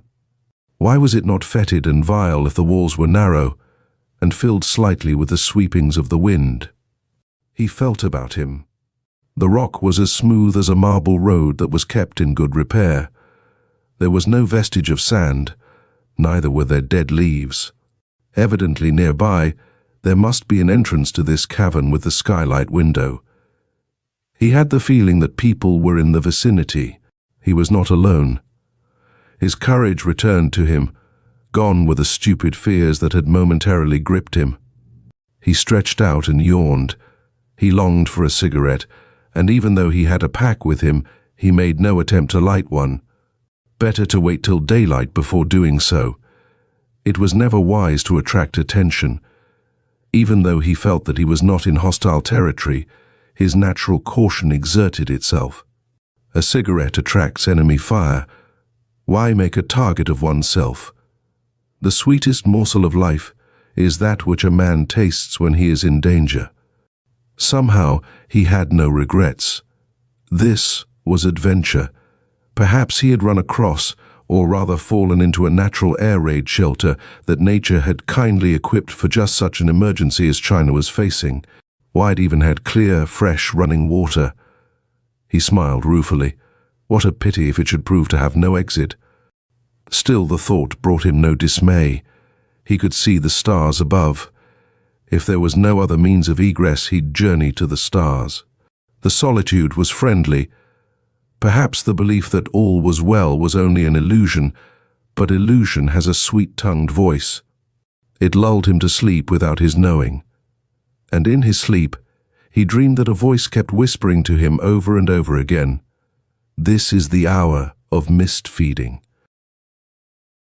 He awakened much refreshed. Curiously, he gazed about him. Perhaps this, too, was a dream, for he was lying in a comfortable bed in a luxuriously silken-draped yellow room in which a single lantern burned with a cheerful, subdued glow.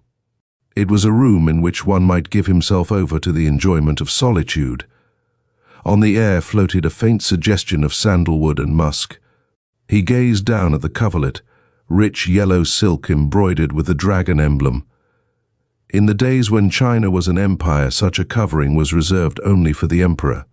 He smiled ruefully. Perhaps it was fitting, for in this shadowy hour of mist feeding, somehow he had become a lord of dust, an emperor of dreams. Some echo of doubt brought him up shortly. He was undoubtedly in delirium, feasting on beauty as his life ebbed away.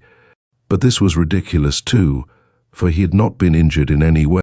He grasped at logic, but it failed him. This was the stuff that dreams are made of. There was no place for reality in this enchanting room.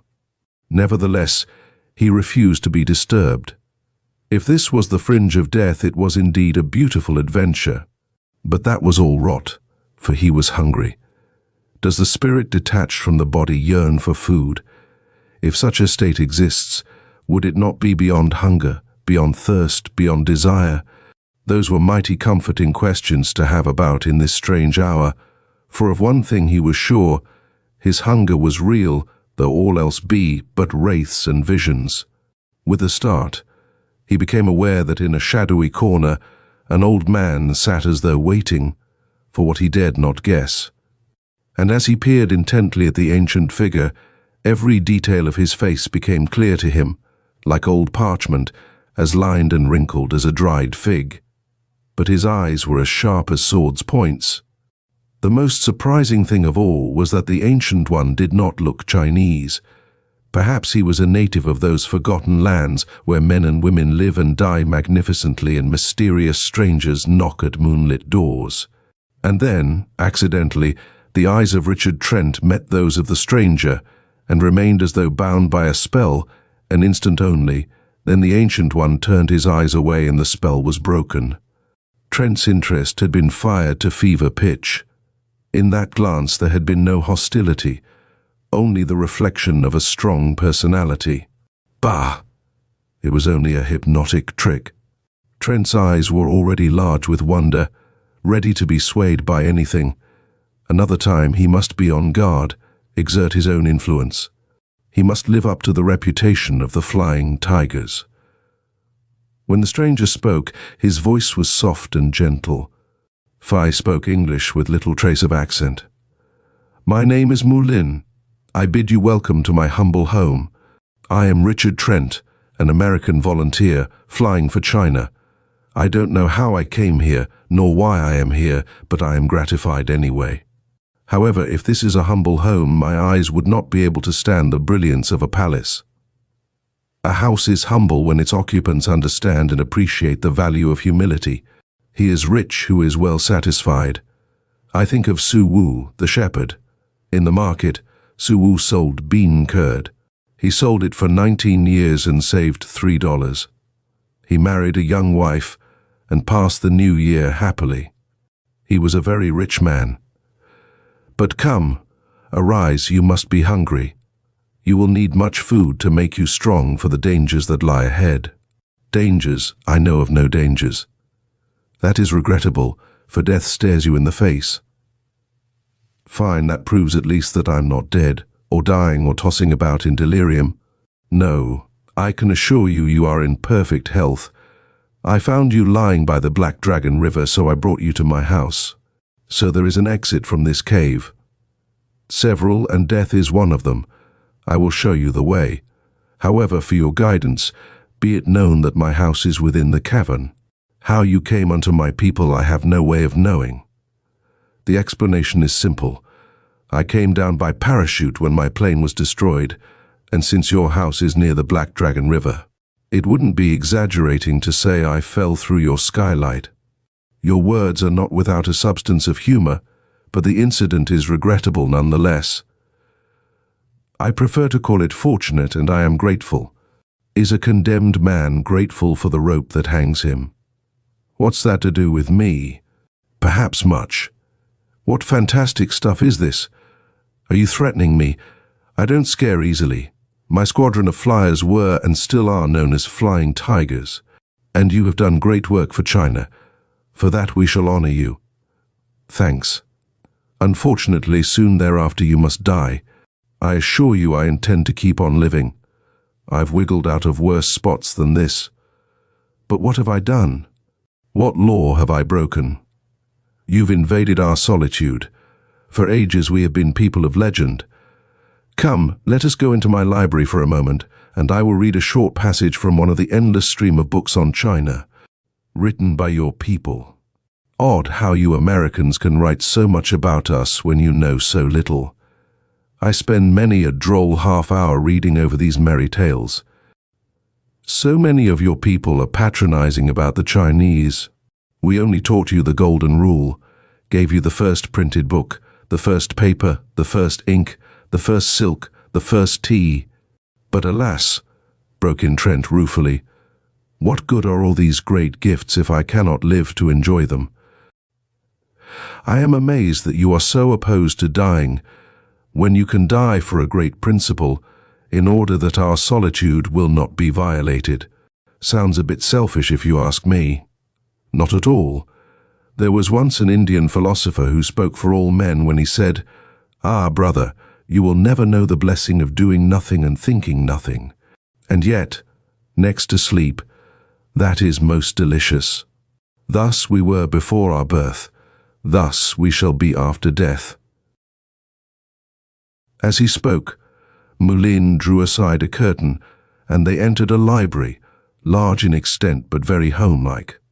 Beside comfortable chairs scattered about the room were convenient tables piled with books, while yellow lanterns burned above in the best position to give proper light.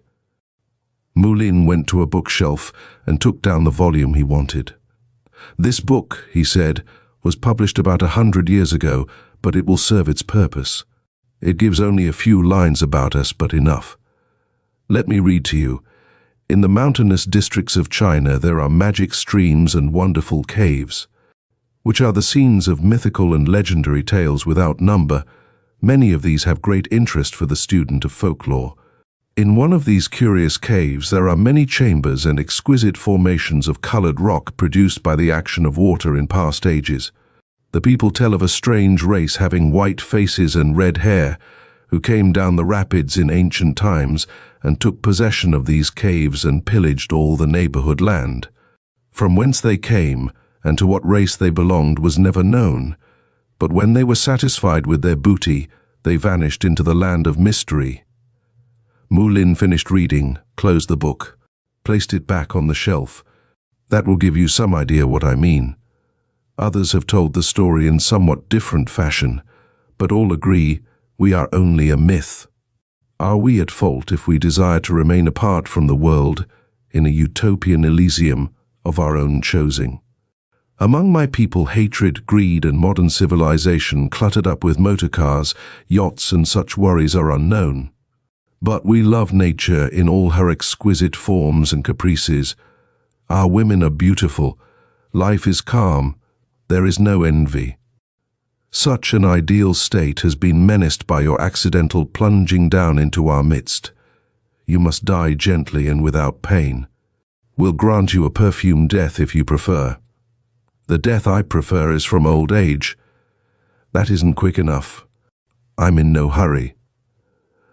We are not so patient. You must cease to exist within a fortnight. Why are you so stubborn? Why a man should protest about dying when it is the supreme adventure in life is an enigma. But enough of this playing around with words. Let us not waste time while the lentils burn. A small repast is ready for us. You will join me at rice. At anything, as long as it is food. Don't forget I'm a guest.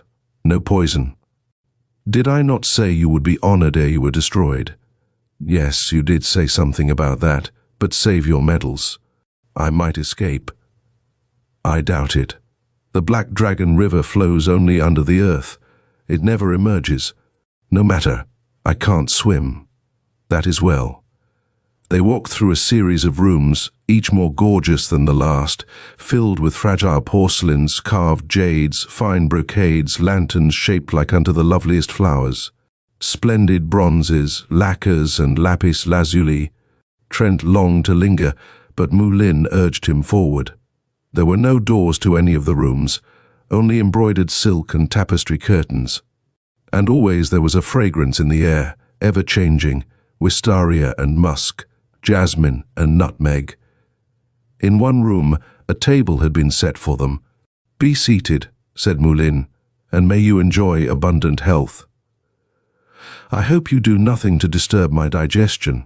In this hour of rice, you are in no danger." Trent seated himself at the table. Before joining him, Mu-Lin put on a gorgeous coat, embroidered medallions of yellow and red on a field of darkest blue. Along the skirt of the coat was a conventional wave design. There was no border or collar. The brilliant yellow sleeves were colorfully embroidered, flowers, birds, deer, and the heavenly dog of Fo. The blue cap had a pearl button. "I never drink tea," explained Mu-Lin, "unless attired in ritual robes." He seated himself at the table. "Tea is liquid jade, the medicine that has saved Chinese civilization. Where are the Greeks, the Romans, the early Egyptians? They were not tea drinkers, and they have perished. All those who would prepare tea should heed the Cha-Ching tea classic. The bubbles should reach the size of lobsters' eyes, but on no account should they be permitted to grow to resemble those of large fish. To do so would be to boil the water until it lost its original freshness of life. A servant entered and placed a tea service before each of them. The fragile cups were transparent green in order that the light, shining through them, might reveal the delicate coloring of the tea. Trent said nothing as Mu-Lin poured the liquid into the cups.